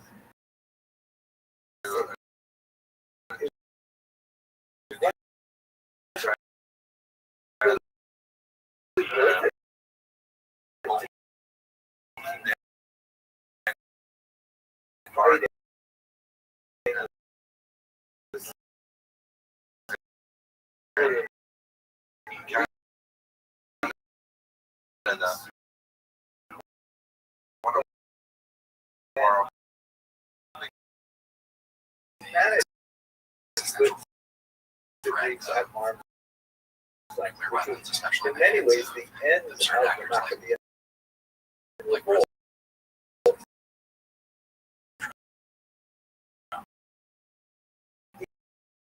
Even though Yehuda would try $1 economy, it is significant spending on annual basis as a percentage of GDP. The government is saying we're going to get 2% by 2032. Prime Minister Carney comes in and says they're going to expedite that timeline to 2030.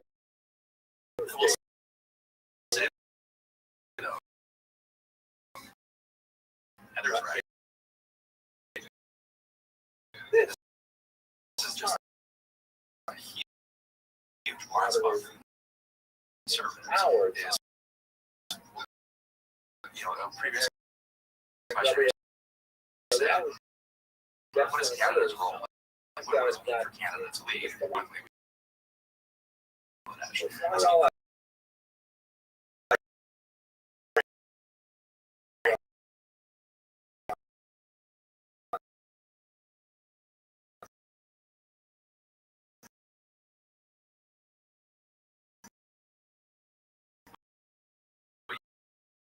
Yes.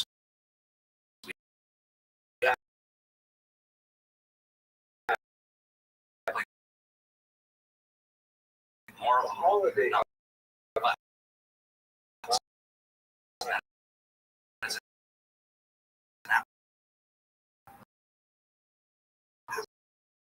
Absolutely. Choice and selection.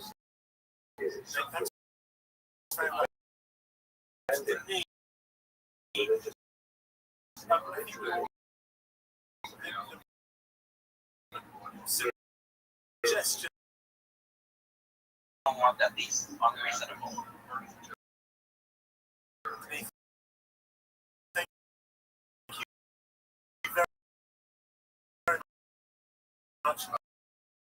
Thanks.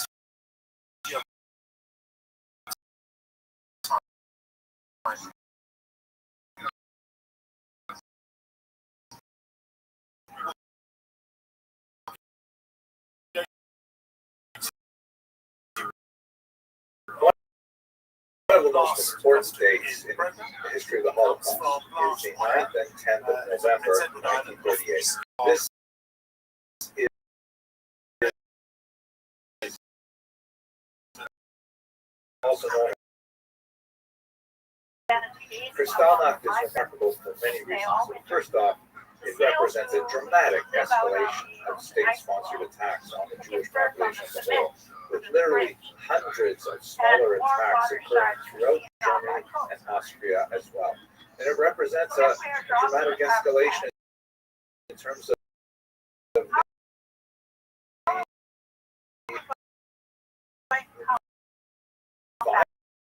violence of the attacks as well.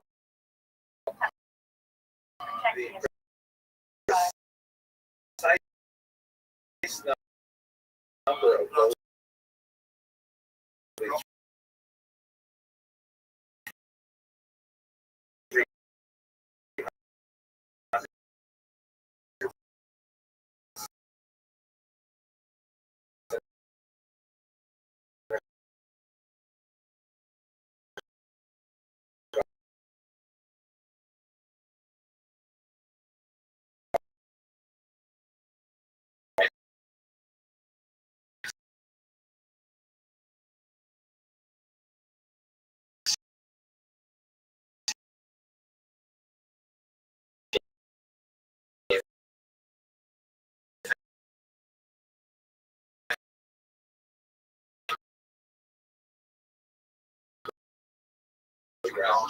vouch for this question. There's I also think we are collection.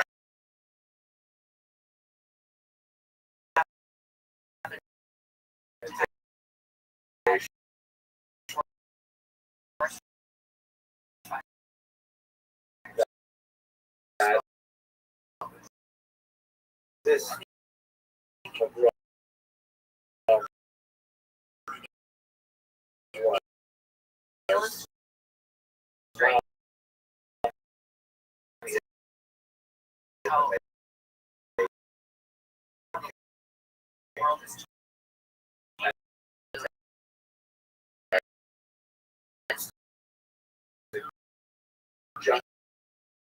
justify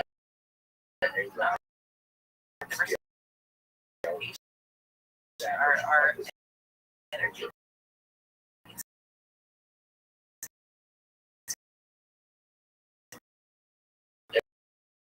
It happened that the date of a pretext occurred quite close to the anniversary of the air which we discussed earlier, so this happened to fall very nicely into Gerber's lap as a major propaganda.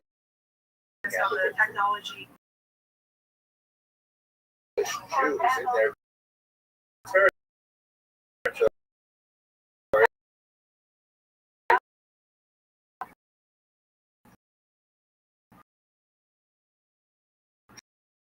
Germany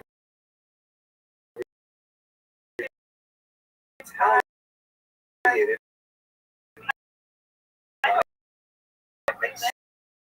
expelling them to Poland. Poland, however,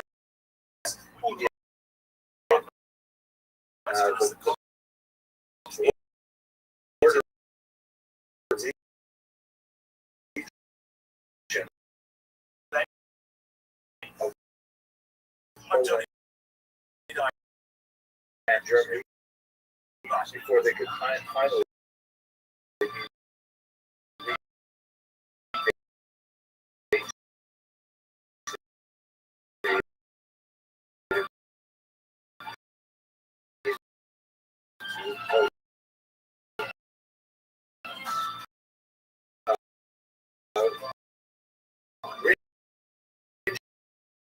Richbad, who was a student living in France at the time, received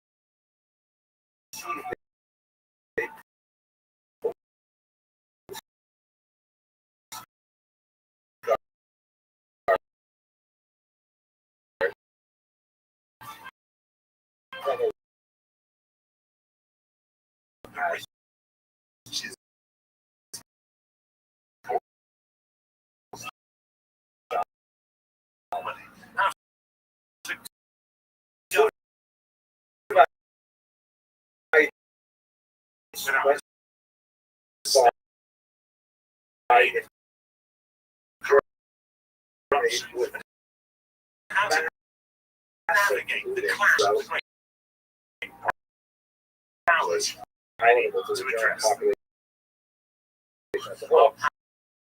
but nevertheless, Senator Dr. Fuzias Salah is Secretary General of the Prime Minister's Associate Professor at the University of Nottingham, Goebbels argued for a base of rage that spread across the entire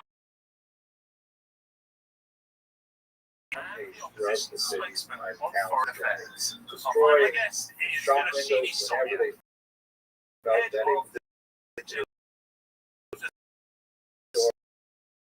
that it was program by Jews, University of burning Malaysia.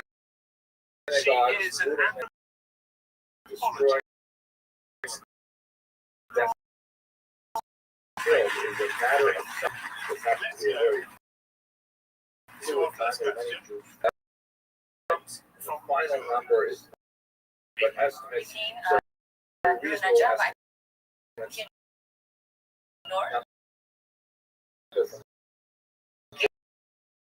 My question is, as we can observe now, most 26,000 Marxist Jews believe media corporations are meant. Where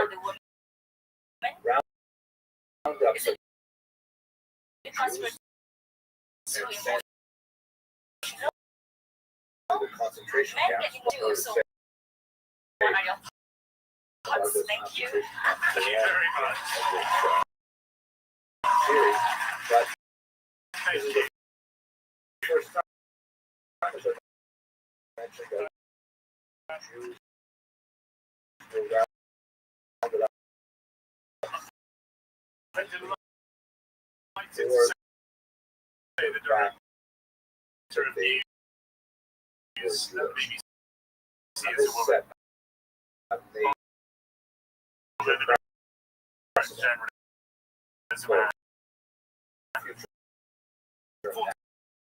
to the set.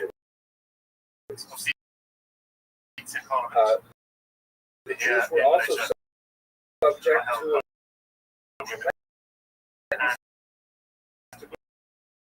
a collective punishment. The Nazis argued that the Jews collectively in Germany were responsible for they held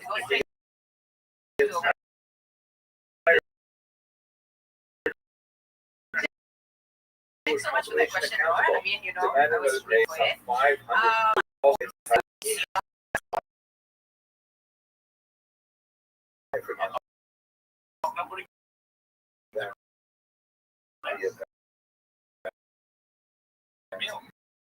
it's maybe which I personally find very this photograph is just a great flow. That was taken just a few months after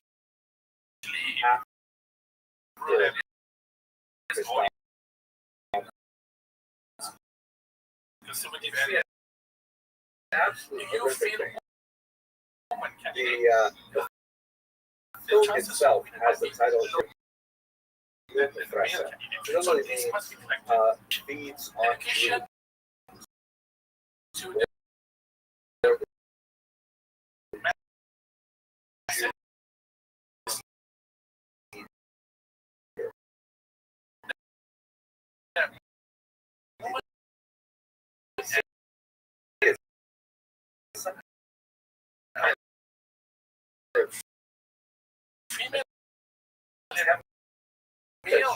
This kind of monstrous thing, and here there are people who can kind of climb up as if some kind of ride.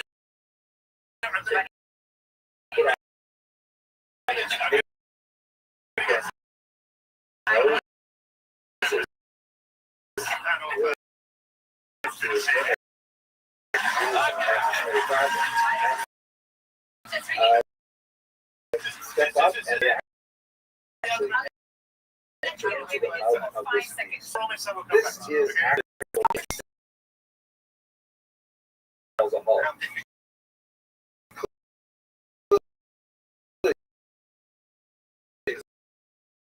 Very well demonstrated kind of activity.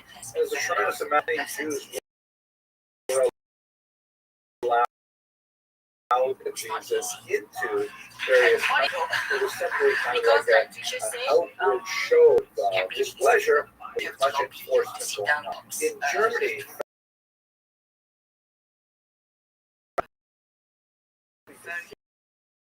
that there was disapproval among the population for Kristallnacht. But not so much for his anti-Semitic contact.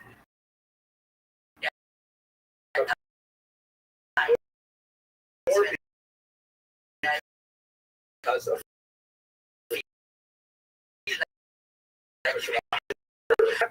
idea of hooligans, even affiliated with the Nazi Party, running around their streets, destroying businesses, which of course has, as it is, that German person alphabet defection. But it had to happen out of sight. It could not be something that was so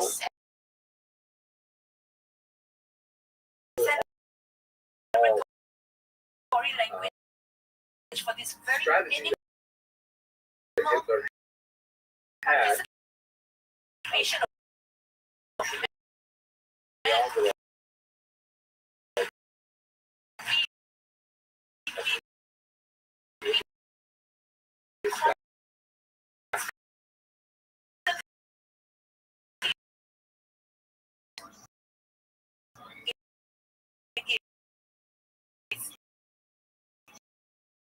Come on, man, you can do more. That's the position that I wanted to take. Sorry. Yeah.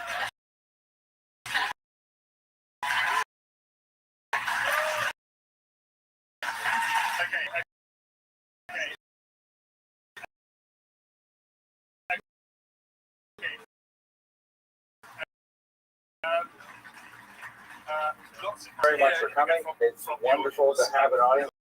So many people have the same kind of passion. I spent way too much time preparing this class. I enjoy doing the research on this. So let's go straight to focus on the tumultuous first century of Jewish history. The first century of the first millennium. Right? The zero is up to 100. And we'll just edge over a little bit into the second century. We'll cover the following events in this lightning tour of Jewish history. In Jewish history, and I share with you a little bit about what that rebellion meant for the future of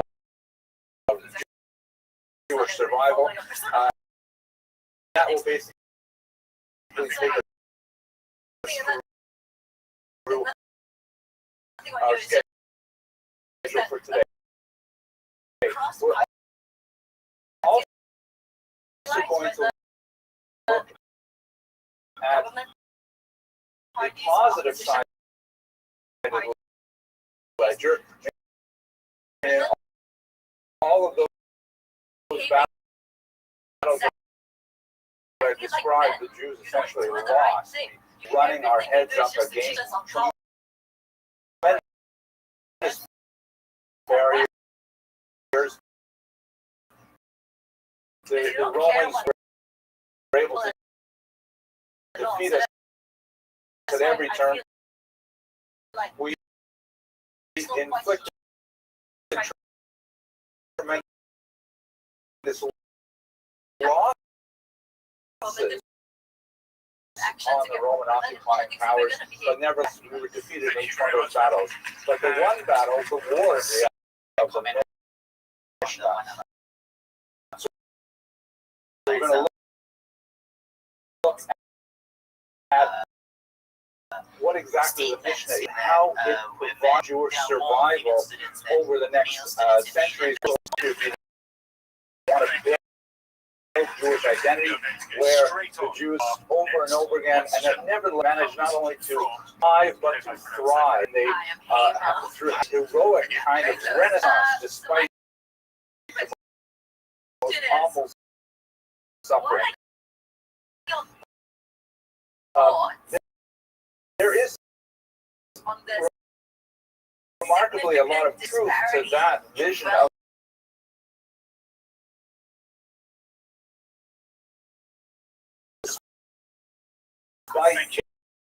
care of oppression. And we will see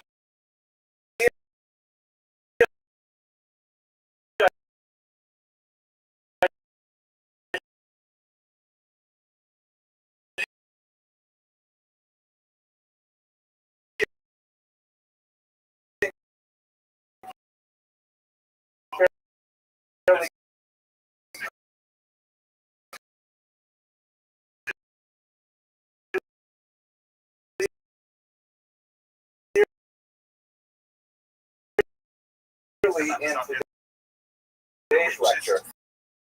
But there are moments when Jewish oppression is pretty close to total, and we don't see the other end of these.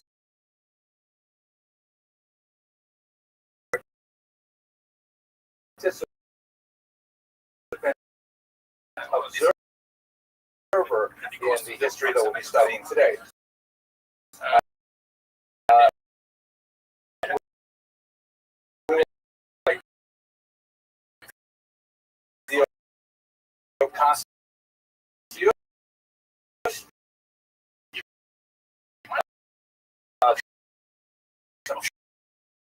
Church historians will look at this period of history from a very different perspective and offer quite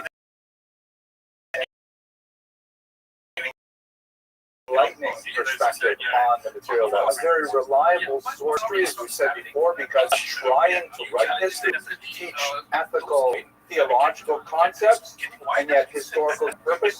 So we will see the Talmud view on Sunday. We are also looking at some great archaeological finds. Most notably, the amazing finds in mid-century. Here's one of my. If you're this is sort of a product placement. He's wearing a cap I got on Kosher River boat cruises. So if you want to do something fun this summer, yeah. Oh, okay. Anyways, okay. One of the, an example of amazing documents we get from the archive or the archaeological example of the Labatha archive. There's phenomenal trove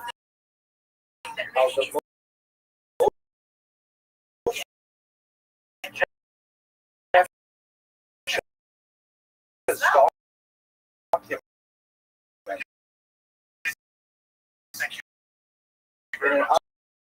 otherwise completely anonymous woman whose name was period, and she left.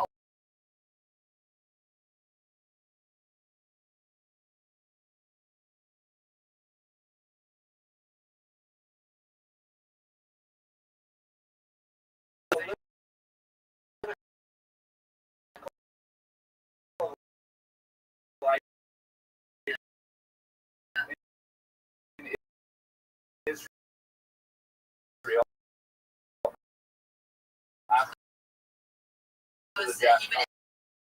This phenomenal leader who had left such a prime inheritor of Paris. The Romans, of course, did not allow the Jewish client kings to designate the successors. They would have to approve themselves. So they gave Archelaus, which is actually on the other side of the Jordan River, also considered part of Judea writ large. Philip took Gaulantius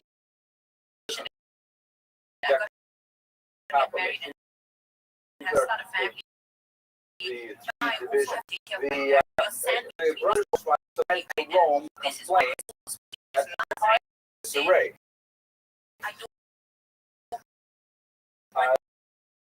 There was an altercation between and the violence actually taking on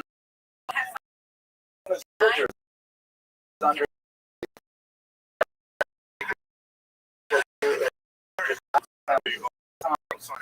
would be looted the next 100 a major source. There's not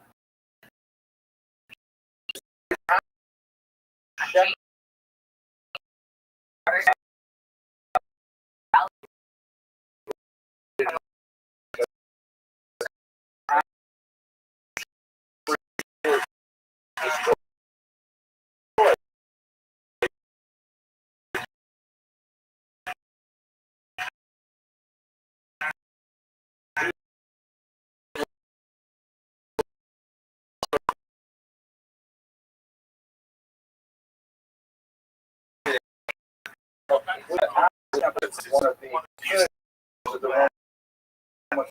They say that still have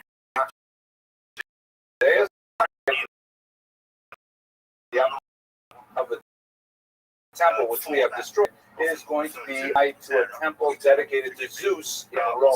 While the three would-be kings in Rome, there are two other Jews standing up saying we're actually the kings, and they're claiming the right to the throne. So you have to imagine that at this time.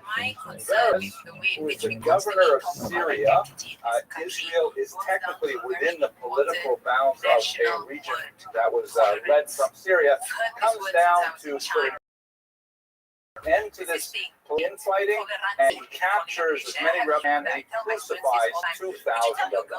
Crucifixion, of course, was the favored method of execution for the Romans. Very, very painful method of death. People would be left out on the street for days as a deterrent to future would-be rebels. So you get a sense of the kind of savagery of the period. And as for Archelaus, the leader of the three brothers, he is ultimately exiled because the Roman emperor has enough of all this, and he sends them off to the south of France, to this town called Vienne, which is actually one of the places that we visit on the Kosher Riverboat cruises. Okay. So, now let's think a little bit about the political organization of the Jews at this time. They're living under someone called a procurator, which is not exactly a provincial leader, but nevertheless someone with a tremendous amount of power. We will get back to the Jewish client kings who are present throughout the first century. The procurators were based in Aria. You'll recall this is the city that Herod built specifically for the Romans, with all kinds of amphitheaters and gymnasia and a beautiful deep water port and things like that. And Caesarea was really known as a Roman center, even though there would be some important Talmudic rabbis who would establish a foothold there, but it's distinct from Jerusalem. This is a very, very Roman city with lots of Roman architecture, lots of Roman gods, so lots of Roman idolatry and so on. The term procurator replaced a term that had been used up until the middle of the century, which was prefect, sometimes spelled the E with the English spelling, or just with the as you spell it in America. And it seemed to indicate a decline in status of the prefect. The prefect had more authority. The procurator was primarily a finance collecting funds. The most important prefect, of course, in the history of this time is Pontius Pilate. And in 1916, this stone was discovered in Jerusalem that actually names Pontius Pilate. You recall, he was the prefect who put Jesus to trial, and he wanted to, substitute him for Barabbas. And when the huddled masses decided they wanted Barabbas to go free, something which has no precedent in any example of Roman law we have from the period, then Pontius Pilate famously washes his hands of the affair, which is how we get the expression in English. Here he is. You can see the inserted letters, which are kind of right there, from Augustus Caesar, Tiberius, to Pontius Pilate, the prefect of the Jews or of Judea. This is dedicated. This is kind of like the first shul plaque in history. I thought that was funny, but I just made it up now. So, okay. So it's interesting though. It clearly is an archaeological point of data to prove the existence of someone named Pontius Pilate, and one can, by extension, argue that many of the other stories have some historicity as well. The relationship of these prefixes to Syria is not clear, and quite a bit of ink is spilled among Roman historians trying to figure out exactly who reported to whom. But in general, it seems that the Syrian governor was where the real military political power was come, and that's very significant, as we shall see during the First Roman-Jewish War. But what's not as well known is that for most of the first century, the Romans actually remarkably tolerant of this bizarre people they ruled in Judea.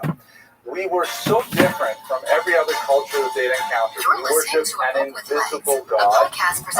We were extremely insistent that we would not worship any other God. We would not bow down to idols, which in the civic religion of the time, you have to realize it's the moral equivalent of standing up while they play the national anthem at a ball game. Refusing to stand, which of course is in today's politics is a principle, very demonstrable act of defiance. And if today we're upset about it, you can imagine the Roman Empire how much more so they would have been upset about it. Nobody took, except for Kelly, we'll see him in a second, nobody took religion really that seriously. Nobody thought that the emperor was actually God. Nobody thought that the statues really had power, because what you did is just normal Roman behavior. And we Jews refused to work one day out of 7, which was considered incredibly lazy. We practiced circumcision, which was considered barbaric, which was considered mutilation of human form. And of course, we refrained from very basic dietary elements of the Roman diet, like pork. So there are all these kinds of things that the Romans didn't understand about the Jews, but nevertheless, they basically gave us space to do what we wanted to do. As long as we came up with the money and our taxes, our tribute, as long as we were not rebelling openly, then the Romans were perfectly fine with the Jews. We see a couple of examples of this. For example, here's one exception though. The big exception is Caligula, who is really one of the most bizarre and awful Roman emperors. He ruled between the years 37 and 41 when he was assassinated about 4 years too. He believed he was a god, and he wanted everyone to know there was a major pogrom in Alexandria, Egypt, generally considered anti-Jewish pogrom in history. There was a demonstration in the city of Yavne. We'll come back to Yavne a little later today. It's a very important city in this period of time. Jews were demonstrating against the setting up of smaller idols in the city of Yavne. And so he said, that's ridiculous. If the Jews in Yavne, this small provincial town, are going to be upset about a few statues, I will show them. I want a statue made of myself, and I want to plant it in the temple in Jerusalem. And he actually ordered the stone, and he ordered it carved. It was actually carved in the city of Sidon in the north of Lebanon. And even local Roman governors, Roman prefects saying, please, the Jews won't. So what's the point of this? The Jews, it's just going to make a lot of trouble, and really trying very hard to dissuade Caligula from this particular course of action. In the end, Caligula died before the icon could be installed in Jerusalem. It actually ended up being shipped somewhere else. But this is the general rule that until the 60s of Jewish idiosyncrasies. Other examples, if a Jew was called to court in a Roman court of law, they were exempted from attending on. I'm not sure if we can say that about many European countries, if they have courts of law on Saturday, would a Jew be exempted? I know that kids going to non-Jewish universities have difficulty getting out of classes on Shabbat. Can you imagine the Roman Empire would say, well, that's no problem for you. By the way, I'm a dean at an amazing college, Dora College. We have a lot of people complain about anti-Semitism rising on campus. We have precisely 0 incidents of anti-Semitism on our campus in Brooklyn. Okay. And he had the idea to start up. So the Romans were also satisfied with just token observances of their authority. Like, for example, they were perfectly okay knowing that the Jews were offering sacrifices in the morning and in the evening for the benefit of the empire. We'll come back to the controversy around the sacrifices later. But they said, okay, that's fine. You don't want to bow down to our statues. You don't want to celebrate our feasts. That's fine. You're doing the sacrifice thing. That'll be your assignment. So basically, they were willing to go along to get along as long as they got the money and as long as we did not fight back. They also made some really tremendous efforts not to display standards with the form of any living creature within the boundaries of Jerusalem. This didn't apply for the rest of Judea, but they were very sensitive in general not to walk into Jerusalem, let's say, with military banners that had it, things like that. They had instructions, depending on which emperor was in charge and which procurator was in power at the time. By and large, for much of the first century, they were really pretty good about these kinds of things, because Jews at the time were very, very particular about the graven image, which of course relates to the second commandment, which says you shall not make such graven images, and the interpretation that was common then. Literally, no images of cows, fish, people, anything. And so they were not terribly awful as oppressors go, but we'll see that this was going to go very rapidly in the 60s. So let us turn now briefly to the two major client kings of the first century. They're both named Agrippus. They're actually both named Herod, simply as Agrippus, or even Agrippa. Agrippus the first, this is a coin mint by Agrippus the first. He ruled in Israel between the years 37 and 41. You can see this is actually a pruta. This is a copper coin. It is the smallest denomination of currency in the Mishnaic and Talmudic period. This is the minimum. It's about the size of a dime in real life. This is the minimum amount of money that it takes to seal a transaction or an agreement. Famously, in the Tractate Kedushin, this is what it takes to get married. Getting unmarried is considerably more expensive. I understand. But you can see that on the left it says in Sileus, which means which I think is kind of like a protection of shade, like that. And on the right are sheaves of wheat, which are symbolic of plenty, of harvest, and so on. So Agrippus was an unusual figure. He was raised in Rome from the age of 6. We see this quite often with minor royalty, that they are raised in a kind of a hostage environment in the host city in order to learn the values of Rome, which he, of course, absorbed quite heavily. He was somewhat of a dissolute character. He was frequently in debt, and he was moving from place to place, borrowing money, essentially against. He was so impoverished, so heavily in debt. According to Josephus, he actually contemplated suicide. However, he fell in with the emperor Caligula, who found. And he actually traveled with Caligula, like a Caligula group. And then when Caligula was assassinated, oh my gosh, he was in big trouble. Because what was he supposed to do? He has tied his entire career to this. He makes his way to Israel, and he becomes something of a Baal Tshuva. He actually becomes much more interested in Pharisaic Judaism. It is the traditional rabbinic form of the Judaism we know today. And the rabbis actually express some of their admiration for his support of Pharisaic ideas. For example, this famous passage in Tractate Sota, where Agrippa the king is given an aliyah within a particular context, and he's called up to read the Torah. And as he's reading the Torah, he begins to cry, because you may not appoint a foreigner, and he, of course, is from Herod, his grandfather, and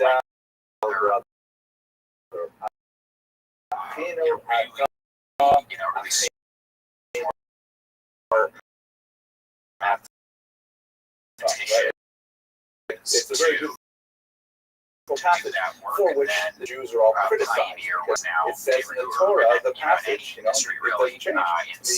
It was not so stark. We know, for example, that he sort of practiced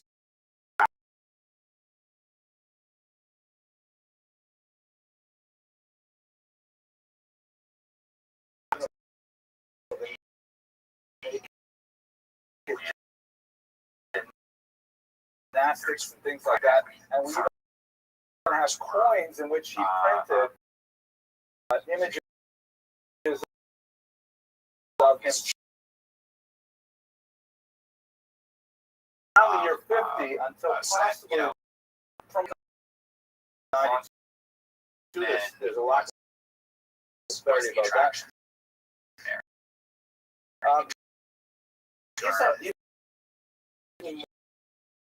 More complicated.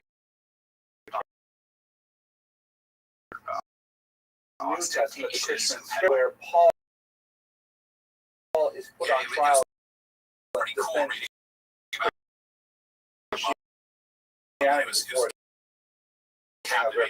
So, like his father, he was raised in Rome. He comes to Israel.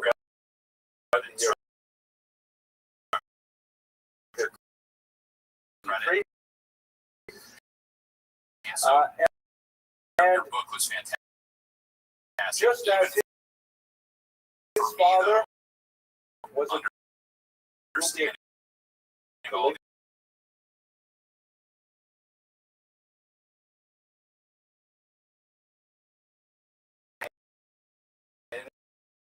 his painting. He said, "How did that queen is right next to Agrippa's on the throne." And he had some interesting curiosity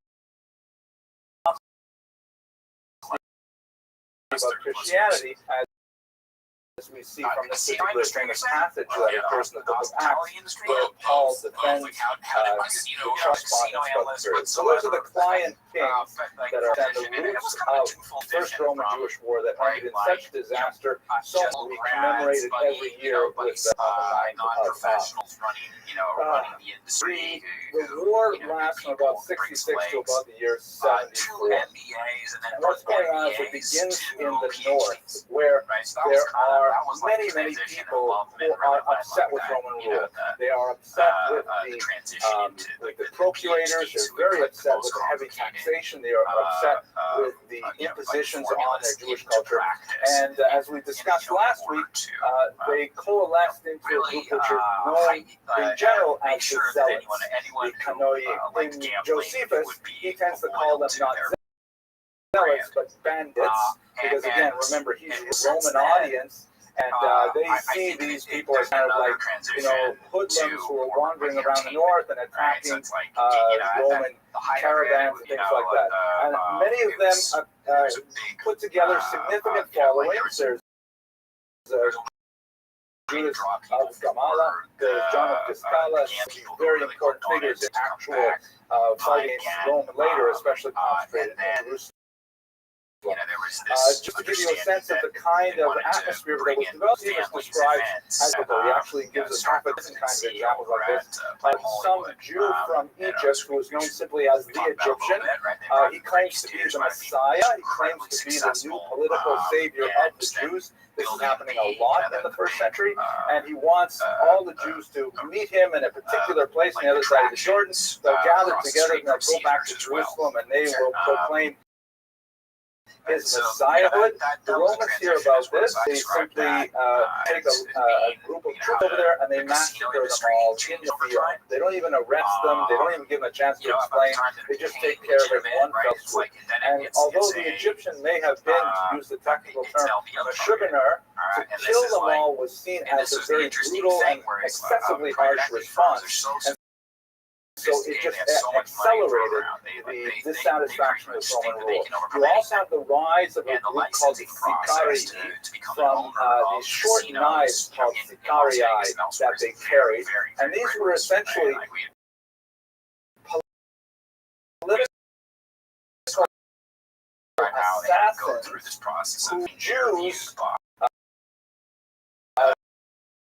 their modus operandi, recorded by Josephus, is they would dress like regular Jews. They would go to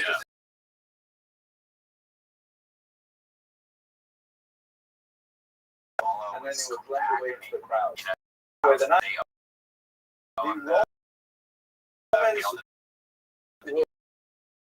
Romans would come in, they would arrest them from time to time, but then they were very happy to give them wrap a little bit about so that was kind of going back to the 80s, but so that really felt like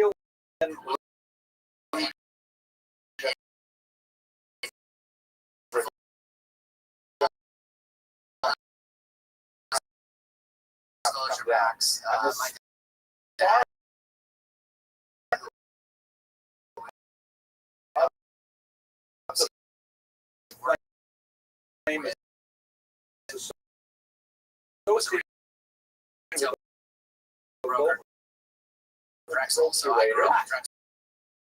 Particular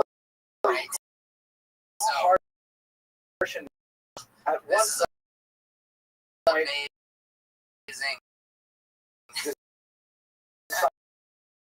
decides to raise the temple for a remarkably small amount of money.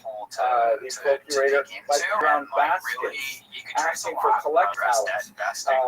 Guess the Jews who are making fun of him, those who would have not simply rabble, but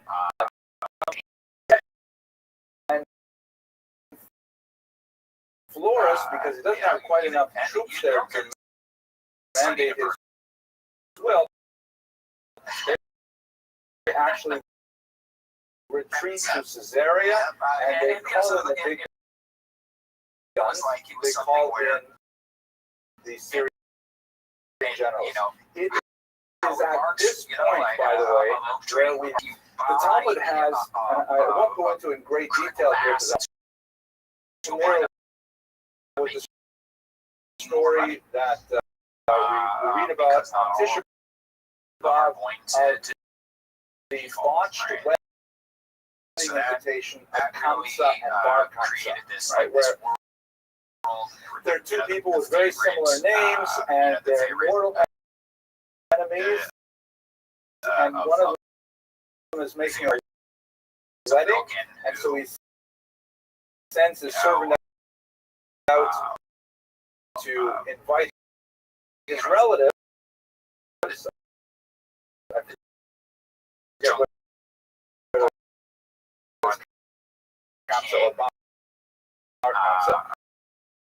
But by accident, the servant invites his mortal enemy. The mortal enemy says, "Wow, I can't." Let's say it's Kamsa is invited by Bar Kamsa. Bar Kamsa invited me to his wedding. After wedding, these things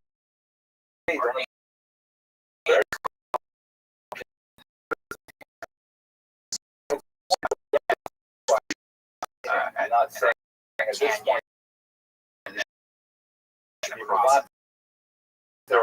should compromise, let them stay already.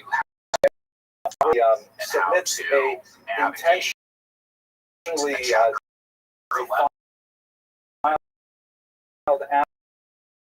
animal to be sacrificed. Rabbis are discussing about this animal, which is to be sacrificed on the don't sacrifice it, then the Roman Empire is going to even more of you sacrifice it, and of course we're compromising Jewish law, and we're offering an illegal sacrifice. Blemish sacrifice was discussed and started because it said,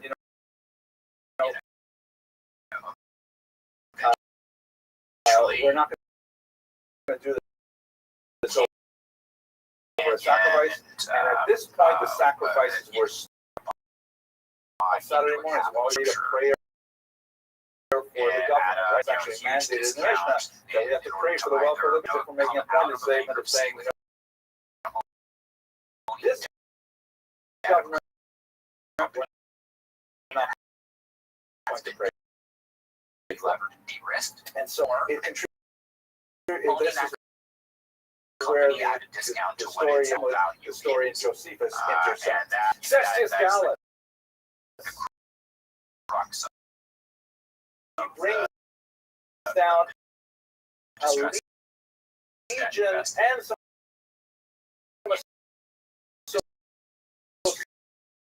associated troops, perhaps 6,000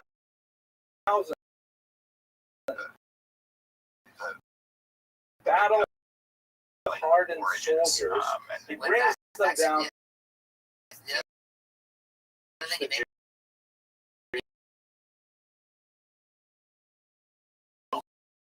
There's a valley which is quite exposed. As they're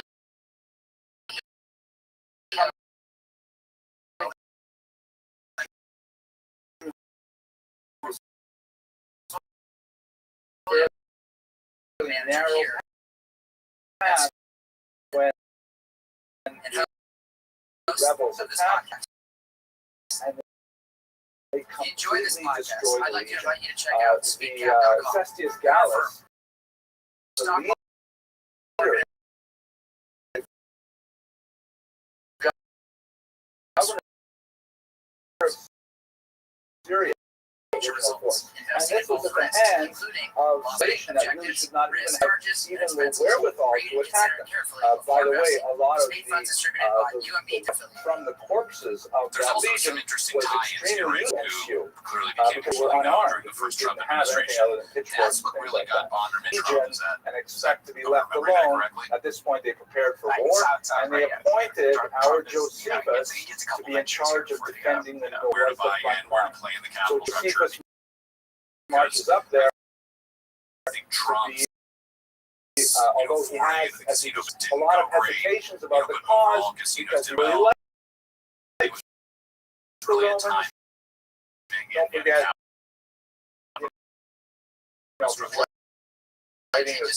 because Josephus tells us just how. At any rate, what happens is the Emperor Nero says, I believe those Jews destroyed an entire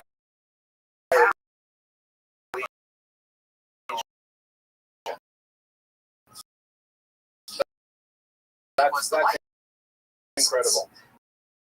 We have to send. We're not sending Alice back there. But obviously, he doesn't know what he's doing. We're going to send a much more well-trained general. Vespasian. So here, picture. Vegetation is half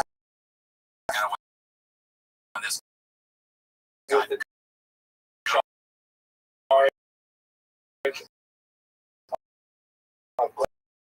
really back the to timing ended up Israel and destroying.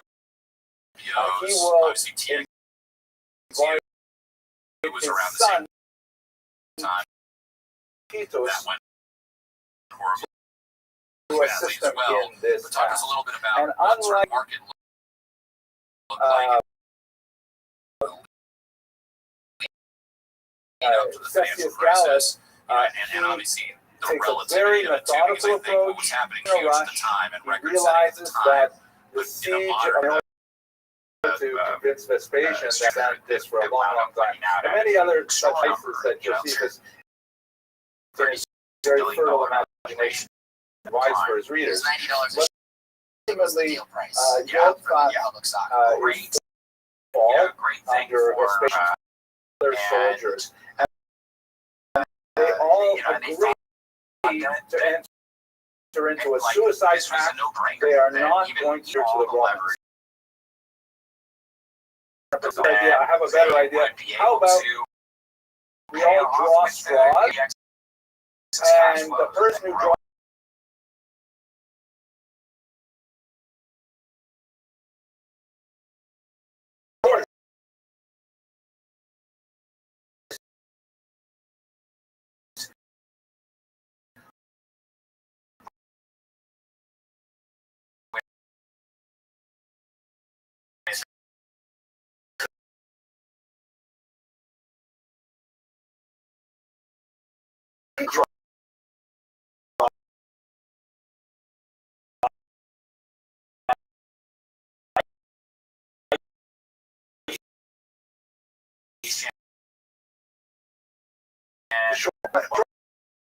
draws,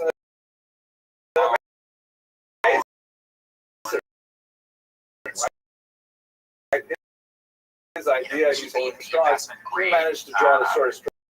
The others, it was and does not kill himself. He surrenders to Vespasian.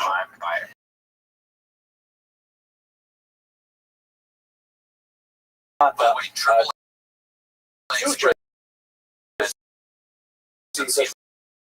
and so the fighters there in this first battle 2,000 years ago. Turns to Jerusalem and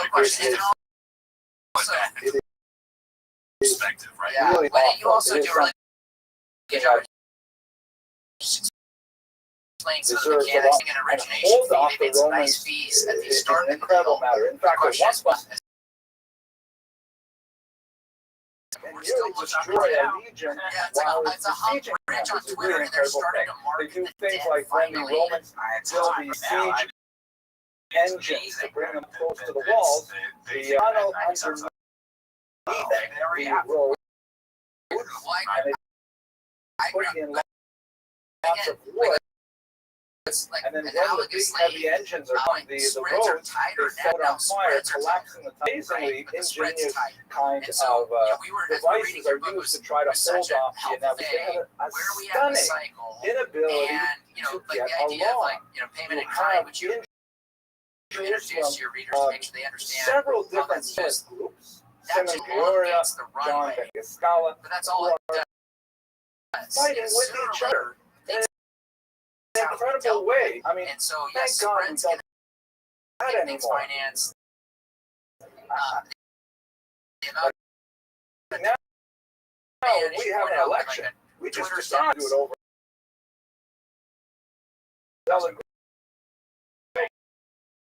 Actually learn their own brain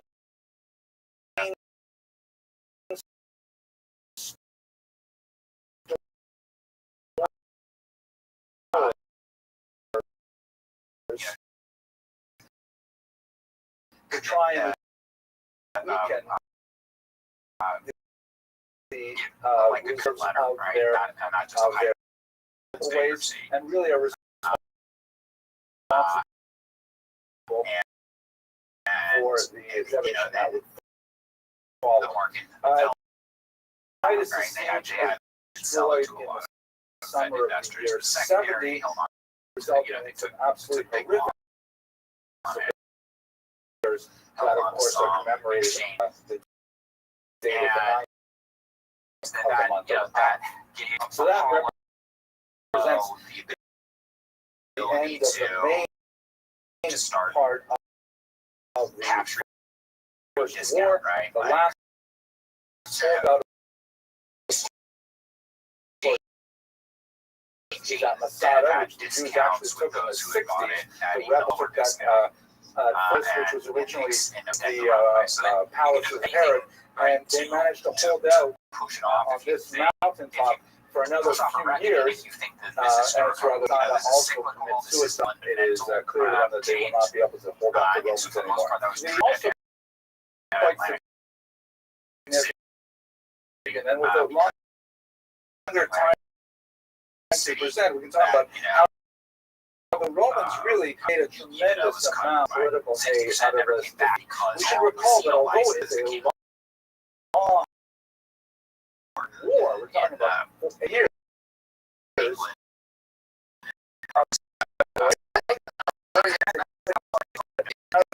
And of course, as you go on the right-hand side of this shows the Jews being taken off into captivity with the spoils of the temple. It's a little bit my colleague Stephen was a great historian at Yeshiva University, the other great university that has a very low anti-Semitism rate in this city.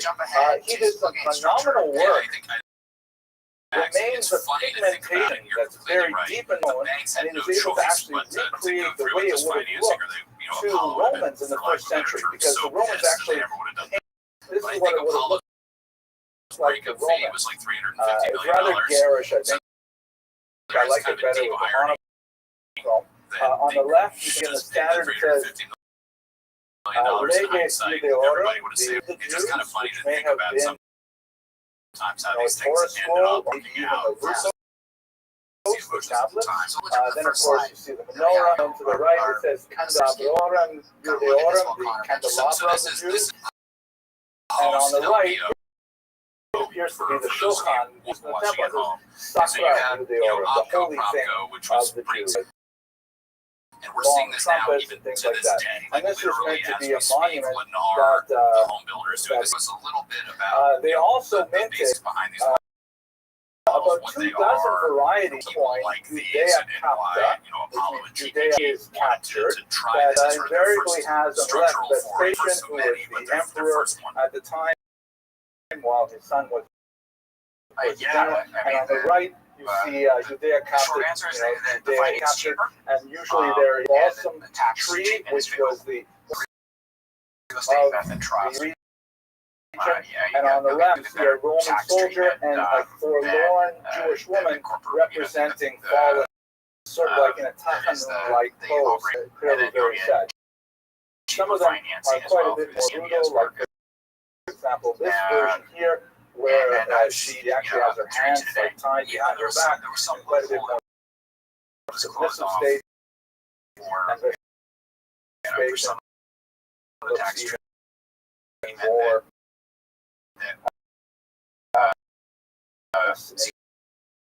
looks even more for example. But these coins were incredibly really put an end to IRS definition has to so that's a quick lightning tour through the first Roman Jewish War. I've only got about 5 or 7 minutes left, but I will take you briefly through the Bar Kokhba, which is incredibly important. So we'll do it very quickly, though, so at least we can cover it. There's a lot of repercussions for the Jews are banned from the city of Jerusalem at this time. Jews are forced to pay that extra tax. There's hundreds of thousands killed. The numbers are hard to really count. Josephus, I believe, cites 600,000 Jews. So that phenomenal number. Even if it's a fraction of it, it's still a huge And the Jews are still restive. The Jews are still angry about this. There is a flare-up in the so-called Titus Rebellion, sometimes called the Titus War, which is about 60 years, and it occurs in the context of the Emperor Trajan, Trajan, in his empire.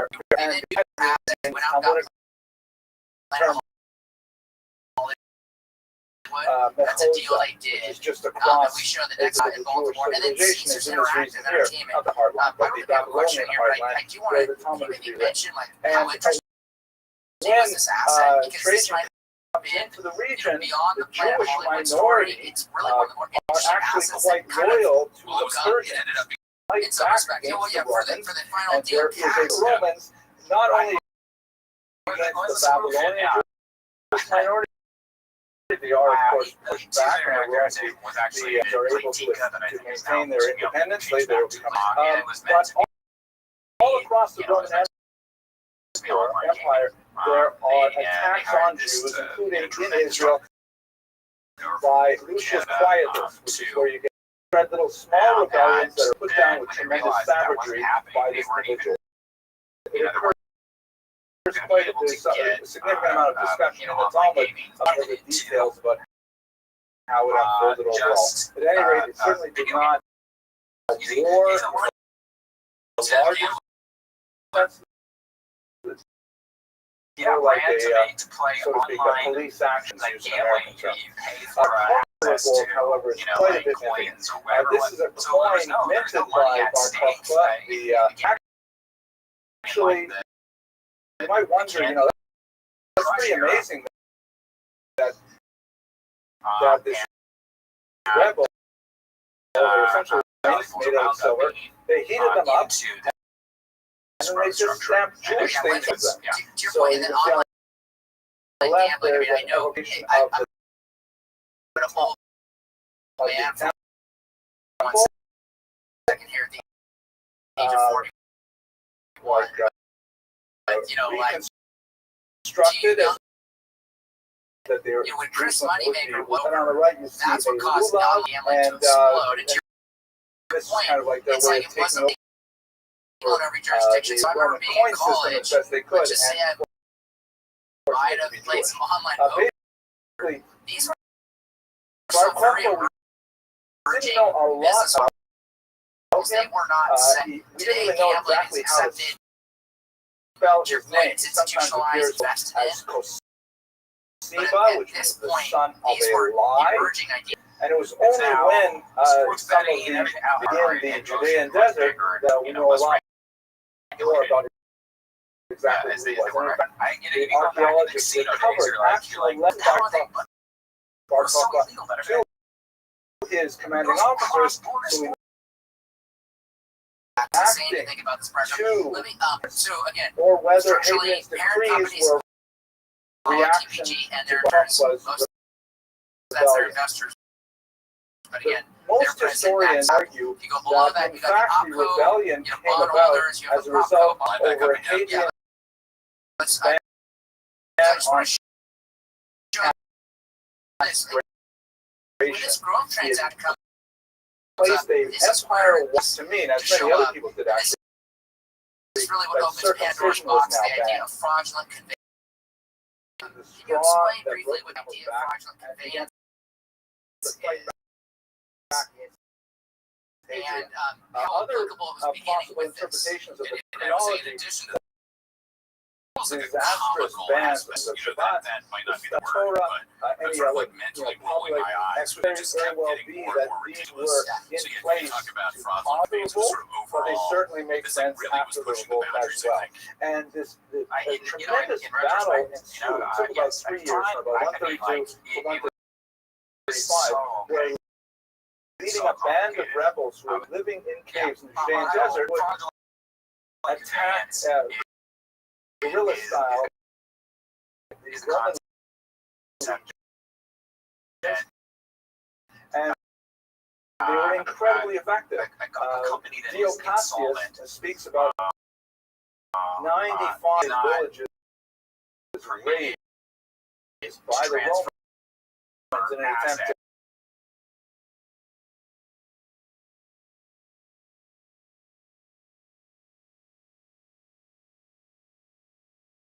cave called the coming up into it. But among the things found in the cave litters I mentioned earlier,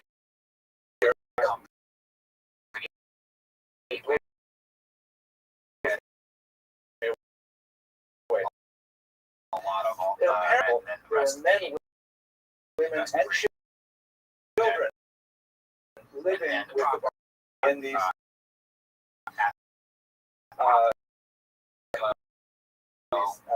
strike, rapid strike attacks. And there was this woman whose name was Baba. If God forbid you have to run out of your home, go live in a cave somewhere with rebels, which documents would you take with you? Probably your passport, maybe your deeds, your house, maybe your marriage certificate. And that's exactly what Baba took with him. Grabbed all the most important had, including her deeds to set. She kept all the lawyer's documents related to her child custody battle. And so reading these documents give you such a picture of what, we just on the surface, I want to go so far. You see that she could own property, did engage in legal dispute, she was a legalist. We're not sure she was literate because many documents are written in other languages, but many say that well, they're like legal letters, right? I can barely read mine anyways, right? Because it's all in boilerplate legal text. That way it was like to be a woman at that time. The rebellion ended at a horrible massacre. Every time Jews say grace over meals, the bracha had told Ramesi was the memory of the the Jews killed in one last great battle shown here.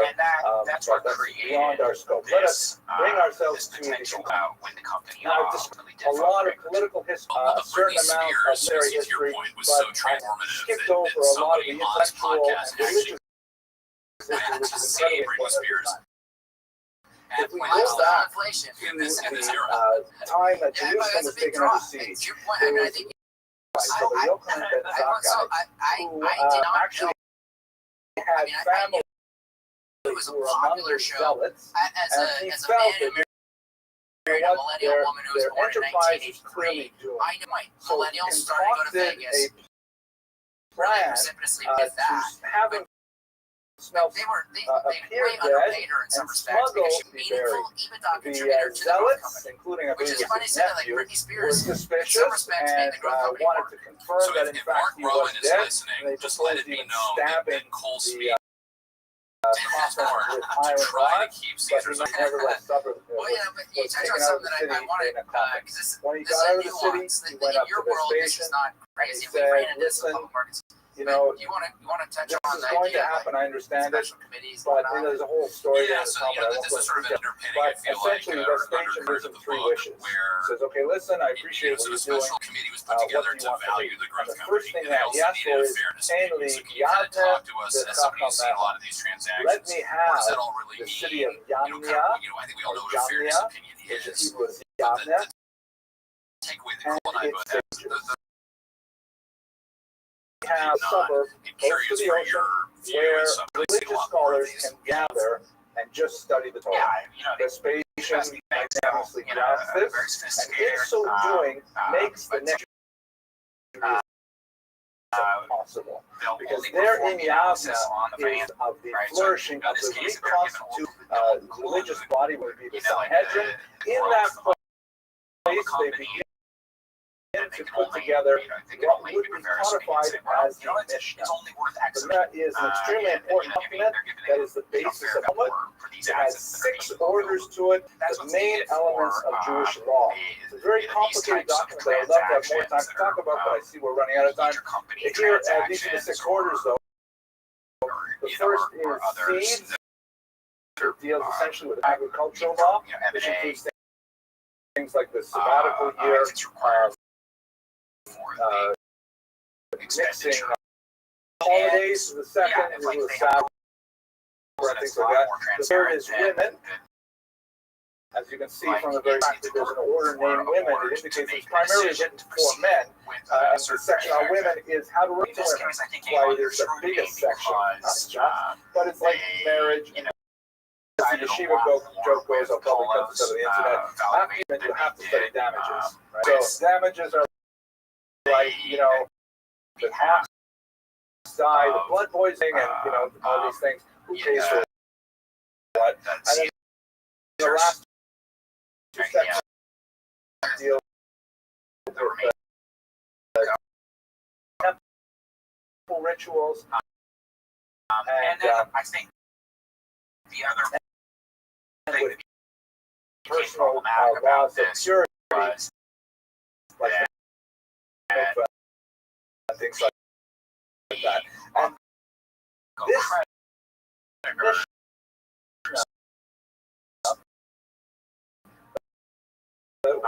was a document that suddenly made portable, because when it would codify into a text, it actually took an oral body of teaching, which is a great risk of being lost. But when it was finally written down, right? I think we have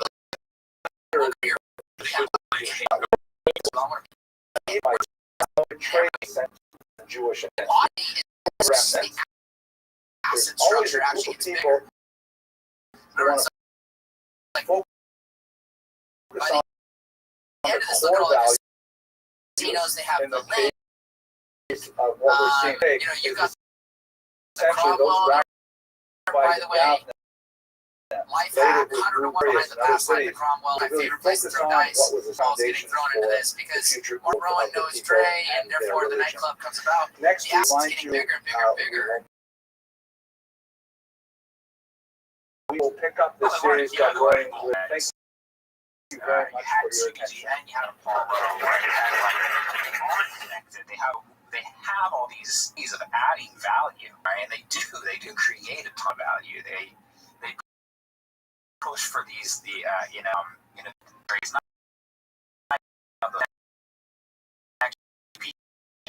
maximize the efficiency of they call it the guys to go in and change the sheets to make it quicker, right? They can strip it. It's like a McKinsey solution that you get, right? Like, And it was, exactly, right? And those things are helpful. They made the organization more efficient, grow. You have the Caesars Interactive Entertainment growing its user base and value this whole time. And while they're doing this, and that's spending a lot of people, while they're doing all this liability management, so they lose control of it before that value rebounds from the. we hope you're enjoying the podcast. You know, we work hard putting together this show. Work even harder for our investors at SME Capital Management. At SME, we believe in discipline. Investor, fear stock market failure, and want to invest in wonderful companies to build wealth. We invite you to visit SMECap.com. Past performance is not indicative of future results. Investing involves risks, including law principle. Please refer to the prospectus about the investment company, including objectives, risks, charges, and expenses. Read and consider careful distribution services, LLC, not a Yeah, I do agree that it was a time game insofar as I think the strategy was, to your point, Max, add value can go to, we all know from basic options that out of the longer they can stretch it out. And also, they almost did. Markets are a confidence game. And as long as you show confidence, people wouldn't question you. People had a lot of faith against you, and then they questioned your confidence. Another interesting, again, story is fascinating, and there are all these like sidebars. Just when you thought it couldn't get weirder, it got weirder. And Max, if you had written the Hollywood script, and you would have gotten laughed out of the office. They would have been, this is too ridiculous, and this could never happen. Or a pass.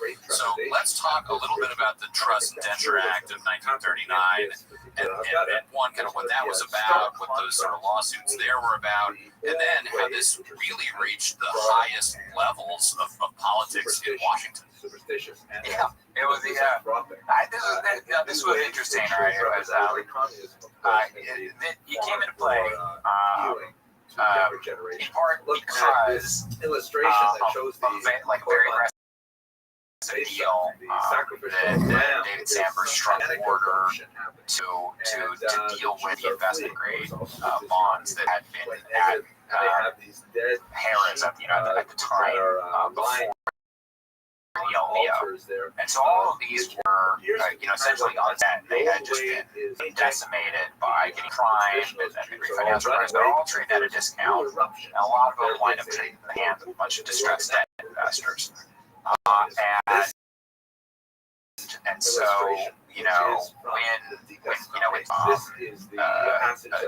try to refinance them or take them out, David Sandberg's trying to wait they can take out as many as possible with as little money as possible. And Caesars itself had actually been buying some things up at a discount. And he called that whack-a-mole. He was playing whack-a-mole, I think, it's whack-a-mole during the break.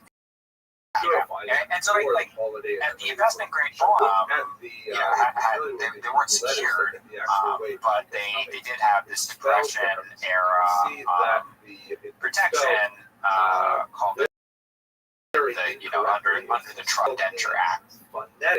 And so when Sandberg orchestrated this transaction, with 2/3 of the bondholders leaving out the other third, exchanging for new debt into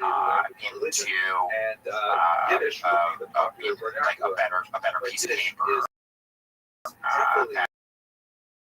at growth, they almost zero, right? They want the 1/3 of the bondholders completely zero. He had columns at the time charged in organizing hiring counsel, Jim Millar from Drinkabittle at the time. Now, and to look at what can we do here to try to capture our money back, right? I don't know, it's like $94 million left. Wasn't that much, right? That was the irony of this. There was this market that the Trust Indenture Act made it so these bonds still bill themselves on parent guarantee. And so at the time that all these different transactions happened, Apollo did a number of things to remove the parent guarantee. At least they thought that they did. And so they tried to strike this deal with 2/3 of those creditors in order to get them. And he made this Jim Millar made this argument that was kind of a long shot argument that you're not able to treat one portion of these bondholders different than the others because we have because of the Trust Indenture Act. And it was a long shot, right? It was going to go anywhere, but at the time, a lawsuit going on with education management, a similar argument that had been made by Marvel, who had bought up the debt of this education company, and that had actually made it past a motion to dismiss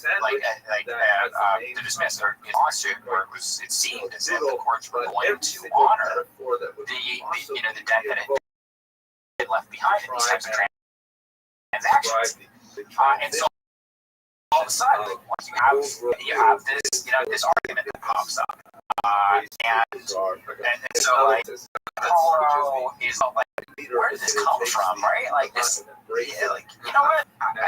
If that's all that's holding us back from, from completing these discounted, coercive transactions, leaving some of our crutch behind, let's change the law. It's a little bit more piece together. Actual lawmaking's being done besides the must-pass legislation, right? Like transportation funding, funding to fight the Zika virus or whatever. And so that's what they wind up doing. And so I learned how things are done in Washington. Is they go into whatever to put in these riders in must-pass legislation, implementing legislation like the Transportation Act, like Virus Act, that's done, right? That must pass. They put all these little riders in. It's supposed to be non-controversial. They got one senator, couple congressmen, to say like, oh sure, I'll put it in a favor to these people like Apollo Supreme Court, Harry Reid, wound up being one of the supporters of it, and Elizabeth Warren had been suspicious of inserting the language. It in fact came from Harry Reid. Shelby was the Republican congressman who was initially like backing it. Senior senator from Alabama. Yeah, right, yeah, exactly. So it was like it was almost about to go through. This case that was going on in education. Marblegate, he found out about it over at Marblegate, and he had a friend who had bonds at Brigade who had gone to college with one of the congressmen. He alerted them to it. He got a lobby, a lobby firm, Tree got some lobbyists together, and they convened on anybody that they could to say that this is bad law. This is bad, you can't include this language. It was about to pass, but they ultimately got enough to listen to them to just cut it from, those must-pass legislation. And so the argument was still held right. That law was still a threat to Colorado, the Caesars case, because of this lobby, right? So they're changing the law in order to, continue structuring, the way that they wanted to. There's a little bit of a spoiler alert here, but for those of you at home who may not read the entire book, something that's super fascinating is that this whole thread of the TIA, the Marblegate lawsuit, that's what had kind of gone all the way through and become sort of settled law. They would have been on the hook for billions of dollars. They found out literally the day they were signing off on everything and moving forward that actually it was going to be unsuccessful.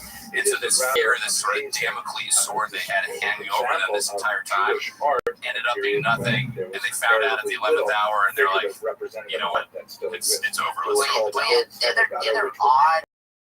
Again, this has been talked about in the last 5 years, not unique to discussion, legal forums or credit forums. But the other thing that you talked about through the CDS, you called it, I think, chapter on it's called First Derivative.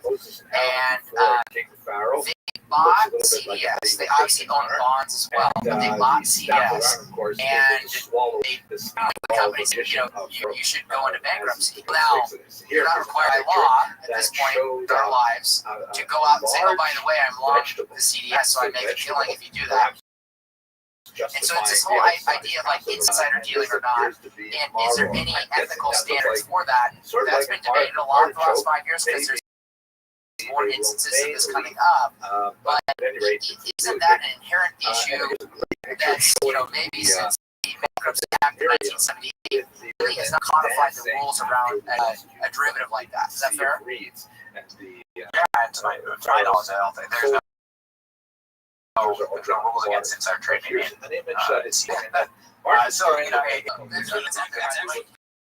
That's actually true. And again, just to expand on that, what Elliott really did was it was all a timing play. I think the markets kind of knew that a bankruptcy was coming, but the markets were pricing it much later than that. But Elliott had debt be restructured, and so they kind of had Apollo right where they wanted them.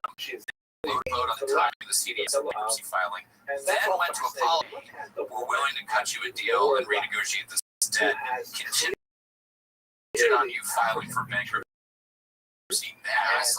And they did that, and it ended up paying off to the tune of hundreds of millions of dollars. And so, yeah, I agree with what you were saying. It feels insider trading legally. It's the rules of the there was some pushback around that, and the counterparty to Elliott for a lot of that time,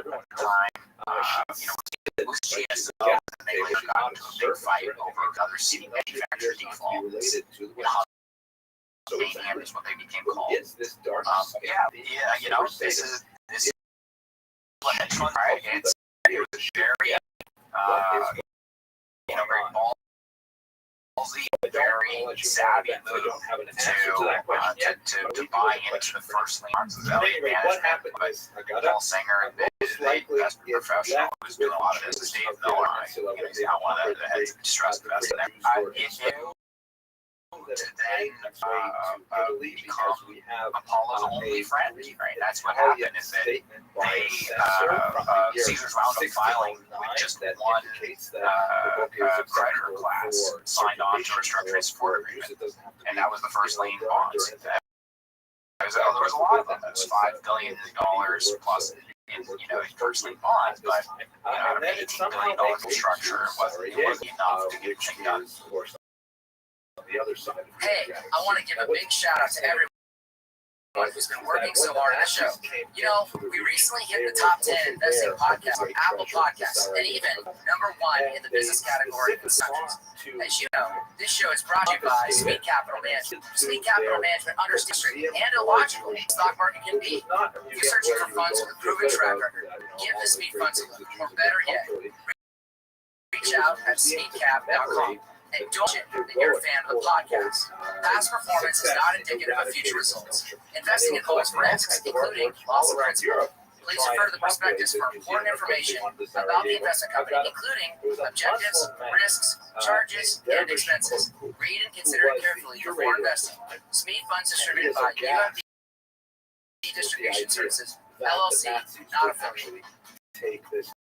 Well, the other thing that struck both Cole and I when we read this was there was a lot of sort of realities in the story, obviously, but there were also a lot of proof that went back, in some cases, many decades.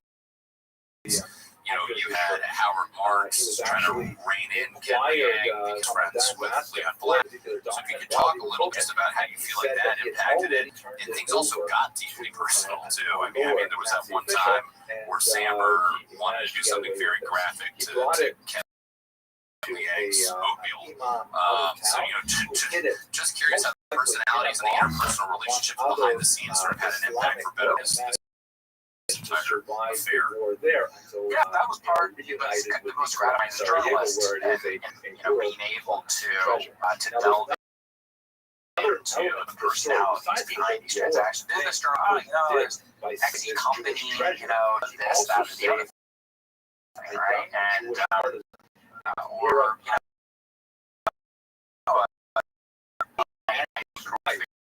had some good recognize very good leaders who really wanted to talk about how brilliant they were, and then once we got that story, the other side was like, well, we don't quite like that. We got to get into a lot of these, these personalities and like the relationship. Three of the main players here went to the same finals club at Marvel, right? Two of them, and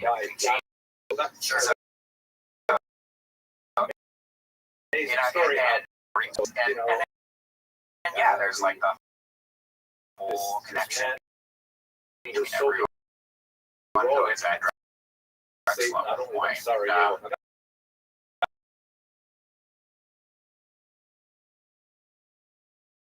Draw them together and see how they could make an impact, right? Like, you know, there are personalities, there are, and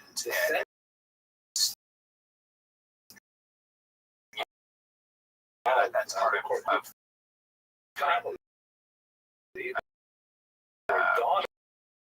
doing business in this industry. And not all industries eventually made. Yeah, when to your point, it just gets messy. As Jim Milstein put, this might be my favorite quote. Quote, this had many fathers, end quote, which is a way of explaining is my, you know, client's fault. The fact there's so much competition in electing these people, and that's why there was such a movement during our story. Like, hopefully we just capture people fairly. Right? I mean, like, our book is not Manichean, and you know, it's not like there's good and bad people. It's like an unqualified test or winner, and somebody was the unqualified.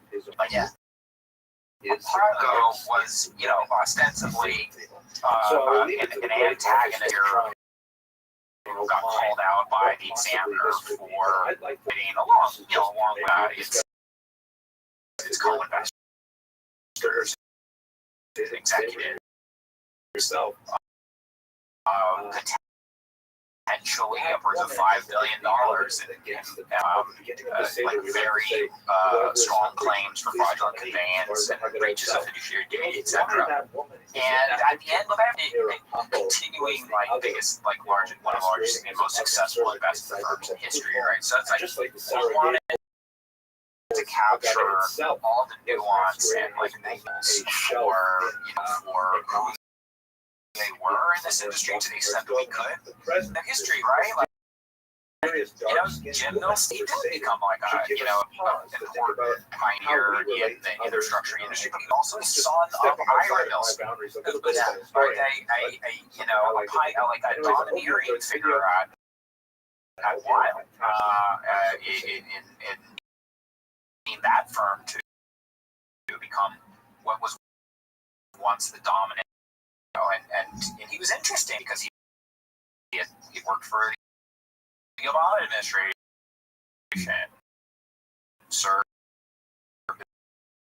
essentially like a function advising on how to with the great finance. It was one of those things where you come out of like what this petty squabbling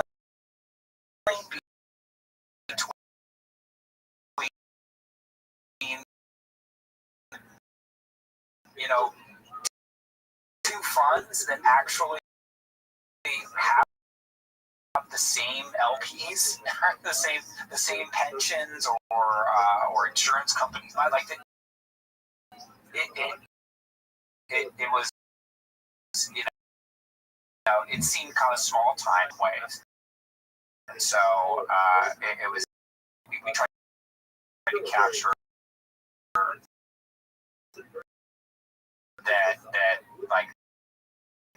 that was the con he's dealing with it, while you have a lot of younger, ambitious, aggressive mid-level executives that are trying to prove themselves, and this is their whole world, so they don't care or respect anybody who's come, if you will, in all this. But the players, to your point, as they say, there's no honor among thieves, and these are all the sharpest elbows, brightest minds in the room, including the lawyers. Yeah, going at it. So, in a way, it was sort of like to feel bad for anybody. Like everybody's sort of reaping what they sow, for better or worse. So you talked about Richard Davis, the examiner. Curious, that was clearly sort of like the pivotal point in this case. He was fair in his work and his assessment. You think he was biased going in? Because I think there's little doubt that if Davis had findings, this whole affair probably would have turned out quite differently. Yeah, very much so. Davis, the former white prosecutor, kind of very respected,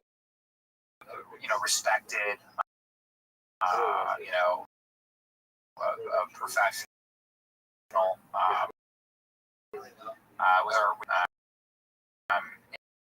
and he had the way to get everybody, they were not going to not talk to him, so everyone kind of treated him as the judge to begin with. So he got access to everybody, and then his reporter was the result through all these documents and understanding the transaction.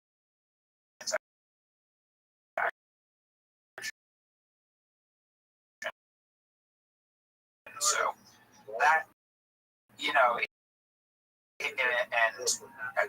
obviously, some of the valuations here, conclusions there, and then re-reporting some of it. It seems like he made fair criticism. Right? The smoking gun for him with Pro was that, in their mindset, it was a slide that was presented internally where it said, okay, well, we're gonna, maybe save the team, but in the case that things don't go well, be in a better position, negotiating, we can have our cake and eat it too, right? This was all being done without there being anyone that was looking out for the creditors of OpCo at a time where that it was insolvent, which you have responsibility to creditors of the company at the point that so he put those together fairly thoroughly to take positions on it, and was a really interesting character. His motivations too. He just wants to do a good job. Well, did you want an interesting character? At this point in the book, we know who the winners are, right? So, for example, if someone says, walk away from your book, there's no good, there's no evil, but who won a lot, okay? And I will first owner that wins. It's not the second owner that wins, it's the third owner that wins. And that third owner, most magnanimously, was ultimately Appaloosa. They come out with such an obscene reward from this, even relative to Oak Tree or others, was what I took away from your book. Yeah, percentage return. Yeah. And I was thinking, I wonder if David Tepper hadn't done this, would he be the owner of the Panthers right now? I was kind of playing that out through my mind, but this was a massive winner in the billions for Appaloosa. Yeah, probably around $1 billion. Yeah.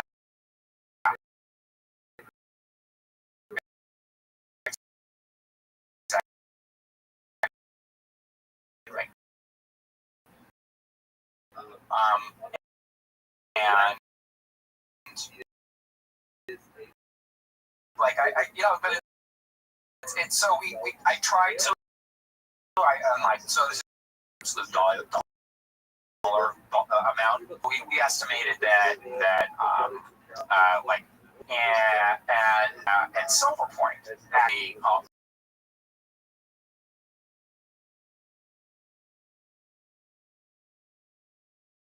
invested for par investors, probably that. There might have been lower, but they still want a big.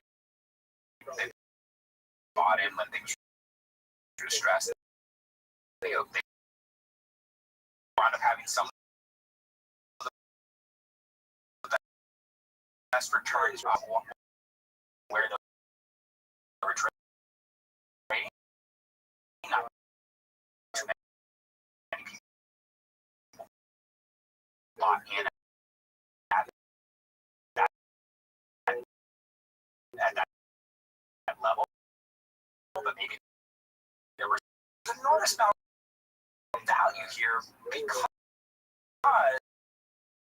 the company was valuable, right? And it did wind up being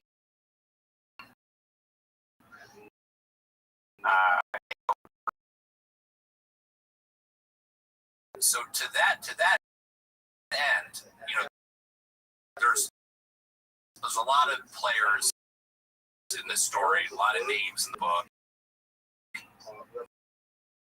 What struck me, just sort of like a cursory look at people up on LinkedIn, it seems like a lot of the same firms they were at. If anything, they're more senior. I'm curious, both, from the investment firm's perspective, the lawyers, the birds, how did that impact people in their careers? Because for to a large degree, this was a debacle, but it doesn't seem to have a profoundly negative influence really on anybody professionally. So curious. That's, I think, one of the interesting things now is that it's so relevant because we hear that there are trading desks, right, and law firms and investment banks that hand it out to their juniors and just each one of those people, those are potential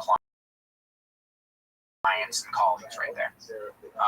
And it would everyone acquitted themselves well, right? And David Sambry out of Apollo. And it's you look at what he had with, okay, well, he's going in boardrooms with a bunch of other aggressive investors. A lot of them were, older, senior, and all right, maybe the best strategy was to throw a tantrum and walk out, right? And it's you're not going to get anything by just sitting there and negotiating studies. So all these.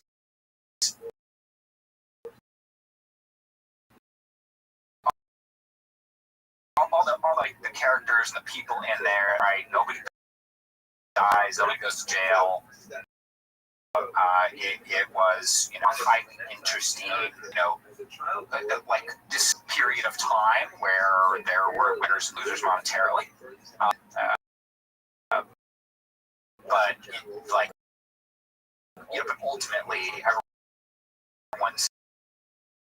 most of the people are still in the same industry, and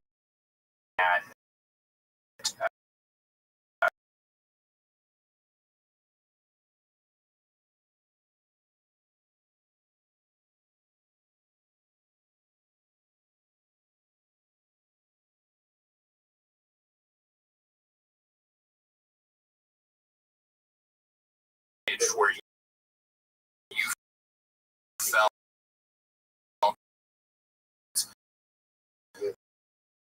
that you and your co-author were stifled from sort of telling the story and trying to tell the truth.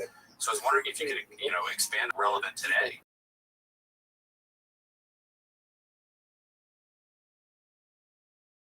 You're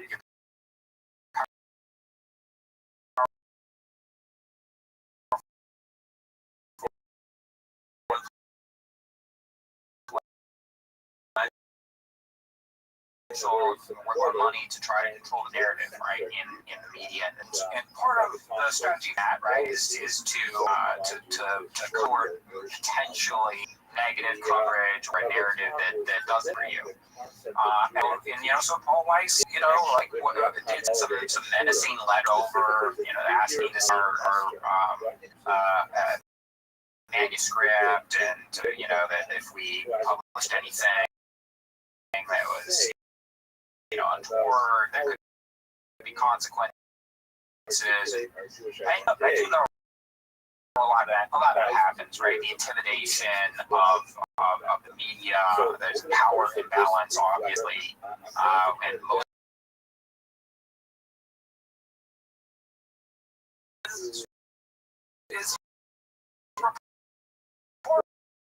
on when you just are sending threatening letters, then there's nothing to prevent us from. So it's and like tons of good relationships with people who work at Paul Weiss, then and presently, so I think that was something that happened. I think I think it's misguided. I don't think that firms should do it. I think it is inevitable that they're going to try to. They think that it's going to help them shape the narrative or prevent negative coverage. Let's see, another kind of parting question. The nominal level of rates is obviously higher today. We just use the 10-year Treasury right now as an example. Okay. Spreads, like we talked about, are really tight. Junk bond offerings way oversubscribed right now. So even though it seems like the money's tighter, things are fairly loose out there in credit markets from what can be seen and exhibited. Do you have any view on that as we go forward? In other words, I would say here that there's a big their own funding over the next, say, 2 to 3 years with our deficits. So again, 5.5 or 6. How lax spreads, lax underwriting right now, because in some respects I can say it looks more like 06 in certain parts of these markets than I would say it looks like the bottom in 09. Yeah, well, I mean, especially private credit, right? If there's a bubble anywhere. My day job is I am the head of a team of analysts, lawyers, and journalists that cover distressed debt investing, restructuring, and the most in vogue thing is liability management actions, and that is essentially taking advantage of the covenant light era and this era, really open loose capital markets, because regardless, the quantum of fixed income is just growing. Trillions of high yield debt, leveraged loans, private credit, and all these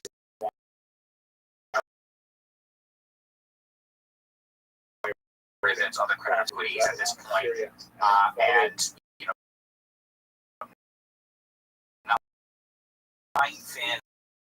what I do is to cover in there finance the opportunity to kick the can, capture discount, and do innovative things in order to keep their equity options alive, and that provides opportunity.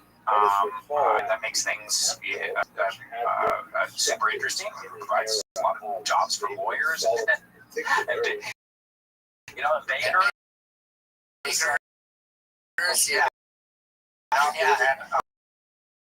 So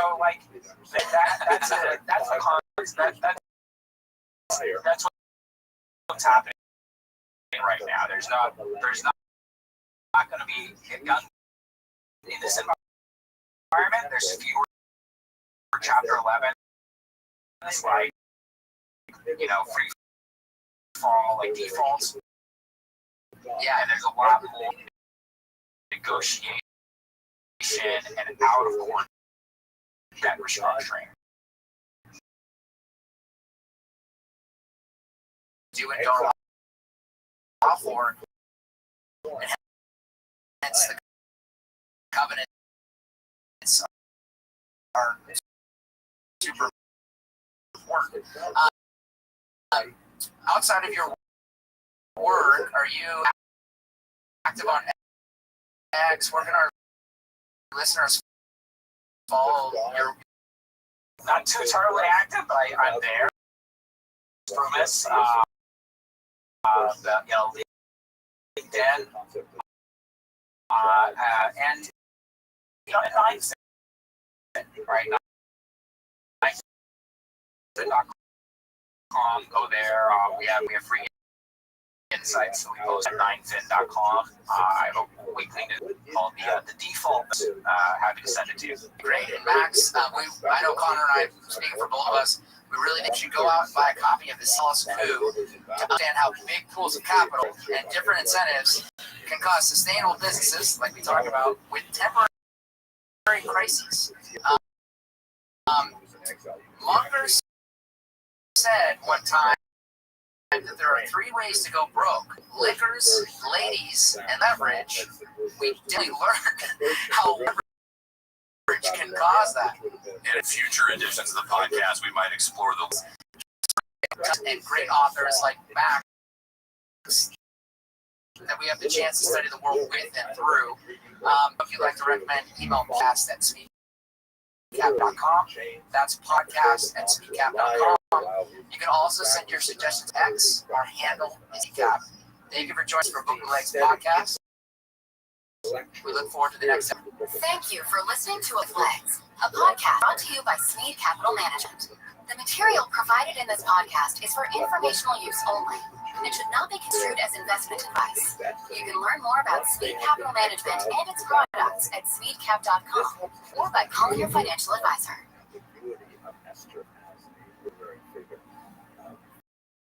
Forced to hide her Jewish identity, enter into a forced marriage with King Ahasuerus. She had a dramatic choice before. She could have simply, abandoned all hope. All that Jewish stuff that happened prior, it's all over.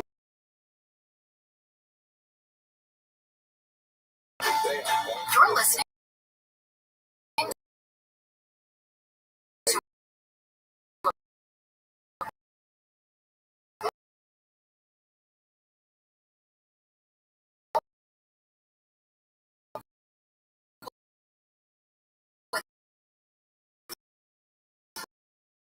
Legs, a podcast presented by Smead Capital Management.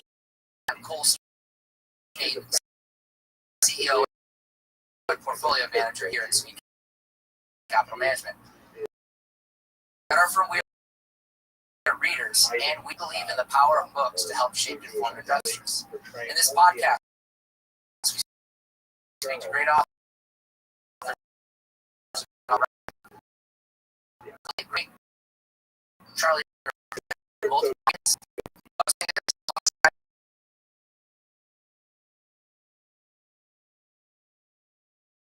Max Brooms is joining us to discuss the Caesar's Palace Coup that he co-authored with Sajid Max. Max is the global head of distress and structuring news at Knifefin. He previously was a global head for Leftfin Insights, part of Fitch, probably one of the most famed journalism programs in the country, I might add. And more importantly, maybe a bachelor's degree in cognitive science from the People's Republic of Berkeley. Max, really glad you're here with us today. Thanks. This will be fun. And just for our listeners, this book is, there's a lot. It's fast-paced. Lots of people. I think Max, you did a really good job of keeping structure in people's mind, and we'll look at some of that structure discussion. You did a wonderful job there. So let me just kind of kick it. What caused you and Sajid to come together? Obviously, Sajid, the writer at Financial Times, I think, at the time. You're together. We're no longer It's great.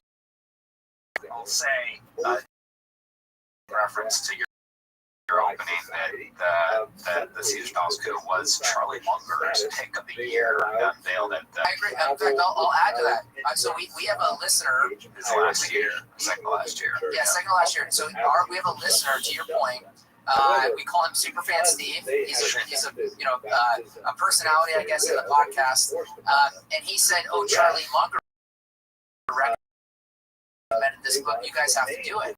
And I thought, well, if Charlie Munger agree on it, then we better do it. So that's 4 years ago now that Charlie mentioned that? 3 years ago, something like that. Yeah. So we appreciate Steve for reading the book and recommending it. And yes, we would be remiss in not mentioning just the extraordinary who co-authored the book with me. And the way that we met was on the social media platform formerly known as Twitter. I like Deal magazine in New York, where I specialize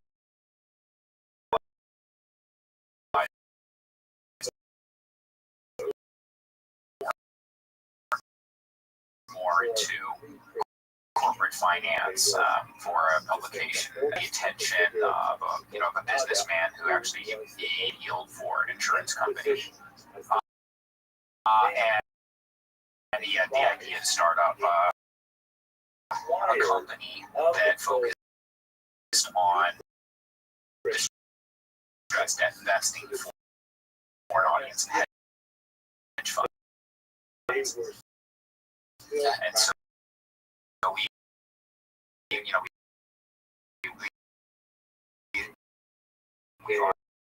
launched that company together in 2013. Complexities of these distressed companies, and then ultimately the trading prices of great success.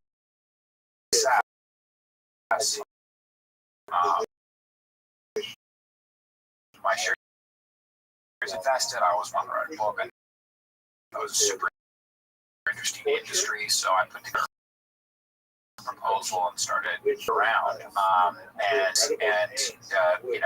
She was writing Financial Times as the editor of the Lex column, and even story from the perspective intersection of finance and corporate law. Right, he's like, well, and he used to be an investment banker at Lazard. And so he wrote this capstone piece into some of the behind the scenes of like the aviations between Apollo and the Oak Tree, and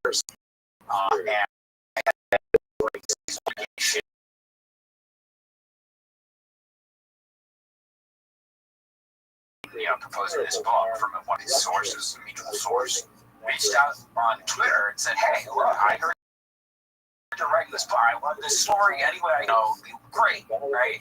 So he slid into my DMs. I messaged back. I'd be like, "Man, I'm big fan. Let's meet up." We did. It was clear. He was amazing. And I said, "Let's just write it together." He said yes, and the rest is history.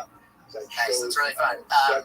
So you start out with Gary Loveman in the beginning. You kind of give his background at Harvard.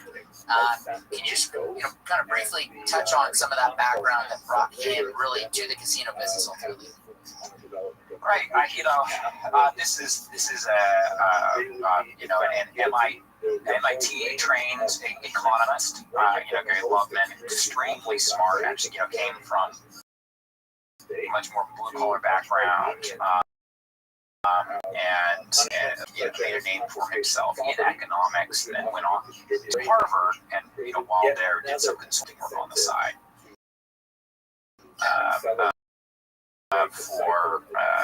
was then Harris, and then he was brought on CEO at the time, started to really identify that this industry, like the casino industry, is kind of in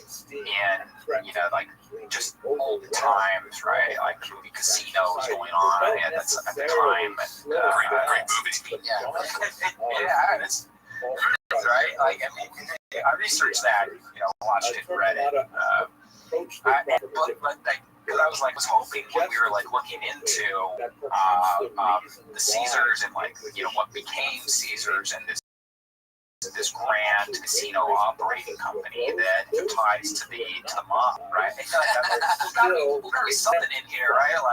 Loveman, he must have struck a bunch of backroom deals. The truth was, by that by that time, we had transitioned from this history, a lot of shady dealings going on, to one that is upfront about what it's doing with a bunch of MBAs. This was where they started bringing in mathematicians, and Harris was really the first to do this, and Mary Loveman was really a pioneer in taking all the data and the numbers they were getting from the casino business, because they could track it to a T of how many people were using which machines, what their ages were, what their demographics were, what their day jobs were, how often they went, and what brought them in. So he took all of this data and turned it into the total rewards program. Hired a couple of other, really to do that work, and then pioneer what is now David Hoover in any industry, really, in sending, targeting people with the promotions that are most likely to bring them in and keep them going, and that wound up being very successful for Harris, and that attracted Apollo and other private equity investors. Private equity firms were writing humongous checks to the investment grade companies and public companies with debt, in order to just grow into that debt and make return on investment. So that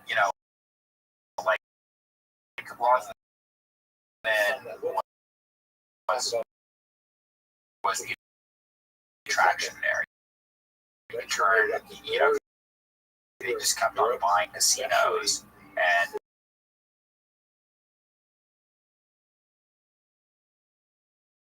so your book was fantastic. Even for me, though, understanding all these things, understanding all the terms of art, and it was no doubt very complicated. So yeah, Loveman was basically kind of doing AI like before AI. It was sort of like a forerunner of big data and using that time. So the 90s, I think, for all of us, unfortunately, feels like not that long ago, but it was a long time ago. So can you just talk a little bit about how the industry evolved and started making it more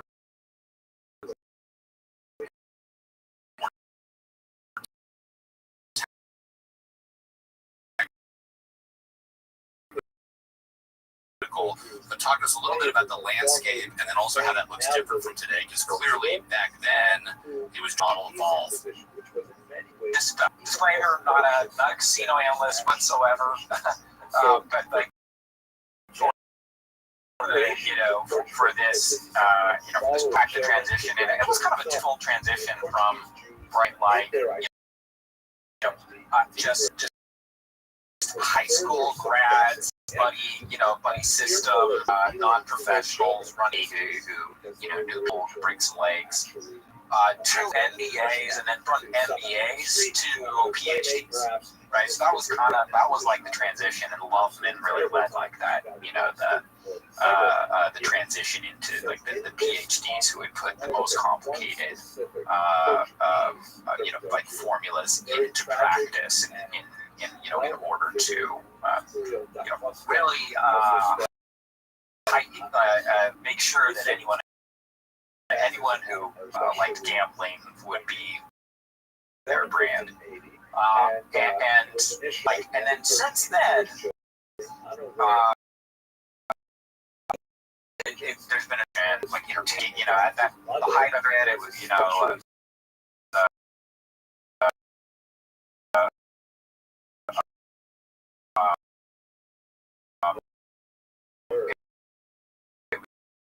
was there was a big like there was a way to draw for gambling people back, and then they wanted to bring in, family events, start, the big.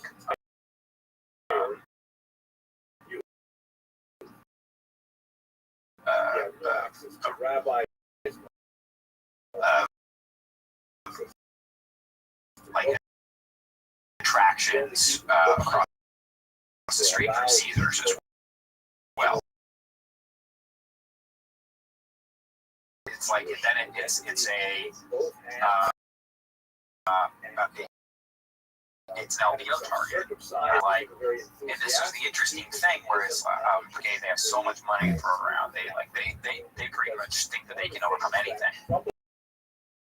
And the licensing process to become an owner of casinos, in Las Vegas, we describe how they had to go through this process of getting interviewed by the local they always have a criminal background mistaken for somebody with tattoos. So it was a very high bar break into that industry, but as you'll know, they have, Blackstone, owned a bunch of those casinos. Apollo has come back. They own the Venetian, and it became something that was very investable. Drexel, because on its this is a story about Apollo. Really, everything has its roots pretty much in Drexel, Lambert in this story. So, in some respects, Cole and I were joking. You could call it Predator's Ball Part 3, or Barbarians of the Gate Part 2. A bit about Drexel. Obviously, that was kind of going back to the 80s, but really felt like all of this really. Disclosure Max, who we obviously work with, was a retail broker at Drexel, so I grew up a kid. Wow, right? cool. So one of those things where everything tied to Drexel, I was like, in your book, I was like, oh. Well, and just a quick point on that, Bill Smead talks about how when Drexel went under, that was his life. He thought his career was over. Yeah. It's an age-old. Once one door closes, another. It was quite. So if you could elaborate on that a little bit, that'd be awesome. Yeah. Yeah, it was, it was fascinating, and really, you could trace a lot of the entire, first of the high yield junk bond market, as well as distressed debt investing, and the explosion of just corporate credit and all the facets of it back to ones that arranging and trading these bonds for riskier companies. I even studied about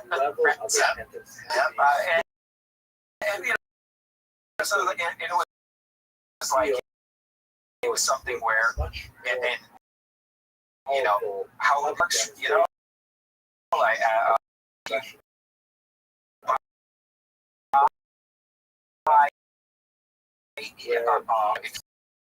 critical mass of these riskier bonds, then you'll actually, even with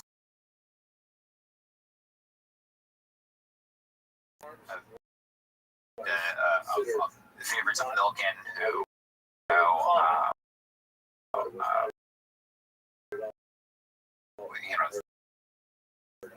the junk bond king, giving people these VOs, and when it blew up, it didn't go away. it spawned a bunch of successors, including Apollo. Right? Leon Black was, one of the major lieutenants of Mike Milken. He went on to he's really like the senior founder of what became Apollo with some distressed assets after they started trying to relaunch a firm, and then he brought on Mark Rowan and Josh Harris as well, who are named co-founders. But they're a little bit junior at the time, but they're so brilliant in and of themselves. They got titles as being co-founders of Apollo, but they all came out of Drexel, and as did Bruce Karsh, others at Canyon and across a number of different firms that knew how to invest in that.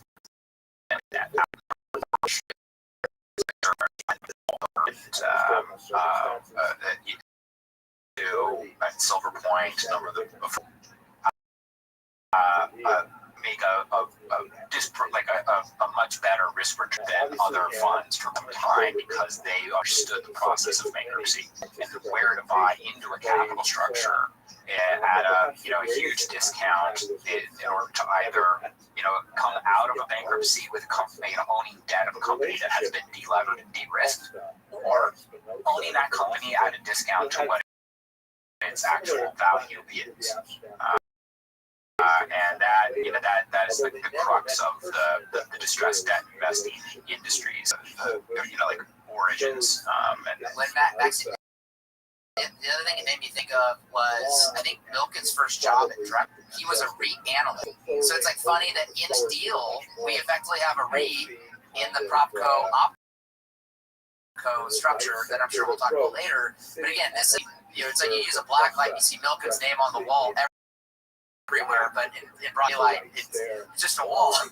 So, what's amazing is to be the number 3 person effectively at a firm like Josh Harris, kind of like the junior co-founder, and you end up owning multiple teams. Yeah. That's a good sign that the company went pretty well. Yeah. Hi, I'm Cole Smeet, CEO and Portfolio Manager here at Smeet Capital Management and host of this podcast. If you enjoy this podcast, I'd like to invite Cap.com. At our firm, we are stock market investors. We advise investors who fear stock market failure with a discipline that has proven success over long periods of time. Learn more about our funds at SpeedCap.com. Past performance is not indicative of future results. Investing involves risks, including loss of principal. Please refer to the prospectus for important information about the investment company, including objectives, risks, charges, and expenses. Read and consider it carefully before investing. Speed Funds distributed by UMB Distribution Services, LLC, not affiliated. There's also some right. So it was really Bonderman via Tom Barrack, who clearly became more nationally known during the first Trump administration. That's what really got Bonderman into the casino business, because if I'm not mistaken, Tom Barrack at one point had bought a casino from Donald Trump. Is that am I remembering that correctly? It sounds right. Trump is the arc of the sort of book, your point about knowing when to buy in, where to buy in, where to play in the capital structure, because I think Trump's foray in the casino business didn't go great, but overall casinos did well. It was really timing in a capital structure. Like Casino Max, we also talked to Wilbur Rothschild.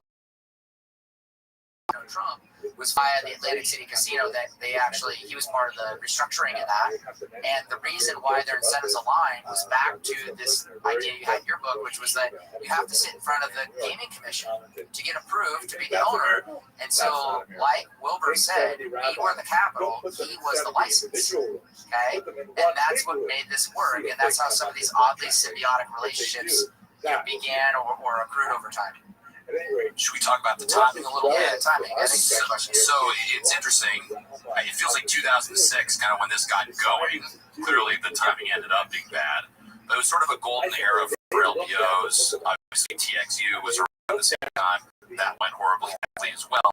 But talk to us a little bit about sort of the market look like the lead up to the financial crisis, you know, and obviously the relativity of it too, because I think what was happening then seemed huge at the time and record-setting at the time. But in a modern construct, these are relatively small, I guess, compared to what we see Well, now. including, like, what were the credit spreads at the time? Because that's something we think a lot about right now. And interest rates. Yeah. Well, I think they're lower now than they were then. But it's, you know, there had been you know, relatively cheap debt for quite some time. You know, Greenspan, and you know, like with the thesis that continued, you know, subsequently as well, that you know, eventually that's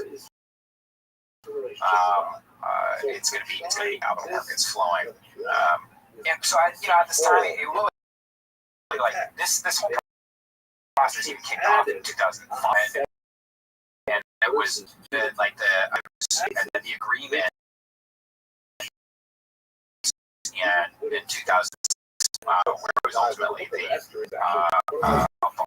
TPGT bid over the strategic competitor that wound up winning out a $32 billion valuation. It was $90 a share, I think, is the deal price. Yeah.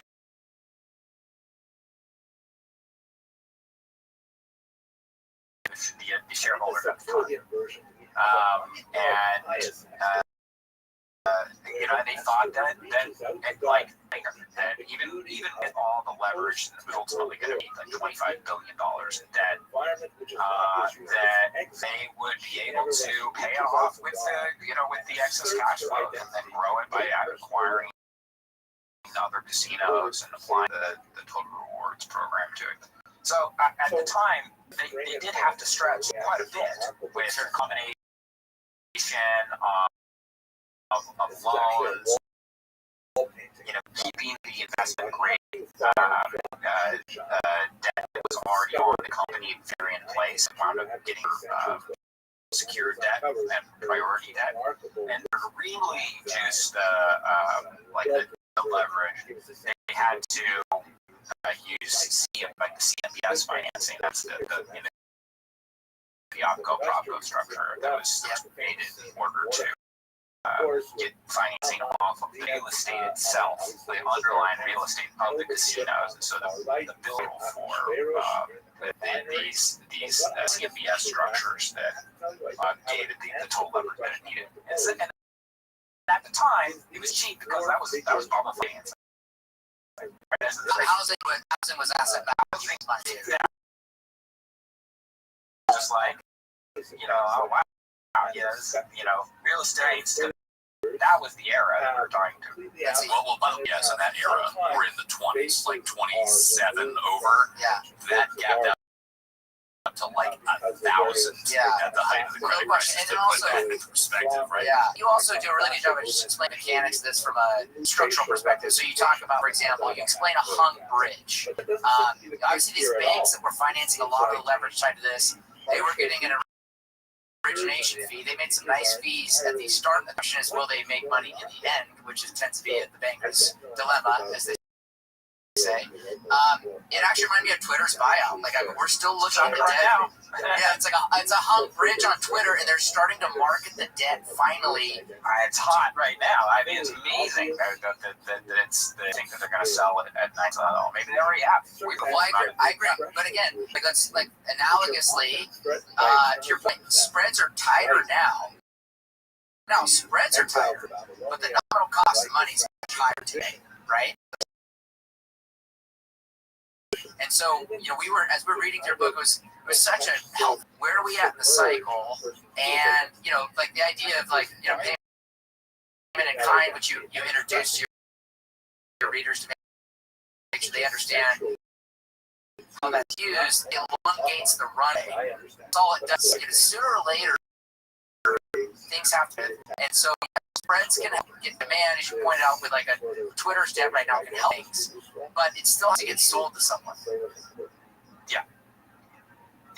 Well, in the secondary at a discount generally, right? So we got investment banks. They're gonna get their big fees, and they're gonna get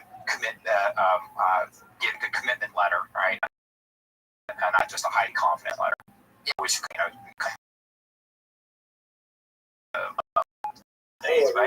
really grateful. and they follow through with it, or they have to deal with Apollo, never get Apollo's business again. So they fund it, and they couldn't syndicate it all out because the deal closed right in 2008, before Lehman's bankruptcy, and the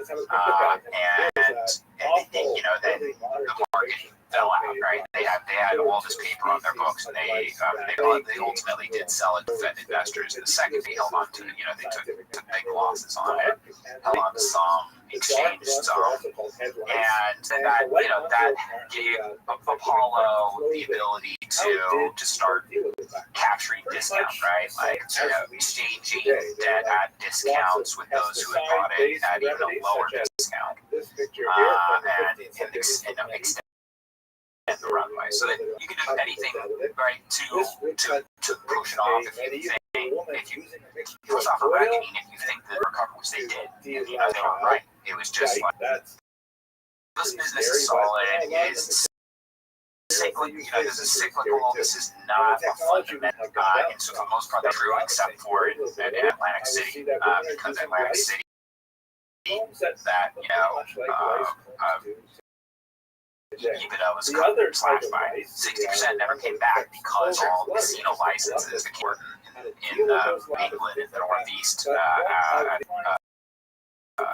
Mohegan Sun, right? I think of like that was already because I think that was on but that was a successful casino operation that competed. In a prior year, didn't Atlantic City didn't have any competition. I think the other thing too, you talked about the idea of asset A is equal to equity plus liabilities.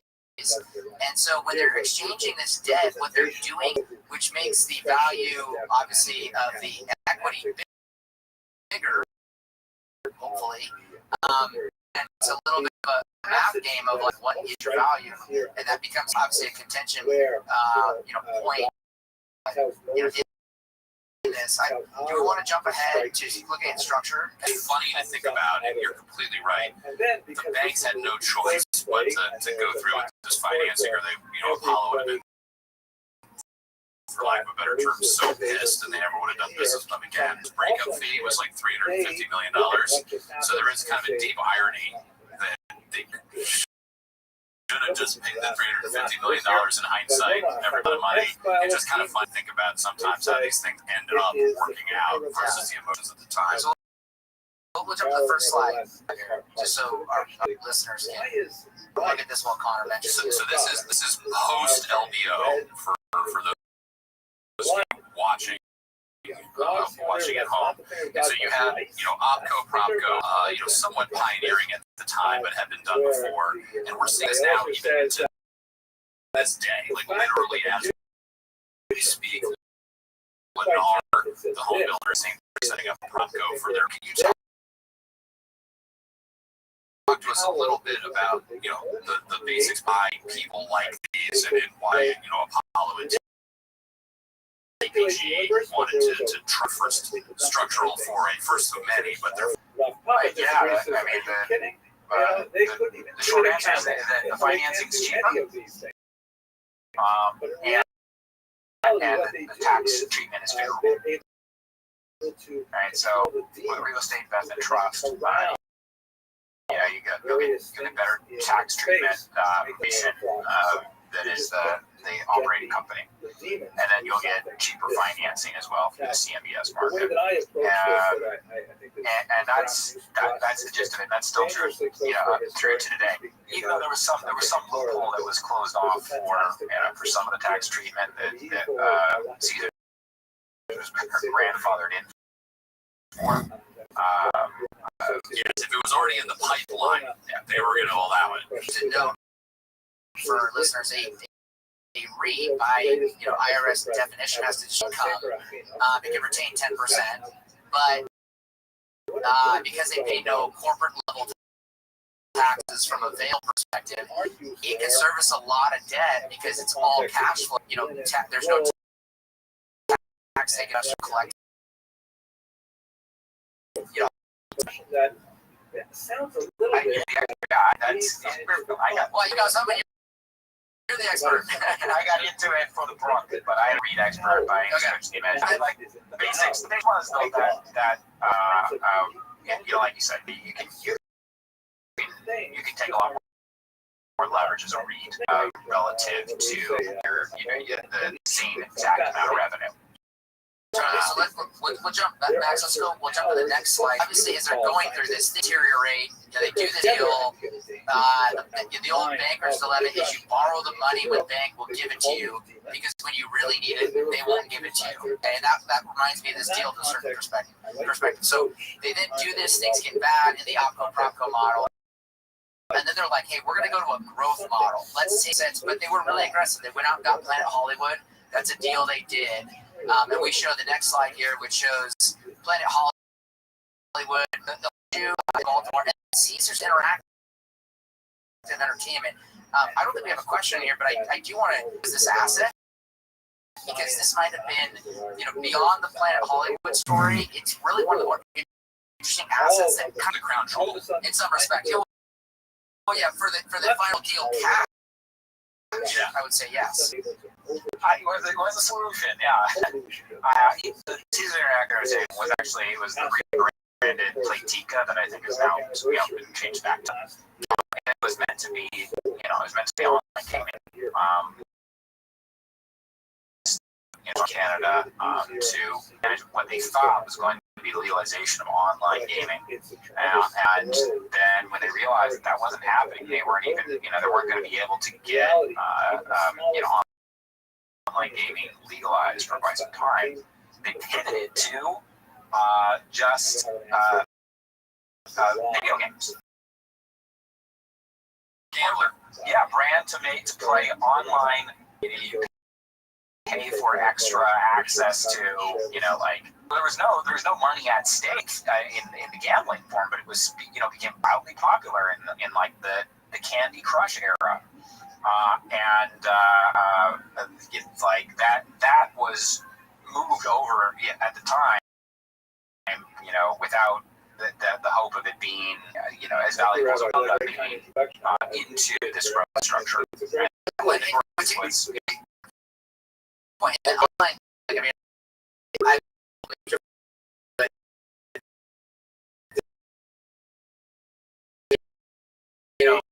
And from 41, like young blood, when Chris world.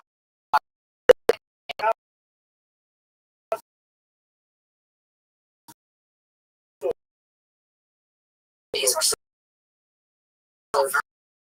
very things not said.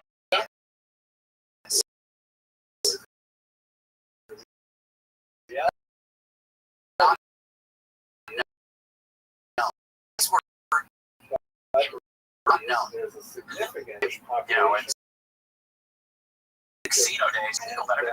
It was cross-border sports gambling. That's the crux of the mafia's business. It was like so illegal, and now it's just like perfectly illegal. It's crazy. So it's funny. Yeah. When Reggie Bush gets his Heisman Trophy back, we all can kind of laugh because it's insane to think about this program. Let me, when they start, so again, structurally, parent companies, Apollo, TPG, and their investors. Most of that's their investors, but again, they're present in that stack. You go below that, you got the OpCo, bondholders, you have the problems. I just want to show this. Like, when this growth transaction comes up, this is where the incentives for various parties get very perverse. Because obviously this new growth company causes a new shareholder, or I'll call it equity owner class, to show really what opens Pandora's box, the fraudulent conveyance. I think is what I took away from your book. Can you explain briefly what the idea of fraudulent conveyance is? What was beginning with this? And I would say in addition to that too, there was almost like a comical aspect to the mentally rolling my eyes when you see like, the new structure, it just kept getting more and more ridiculous. So yeah, if you can talk about fraudulent campaigns, sort of overall, this like really was pushing the boundaries. I think.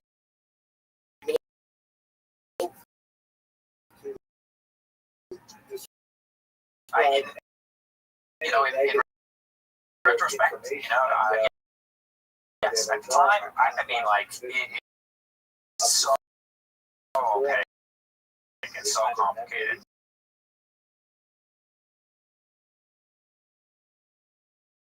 And if they do that and they file for bankruptcy, then that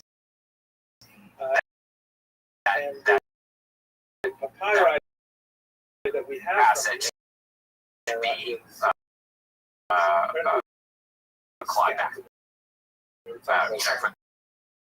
the benefit of all the creditors underneath the company. And so what happens are all the creditors at that OpCo structure. The original structure company, Caesars, the company with a lot of all the bonds, the loan, the high yield, the rest of the investment grade, and then the PropCo that has the CMBS. Right? But ultimately, all of the assets are together at PropCo with the protection real estate in PropCo were the company filed for bankruptcy and all the CMBS recovered. What started, led by Mark Rowan and his were ultimately the architects of this brilliant strategy to, okay, the company is struggling under the weight of an enormous amount of debt, and we're not going to get more money to invest in the existing structure right now. So we're going to create the Caesars Growth, right? And this is a great title, and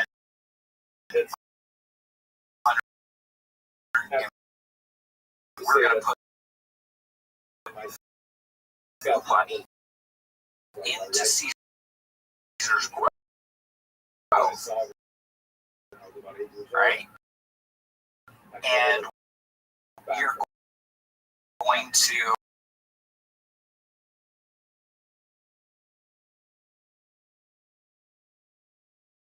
the amount of money that there was at the time, then that still would have been fun. Right? It would have been reasonably equivalent value. The problem was that they were moving some of these very valuable assets at what was ultimately determined to not be incredibly valuable. And then they moved the 4 properties over there, which was kind of the along with the this refinancing of the term loan, and that's what created this potential argument for fraudulent conveyance. When the company ultimately did file for bankruptcy. Well, the Britney Spears residency, to your point, was so transformative that somebody on this podcast actually went to see Britney Spears at lifestyle inflation in this era. Yeah, it was a big draw. It's your point. How much were the tickets? It was so I a popular show as a man who married a millennial woman who was born in 1983. I know that was a massive draw for that. Neil started to go to Vegas really precipitously with that, but they way underpaid her in some respects because she was worth a lot more than that. But she became a meaningful EBITDA contributor to the growth company. Which is funny to say that, like, Britney Spears, in some respects, made the growth company work. So if Mark Rowan is listening, just let it be known that Cole Speed did his part to try to keep Caesars afloat as long as possible. Well, yeah, but you touched on something that I wanted, because this is a nuance. In your world, this is not crazy. We ran into this in public markets. But you want to touch on the idea of, like, special committees and whatnot? Yeah, so this is sort of an undercurrent of where so a special committee was put together to value the growth company, and they also needed a fairness thing. So can you kind of talk to us as somebody who's seen a lot of these transactions? What does that all really mean? I think we all know what a fairness is, but the take away the coal, and I with that is that those things aren't even worth it written on. I'm curious for your view as somebody who's clearly a lot more of these than we have. Yeah, the banks, they'll, sophisticated, but sometimes they'll only perform the analysis on the financials that they're given. Right, so this case that they're given old financial include, like the growth of a company, and then they can say, well, it's only worth X amount, and they're giving fair value for these assets that are being moved over. That's what's needed for these types of transactions that are intercompany transactions or others that are M&A. It's required for the expenditure of major amounts of capital. Yeah, if they have current financials and it's a lot more transparent, it's important for a board to make the decision to proceed with a certain transaction. I think they came under scrutiny because they sided a lot more with Paulo's evaluation work than they did with the independent director that were appointed to negotiate the transaction on behalf of Caesars. Right? Yeah.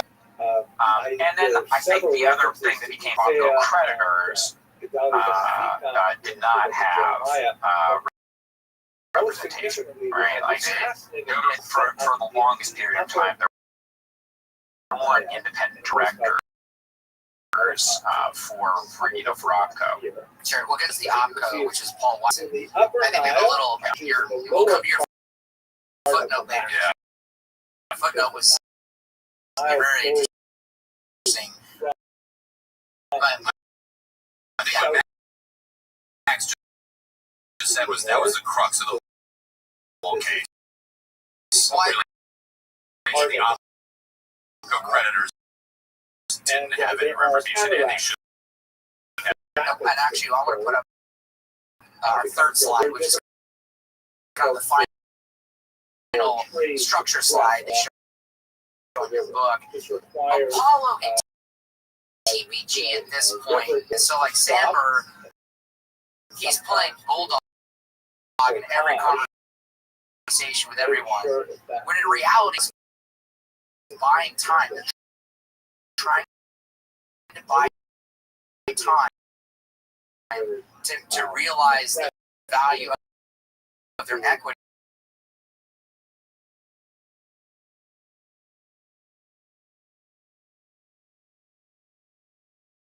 But those are all transactions to buy time. Is that fair? You have a strong Jewish. Well, they wanted both. Right, I think the interesting thing about this was that you had TBG and you had Apollo, right? You had they are connected. They have all these ways of adding value, right? They do create a ton of value. They push for these the Dre's nightclub, those connections. TPG brings in all of its operating experts to maximize the efficiency of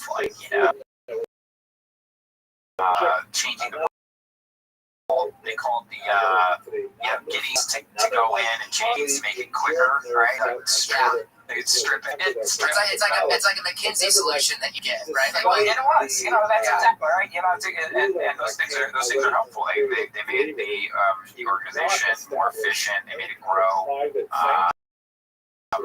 You have the Caesars Interactive Entertainment growing its user base and value this whole time. So those things do create a ton of value while there's that's been the whole idea. While they're doing all this liability management, so that they don't lose control of it before that value rebounds from the big hit that they took for we work hard putting together this show. But we work even harder for our investors at management. That's me. We believe in discipline investing, which is past performance is not indicative of future results.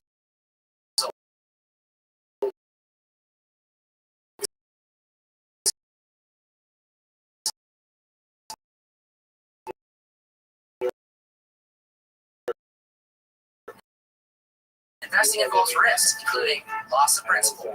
Please refer to the risks for important information about your company, including objectives, risks. The money option, time is your friend, and so the longer they can stretch. And also, they almost did. And also, markets are a confidence game. Yeah. And as long as you show confidence, That's right. That's right.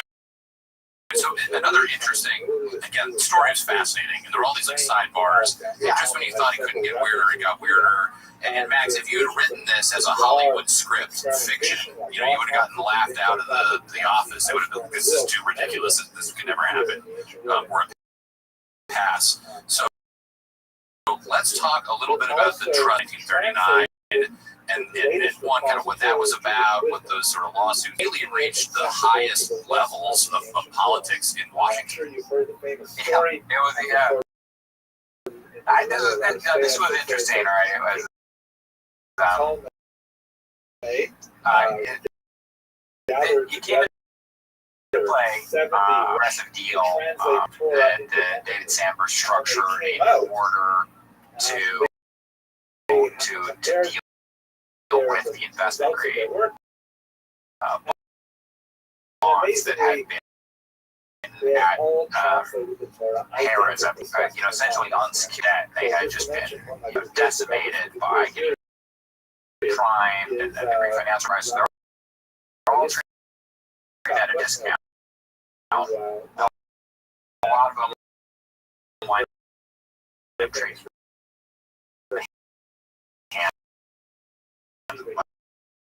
much distressed debt investors. And so, when time comes to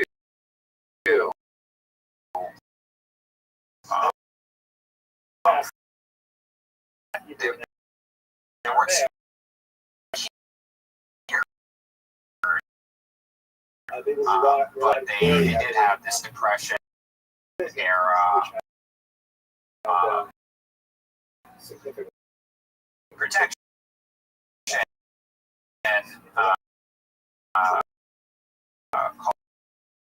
called under the trust and debt track. So when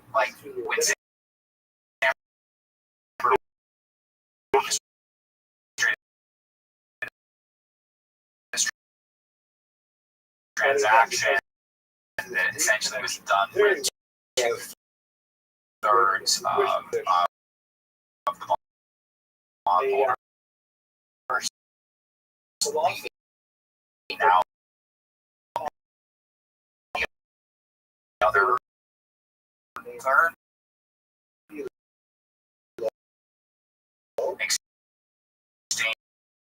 exchanging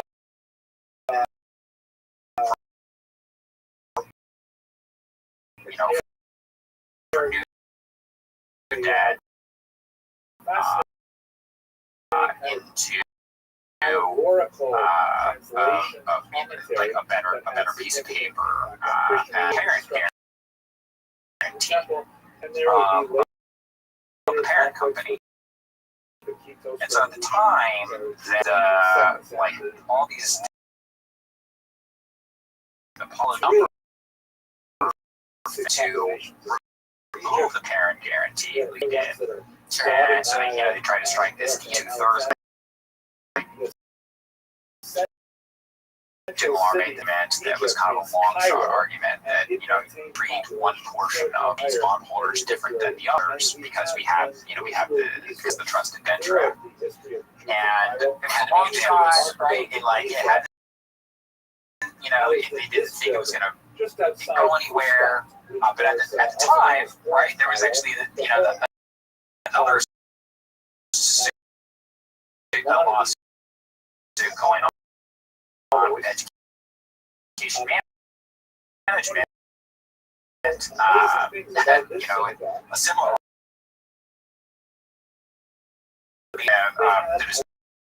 and they to the next phase in the lawsuit where the debt that it left behind in these types of transactions. And so all of a sudden, you have this, that pops up. And so Apollo is looking at that, where did this come from, right? This is holding us back from, from complete actions and leaving some of our creditors behind. Well, it's going to change the world.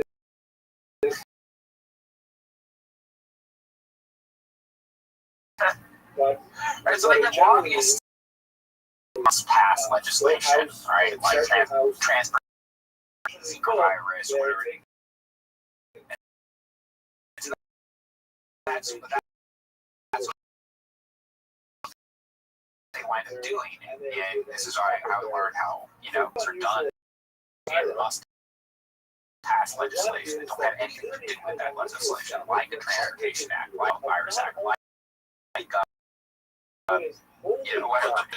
exactly the omnibus budget, right? That must pass. Well,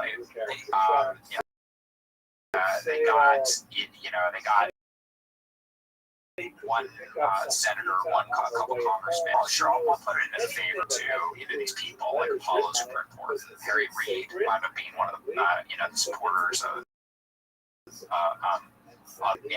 Elizabeth Warren at the time had been suspicious of reading the language, but she backed off when that came from Harry Reid. Shelby was the Republican congressman who was initially found to be backing it.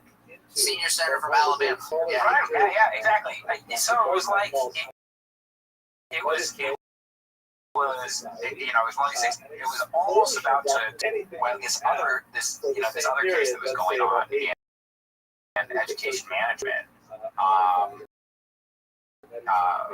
Marblegate, he found out about it, and actually owned some of the bonds at Brigade, who had gone to call with one of the congressmen. He alerted them to it. He got the firm.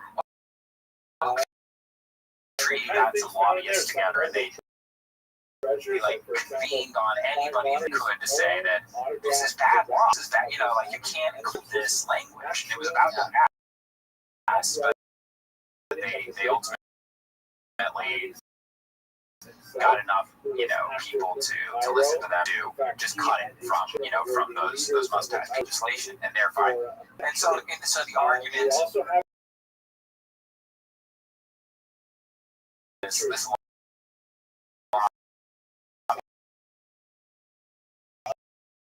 right?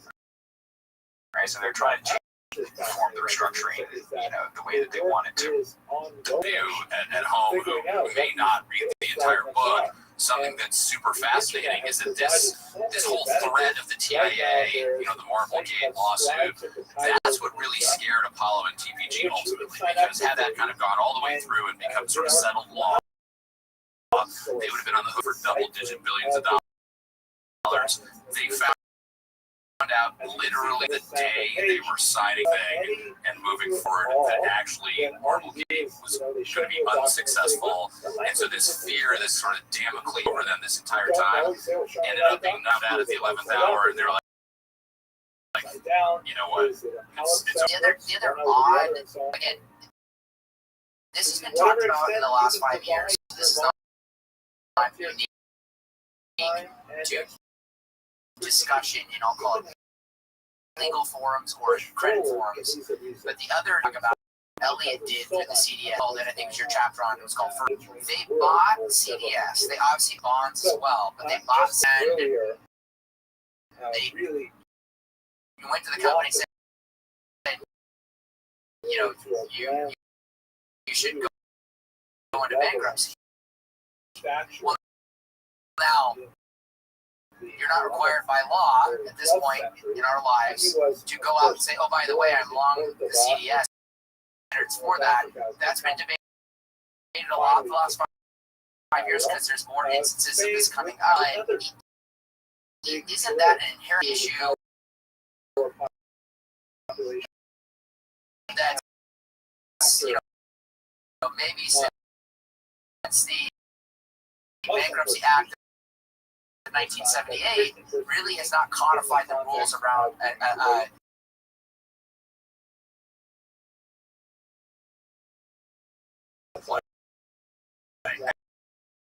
I think the market is kind of knew that a bankruptcy was coming, but the markets were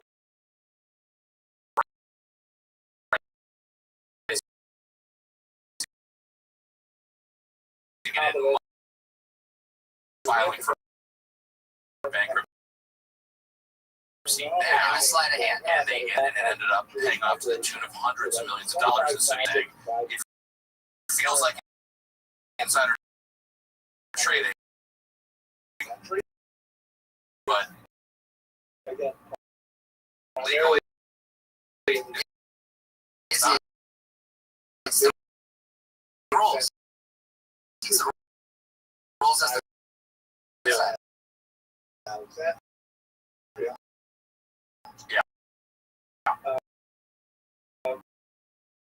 So this, there was some push Elliott management by Paul Sanger and the investment professional who was doing a lot of this, Dave Miller, he's one of the heads of distressed investing there. And it like to end is that they Caesars wound up filing with just one creditor class signed on to a restructuring support agreement, and that was the first lien bonds. And there was a lot of them. It was $5 billion plus in first lien bonds, but out of an $18 billion capital structure, it wasn't going to be enough to get anything done. Hey, I want to give a big shout out to everyone who's been working so hard on the show. We recently hit the top 10 investing podcasts on Apple Podcasts, and even number 1 in the business category in several countries. As you may know, Smead Capital Management. Smead Capital Management understands how frustrating and illogical the stock market can be. If you are searching for funds with a proven track record, give the Smead funds a look, or better yet, reach out at smeadcap.com. And don't forget to mention you're a fan of the podcast. Past performance is not indicative of future results. Investing involves risks, including loss of principal. Please refer to the prospectus for important information about the investment company, including objectives, risks, charges, and expenses. Read and consider it carefully before investing. Smead Funds distributed by UMB Distribution Services, LLC, not affiliated. Well, the other thing that struck both Cole and I when we read this was there was a lot of sort of personalities in the story, obviously, but there were also a lot of personal relationships that went back in some cases many decades. You had Howard Marks trying to rein in Ken Liang because he was friends with Leon Black. So if you could talk a little bit just about how you feel like that impacted it. And things also got deeply personal too. I mean, there was that one time where Samber wanted to do something very graphic to Ken Liang's oatmeal. So just curious how the interpersonal relationship impact for better or worse on this entire affair. Yeah, and that's being able to delve into the personalities behind these transactions. Business journalism, a lot of there's XYZ company, does this, that, or the other thing, right? And or like a lionizing profile of a master of the universe. It really, like, because G and I, had such good reputation and sources, and then, like, there was a group of winners that really wanted to talk about how brilliant they were, and then, like, once we got that story, the other side was like, well, it wasn't quite like that. We got to get into a lot of these, these personalities and like the relationships. How like 3 of the main players here went to the same finals club at Harvard, right? 2 of them, between Cheney and David Miller, were like really good friends from, from boarding school. Sure. So, and everyone who is at Drexel at one point. And it is, in some ways, but it's very impactful. And it has, like, these, far-reaching connections as well. And this was the book was, and, like, draw them together and see how they make an impact, right? Like, personalities. There are, people that take things personally or they are irrational. And not all industries, I think. Yeah, to your point, it just gets messy. As Jim Milstein, this mess had many fathers, end quote, which is his way of explaining it is my, didn't want to admit that Apollo and TPG done something wrong necessarily. Thank you. Milstein is this very tenured, successful person in his field and what he does, and even he, at some point, ends up looking, I don't want to say foolish, but and I feel like everyone, at one point, someone looked like an idiot, and they ended up looking like a genius, and some other people started looking like geniuses and ended up looking like idiots. In fact, there was so much competition in the intellect of these people, and that's why there was such movement. Today, what I'd like to do is... Yeah, I mean...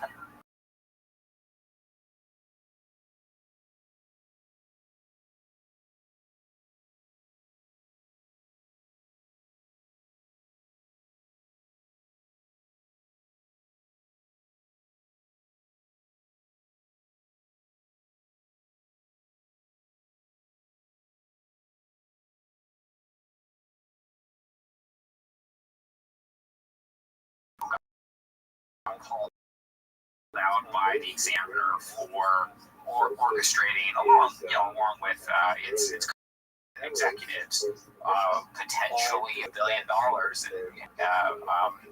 in very strong claim for fraudulent conveyance and breaches of fiduciary duty, etc. And at the end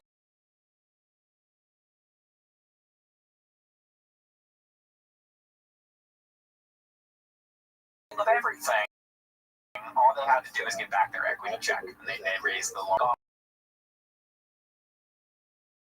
All the nuance, like they make individuals for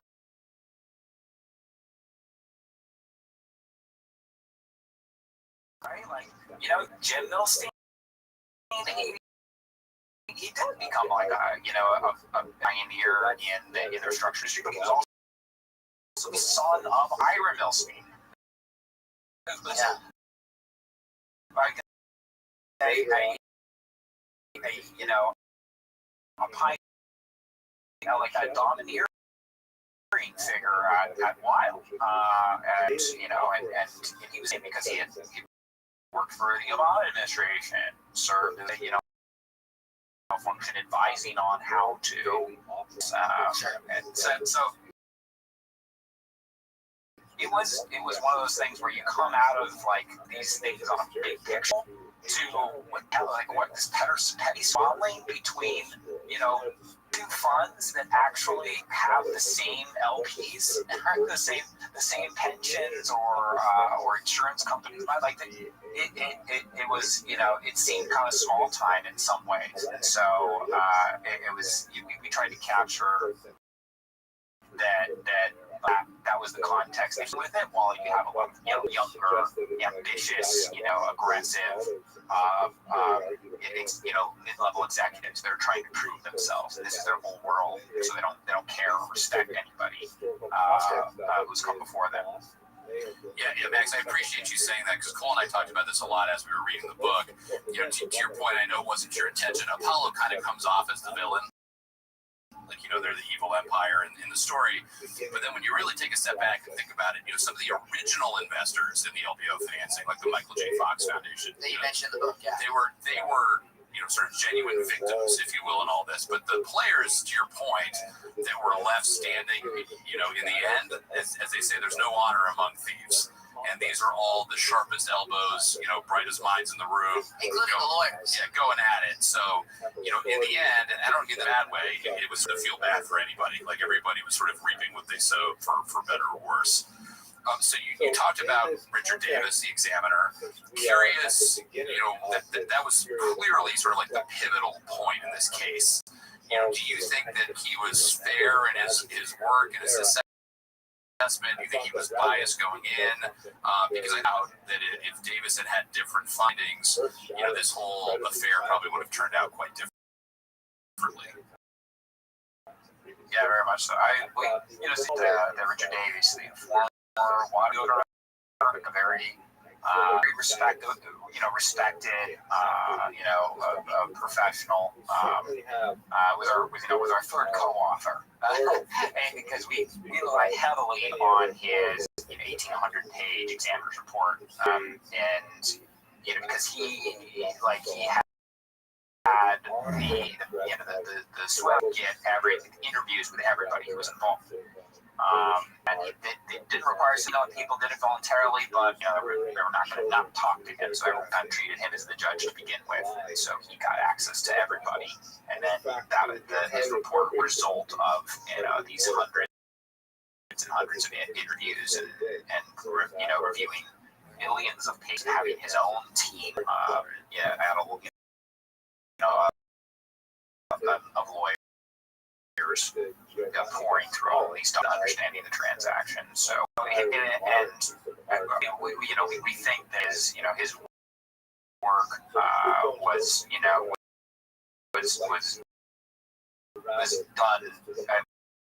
was done fair-minded, right? I think that there's legitimate, but it was very helpful, very revelatory, and re-reporting some of it.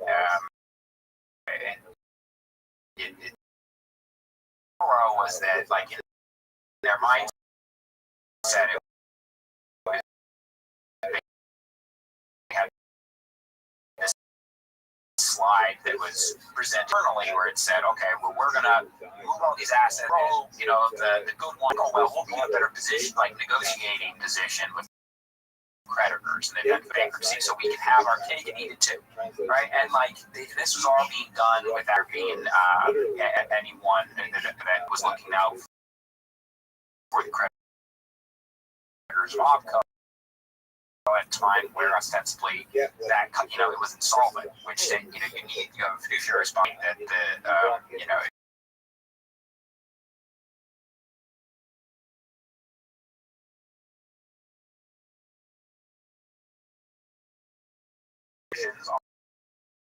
on it, and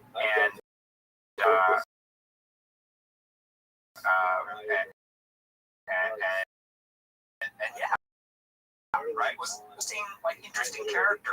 We know who the winners are, right? So, for example, if someone says, walk away from a book, there's no good, there's no evil, but who won a lot, okay? And I will dub this, I don't think anyone's done this, but I'll call it the Yellowstone Club rule.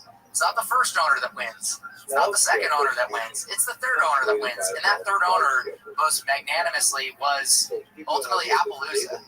They come out with such an obscene reward from this, even relative to Oak Tree or others, was what I took away from your book. Yeah, percentage return.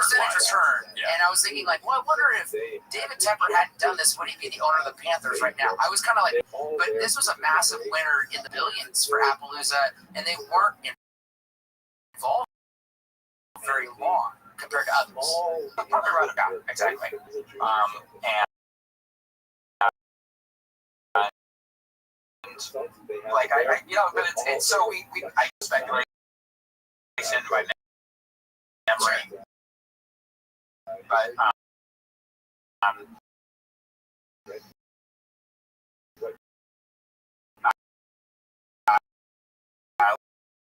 like we tried to quantify everyone's like absolute dollar amount. So we estimated that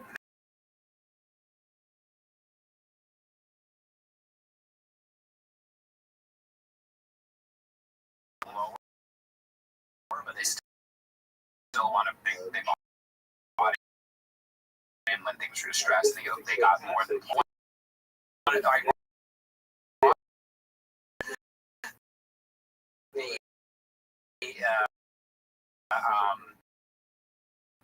Like it's represented by like white and case, you guarantee those. Wound up having some of the best returns. I've just gotten better returns. Sure. Enormous amount of value here because the right, and it did wind up being worth more than the entirety of its debt eventually. It turns out there were billions to get off this trade, and to your point, several firms and even individuals ended up making billions, but it just wasn't in the book. What struck me, just sort of like a cursory looking people up on LinkedIn, it seems like a lot of people, most of the people in the story are still at the same firms they were at. If anything, they're more senior, more wealthy now. So I'm curious, from the investment firm's perspective, the lawyers, the bankers, how did this impact people in their careers? Because for it seemed like it had a profoundly negative influence really on anybody professionally. So curious for your thoughts on that.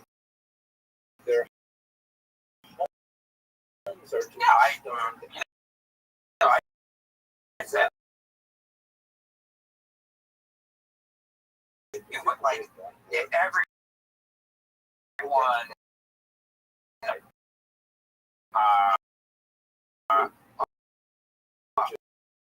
acquitted themselves well, right? And like David Zambrano, what he did, it was like, okay, well, he was going into rooms with a bunch of other aggressive investors, a lot of them were older and senior, and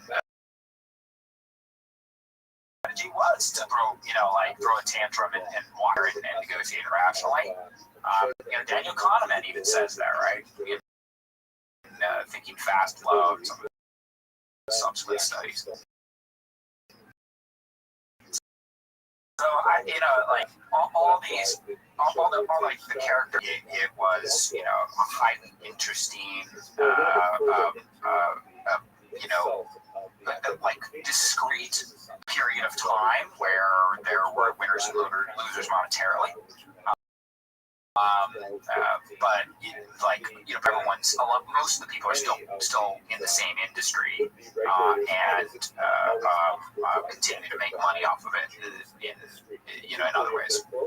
So you said that you tried to not take shots at firms or individuals in the book, and I agree you did a good job of avoiding that. You did take a parting shot on the very last page of the book at Paul Weiss, and I think it's relevant today.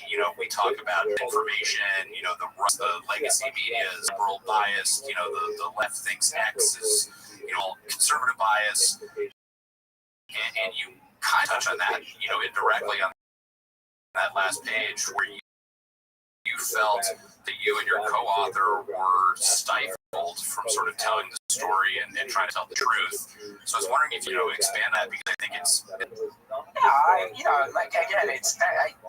I guess I don't it was Paul Weiss and there, I think it has to, maybe it has to follow, maybe not. I don't know. It was, I think it's a standard thing to do when like you're powerful, influential, a lot of money to try to control the narrative, right, in the media and media space. And part of the strategy of doing this is to cut short potentially narrative that doesn't favor you. And so so Paul Weiss did send some menacing letters over, asking to see our manuscript. And that if we published anything that was untoward, there could be consequences. And I do know a lot of that of the media. There's a power imbalance, obviously, and most journalists are not making a lot of money, and they're just trying to get tired of things. And so I think that I hope that encourage from intimidating journalists. It's like the one report on what you just done accurately. And if you're sending threatening letters, then there's nothing to prevent us from posting them. So it's and like tons of good relationships with people who work at Paul Weiss, then and presently, so that was something that happened. I don't think I'm misguided. I don't think that I think it's inevitable that they're going to try to. They think that it's negative coverage. Let's see, another kind of parting question. The nominal level of rates is obviously higher today. We just use the 10-year treasury right now as an example. Okay, spreads, like we talked about, are really tight. Junk bond offerings way oversubscribed right now. So even tighter lose out there in credit markets from what could be seen and exhibited. Do you have any on that as we move forward? In other words, we would say here there's a big risk that government might have some trouble in their own funding over the next, say, 2 to 3 years with our deficits. So again, 10-year weights at 5. And look at the lax spreads, lax underwriting right now. Because in some respects, I can say it looks more like 06 than I would say it looks like the bottom in 09. Yeah, well, especially private credit, right? If there's a bubble anywhere, my day job is I am the head of a team of analysts on investing, restructuring, and the most in vogue thing is liability exercises, and that is essentially taking advantage of this like covenant light era and this era of really open loose capital markets. Because regardless, the quantum of fixed income is just growing. Trillions in high yield debt, leverage loans, private credit, and more. All these derivatives. That's when there is alternative financing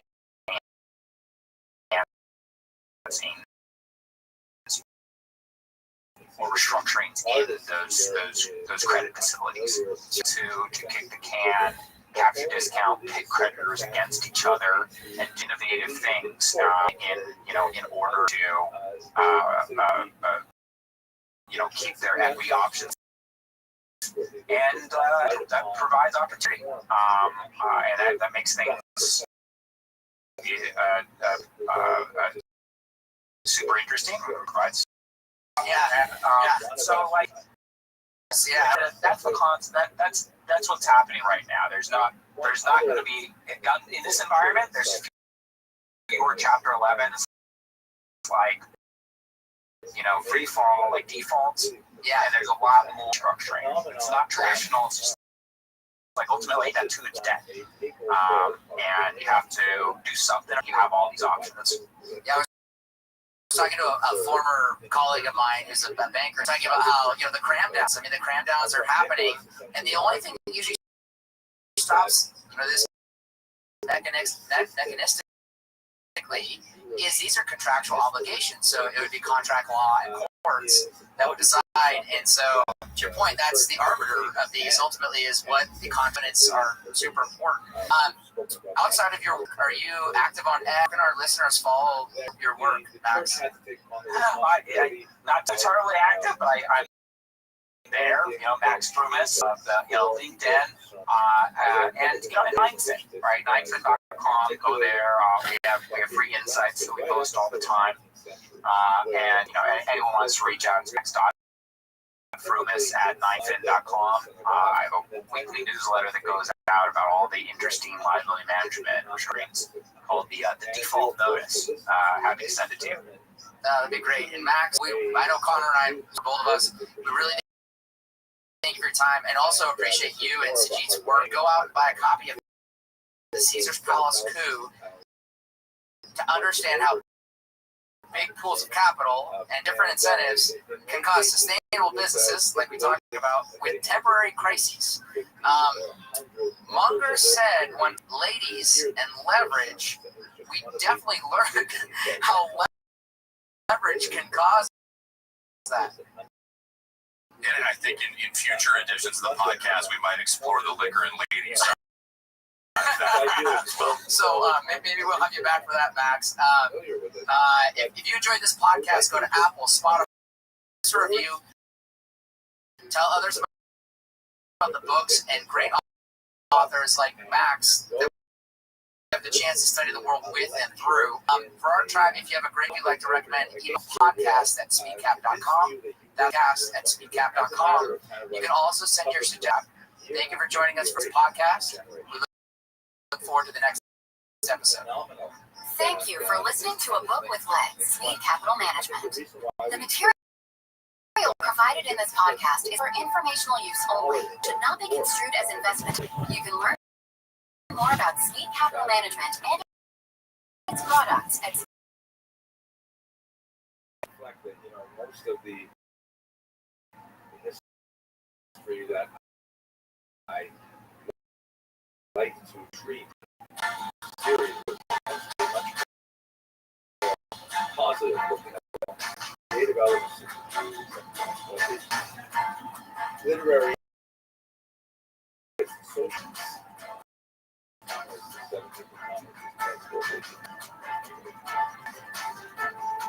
under the call of the second 15th century, an annual race of You're listening to A Book with Leg Management. At Speed Capital Management, we advise investors who fear stock market failure.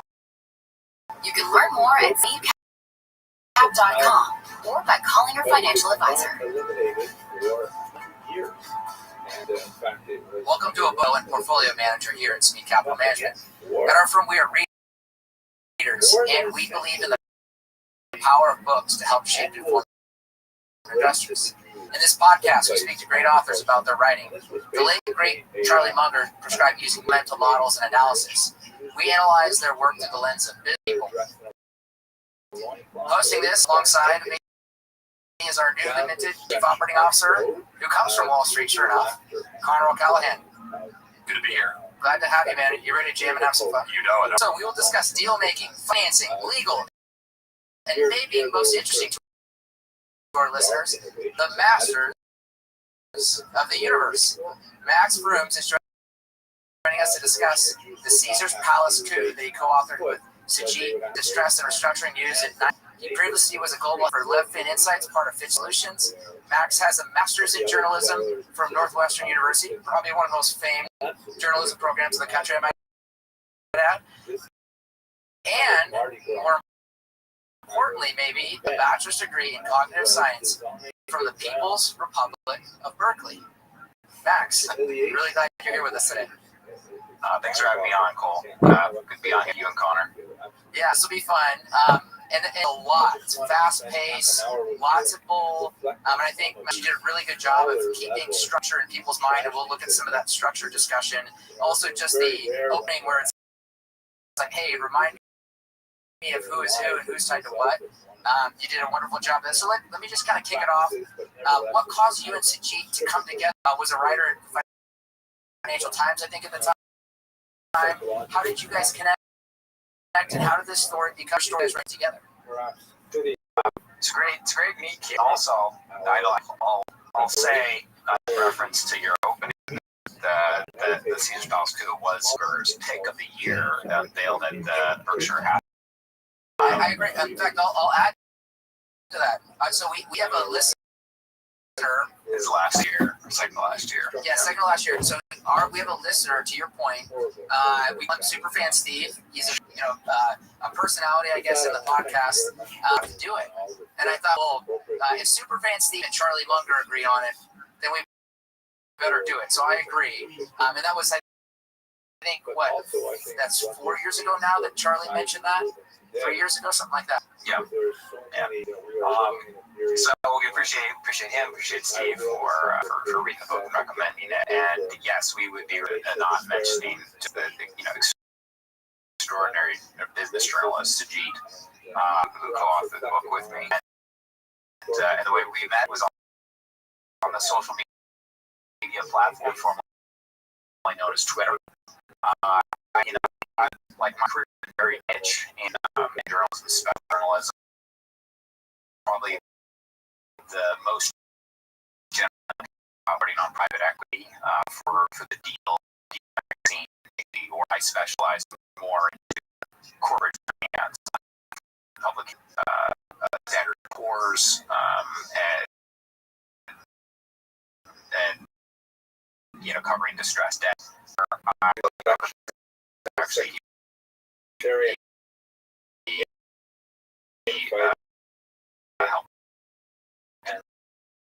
this man Field Ford insurance company, and he had the idea to start up a company that focused on this company. And then my reporting became a lot more technical. We hired former bankruptcy attorneys and credit analysts, and ultimately produced high specialized content for an audience of hedge funds, and etc. Get at all the complexities of these distressed companies, and then ultimately the trading prices of the debt securities throughout the course of Chapter 11 restructuring. And so while I was after 4 years of that company wanted me to build success, my shares invested, I was super interested in the industry, so I put together a proposal and started shopping it around. And at the time, writing for Financial Times, as the editor of the Lex column, had been super interested in the story from the perspective of the intersection of corporate finance and corporate law. He's like, and he used to be an innovator at Lazard. And so he had this great capstone piece for the Financial Times that really kind of got in some of the behind the scenes of like the angry negotiations between Apollos. And I had been covering Caesars from like the front lines of like live blogging, the bankruptcy hearings, litigation, and reporting on the groups that were forming behind the scenes. He heard about me writing the was in this book from one of his sources, a mutual source, reached out on Twitter and said, hey, look, I heard you're writing this book. I love this story. Anyway, great, right? So he slid into my DMs. I messaged back. I'd be like, man, we did it. It was clear. He was amazing. And I said, let's just write it together. I said yes, and the rest is history. Really fun. So you started with Gary Loveman at the beginning. You kind of give his background at Harvard. Can you just trained an economist? Gary Loveman, extremely smart. Actually, came from much more blue collar background. and made a name for himself in economics. And when at Harvard, and while there, did some consulting work on the side for what was then Harris. And then he was brought on by the CEO at the time, where the CEO of Harris started to really identify that, okay, this industry, like the casino industry, is kind of in, just old times, right? Like the movie Casino was going on, and that's at the time. Great movie. Yeah, it is, right? Like, I researched that, watched it and read it. But classical sources, because I was hoping when we were looking into paying Caesars and this grand casino operating company, that I would find what their ties to the mob, right? There's got to be something here, right? Mortman, he must have struck a bunch of backroom deals. The truth was, by that time, they had transitioned from this illicit industry with a lot of shady dealings going on to one that is upfront about what it's doing and begins running it. Right? And so this was where they started bringing in new acquisitions, and Harris was really the first to do this, and Barry Loveman was really a pioneer in data and the numbers that they were getting from the casino business, because they could to the state of how many people were using which or what their demographics, what their day jobs were, how often they went, and what helped this data, and turned it into the total rewards program. Hired a couple of other really smart mathematicians to do that work, and then pioneer what is now David Guru, and then in any industry really, in sending, targeting people with the promotions that are most likely to bring them in and keep them loyal, and that wound up being very successful for Harris. Attracted Apollo and other private equity investors. It ultimately wound up being in 2006 or 2008, when equity firms were writing humongous checks to load up relatively healthy and public companies with debt in order to just grow into that debt and make a huge return on investment. So that, Rothman was the attraction there. In turn, they just kept on buying casinos and plugging it into the total reward system. You didn't have to compete with the Venetian and the big, attractive box model that some of the other ostentatious competitors. It's pretty cool reading about Loveman. It was captivating. Reading. And by the way, as Cole mentioned, I have about 20 years of even for me though, understanding all these things, understanding all the terms of art, I still found myself going back, referencing the players in the front, keep it all straight in my head because it was very complicated. So yeah, Loveman was basically AI, before it was sort of like a forerunner of big data and using that to his advantage. So what I'm curious about, though, is more on the corporate side. So the 90s, I think for all of us, unfortunately, feels like not that long ago, but it was a long time ago. So you talk a little bit about how the industry as a whole was transformed. It seemed like it was tied in with legacy businesses like Holiday Inn. How did that evolve? Obviously, you talked about MBAs coming in and being more involved and sort of making it more technical.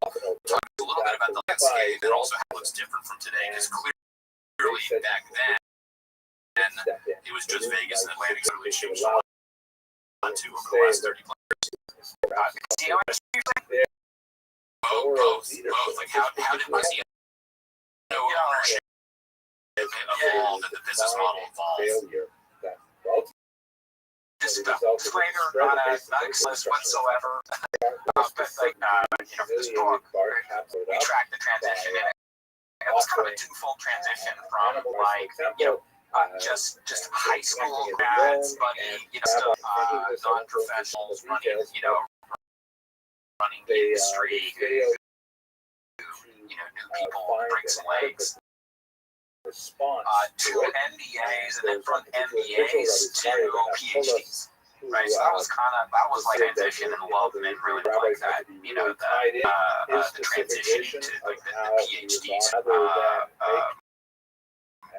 like formulas into practice, in order to really make sure that anyone who liked gambling would be loyal to their brand, and then since then.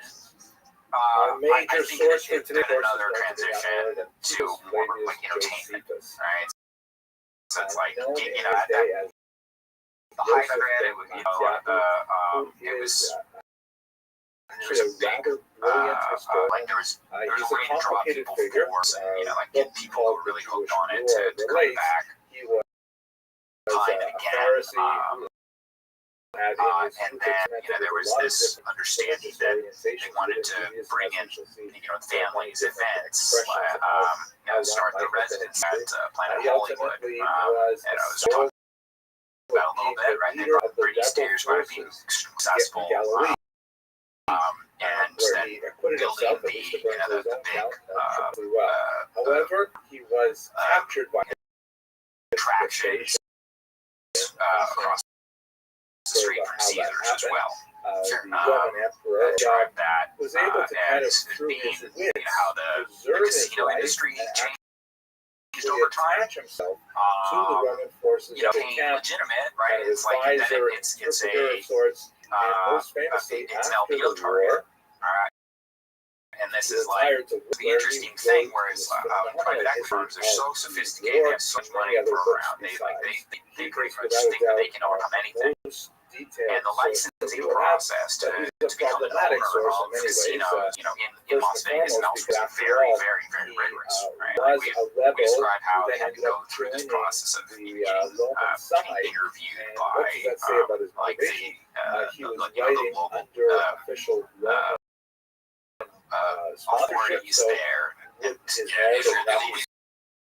having a little background, with the tattoos. So it was a very high bar to break into that industry. But as you'll notice, right now that they have, Blackstone, Apollo is come back and they own the Nation, and it became something that was very investable for non-specific casino investors.